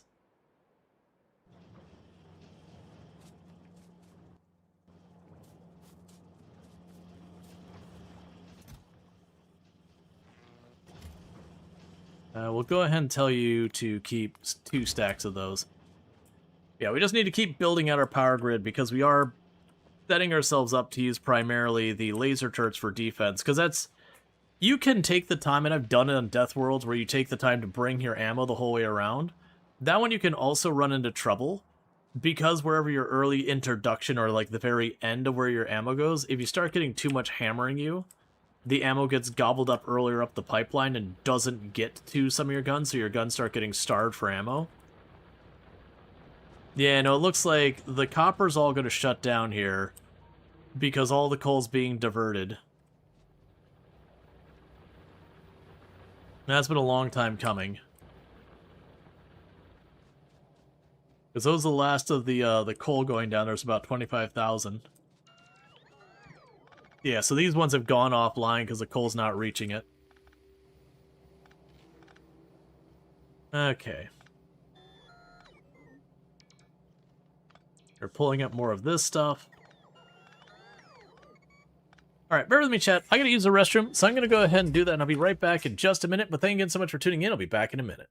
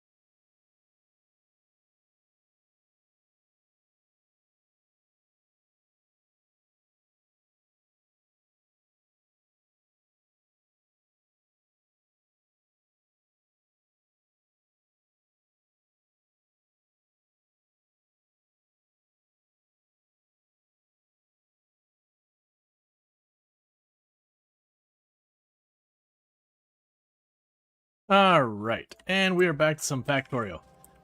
Okay, and I pause since we are having attacks between. Usually when things are stabilized, I feel comfortable pausing this, or just like letting the game run when I step away for a minute.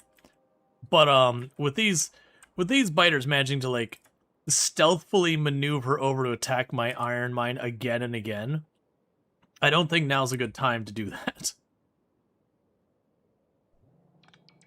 Alright, the other thing we could potentially work on is what would it take me to get my rockets going? So for the rockets, we just need explosives. For the explosives, we would need coal, sulfur, and water. And then for the rocket launcher, that should be... yeah, it's the rocket launcher is a big nothing burger to make. So let's try and get ourselves some rock stuff. Is this a new run or the same save when you first played? This is a new run. Generally speaking, especially when I get stuff to like end game, I usually won't boot up the same run I was doing previously. It's just kind of one of those things that... oh, it's interesting that does... oh, that's just weapon shooting speed and projectile damage. I see. But usually once I've started a run, I won't keep doing the same run more and more. Because it's just one of those things that a lot of times when you kind of like jump back into a run, especially as long as it's been, I wouldn't remember half of what I was doing. But that's just one of those things where it's like, what am I doing? I'm making the factory bigger. Okay. You don't have that back and forth like I'm dealing with the biters right now. Because of that run, I've got artillery and just... I pound the biters into the dirt. They fully evolved and it doesn't matter. I just keep smashing them into the dirt again and again, never giving them a chance.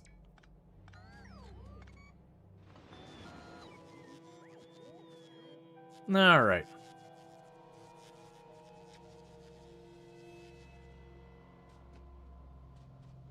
Let's go ahead and chuck more fuel in here.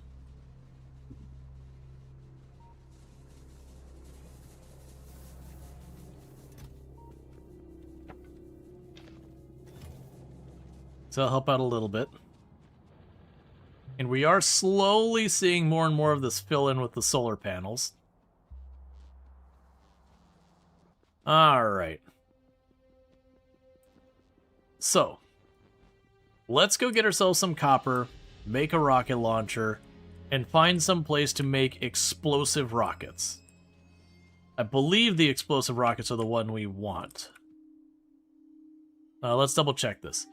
So damage 200 explosion. Explosive rocket is only damage 100, but hits in a large area. Well, it's actually 150, because 50 for the initial hit and 100 for the splash. Versus the regular rocket is 200 only where it hits. Alright, first, before everything else, explosives. So the explosives, it was sulfur... sulfur, coal, and water. Do I have sulfur, coal, and water nearby? I think we do. I think we're making our sulfuric acid. I think we do have all those things nearby. Which is right down here somewhere. How is my oil doing, by the way? Are you getting scarce? Yeah, so our oil is tapping out. So that's another problem. Is we're now running out. So there's the sulfur. We have the water, and then coal is right there. So this will be fine. I'm only going to build 2 labs for this, I think.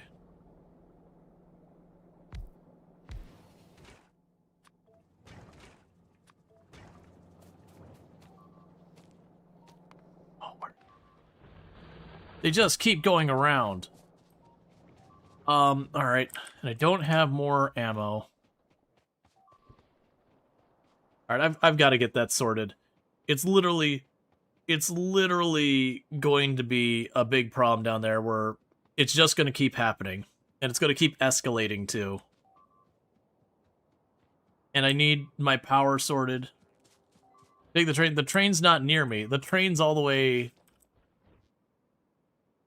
yeah, train's up here.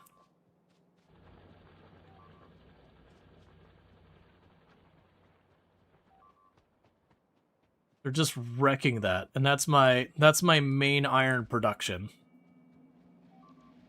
Call it over?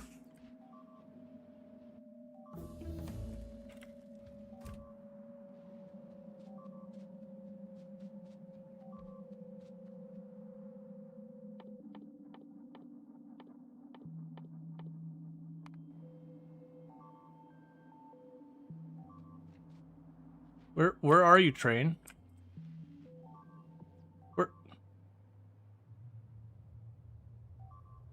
Where is the train? It went somewhere completely unrelated. It's on its way. Okay, get in before I accidentally send it on its way. So this is where they're attacking.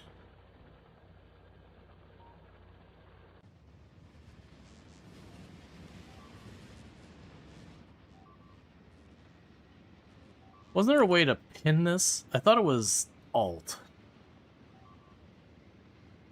They're just destroying the whole thing.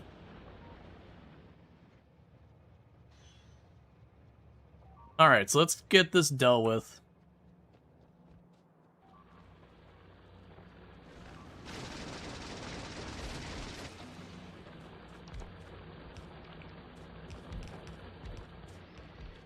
Okay, so it's really frustrating that they're just kind of avoiding any problems. That they're like literally sneaking between 3 lines of guns to do this.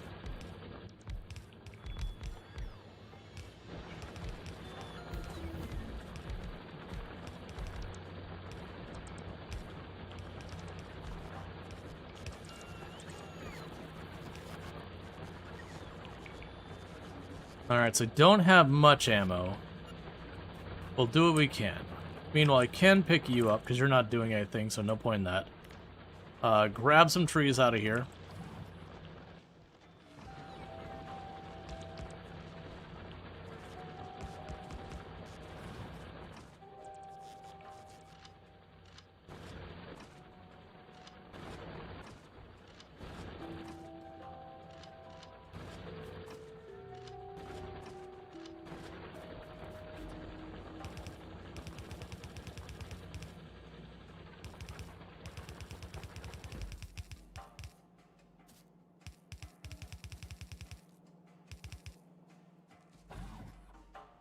Alright, let's see if we can't see where they're coming from, because I'm guessing it's the nest to this left. Because what I'm trying to do is get over there long enough to be able to get rockets going. Because if I get the explosive rockets, I could probably just hammer the nest into the ground. Like, then the big catch is just getting the ammo I need to do it. Now I need to go down here before this all gums up because I've got a train sitting on the track.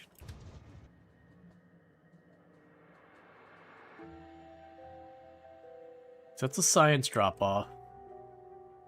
Right, because we were down by the science drop-off doing this. Let's get over there. And I am watching this count slowly get smaller. It's mostly accumulators and solar panels at this stage. So I just want to keep letting that do its thing.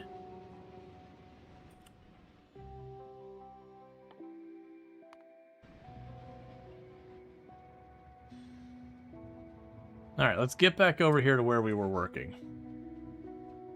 Because I want to get those set up. The problem is I need more oil, and all that oil is over here, which it's stupid high amounts of oil over there. But I can't really do much about that until we can push through and actually hammer. Thank you, Twiblick, for subscribing for 3 months. My comment was in reference to this, but there was no notification, lol. And thank you, Twiblick, for the Prime Gaming sub. I do really appreciate the 3 months you've been subbed to the channel. It means a whole heck of a lot, so thank you. And I do hope you've been enjoying the stream. Okay, so you've got this. So let's go ahead and do a little wiggle. So, and go and grab you.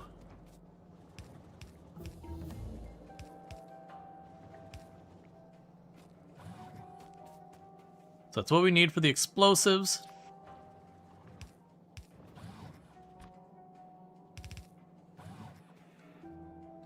I can drop you here. So that'll make the explosives. We need to get water over here.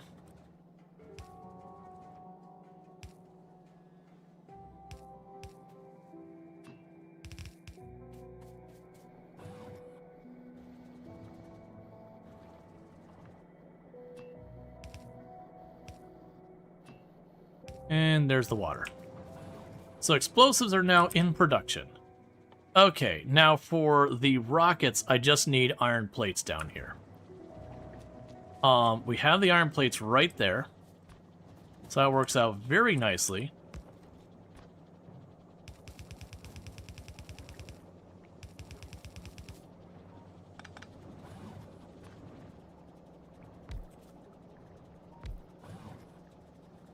Okay, so it'll be you. That's too close.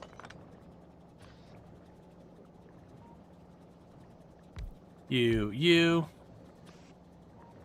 Do this.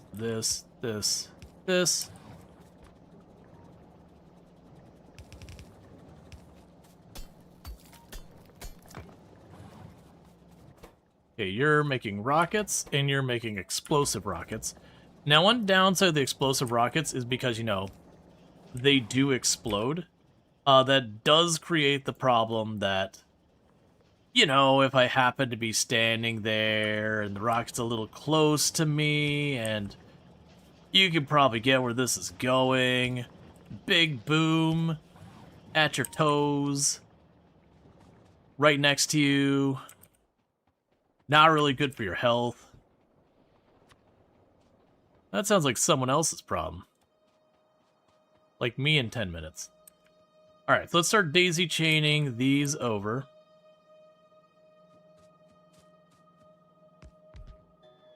So I can get the rockets to be accessible where I don't have to run over here every time.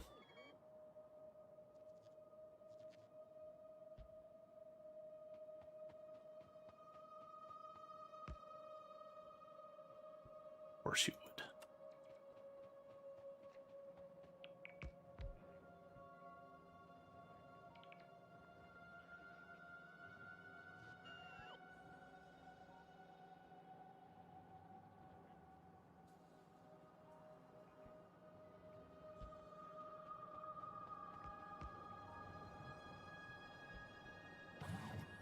Alright, and that would cover all of that.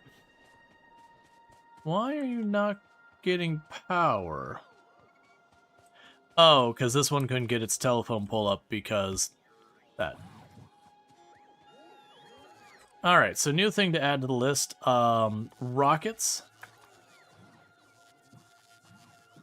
Maybe not infinite rockets. 100 rockets is a lot of rockets. We can let that get built up. Now, this is going to be more of a strain on the power grid, just what we need, but...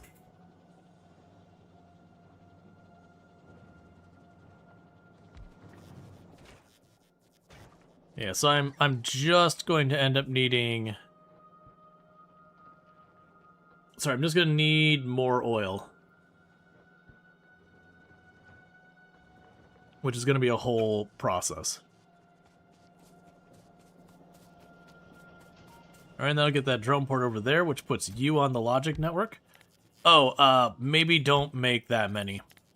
We'll go for 2 stacks for now. Alright, so next thing I need to do is it doesn't do me any good to have rockets if, you know, I don't actually put them, like, have the thing to shoot them. So that's just going to be some copper plates. It shouldn't be that big a deal.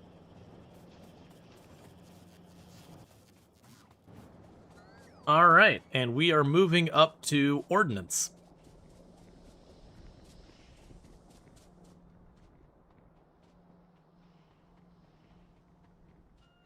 Now, I do remember when you get a really high-quality rocket launcher, you can get to the point of outranging a lot of enemies and just dumping rockets into their base from a safe distance.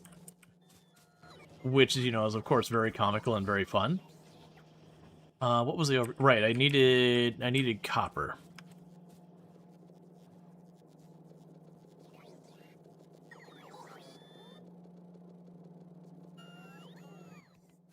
Alright. So there's a rocket launcher. Okay, so it looks like we're waiting on steel here. We are getting plenty of our research going. Some of that'll start backing up in not too long. Alright, so we've got a little nest here that's absorbing pollution. This nest probably has to go. You're still waiting on sulfuric acid for all your stuff. That is fine. You're mostly getting done here with the solar. Oh, let's grab you. Okay, so it's going to be a while till we have enough rockets to do the push. Is there a reasonable way I can get oil in a cheeky way? Because I could, in theory, make a land bridge down here and cut across. That'd be obnoxious. But you can see over here, we've got almost not quite 10,000 yield worth of oil over there. But it's the fact that I gotta fight my way out there. It's also a shame we don't happen to have uranium nearby all that, because I need uranium as well. You always prefer the train artillery? Keep in mind, in Space Age, the artillery is locked behind going off-planet. Because, yeah, artillery was always the thing, is just drop a bunch of artillery and just pound them from a distance. But, with Space Age, you have to get off-planet and all that to do artillery at all. Wasn't uranium just southwest? It is, I just gotta manage to go, because this is, I've got to go through these nests I know about. So that'd probably be where we'd go, is over to this area for all that. It's just all these nests we're dealing with. Because that oil starving is definitely going to be a painful thing. Yeah, these are bottomed out. They're at 1 second, or 1 oil per second, which is low as it goes. So, whereas working on doing that... Yeah, no, it's alright. It's alright, it's just something we gotta figure out. Alright, so I don't really know how much rocket ammo I need to be worthwhile. We'll wait till we probably get 100 units.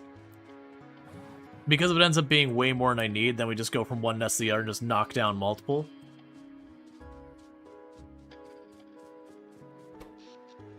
Okay, so our power is slowly going down.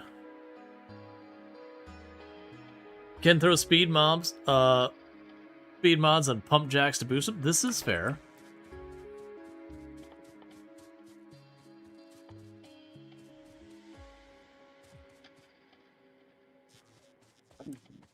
And honestly, with what we're doing with, that's going to be needed. So it's 2 each? Yeah, so 2, 4, 6, 8, 10, 12. So get those going. Oh, let's not do it that way. Alright, hang on. Let's just go grab some red circuits. We don't want to be pocket crafting red circuits unless we really have to. So we can grab some red and green circuits. That'll get us a bunch of speed modules.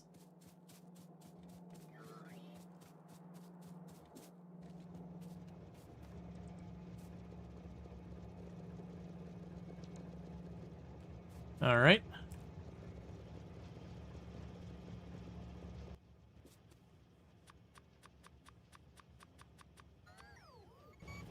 Okay, so that should be the 12 that we get from that.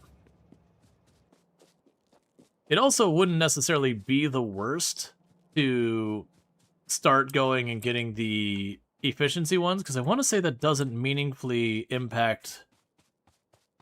Yeah, it just reduces the energy consumption by 1/3. It wouldn't be a bad idea to start getting those. Yeah, let's get those automatically producing the efficiency modules, because that would mitigate our power problems a lot, and it doesn't slow down production.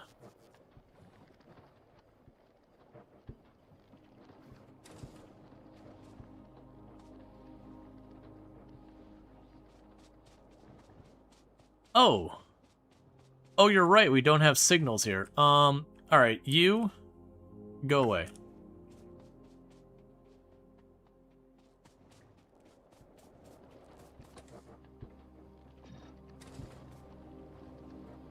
Yeah, so it's not quite giving it 1.5 the production rate. But yeah, what we could do is where we got those green and red circuit boards, we can get them to do the efficiency modules, and we'll just start putting that on any of our buildings that are run relatively constantly.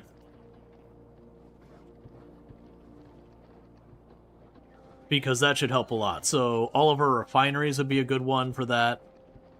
The drills I'm not too worried about. Probably the refineries first, I think would be the right answer. So like our iron refineries, our coal, or all the other ones. That would go a long way.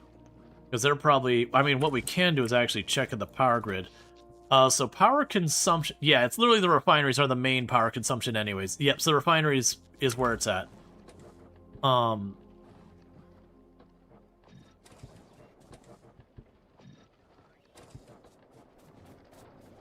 Yes, that should help a lot with the oil.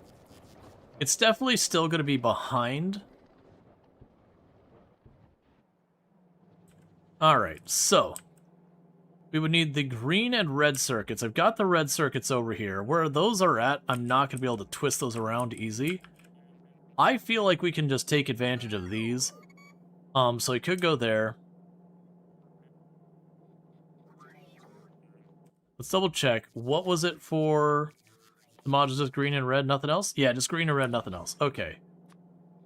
So I can grab you here. And that's a matter of getting these red circuit boards where I need them over there. Because this is as simple as just, boom, there's that there. The red circuit boards only go to those kind of places. So let's, I see where I could probably do this. I'll have to go there myself, but I could go over here. Oh no, I can't do an underground because I'm pulling from there, aren't I?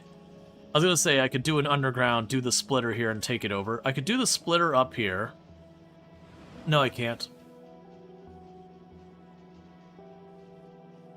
I can do a splitter down here and just twist it across the way and bring it back up. That's not elegant, but you know.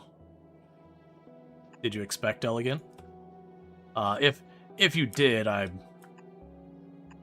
you're probably in the wrong place.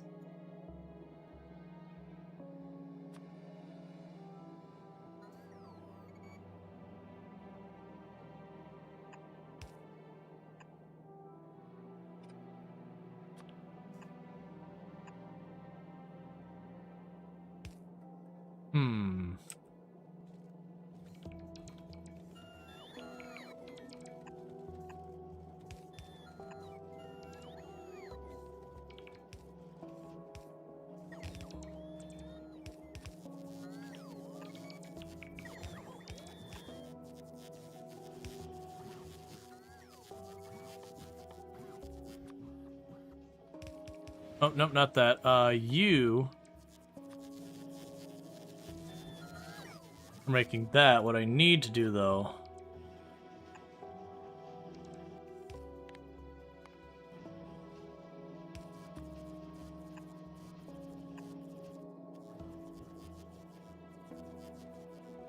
Alright. Because then what we could do here... is let that run its course. Then I'll turn that down this way. I can't do it that way. Alright, hang on. Let that go this way. You are a real booger to fit in there, aren't you? So what was I doing here again? I was standing here for some... Oh, wait, I was waiting for those to finish. Okay, so that's got all those running at about 1.4 oil per second. So it's still not a net positive on oil so far as being able to just run and get more in storage, but it is substantially more. It's like adding like 2 or 3 more oil derricks on there. Alright, so what's going to happen here is we run over here, yoink you 2 up. That'll be accessible there. From here, I just don't have a good angle to work with.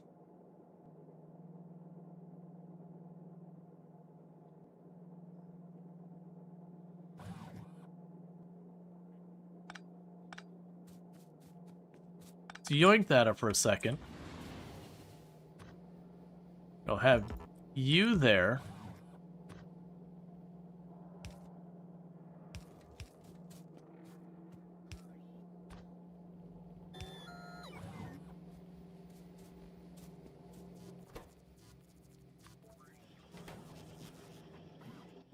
Oh, and we'll need to handcraft one of these.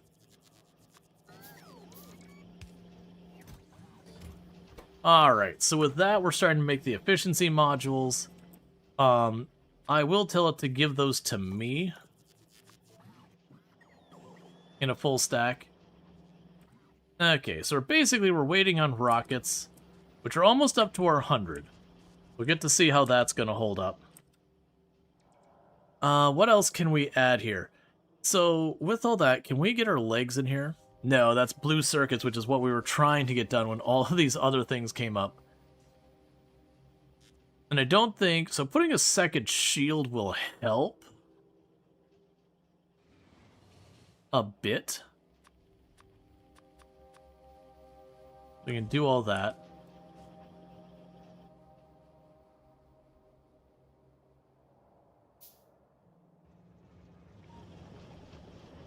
Yes, they are bringing me all that. How goes the science?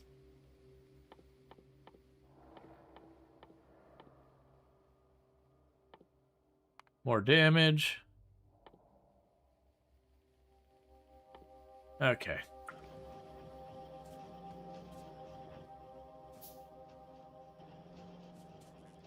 Alright. So one reality is for getting the setup on the iron. We can start doing that. We don't have the bots remotely set up where they can get across the entire area. But we can start doing that. I think if we set up where we like control click it on the stuff, we just periodically drop by the iron with like a pocket full of them. It'll help. You always found it helpful to sideload underground belts in tight spaces like that? Yeah.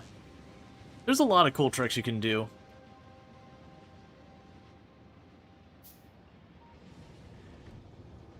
So what I'm hoping is that we go down here and drop you in. I was really hoping I could just copy paste this over, but shift right click, shift left click is not working. Now there's control.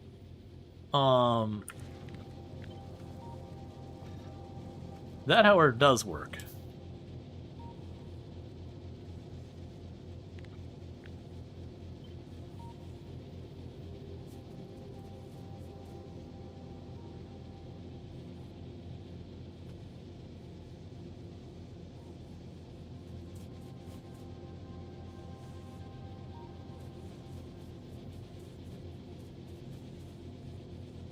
So I am noticing a new problem, and that is the throughput on the belts is insufficient for these ones back here to get any ore worthwhile. We do have plenty of ore still here. Well, I mean, the thing is, it's not backing up there. So if I want even more, I need even more input. We're probably at the point where this needs to happen. So that the trains are blocking the station for less time. It's okay if they take a while to empty, but this way they at least get the stuff on there. Alright, so that's another thing. But yeah, so that'll slowly be able to get these to be more efficient and less power hungry. Let's go grab our train. By the time we get back over, there's a good chance we'll have all our rockets. You can add ghost modules from the map if you recall correctly.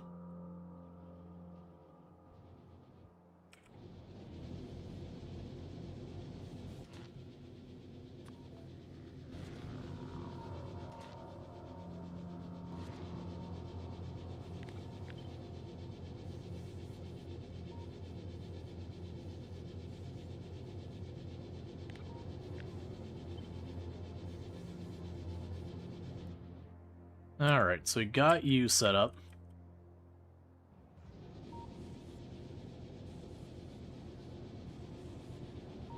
Alright, this way, basically any of our smelters I get in here.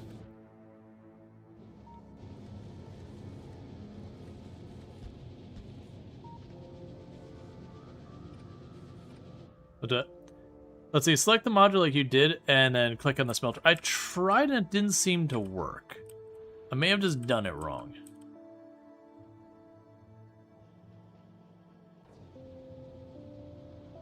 Alright. Yeah, I know it could be a couple things. Alright, so you're all fine. You're just waiting for a train to be available. There's none in parking. And that implies that I might be time to get ourselves another train, which is a problem because I don't think I'm... No, I'm producing engine units because I'm producing them for the blue science. Alright. Yeah, no, that's the thing, is that's how I did, is I copied the building to bring it over.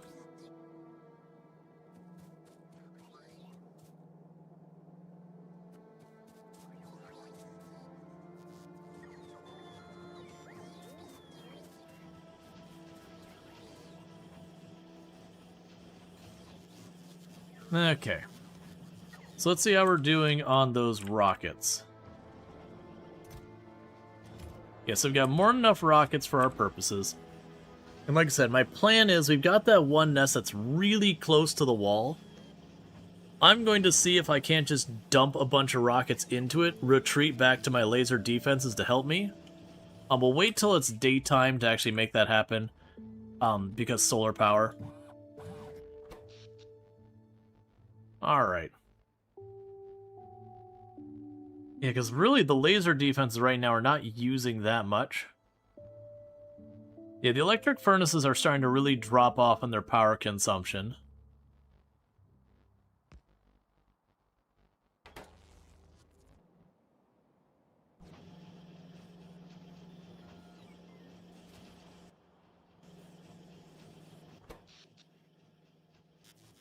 And those are draining pretty steadily.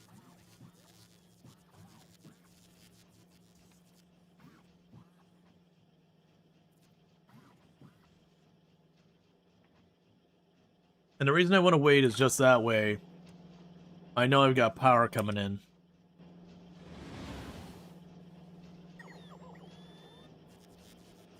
Alright.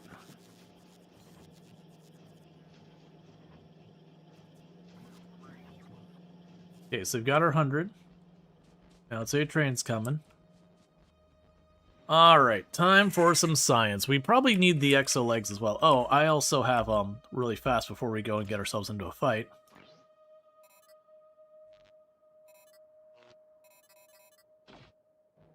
At least that way I'm fully utilizing my armor, even though I could definitely do better. Like, I think the exo legs would be better to get away from the fight faster. Alright, we're gonna start with the ones where they keep getting around my, defenses. We're gonna hammer them down. What was the key for switching weapons? I thought it was tab.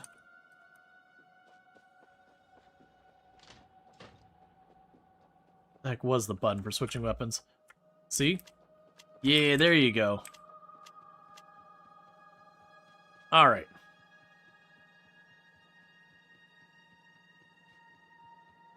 Now, I vaguely remember you can get the rockets firing pretty fast.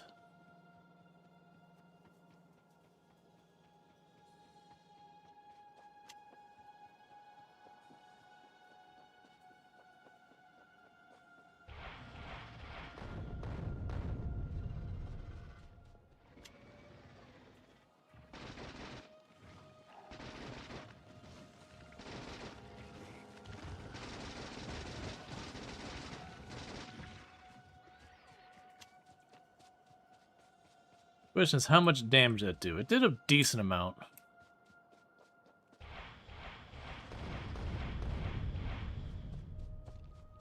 Alright, first nest down.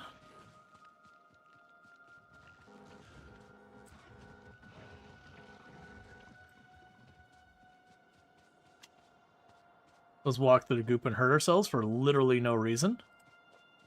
So my focus is on the spawners.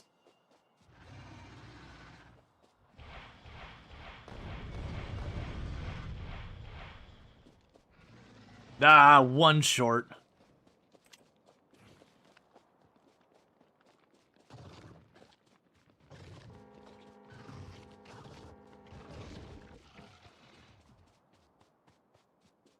Name of the ground, too, by default, as well.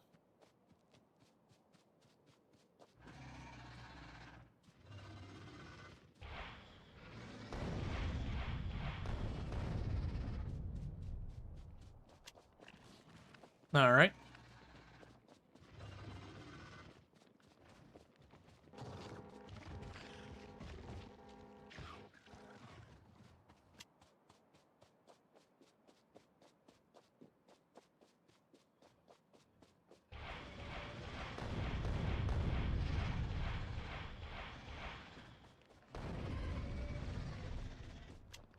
Okay.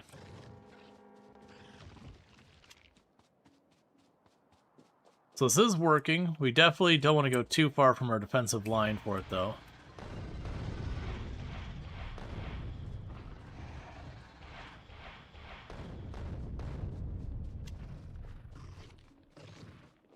And I put those extra shields on for this exact reason, so I could just tank hits for a minute.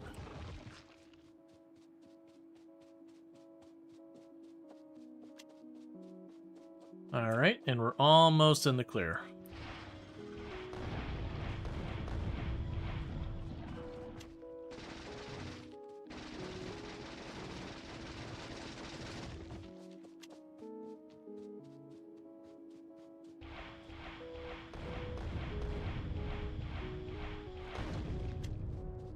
Alright, nest done. That did go through a lot of our ammo, but the nest that's been harassing me the worst is gone. Now, I'm not looking to knock back every nest there. I just want to get the nest out, because if we built out this defense farther, I was worried it was going to just cause the endless chain aggro. And with laser turrets, that will kill you because it's just drains your battery endlessly.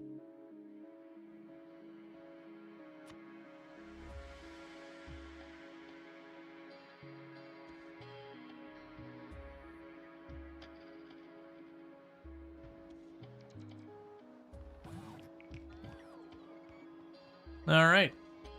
That'll be another clump of that to be built.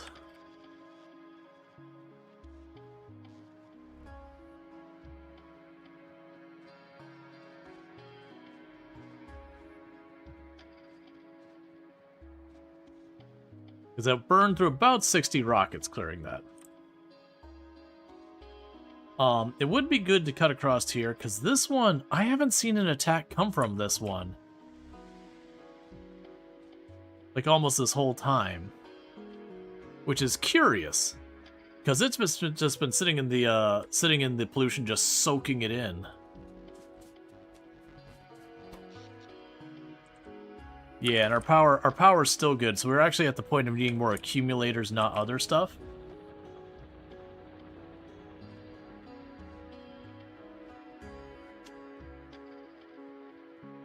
I'm willing to hammer this one down a little bit real quick. Let's wait till daytime, so I don't drain my power over the night.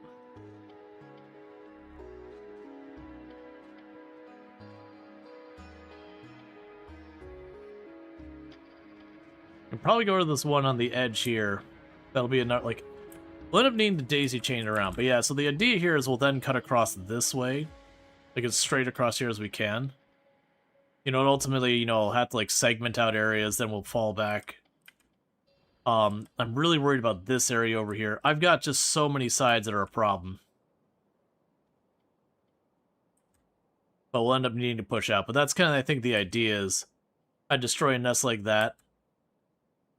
Like, kind of get this walled off, and then when I want more territory, I just branch out, knock down the nests in the territory I'm going for, and just bring the wall across. Okay, that's fine. Progress is progress. Alright, so let's get back up here. Let's grab our efficiency modules, run over to our iron production again. And you are still... Yeah, you're not going to get ahead, but that's at least At least it's in better shape. Still not good shape, but better shape. We are going to have more things I'm going to need to get them into production of. We'll set as a bunch of efficiency modules. Love to see it.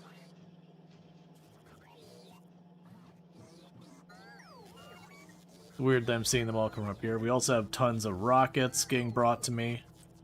So that's good news. Alright, so let's take our train down to the iron production, set it up on the stuff over there real quick.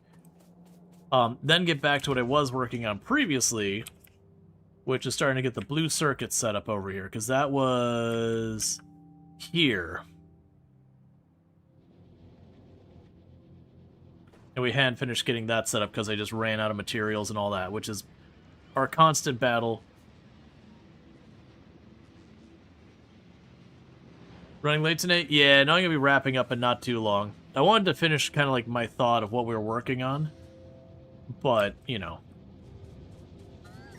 Alright, get the efficiency modules in here. Cut that power consumption down.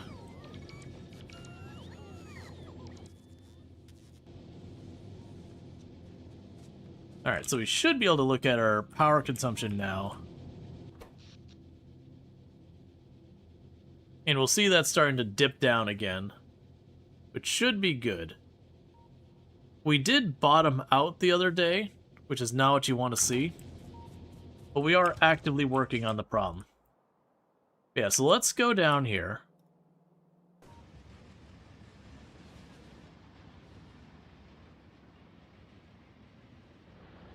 Because all I'm going to do is just to save myself too much pain, I'm going to run over here to this station, which I can't seem to name for some reason. Why can... Oh, there's a tree in the way. There you go. I'm going to we're going to go to you. We're going to tell it you are... What the heck was I making here? Blue circuit boards. You're blue circuit boards. Okay. And I'm going to go onto my map. And I'm going to add myself a note.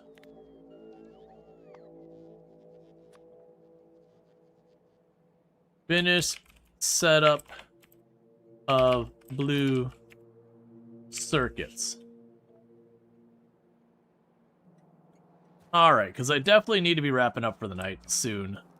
So I'm going to go ahead and just let this drop this junk out. And then I think we're going to pause for a moment. Because it's just... I was really kind of worried if I didn't take care of that nest, I was going to come back in and have everything destroyed. But things seem to be stabilizing on the power grid a bit. We didn't get as much done as I wanted, but we did get our military science being produced at scale. We've got our mall set up entirely. Like, there's more stuff I'm going to add to it. We got our mall set up entirely and all that. We didn't get quite through the blue circuit boards. Once we get the blue circuit boards, that's kind of the point where all I've got left is like just bringing it together and we can build the rocket silo. And so we get the rocket silo going. Oh, I had the electric engines too. But you get the idea. We get the rocket silo. And then it's a matter of just making the platform. And yeah, so it's going to be... Well, for the rocket silo, we only need the electric motors once. So we can get the electric motors the one time. I'm already producing those for the rocket silo. And all that. And so we can get all that going. And that's all we need to... So, like, from there, we just need the lightweight frames and rocket fuel. And I believe at that stage, we can get our platform in space. Alright. So we got a lot more to do. But the point is we're getting pretty close to being able to go to space and get at least our platform up there, which that platform is locking all of the science down here that requires the white science, all that stuff down there, is all locked behind that. So that'll be good to make progress. Now, with that said, if you have enjoyed tonight's content, you're not already following the channel, don't forget to drop your follow. That way you can find your way back here in the future. My next stream will be back to the Stardew Valley Tileman Challenge. We're kind of doing a hop back and forth where I go Tileman Challenge, then I go to more Space Age and Tileman Challenge and Space Age. That's gonna go for a little while. We do have a lot of stuff coming up, like we have sponsor stream on March 9th, 12th, 14th, and 16th tentatively. And the 26th, I'll actually be doing a stream way earlier than normal on SCS Software's channel. So the people who create Euro Truck Simulator and ATS, American Truck Simulator, I'll actually be streaming on their channel on a day that's like, my day off. If I've got the energy, I'll do a normal stream after that. If I don't, we won't, because it is normally a day off. So we got a ton of stuff happening. And for the record, all those sponsorships are games. We'll be doing Timberborn, Blossom, the Seed of Life. The other two aren't finalized. I'm not going to say their name yet, just in case they fall through. I don't want anyone like negatively being like, those people didn't sponsor Rual. Stuff happens. So with that said, if you're watching over on YouTube, don't forget to like and subscribe. But the stream will be ending abruptly for you, so thank you so much for tuning in on stuff. But the stream will be ending over there. I do appreciate it. And for everyone over here on Twitch, I'm going to go ahead and put up my ending stream screen, and don't go anywhere, because we're going to go ahead and find someone to drop a raid on. And that